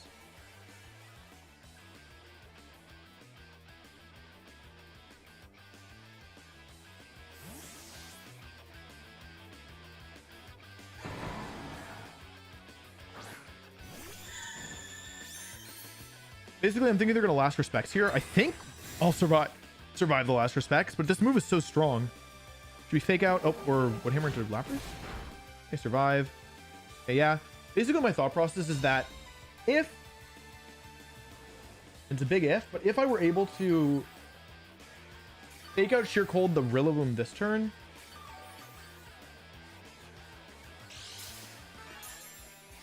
then it would be 2 stacks. Yeah, I think basically I have to land fake out Sheer Cold this turn. I think otherwise the game ends. And even if they switch out, that would also be my option as well. I'm hoping that they don't want to switch because they, like, that could lose to, like, I don't know, protect Sheer Cold. Basically, the only way I can even think about getting close enough that it would be feasible to win this is they stay in, I land fake out Sheer Cold on the Rillaboom, which is already only 30% chance. Okay, if they last respects here into the Gothitelle, okay, and to take it out, and then Gothitelle faints, and then Rillaboom flinches, and then somehow, against all odds, Sheer Cold connects. Sheer Cold connects. If it had connected, I think I could have won. Yeah, but I mean, it wasn't supposed to connect. It's not accurate enough, right? Yeah, that's gonna do it. Yeah, I had 2 shots at it, right? 2 Sheer Colds, so it wasn't actually that bad of a gamble. If I broke the Fable here, would that even help? That's right. Protect. I don't know if I live this. Probably don't even live. This Basket Legion's doing work. Also, I need to watch out for Soak all times, because that could definitely mess me up.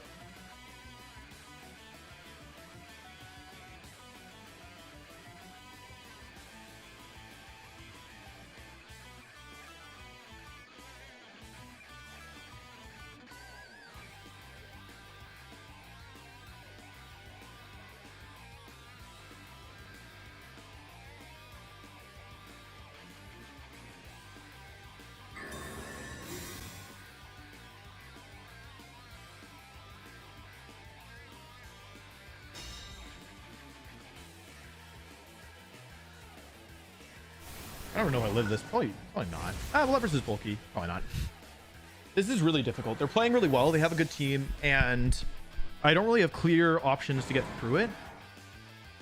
They didn't even bother with mouse hold this game, which I'm, like, personally a little surprised by. Wait, what would they have done if I'd gone for my... Wait, what would they even have done if I'd gone for my game 1 strategy there? Wait, actually, what would they have done? Wait, what were they going to do if I did that? But then again, they might switch it up between games, right? I shouldn't just assume they're going to do the same thing again. They led with Rillaboom, or they led with Basket Legion plus thing, right? There's one more option I have. Don't very much.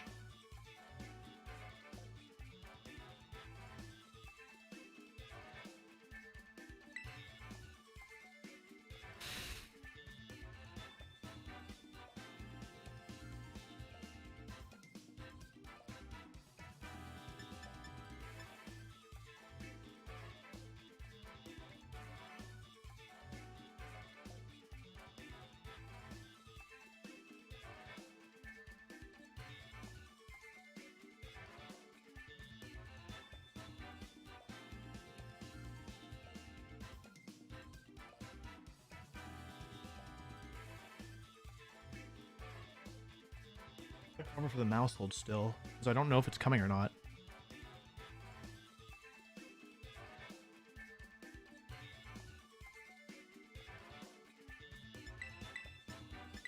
No. Gotta cover for the mouse. The house of mouse.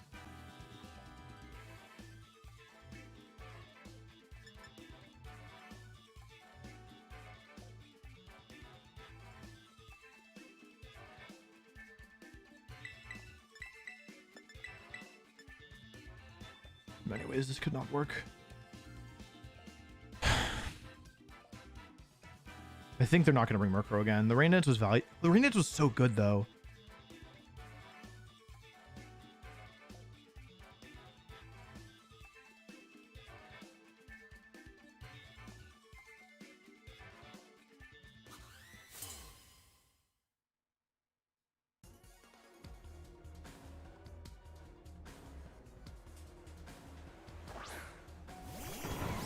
Okay, Rillaboom or Caledon. Faster than me, darn. We get one big attack off.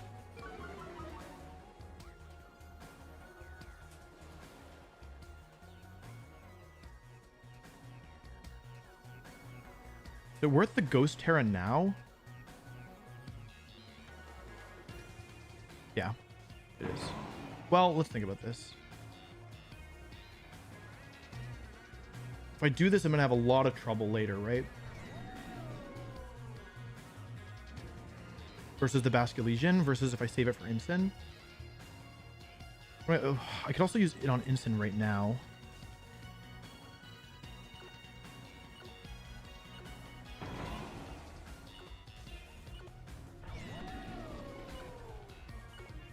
This isn't a good play. I do get the Terra though, which is good.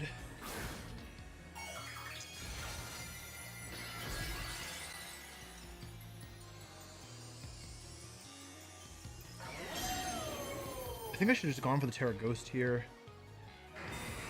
I don't think they're gonna let me U-turn them. Yeah.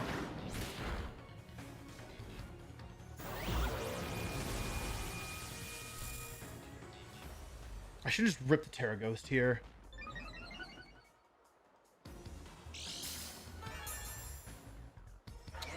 What? They aimed at Incin? That's crazy. That's insane. Okay, that's ridiculous. Okay, that's not good at all. That's really bad. I think that's probably gonna do it in, actually. I think there's not really a good way around that anymore. Wait, I shouldn't give up yet. It's not over. There's no way it's over already. I do need to get Perish Song up, though. Oh, if I just ripped and switched, I would have been in really good shape.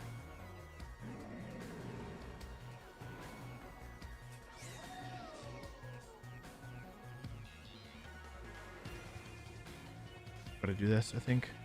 This is looking pretty bad. I should have used the Terra. No, I couldn't. Like, I just ran out of time there to figure out the right move. I think I had the tools, but I just didn't put it together in time. They could still make a mistake here, in my opinion. This is not guaranteed over yet. Although being forced to Terrestrialize here doesn't feel good, to be quite honest. This is not over. Put the Perish up on the Archaludon. The Fable, which is my secret weapon this time. If I can pull something Goth, it's bad. Really bad. Didn't do that much. You turn to Lapras, not good either. Not so bad, honestly. Like, it's actually not so bad. Okay, that's bad. Bad Legion. Yeah. The problem is I can only take KOs slowly, and I can't get rid of the Basculegion quickly. Right? And I've already Terra'd here.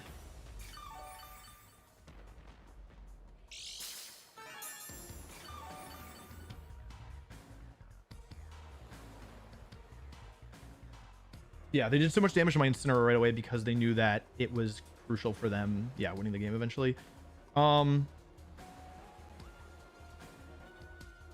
Fake out here and switch.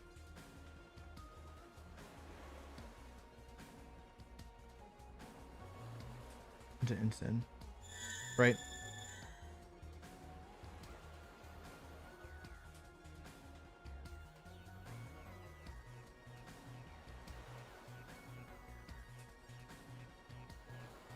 I might just have to hit a Sheer Cold in the Basculegion. That might legitimately be the win condition, which sucks, but it is a win condition.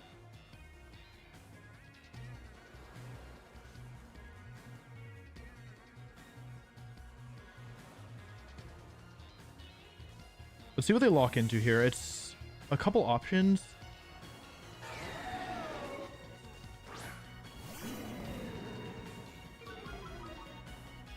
I really feel like I need to keep Incineroar alive. If they KO it, I think I'm in big trouble. Here's Fake Out. Turn 2 of Perish. Wave Crash into Goth. Okay.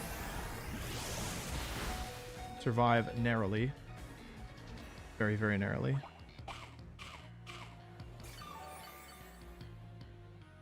Goth survives. Incin's still alive. He gets a turn of healing off.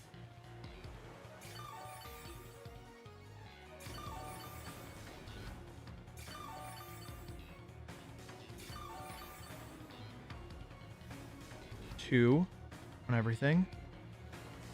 Okay. We don't know what the last Pokemon is the other problem. It could be they brought both Pokemon that are really good in rain, but also it doesn't necessarily mean that. I just can't keep them trapped on the field very effectively. I could actually go for Heal Pulse here and fake out the Archaludon. I shouldn't though. I should protect. Just Lapras. I need to keep Incineroar alive. That feels kind of important.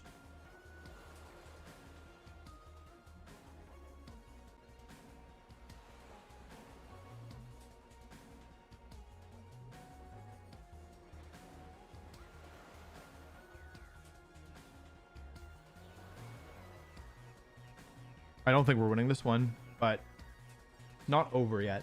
I just need one Sheer Cold connect. Okay, they stayed in this turn, which is good. That means that next turn they only get one attack off. There's Lapras.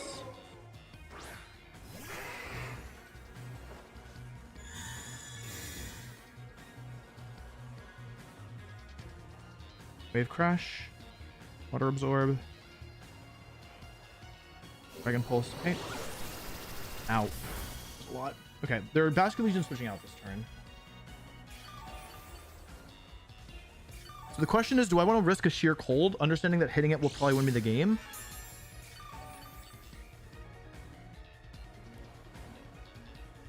Do I need to hit a Sheer Cold to win the game is like basically the question, right? Because one thing I could do is I'm gonna switch to I should go back to Incin, right? Because they're switching out here and Incin might take a Dragon Pulse.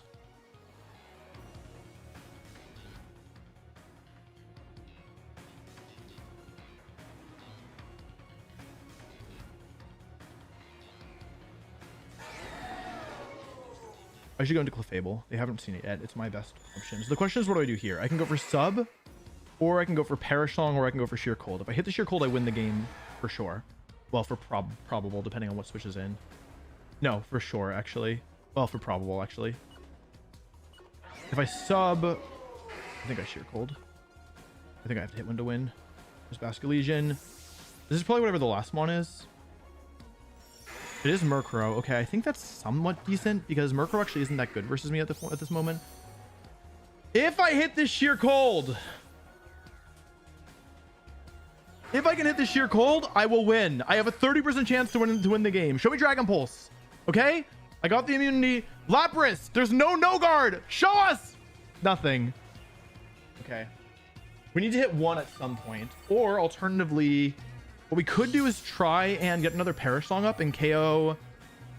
Like, I could have Perish Songed this turn if I wanted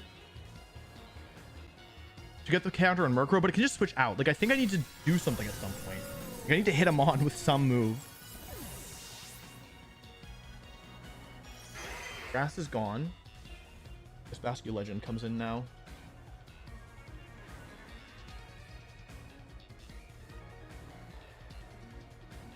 Could have subbed. I guess sub was better. I should have assumed it was gonna miss. It's just that if I hit, I could win. I don't know if I want to just be sitting here spamming Sheer Colds though. Is there a way to win this without? I actually don't know if I can win this without hitting a Sheer Cold because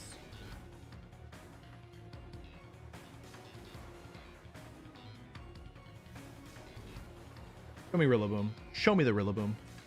Show me the freaking Rillaboom. There's Basket Legion.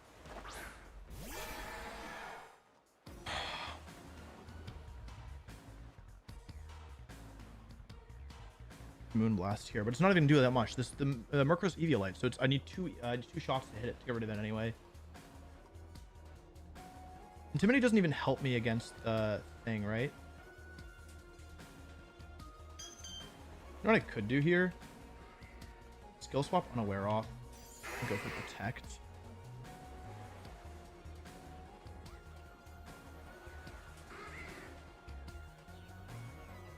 Means that Intimidate will actually stick, which is nice. Yeah, there's Murkrow going out. I didn't want to Moonblast that slot. This will give me powered up Moonblasts, which is good, I think. And it's also weakens Basket Legion's power output. What they're going for. I imagine it's Last Respects.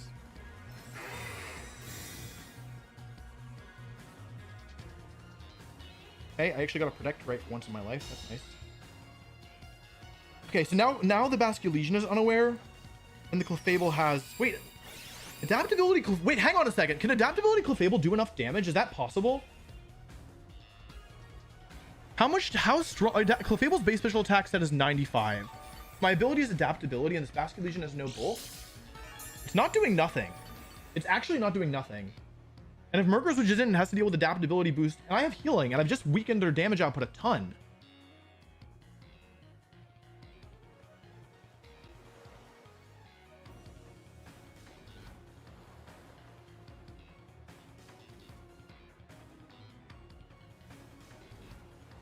Problem is the grassy terrain, right? If I can just get them to make the wrong move a couple of times. If I just had more health on Incin. That's literally all I need. Okay, they're -1 on both. Clefable's no longer unaware. Fake out, okay, it's not great. Last respects into 59 down to 27. I do take one more of those.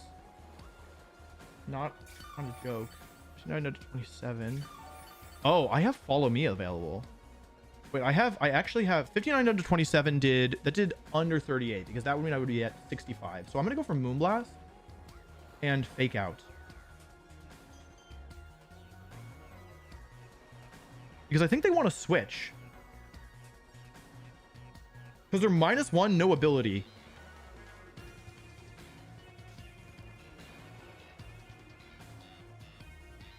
They didn't switch. Could have won. Last respects into Fable. No, into Crimson. I survive. Okay. Adaptability Moonblast fired off. A lot of damage. A lot of damage.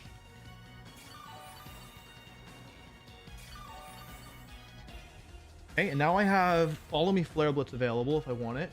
I could also go for another Moonblast. How much does Eviolate Murkrow take from adaptability here?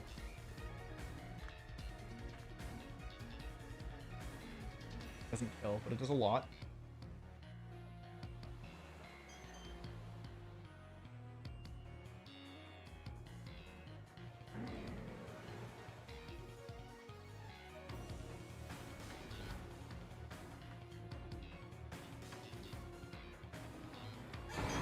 I think they're going to U-turn here, but I decided to Flare Blitz anyway because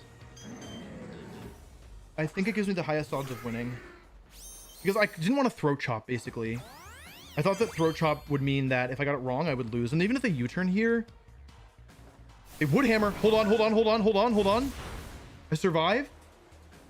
Wait. Flare Blitz should pick up the KO here. Okay. Hold on a second. Is adaptability Clefable bringing this one home? I lose Incineroar, which is really bad. Really, really bad.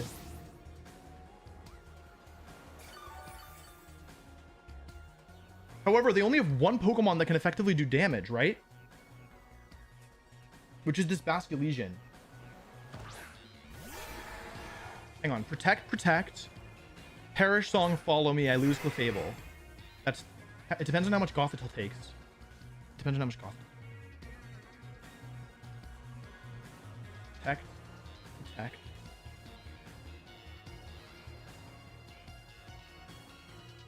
Hang on. Protect, Protect. Sorry.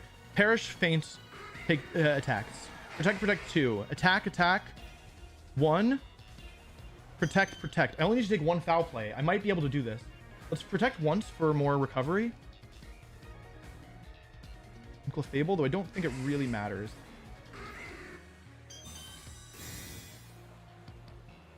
I'm pretty sure that I'll go down to 2 stacks of Basket Legion with the adaptability online. I'm almost positive. Yeah, this is a 150 base power move. There's no way I survive it. Triple this, right? So, yeah, it actually can almost one-shot left.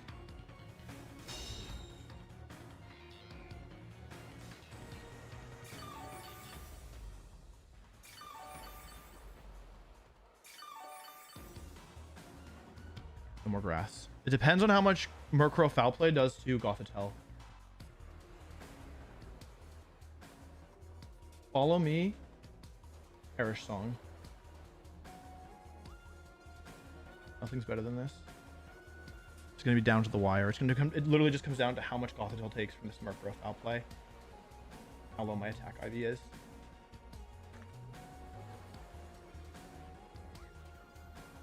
It depends on how low my attack IV is. Good. Last respects. Clefable's done an amazing job. It has carried us through this game. It has now launched its last attack. Follow me goes to, happens and Clefable goes down. Just foul play. I'm not that worried about how much it's going to do. It does define. Why did it do so much? No, Lapras' base attack. Why did it do infinite damage? Okay. It comes down to what attack IV my Gothitelle has and how much health it has left. That's what this is going to be determined by. 3, 3, 3.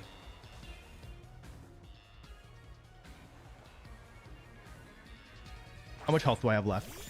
A perfect IV Gothitelle takes maximum 68 damage from this move. What is my attack stat? 58. This is...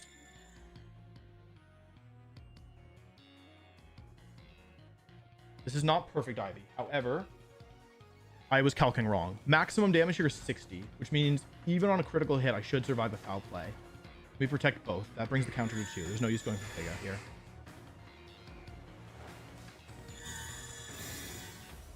This is down to the wire.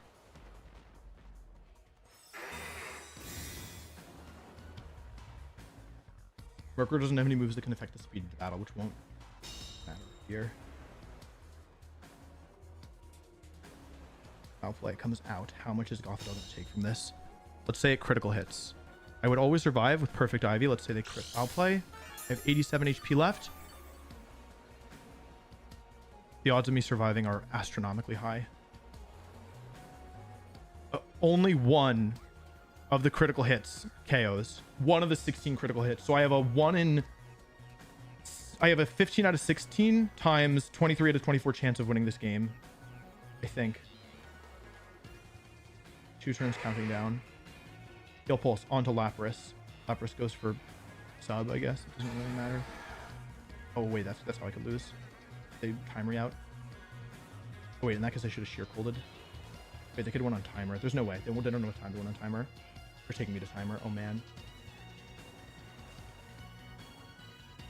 No way. No, they won't get 3 minutes. There's no way. Oh man, I should have moved faster. Okay. This goes down. The question is, this all comes down to Gothitelle and the timer. I could lose on timer. Merkur goes for foul play. How much does this do? Gothitelle survives.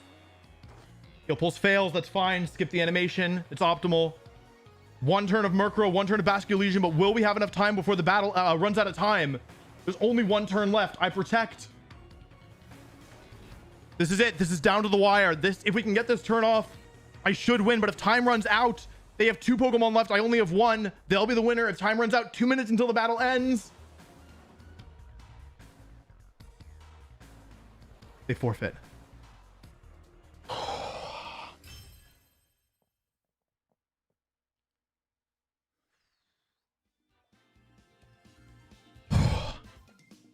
I don't know. I do not know how we won that.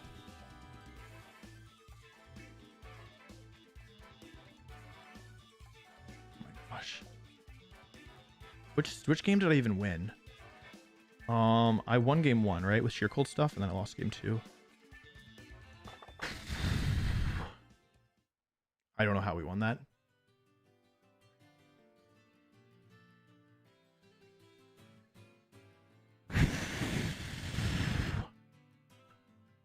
All right, and there's no break.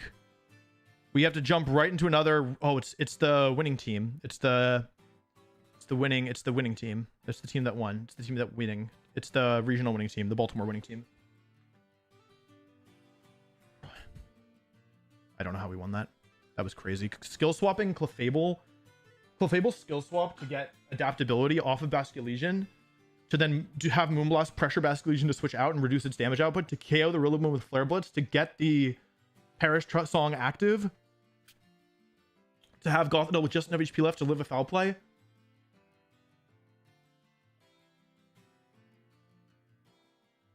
was a crazy set.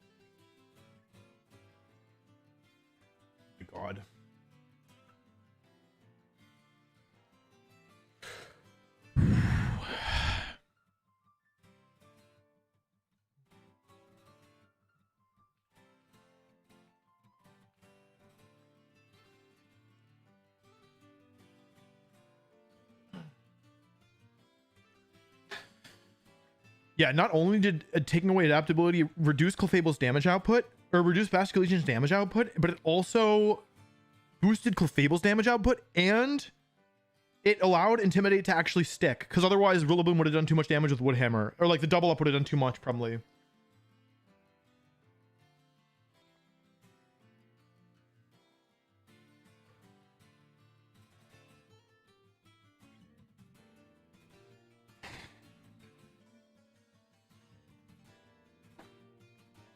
We can start whenever. I've asked my opponent just for a breather because I was really intense. I just need a second.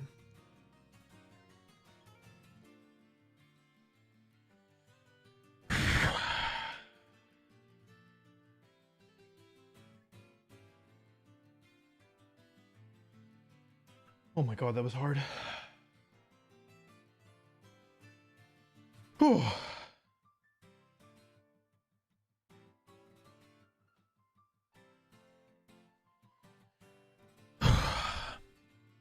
It's crazy because I didn't even bring Clefable till the end, until the third game.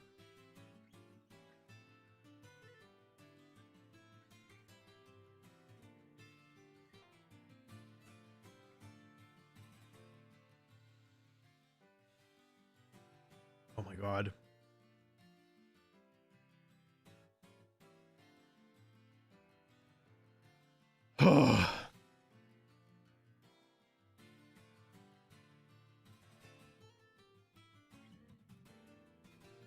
Okay. All right, let's continue. Continue on.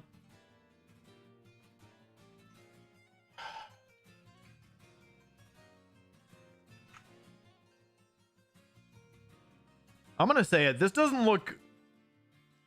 I'm not going to say this doesn't look impossible, but it doesn't look possible either. You know what I mean?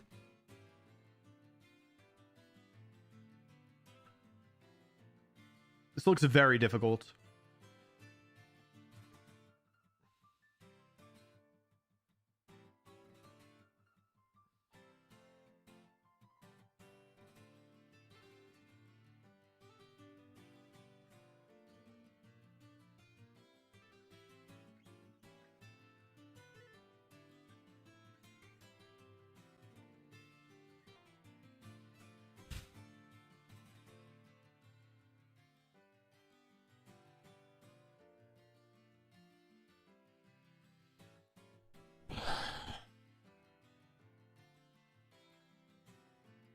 Okay, let's give it a shot. This is a hard matchup. There's a lot of scary Pokemon on this team.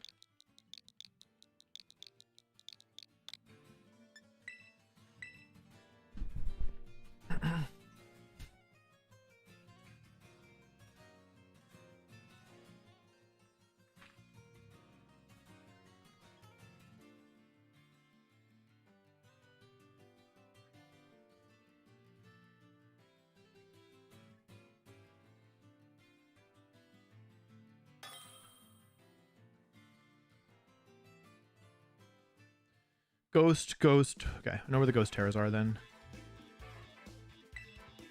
That's not what I want. Okay.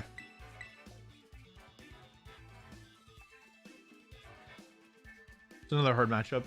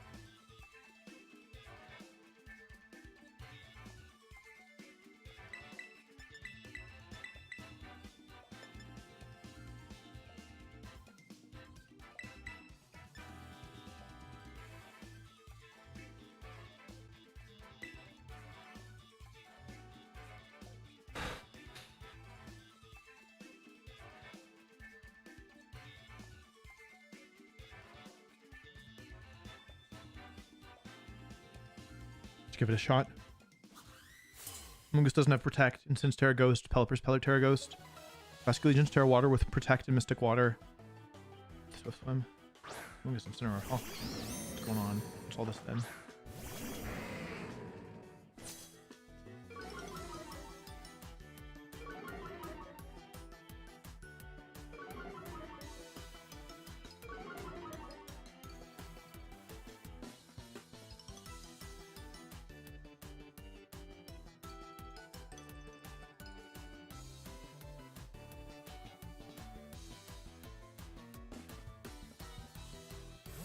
What's all this then?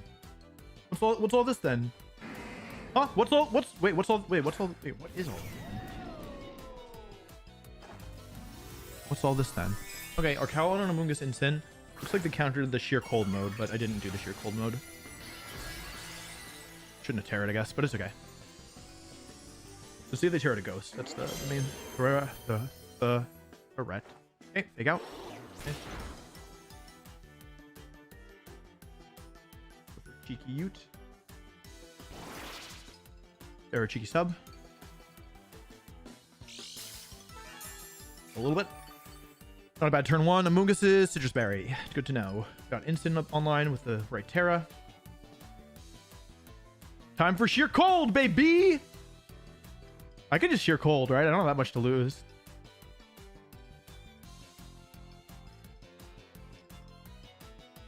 Fair song, that's fine.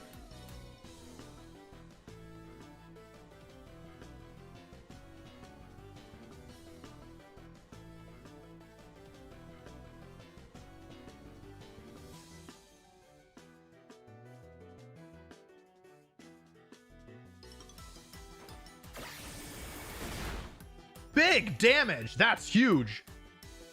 I sounded like an announcer in a Pokemon game. Big damage. That's huge. There's ways that this could go badly, but I don't want it to go badly, so hopefully they don't happen. My pro analysis. I expect this to be. No, never mind. Dragon Pulse. Oh, that's not good. Incineroar. Oh, that's bad. They read it. It's doomed. I got the Parasong up. That's good. Opium. Dang, that's crazy. I guess it was kind of off. I forgot my opponent. Okay, I know it sounds silly, but I kind of forgot my opponent was like I didn't know anything about my opponents, but I kind of forgot they were good, you know? I can still win this because I did that much damage, right? Sir Kaladin does have Flash Cannon.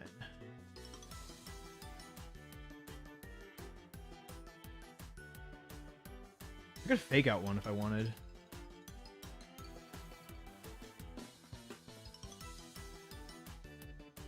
Sub doesn't even help me. This sucks.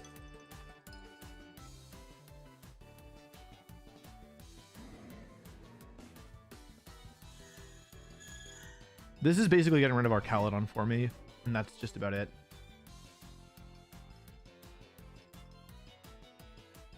Sorry, gotta give it the sub.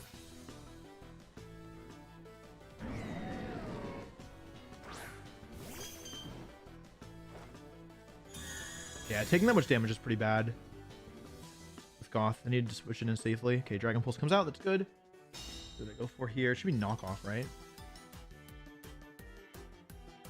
Play. Nice play. Thankfully, this team doesn't have any spread moves, so I should be able to survive. At least return. Yeah, getting rid of this instant is going to be tough. And getting rid of all the other Pokemon is also going to be tough. I think this might be tough. What do they bring in here? I would assume Pelipper. Yeah, okay. Pelipper comes out.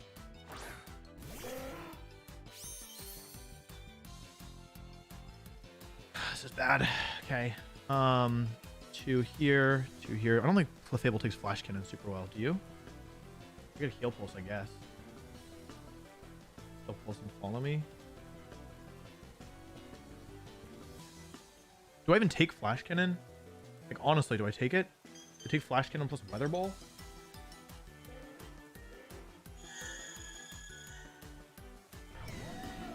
No, I don't. No point going for that then. I think I'm in big trouble.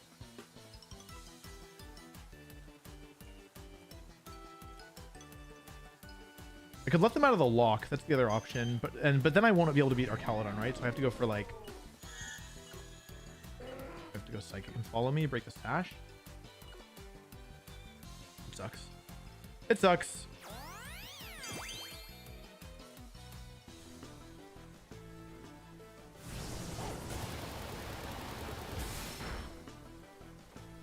Sorry, table. I played this one pretty bad. I had a really good start, I think, and then I got kind of like I lost myself in the sauce turn 2, which is bad because like I had the start correct, you know. And so having it be like this is pretty rough. Yep, the sash broken. One turn left here.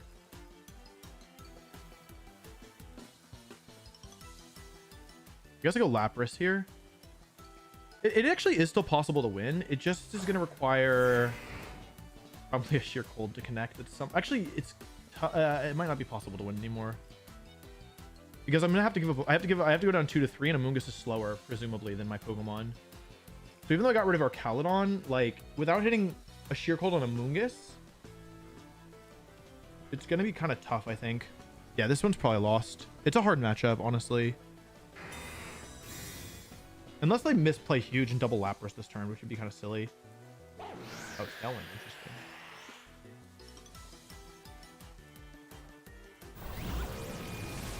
There's no way they go after Lapras here, right? Yeah, there's no way they go after Lapras. It'd be completely ridiculous. Yeah, although why? You know I'm a grass type, so I don't know why I do that in the first place, but none of my business. Yeah, I didn't respect Gothitelle enough. It is kind of like the most important Pokemon here. Yeah, I can still win this. I just need to hit many sheer colds. Many sheer colds. To be specific, I need to hit 2. Hitting 1 would be a start, though, honestly. Yeah, without hitting a sheer cold, I don't see how this is happening.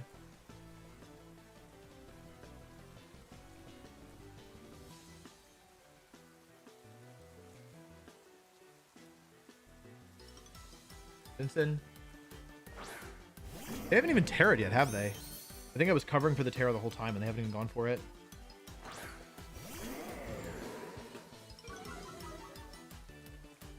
It's Ghost Terra Pelly, right? Yeah, this was going to be hard regardless, actually. Okay. I can go for Throat Chop. I can also go for Fake Out. Am I worried about them terrestrializing here? Kind of. Throat Chop and Sheer Cold? Instant? It didn't matter what I did here. It's a crit. Crit for crit. Should live a Hurricane, but not by much. Flinch. Okay, show me Sheer Cold! Damn, that's my bad. I need to hit 2 Sheer Colds to win this, for the record, and even that might not be enough.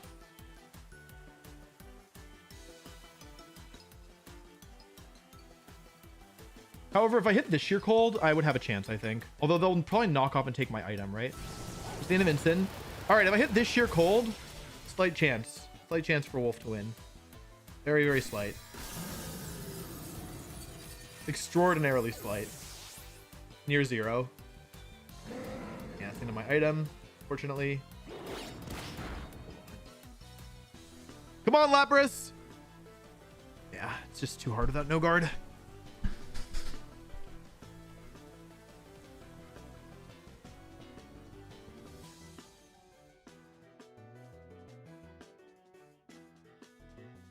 This is tough because they have so many. Oh yeah, they don't even need to go. That's clever. They don't even need to go for weather hurricane because I lost my item. That was smart. A lot. Okay, now the way that I win this is okay. It can't happen anymore.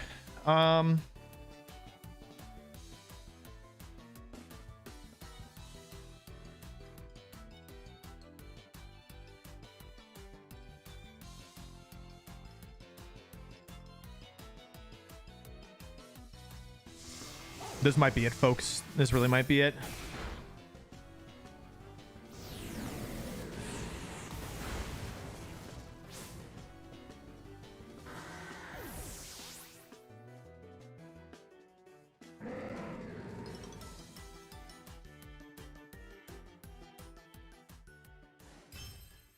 Yeah, that strategy doesn't really work, right?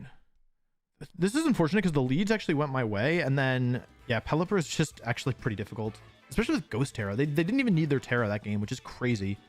Yeah, I mean, switching Gothitelle in was actually I think the biggest blunder of that game. What am I supposed to do?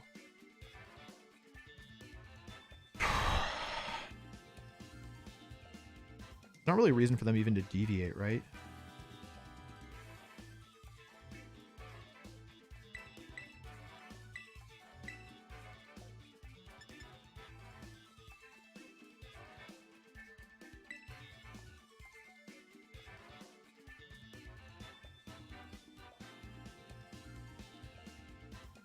There is the other option, of course. However, that's very, very risky, and I don't think it's super smart across the board.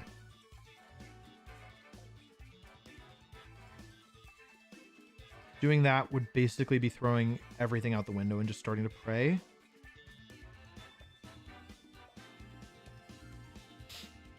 What else can I do, though?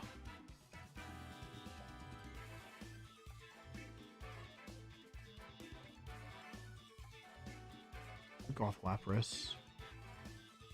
Goth Lapras. Take out Perish Song. Protects. Doesn't even work. I let Instant Lapras, and that didn't work either because of the stupid. Couldn't bring Gothitelle in safely.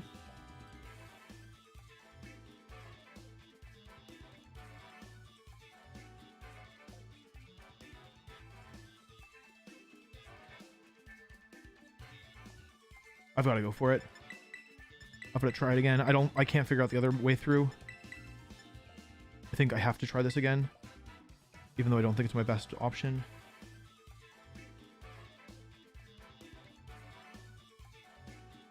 It doesn't work though, right? Because of what happened last game. Oh, the problem was I didn't realize their Arcalodon was slower than my Incineroar. That was the problem.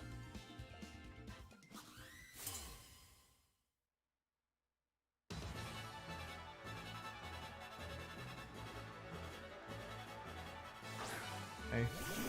Could have done my other mode, but no guarantee it would have worked.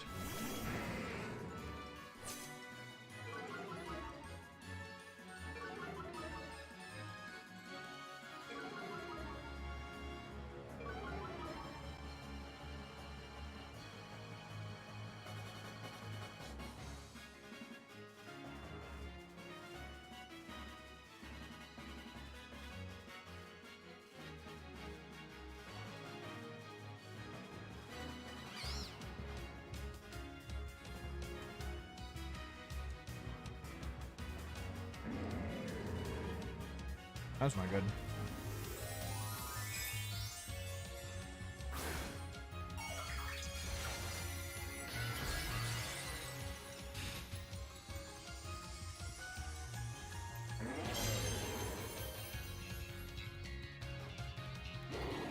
That's not good.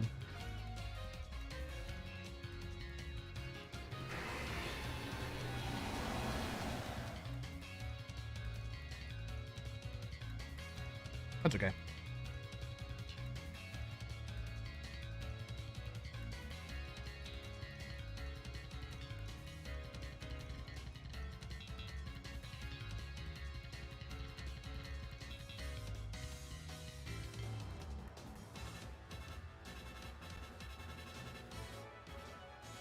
Let's think this through, because this actually hasn't gone as bad as it could have.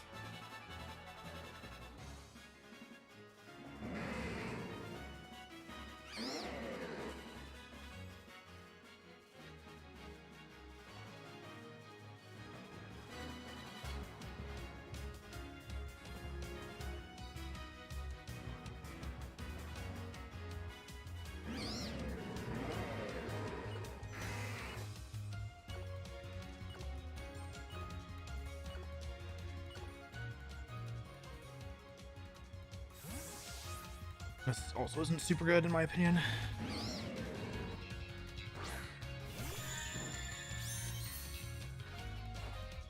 Okay. Okay. Still alive. Do we get spored here? Ow. Not nice. Survive.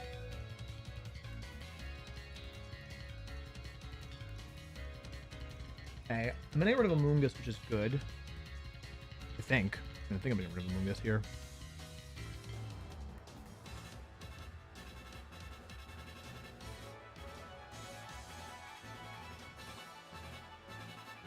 Oh, I should use U-turn to instant. That was my bad. That was actually I need to snap it out autopilot. Bird Trap didn't even make any sense there. I mean, at least I stayed in and didn't die, but like. Or like didn't bring in Goth, but yeah, that was not a super smart play in my opinion. Here's the Terra. I forced them to Terra by doing this. It's not that good for me. I forced them, but yeah, whatever.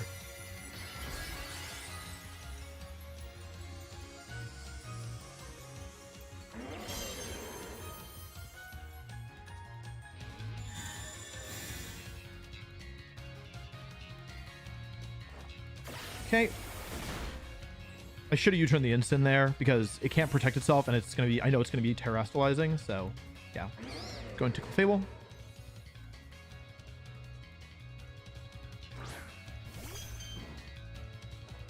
Okay, nice. Now there's not really any threat.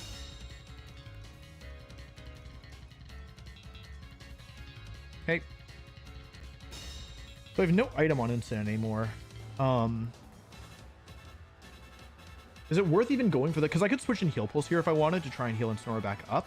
But I'm almost wondering if it's even makes sense to do, you know? Because, like, I mean, the health isn't going to help me that much at the end of the day. I think I'm just going to let it go down. They have to switch Incineroar out here. Or they could Parting Shot. I guess it's the same thing, really. But I don't want to Moonblast because I think my win condition is Perish here.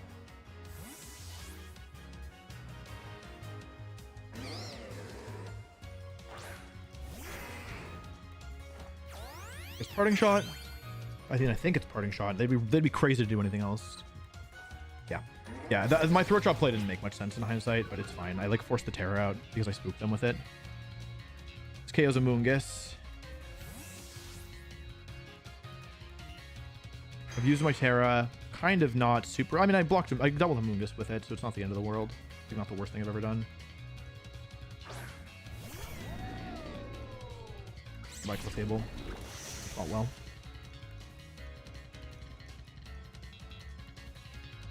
Okay, Amoongus is down. Incineroar is nearly down. We've both terrestrialized our Incineroars. This game is not over. Like, it's not great. Don't get me wrong. Certainly not ideal, but it's also not terrible. Pelipper comes in here.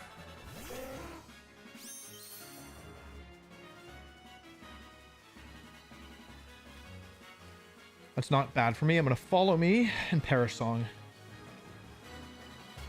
And if the only way they should be able to KO Clefables with a double up, I think I take a Flash Cannon from me. Maybe I go down to Flash Cannon. They could switch one mon into Incineroar, but that's okay. Okay, if they double attack here, I'm in really good shape, I think. Show me Hurricane. Okay. Show me Electro Shot. Nice. Fusion doesn't matter because I follow mead. Electro Shot. Okay.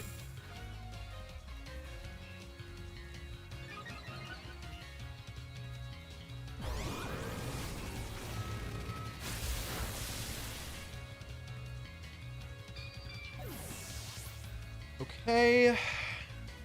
3 turns of Perish Song. Both Pokemon trapped in the field, remaining Pokemon in the back, Terra Ghost and Incineroar.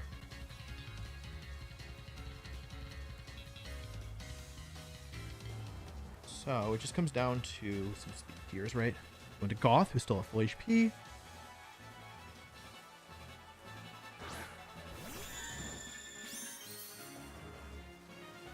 I can go for Fake Out. And I guess I'll Sheer Cold here. It's technically the most optimal, I think. And then Protect, and then switch. Whatever.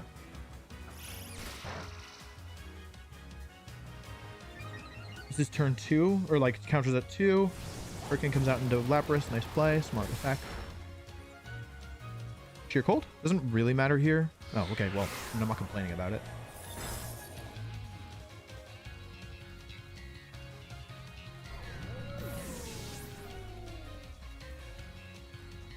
Basically, the reason that's optimal, even though it's like looks a little silly, is that this allows me to get an Intimidate down on the Incineroar, whereas otherwise I wouldn't get the Intimidate down. I don't think it really matters, in all honesty. If I can be fully honest, but it doesn't hurt, is my process. This game is not over because Incineroar can do a lot of damage to my Lapras. However, at the end of this, protect both this turn. I should be able to get a Perish Song against this Incineroar, and I think I'll win the 1v1, even without the Intimidate, or even not factoring in the Intimidate. Protect. And then switch and protect.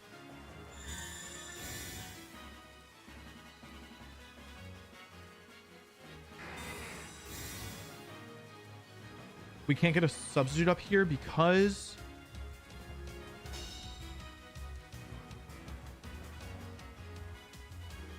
the reason we can't get a sub up here is because that why can't we do it?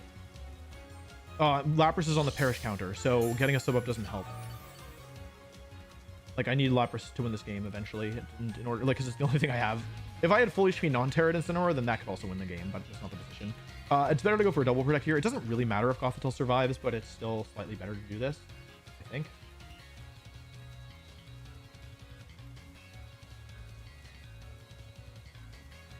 If their Incineroar had Throat Chop instead of Knock Off, this would be a lot worse, because then I would have to hit Sheer Cold at some point. No, I would still be able to do it, because then I could sub, protect, Air Song, protect, whatever, go from there.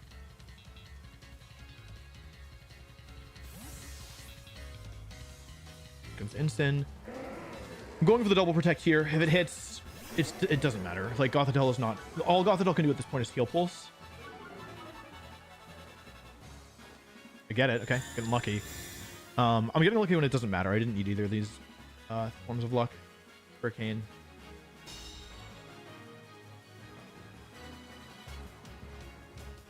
Oh, they messed up. They needed to KO Instant this turn, I think. Yeah. In that case, it actually, nothing mattered. I was going to win this regardless because of that play.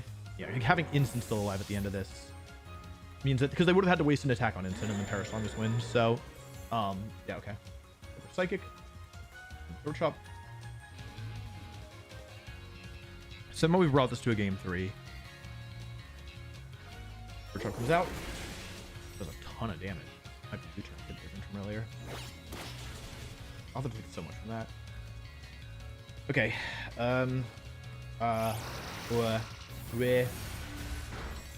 We got a game win. Question is, how do I win this set?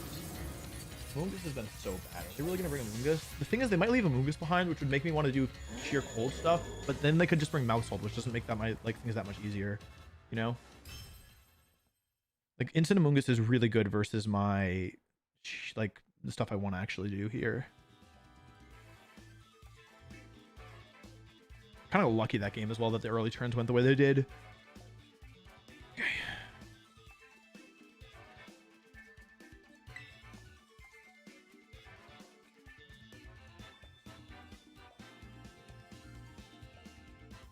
We're going to game 3. I do not know what I'm supposed to do here. It could have just... I kind of expect that they'll lead something differently here, personally.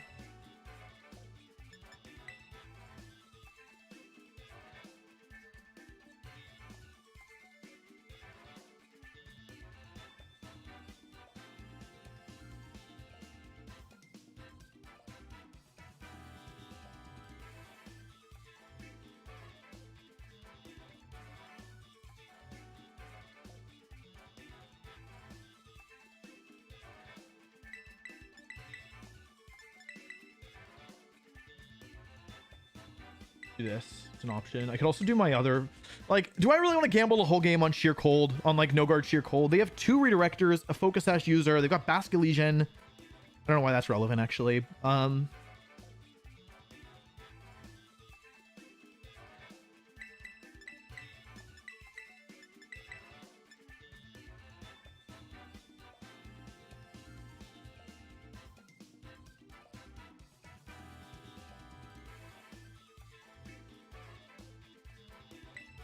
Maybe they'll lead wrong. Maybe they will lead with Pelipper plus Archaludon. Copidopium. Copidopium. Doesn't even help. Pelipper Archaludon would also be bad for me, no? I think it would be bad. Actually. It's kind of funny, but yeah, I think it would actually also be bad. I don't know if this is going to work. There's a lot of, like, okay, lead Mousehold or Archaludon. If they lead Mousehold or Archaludon, I'm big chilling. That's the bad. That's bad.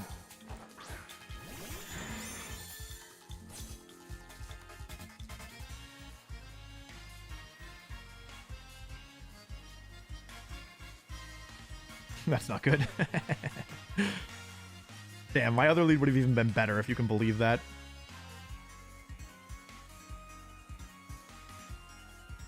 I'll just click sheer cold. I don't care. I'll do it.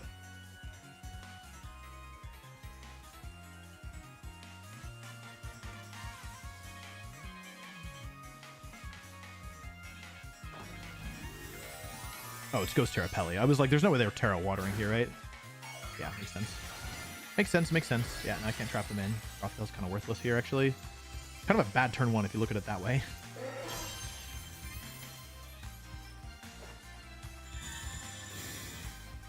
probably Wave Crash Hurricane, Wave Crash Goth, Hurricane into... They doubled the freaking Lapras.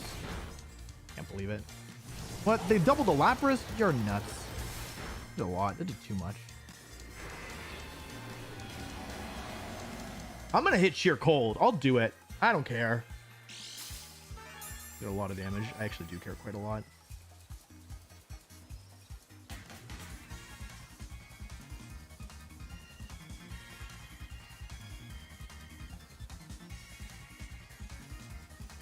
What am I doing? Like, genuinely, what am I doing? Hang on. I think I'll live another one. Another double up.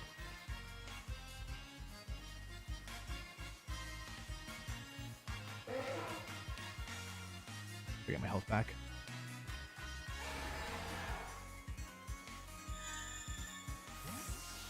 Oh. Insane, okay. Show me the demise of Incineroar. Show it to me. This is looking really bad. I think... Oh, double out. Huh. Interesting. Mungus? Okay, yeah, Arcalona makes a lot of sense. Ooh, this is bad. Wait, I'm actually getting rolled here. Especially they just Terra'd. Yeah, this is going awfully.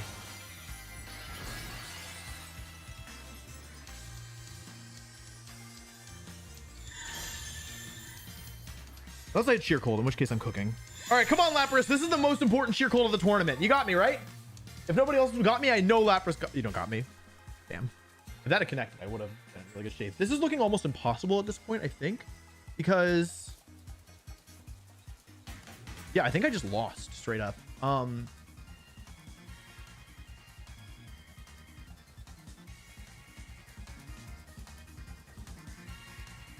I don't see. I don't even see a win. I literally don't see a win anymore.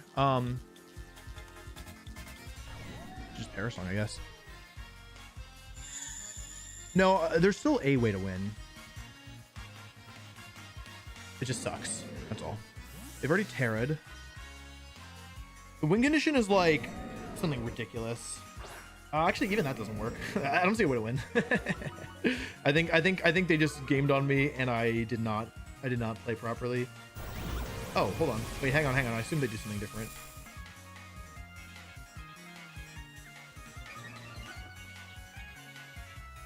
Oh, into that slot. Hold on. Wait, hang on a second. Wait, hang on a second. Wait,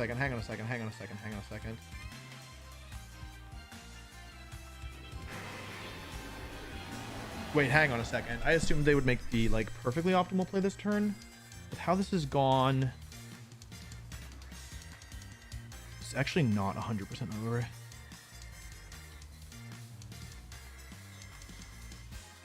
I do take a lot of damage, though. This turn, if I'm going to win the game, this turn has to go my way, I think. My options are fake out the Arcalodon and switch. I think that's my only option. I'm going to... Well, because the thing is, are they going to double out here? Alternatively, I could let... I think I have to play it and then making a mistake. So it's either Throat Chop the Instant now. I'm going to do this. It's... They stayed in with Arcalodon. Hang on a second. This is not over. Because I only need to get 2 KOs here. You know what I mean? If they get greedy here and do anything other than Parting Shot, this is already kind of gravy in my opinion.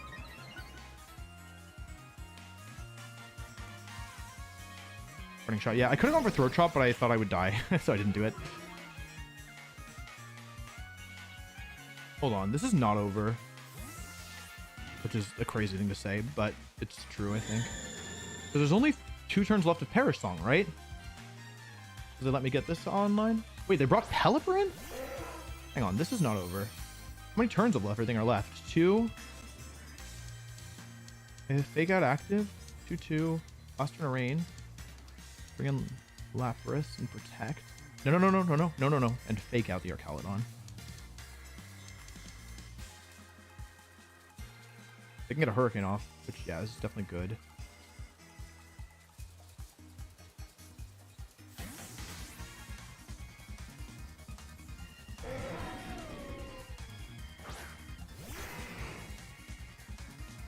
Take a Hurricane with one of my Mons. Not the end of the world, though. Keep our Kaladin in jail.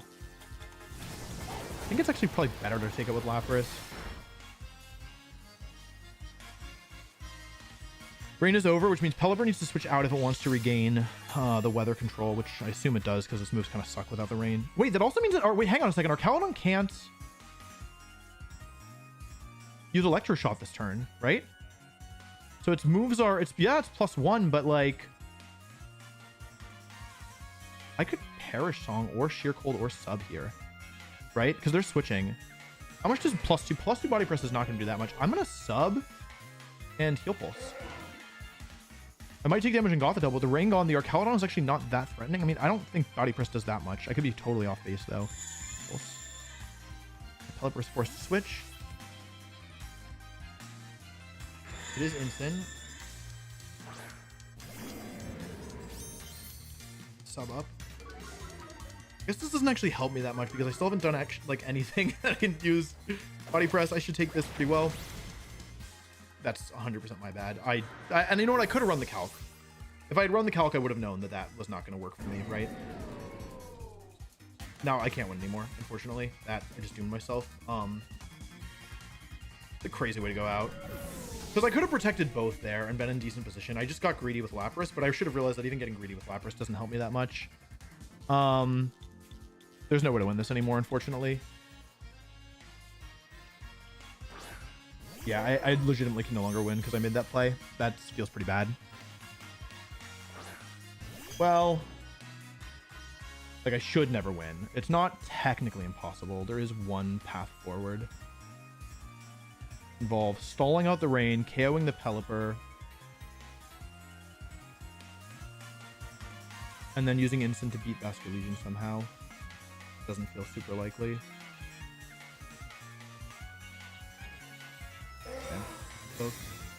Fairly predict with Pelipper. Yeah, actually, but since instant is parting shot, I was actually in pretty decent shape if I hadn't done that. Not decent shape, but I was up a Mon on a Perish Trap team, which is pretty big.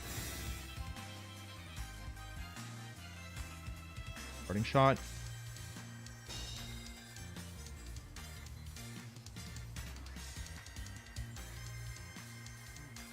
Is there any way to do this? I don't think so. Like, I genuinely don't, because Goth has Heal Pulse over Trick Room. If I just protected both, I was okay. I don't know why I did that. Hurricane, okay, well. That's not good. I didn't activate the berry. Shoot. I survive.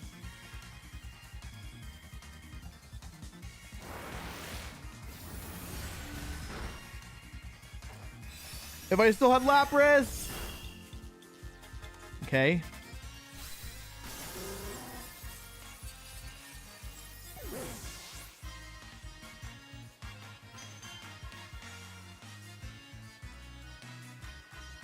Vascular Legends, the last Mon with 2 stacks. And Mystic Water and Protect. How much health does my Incineroar have left? Not enough.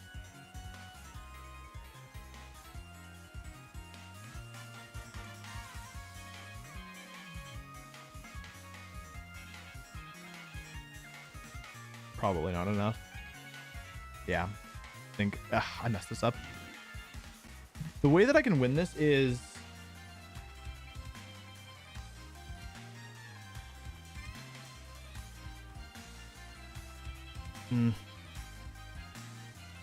How much does Incineroar do here?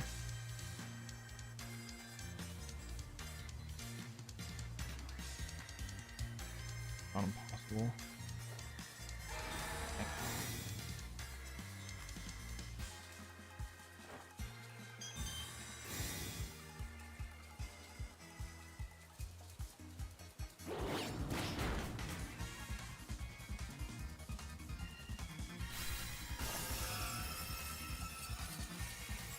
Rain is still active, right?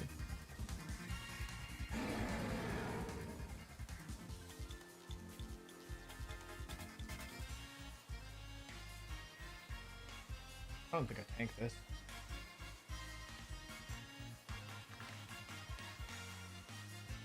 Possible. I'm so close. I'm actually so close. That's the incredible thing. I just needed like one more turn here.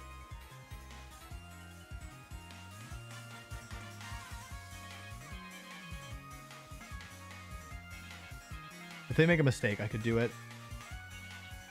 It's very unlikely, but basically if they make the, like, it's pretty likely I'm going to lose.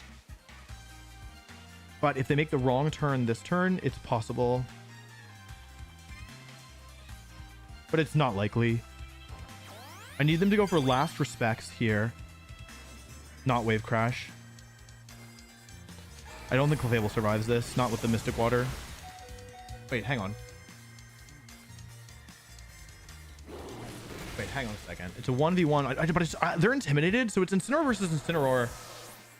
But I'm intimidated and they're not.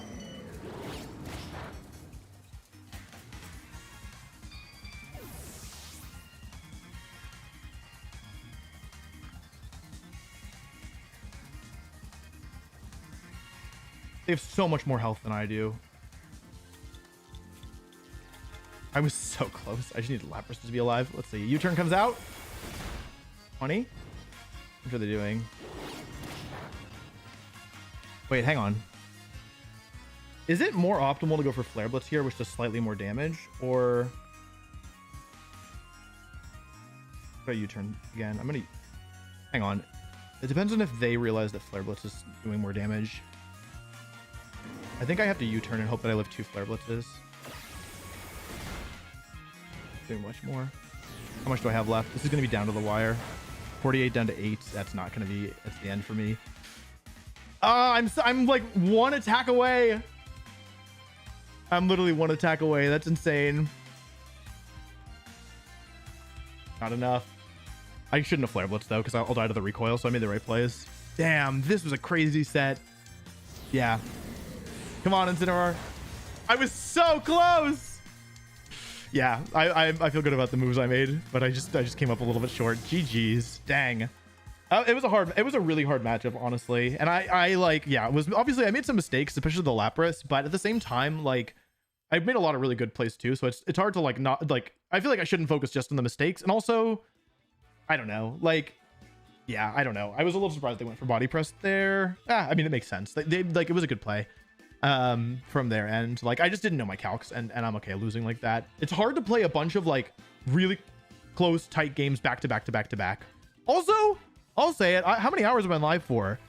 And I've been live for 9 hours. So I think it makes sense that my play is deteriorating a little bit. I still think this was a crazy, crazy run for this team. So I'm overall happy. Gets my thumbs up. Yeah, I think the last Flare Blitz critting would have done it. Wait, let me report the games. Yeah. Honestly, this is way better than I think this team probably should have done. So let's share the code here.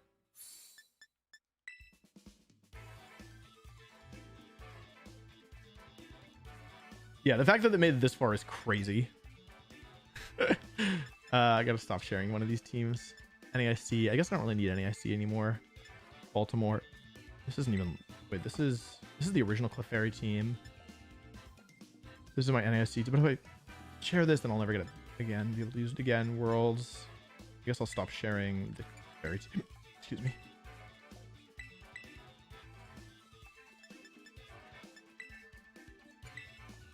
Wait, I'll just check details first.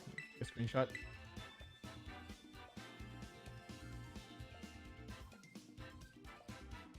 I can't wait to take a screenshot. Yeah, that was a crazy. Honestly, this is a crazy run. I went with including the bye. I went 9-2, I guess. Without the bye, I went 8-2 in actual sets.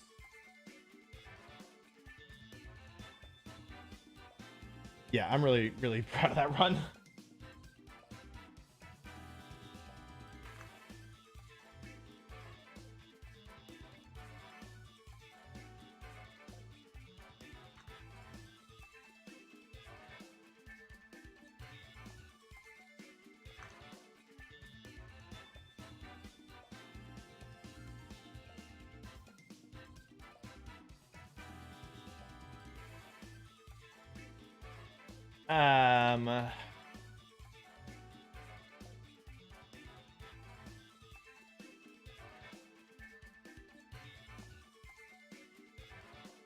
Alrighty. All right, I posted a tweet with the team. If you all don't mind gassing that up, retweeting, liking, interacting, all that good stuff, I would appreciate it. If not, no wormies. We just.